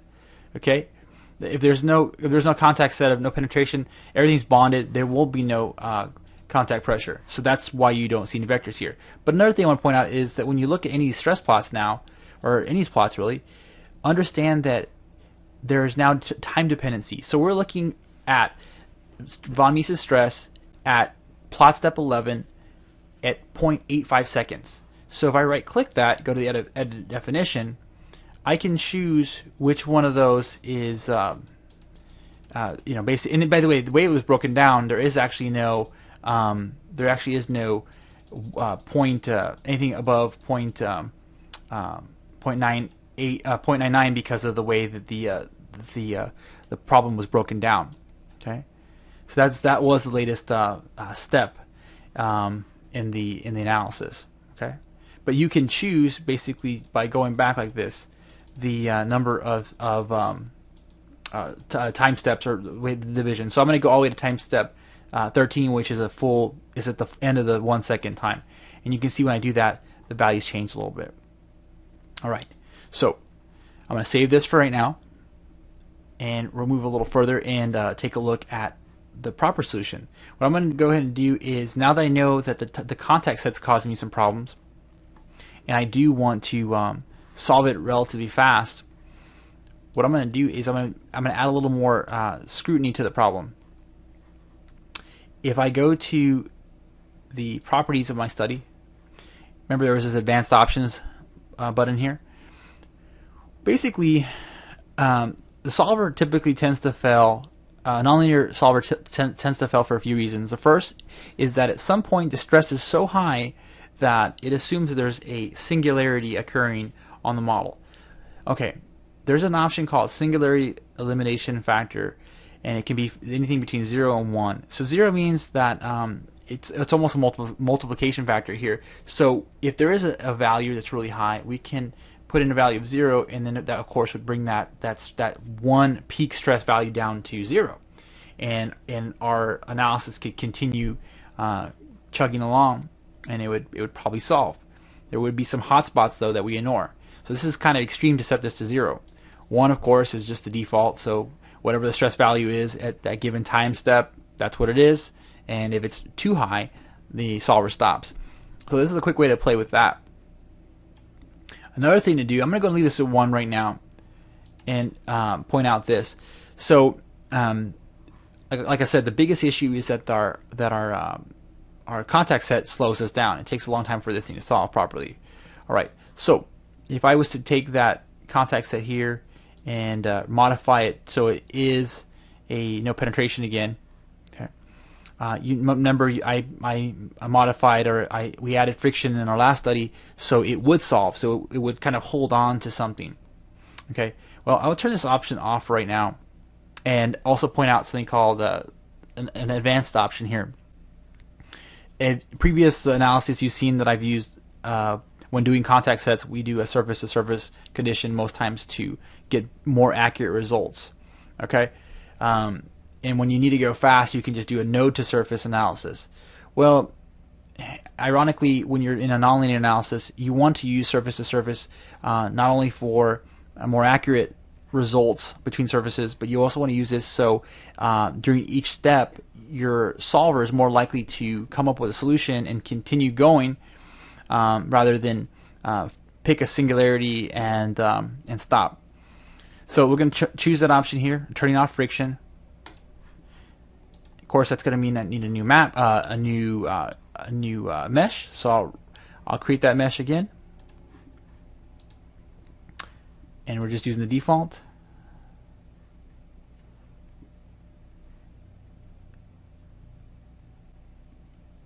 All right, cool. So now I'm going to go ahead and pause the video and let this run to completion, and we'll take a look at the results. All right, so we just finished the nonlinear with the regular contact set. Now, what I want to point out to you is I did a little something. I cheated a little bit. I wanted to solve faster, so what I did was I went to the properties of the study. Instead of letting it do an automatic step between the iterations, I went ahead and fixed it to 0.1. So basically, I broke the problem into 10 steps. It solved in about 10 minutes. It solves it takes quite a bit to do that. But anyway, the reason I did that is because I wanted to go a little faster. And you usually can't take such an aggressive time step because it'll usually fail because it misses something. Something happens. There's not enough resolution to catch the error. So I got lucky here, and I was able to use a real aggressive time step. All right, so that's my little cheat there. But let's take a look at the end results. So we're looking at the last time step, 1 second. We can animate that. The results are not going to be too much different, but the big thing is you will see that there is some sliding. So you will see that there is some motion of the butt piece and the foam, and that's way more accurate. All right, so now that we've got that, let's go ahead and post-process a few things here. To wrap this project up. Okay, last time we showed you that there was no contact pressure, but now if we take a look, there's contact pressure, and look at the results. Way more uniform. You see the values here, and you can see there's a lot of distribution, and just the distribution in itself. If you look from the side here, okay, so the profile more consistent with what you think. You feel a lot of the stress in your tailbone. So that's cool. And you can see the numbers. They're in that 3 range. So you can see that's in the right direction. But let's post process the tension on the surface of the foam. So I'm gonna make another stress plot. This time it's going to be, we want to just look at tension. So we want to look at first principal stress, and everything else is good here. We'll hit OK. And we want to probe specifically on the surface of this body. Okay, so if you want to probe, this butt piece is in the way. So all you got to do is go back to your model, model tab, hide the piece that represents the butt. I'm going to hide that. We'll go back to our first pass here, and we double click on our stress plot. You can see it's gone. And look at that, you can see the little indentation there. So, and you can see this is deformation scale 1, so it is correct. So let's do this. Now that we have, we're showing tension, I'm going to simply right click, do a probe, and just going to sample a few points here along this profile. And because the distribution is so uniform, I don't expect these numbers to be too different, but you can see now we have a plot that gives us an idea of tension on the surface as a function of distance up the seat here. So you can see that the tension here for the most point is between 0.29 and 0.38 psi. So I would correlate that, or I would compare those numbers to the tensile limits of the polyurethane foam, and see if my foam is in danger of coming apart. But these are low numbers, and it's looking pretty good. So, now this is quite a short example here, but I want to give you want to point you in the right direction with analyzing polyurethane foam and the few things to look at. We covered them. We talked about compressive stress, contact pressure, the tensile stress on the surface, and of course the deflection of the overall material. And really, for the most part, our design is looking pretty good. And again, the type of material we picked was just a kind of off-the-shelf neoprene foam, generic, and those values for the values that were found in the actual the modulus elasticity are dictated, of course, again by what we call the IDF value, and again, those are some things that you can find from the manufacturers of the polyurethane foam. So anyway, a lot of information here, but I'm proud to say that that as is, it looks pretty good. I'm gonna have Matt keep working on the bike, and if you have any questions on nonlinear analysis and how to use some of these crazy material models here, give us a shout. SolidWorks support at MLC-CAD.com. As always, we hope you have a great day and learn something. See you soon. Hey everyone, this is Matt Perez, and welcome to episode 12 of the Hubsteer Motorcycle Project.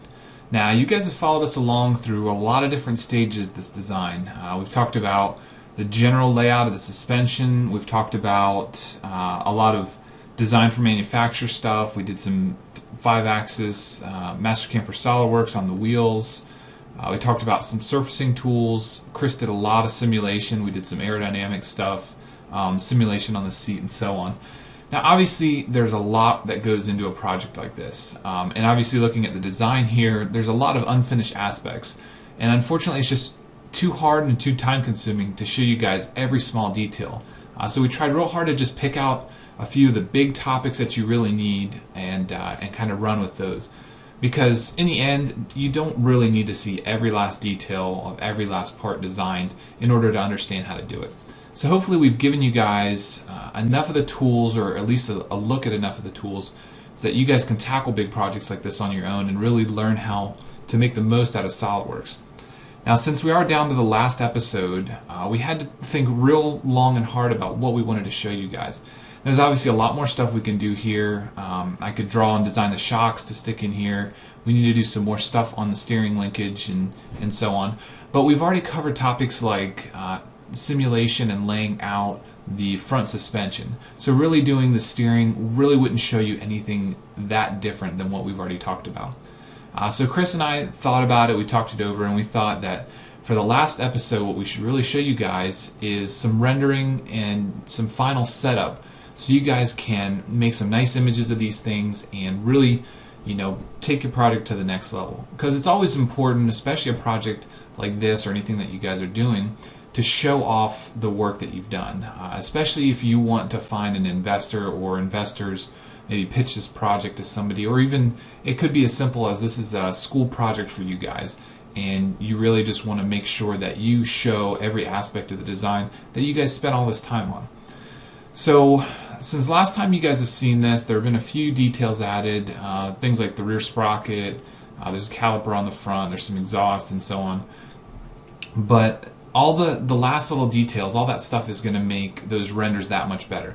So obviously we're going to be missing a few things here, but the setup is the important part. Now whenever I get into doing renders for this, as I'm going along through the design, yeah, I'll grab these standard scenes. I might grab one of these, like the backdrop with the black and fill light and so on, things that really show the curvature of your design.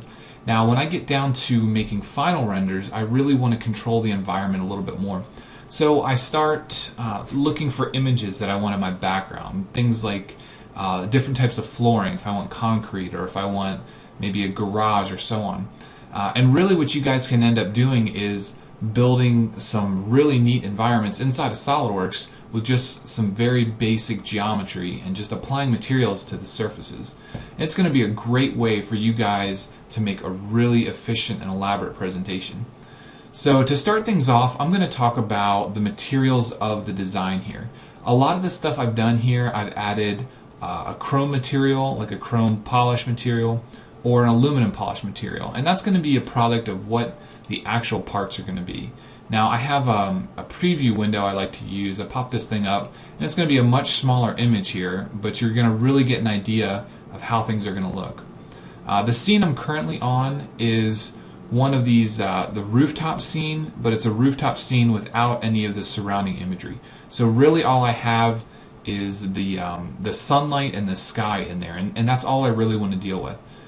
So if we zoom into things like the frame plate, because that chrome material, you really get a good idea of the reflection. And keep in mind, this is the preview window, but you get a good idea of the reflection of maybe the sun setting in the distance. Now when we look at something like the motor, this is a black high gloss material, you're going to get a lot of that reflection as well. Let's hop back here. Things like the tires, these are going to be really difficult things for you guys to deal with. There's rubber material here, and when you're dealing with cars, there is actually a material that is, let's hop in here and let's look at this. If you go down to rubber and there's a texture, you can actually grab a tire tread, and that works great for a car. But when you're dealing with something like a motorcycle tire, that might not work so well for you guys.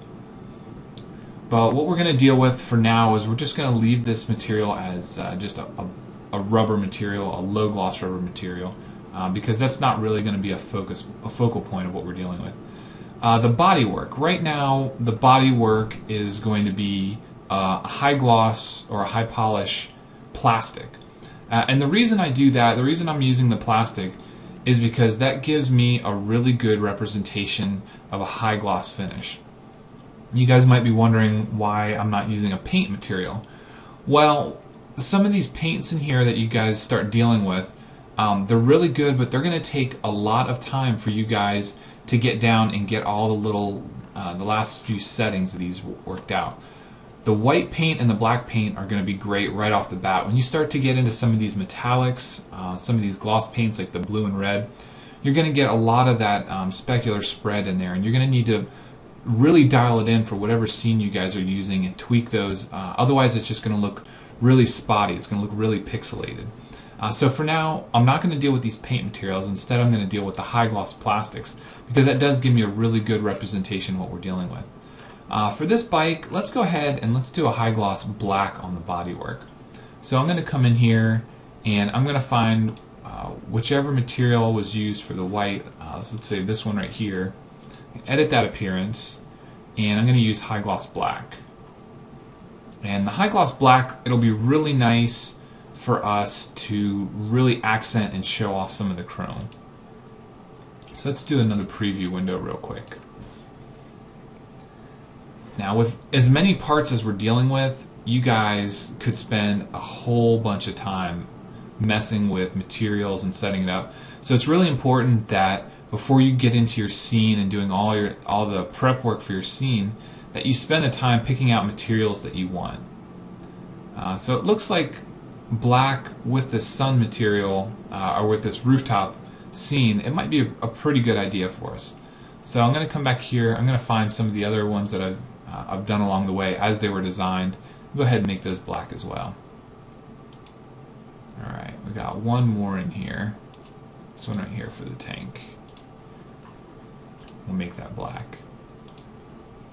And another thing you guys can do, you can see that there's multiple surfaces in here. They're kind of split up.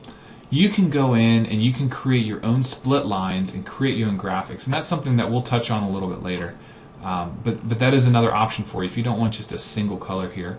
And you can always do an overlay with a decal. You can apply any kind of decal you want to this thing. Another part in here was the fuel cell that we created. So if we find that in here, the fuel cell, that was a sheet metal part. So I'm going to change that from just that standard gray material. I'm going to come into a metal. I'm going to do an aluminum, and I'm going to do a polished aluminum. I want to make sure all this stuff pops. Alright, a couple other things that we didn't approach were things like these engine covers. So I didn't apply any materials to this. I'm going to go ahead and just apply some materials.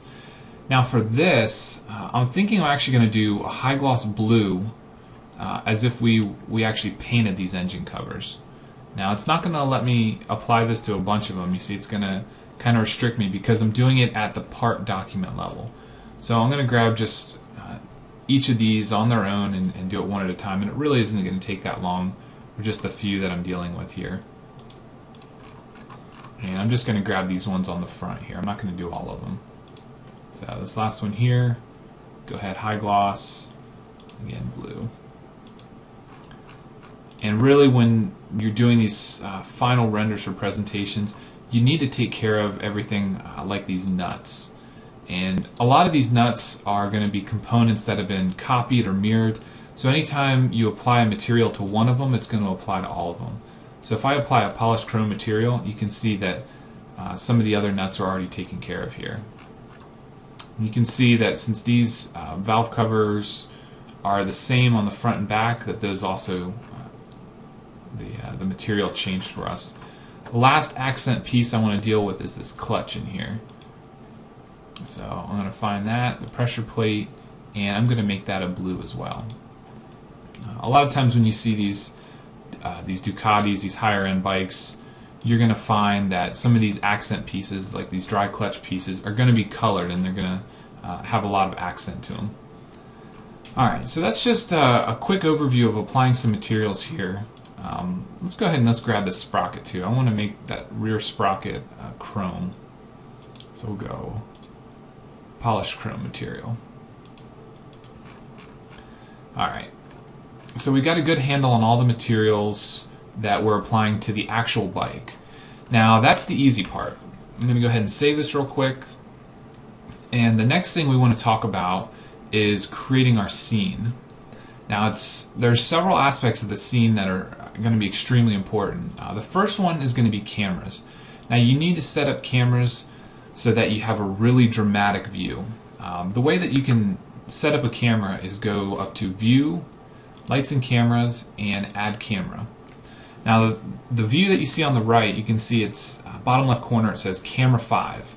The view on the left is going to be any view that you guys are using as a current view, and you can see the camera in this view. So any changes I make to the camera here are going to result in a change to the actual camera view. Now the mechanism for actually moving these around is pretty easy. You can simply just grab the camera, you can move it around, you can do whatever you need to. When it gets down to the fine details, you can attach these, you can target a point. So if you have, let's say you have this motorcycle moving in your environment, well, it might be important that you have the camera focused on one point. Because when you guys start doing motion studies and things like that, you can actually make the camera fly by your part, you can have it track your part as it's going. We're not going to get into that because that would waste a lot of time for us rotating these wheels and doing a lot of other things. So I want to focus more on just creating a static scene for you guys to look at. You can see here we have camera rotation. We can actually roll the camera based on the direction that we're pointing, if we want to point this thing in a different direction. The next thing we're going to look at down here is the field of view, the perspective. Now you guys can punch this in and change it quite a bit. The higher we make this angle, the more distorted our view is going to be. The smaller the angle, it's going to be like you're extremely far away and you're getting very little perspective. So if you guys want those dramatic shots, you want to be real, maybe artistic with your views, then you might get into kicking this angle up quite a bit. So you see, I'm going to go ahead and do 45-degree field of view, and I'm going to leave these other dimensions the same because these are ones that I've made basically by moving my camera around. The last thing I want to show you in here is depth of field. Now this is going to be real important when you guys get into blurring the lines between your part and your scene. Now we're going to be dealing with a scene that we're creating, so that's not really a big deal. But you guys may have noticed in the past when you do renders of an object in, say, like the courtyard scene.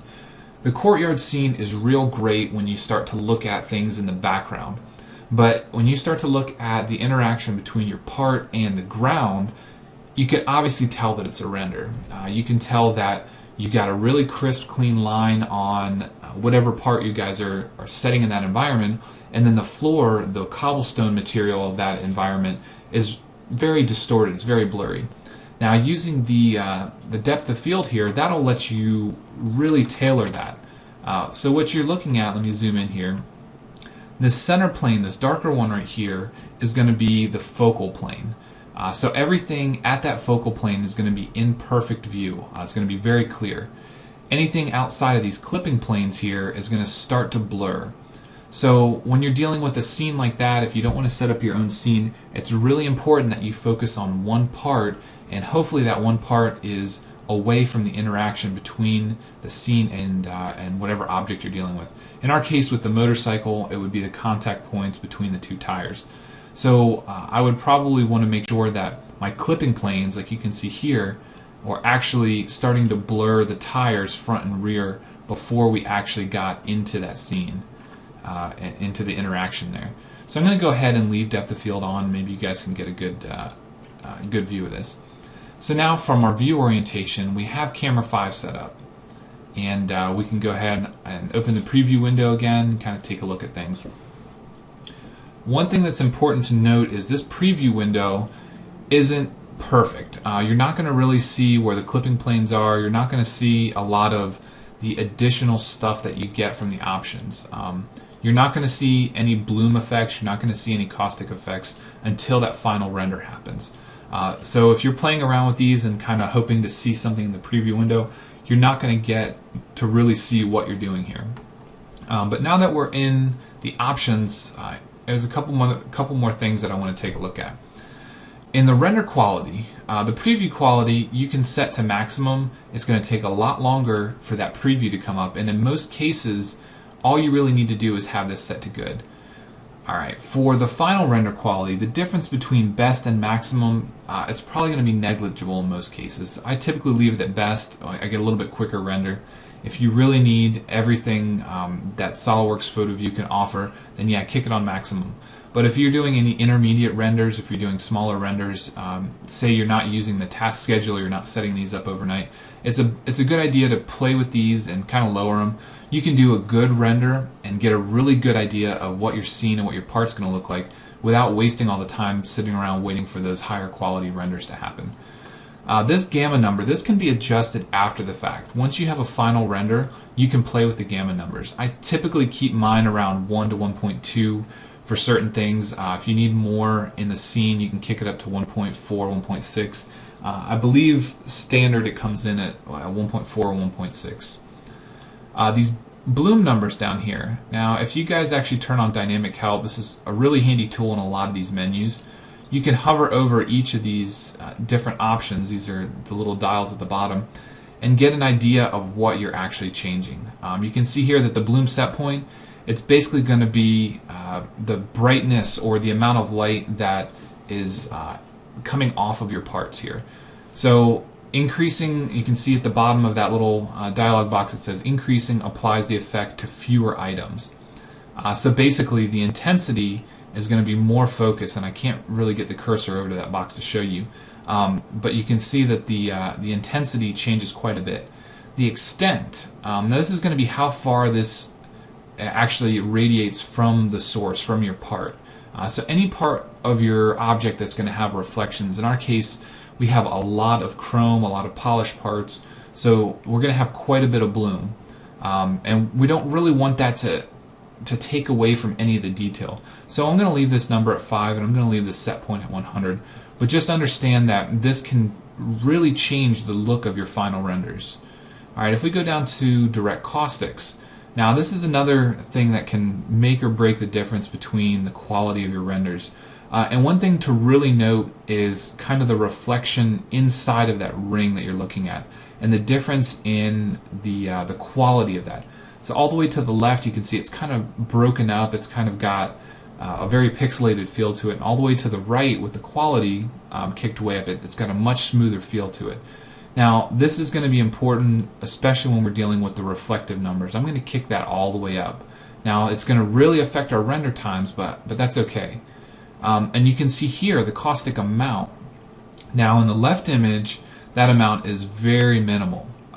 So I'm actually going to kick this number down as low as it'll go, and that's where it starts at. It's at 100,000. And keep in mind that Again, the bloom and the direct caustics, since we're dealing with a lot of reflective materials, we have a see-through window there, we have some plastic, some high gloss plastic. These things are really going to have a drastic effect on our render. Alright, I'm going to go ahead and save this real quick. And the last thing we need to talk about here is setting up our scene. So I'm going to start a quick render here, and we're going to take a look at what we have so far. So I'm going to go ahead and pause this, let this render come through, and then we're going to take a look at what we're dealing with. Alright, I'm bringing you guys back in right here. The render's still going, but I want to show you how much the actual rendering is slowing down around these highly reflective materials. Because we are dealing with the direct caustics and the bloom that I mentioned, it's really taking a big toll on the amount of time it's taking to render some of these objects here. Now, one thing you can notice right away is some of these caustics that we have on the ground in the background. Now, our scene, we haven't set anything up yet. This is still the standard rooftop scene. The bike is kind of floating in space. It's not touching the ground. There's no interaction there. But you can really see that we've got a nice reflection in the bodywork here. We can kind of see the sunset in the background on this rooftop scene. We're getting a nice orange glow on some of these chrome pieces that are facing that direction. And we have some really nice detail work coming in on some of these other parts. The corners of the motor, that high gloss black, we're getting a lot of nice reflections. We're getting a lot of nice detail work in here. And this is exactly what we want to see. And I don't need to go completely through this render. I'm not going to save it and use it for anything. But I just wanted to show you guys that it really is changing how the render quality is affected around a lot of these higher gloss chrome pieces. Alright, so the next step that we need to deal with is actually creating the scene. And typically what I do in my assemblies is I'll create a very basic part. And you can see here I basically just have a box, and this is going to be kind of a roof line. So if we take a look at our camera 5 we just created, that kind of puts us in the right perspective, even though we're kind of looking off the edge here. If we go over to camera 2, which is basically the same setup, but it's clipping off that edge, you can see we have a really nice view here. We've got the sky in the background that we're going to see. We've got a garage door here that I set up, a garage door here that I set up, and a concrete floor, kind of a worn industrial looking concrete floor. There's a little oil stain right here. So the last thing we need to do for this scene is set up a roof material, and then I'm going to go ahead and I'm going to set up another garage door on this side, just so you guys can see how we did that. Now, one thing I like to do when I'm grabbing these materials, obviously these materials aren't standard in SOLIDWORKS. You've got a lot of great environments, a lot of great materials here, but sometimes you need to go elsewhere. One place I like to go is CG.Textures. Now, there is a free account that you can register for on this website, and it's one of the ones that I use. There's a kind of a limit to how many things you can download without the paid membership. But for what we do, or for what I'm going to do here, I simply typed in metal roof and kind of looked around to see what would fit with kind of the theme of the garages we're looking at. So you see you got several options here, and I narrowed it down quite a bit from the hundreds of options I started with. Now for us, I don't want this much rust. I'm just going to go with kind of a lightly rusted roof here. And you can see there are a few different options. You can get this image, which you can tile together. You can get a larger image here. And you can see some of these options, some of these really large resolution sizes are only for certain members. All these other ones is 0.1 megabyte. You can see up here in the top, I've got 13 out of 15 left that I can download. So I do have quite a bit of space left, and I've downloaded several just for this, this different render here. So what I'm going to do is grab this medium one here and go ahead and just download that. Alright, so now I'm going to hop into the part where I created this thing, and like I said, it's really just a very basic part. You can see there's a thin extrude here. I actually did a full box and I split the front off, and then I swept kind of a roof shape around the outside of this thing. So what I'm going to do is go back to my assembly real quick and take a look at what we have here. So if we come over to our materials, we have a lot of different materials here, and you can see we've applied materials for the concrete floor, the one door that's the metal graffiti, and the one door that's the roll-up here. And that's all we need to do here is apply these materials. Let's hop over here and go ahead and apply another garage door to this side. Alright, so all I need to do is under my image, under appearance, instead of the standard appearances that are loaded in SOLIDWORKS, I'm simply going to browse. I'm going to go down to the folder where my materials are, and it's looking for an appearance file. It's a .p2m. Now I don't have an appearance file set up, so all I'm going to do is go to all files, and I'm going to pick the metal roof material that I grabbed. Now it's going to give me a little pop-up here. Now it's trying to save an appearance file. I'm going to go ahead and save it in the same folder I'm dealing with, and then SOLIDWORKS says, hey, you know, this isn't visible in the folder over here. Do you want to make it visible? No, I don't really want to make this a standard material that's visible. You can see now I've got that roof material here. Now obviously I wanted to do the garage material, but I just wanted to show you guys kind of the way to set this up. So all I need to do is clear that face and apply it up here to these other faces.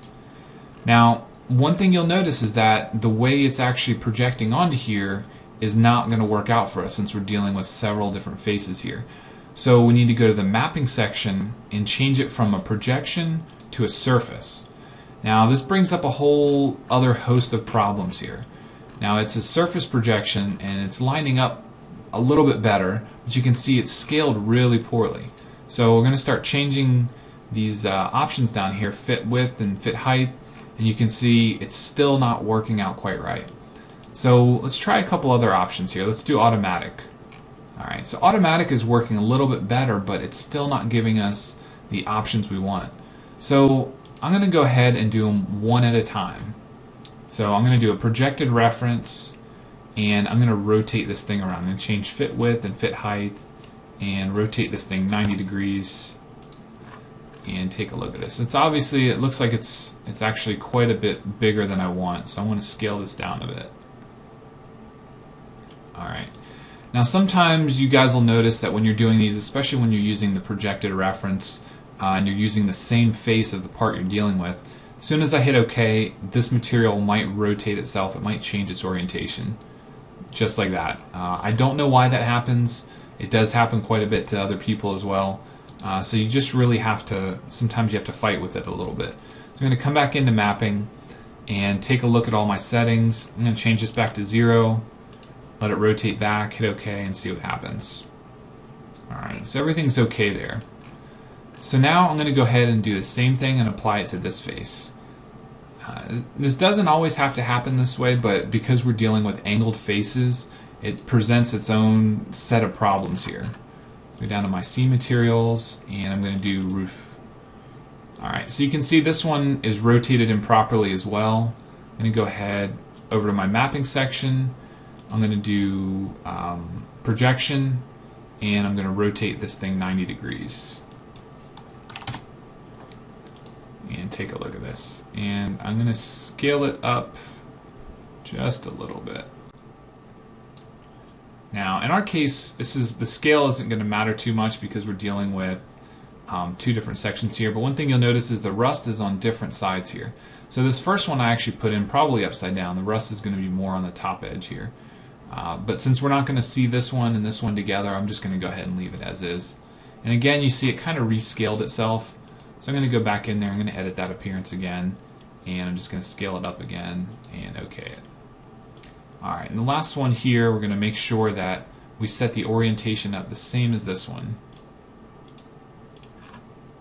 Go ahead and see materials, roof metal, and you can see it's already set up in the right orientation. I just need to scale it up so that everything fits right. Go ahead and hit OK. Alright, so now let's save this. Let's hop back into our CAD file here, our assembly. Take a look at camera 2. Now you can see that roof material there. Now there's a lot more work that you guys can do between the interaction here. You can apply a gutter, you can draw a gutter, you can draw any amount of detail that you want. And obviously you can look at these, the brick sizes are just a little bit different, so the scale of these two is just off. That's not a huge deal, especially when you're dealing with a render like this where you've got an object that you're really trying to push here. So let's go ahead, I'm going to go up to my lights and cameras, and I'm going to modify camera 2. I'm going to make sure that I have got depth of field on, and I want to take a look at where that depth of field is actually set up. So it looks like the depth of field is focusing on the front wheel, and then it's kind of blurring at the middle of the bike. So I'm going to move that back a little bit. Let's say about 2,000. And then what I want to do is I'm going to reduce the actual area for the clipping plane here. Alright. So let's take a look at camera 1. It's from the left side. We're going to take camera 2. Alright, it looks like I may have moved it just a little bit when I was messing with it.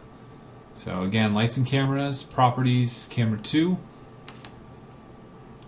And it looks like I targeted by selection. That's what happened. Alright, so what we want to do is we want to make sure that we're actually focused up on the bike, and I think that'll do good. Alright, so I'm just going to rebuild this and save it real quick, and then we can go ahead and tackle a final render and see what we have and see what we need to change. So I'm going to hop in here, do a final render, and then I'll bring you guys back in after it finishes. Okay guys, you can see here the render is just about finishing up. It took a little bit over 6 minutes, which is really because a lot of the chrome material that we're dealing with, and you can see the detail in the reflections here. So this gives us a really good idea of some of the curvature we're dealing with. You see that sun in the background, that really adds a lot of time to these renders because we're dealing with it on these reflecting materials. But because we added our own ground material, you can see we get some really nice shadowing. The tires still look a bit fake because I mentioned that we don't really have any tread built into them, and that's something obviously we can change. But for the purposes of what we're doing here, you can see we got a really good idea of the roof and the buildings. It looks like there's a lot of detail going on back here, when really all we did was apply a material. So this is a really good representation. I'm going to go ahead and save this image, and then we're going to take a look at one more setup.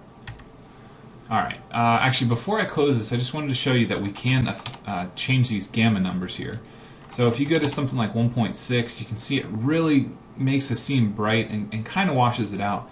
If you go down to something like 0.5, this is more of a nighttime view, and this gives us a really, really cool shot, some really nice detail work in here. So I'm actually going to save that, and I'm going to save it as just another render of its own. Alright, so the next thing I want to do is set up a farther away render. Now, because we have some components in here, the motor's fixed, and a few things are fixed, it's actually easier for us to go ahead and rotate the scene. So I'm going to go ahead and just rotate that. I'm going to do rotate it about the y-axis 180 degrees.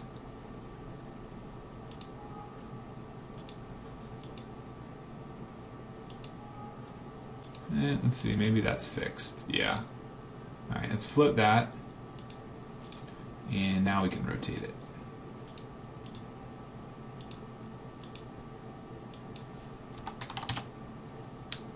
Alright. And the next thing we want to do is probably maybe we want to rotate it just a little bit more. We want to kind of have the bike at an angle. What I'm getting at is I want to look at probably the bike from the back a little bit, because we do have that front shot. So we're probably going to try to look at the back from something like this, but I want to get it closer into the building there. So let's just rotate this a little bit more. Let's do like 30 degrees. Actually, should have gone the other way.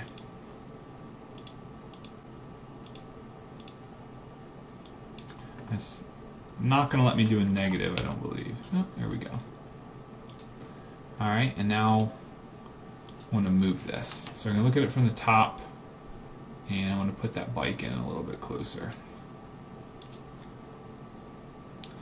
Alright, so now what we need to do is set up a new camera, just like we did before. So view, add camera, and what I want to do is target the bike and bring this camera way in.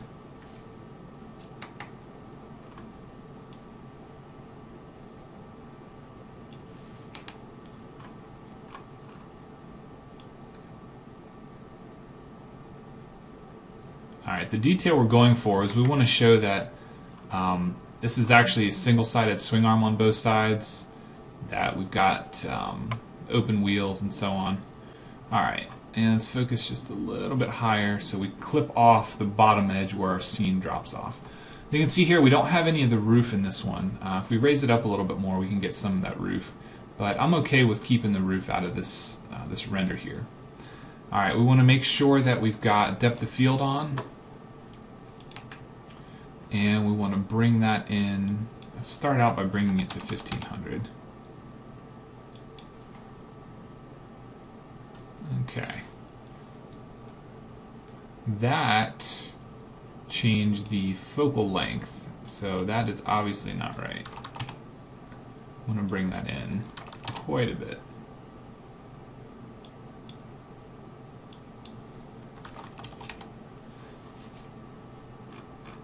Alright, so basically what happened is I punched in a number in the wrong box, and it really changed the angle and the focal length of that camera. What I wanted to do was I wanted to deal with the depth of field. So let's bring this into 2000. Take a look at our focal length.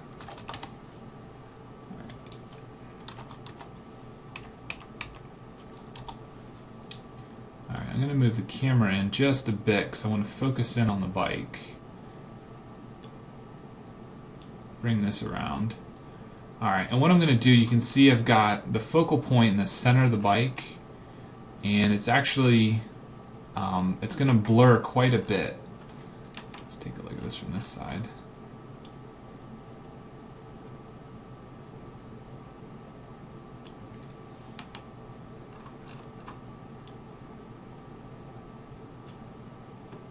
Alright, so we'll bring this in. Let's get it in closer. Also, when you guys are using these drag bars, you can see it's going 10 millimeters at a time. If you hold down the control key, it'll go 100 at a time, so it might help you speed things up. But obviously, if this thing's out at 5,000 and we want it to be at 1,000 or 1,500, it's easier just to punch that number in. Alright, so right now we've got our focal point right in the center of the bike, and you can see it starts to blur things quite a bit here in the center. So that should be really good for us in terms of our interaction with the scene. So I'm going to go ahead and OK that and hop onto that camera 6. Alright, let's take a look at the preview window and see what we're going to be getting.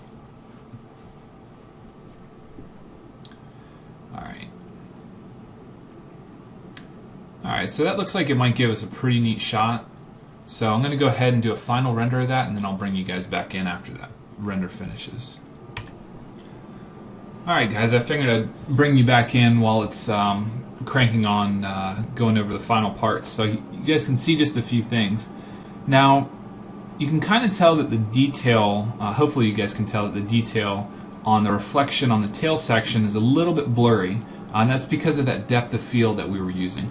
So we're most likely going to see everything from about this door line here back, so the tire, the muffler, and things like that, that's all going to be kind of blurred.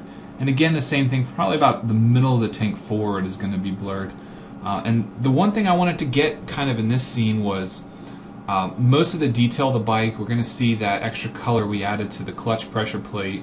We're going to be able to look at this sign on the wall through the windscreen material. We're going to get a lot of that chrome in here, but because we are dealing with looking into a darker corner, we're going to lose a little bit of that pop that we're getting from some of this chrome material. So it's not going to really overshadow the render as much, and that's a good thing here. So again, when this render finishes, I'm going to do the same thing. I'm going to save it off. I'm going to kick the gamma way down and save that off as well. It's kind of like a night shot or a darker shot, and those shots are really very useful. You don't get to see a lot of the detail, but you get to see a lot of the overall look of the component, especially if you're dealing with cars or motorcycles or extremely curvy things that have a lot of surfacing to them. So hopefully you guys have enjoyed the whole series, you followed along, and if you've had any questions, hopefully you guys have sent those off to the MLC guys. And if you guys have any ideas for series that you'd like to see, please send those in as well. So if you guys have had any questions about any of the series or anything that Chris and I did or any of the guys at MLC did, Please feel free to email us at SolidWorks support@mlc-cad.com, and I hope you guys enjoyed it, and we'll see you next time.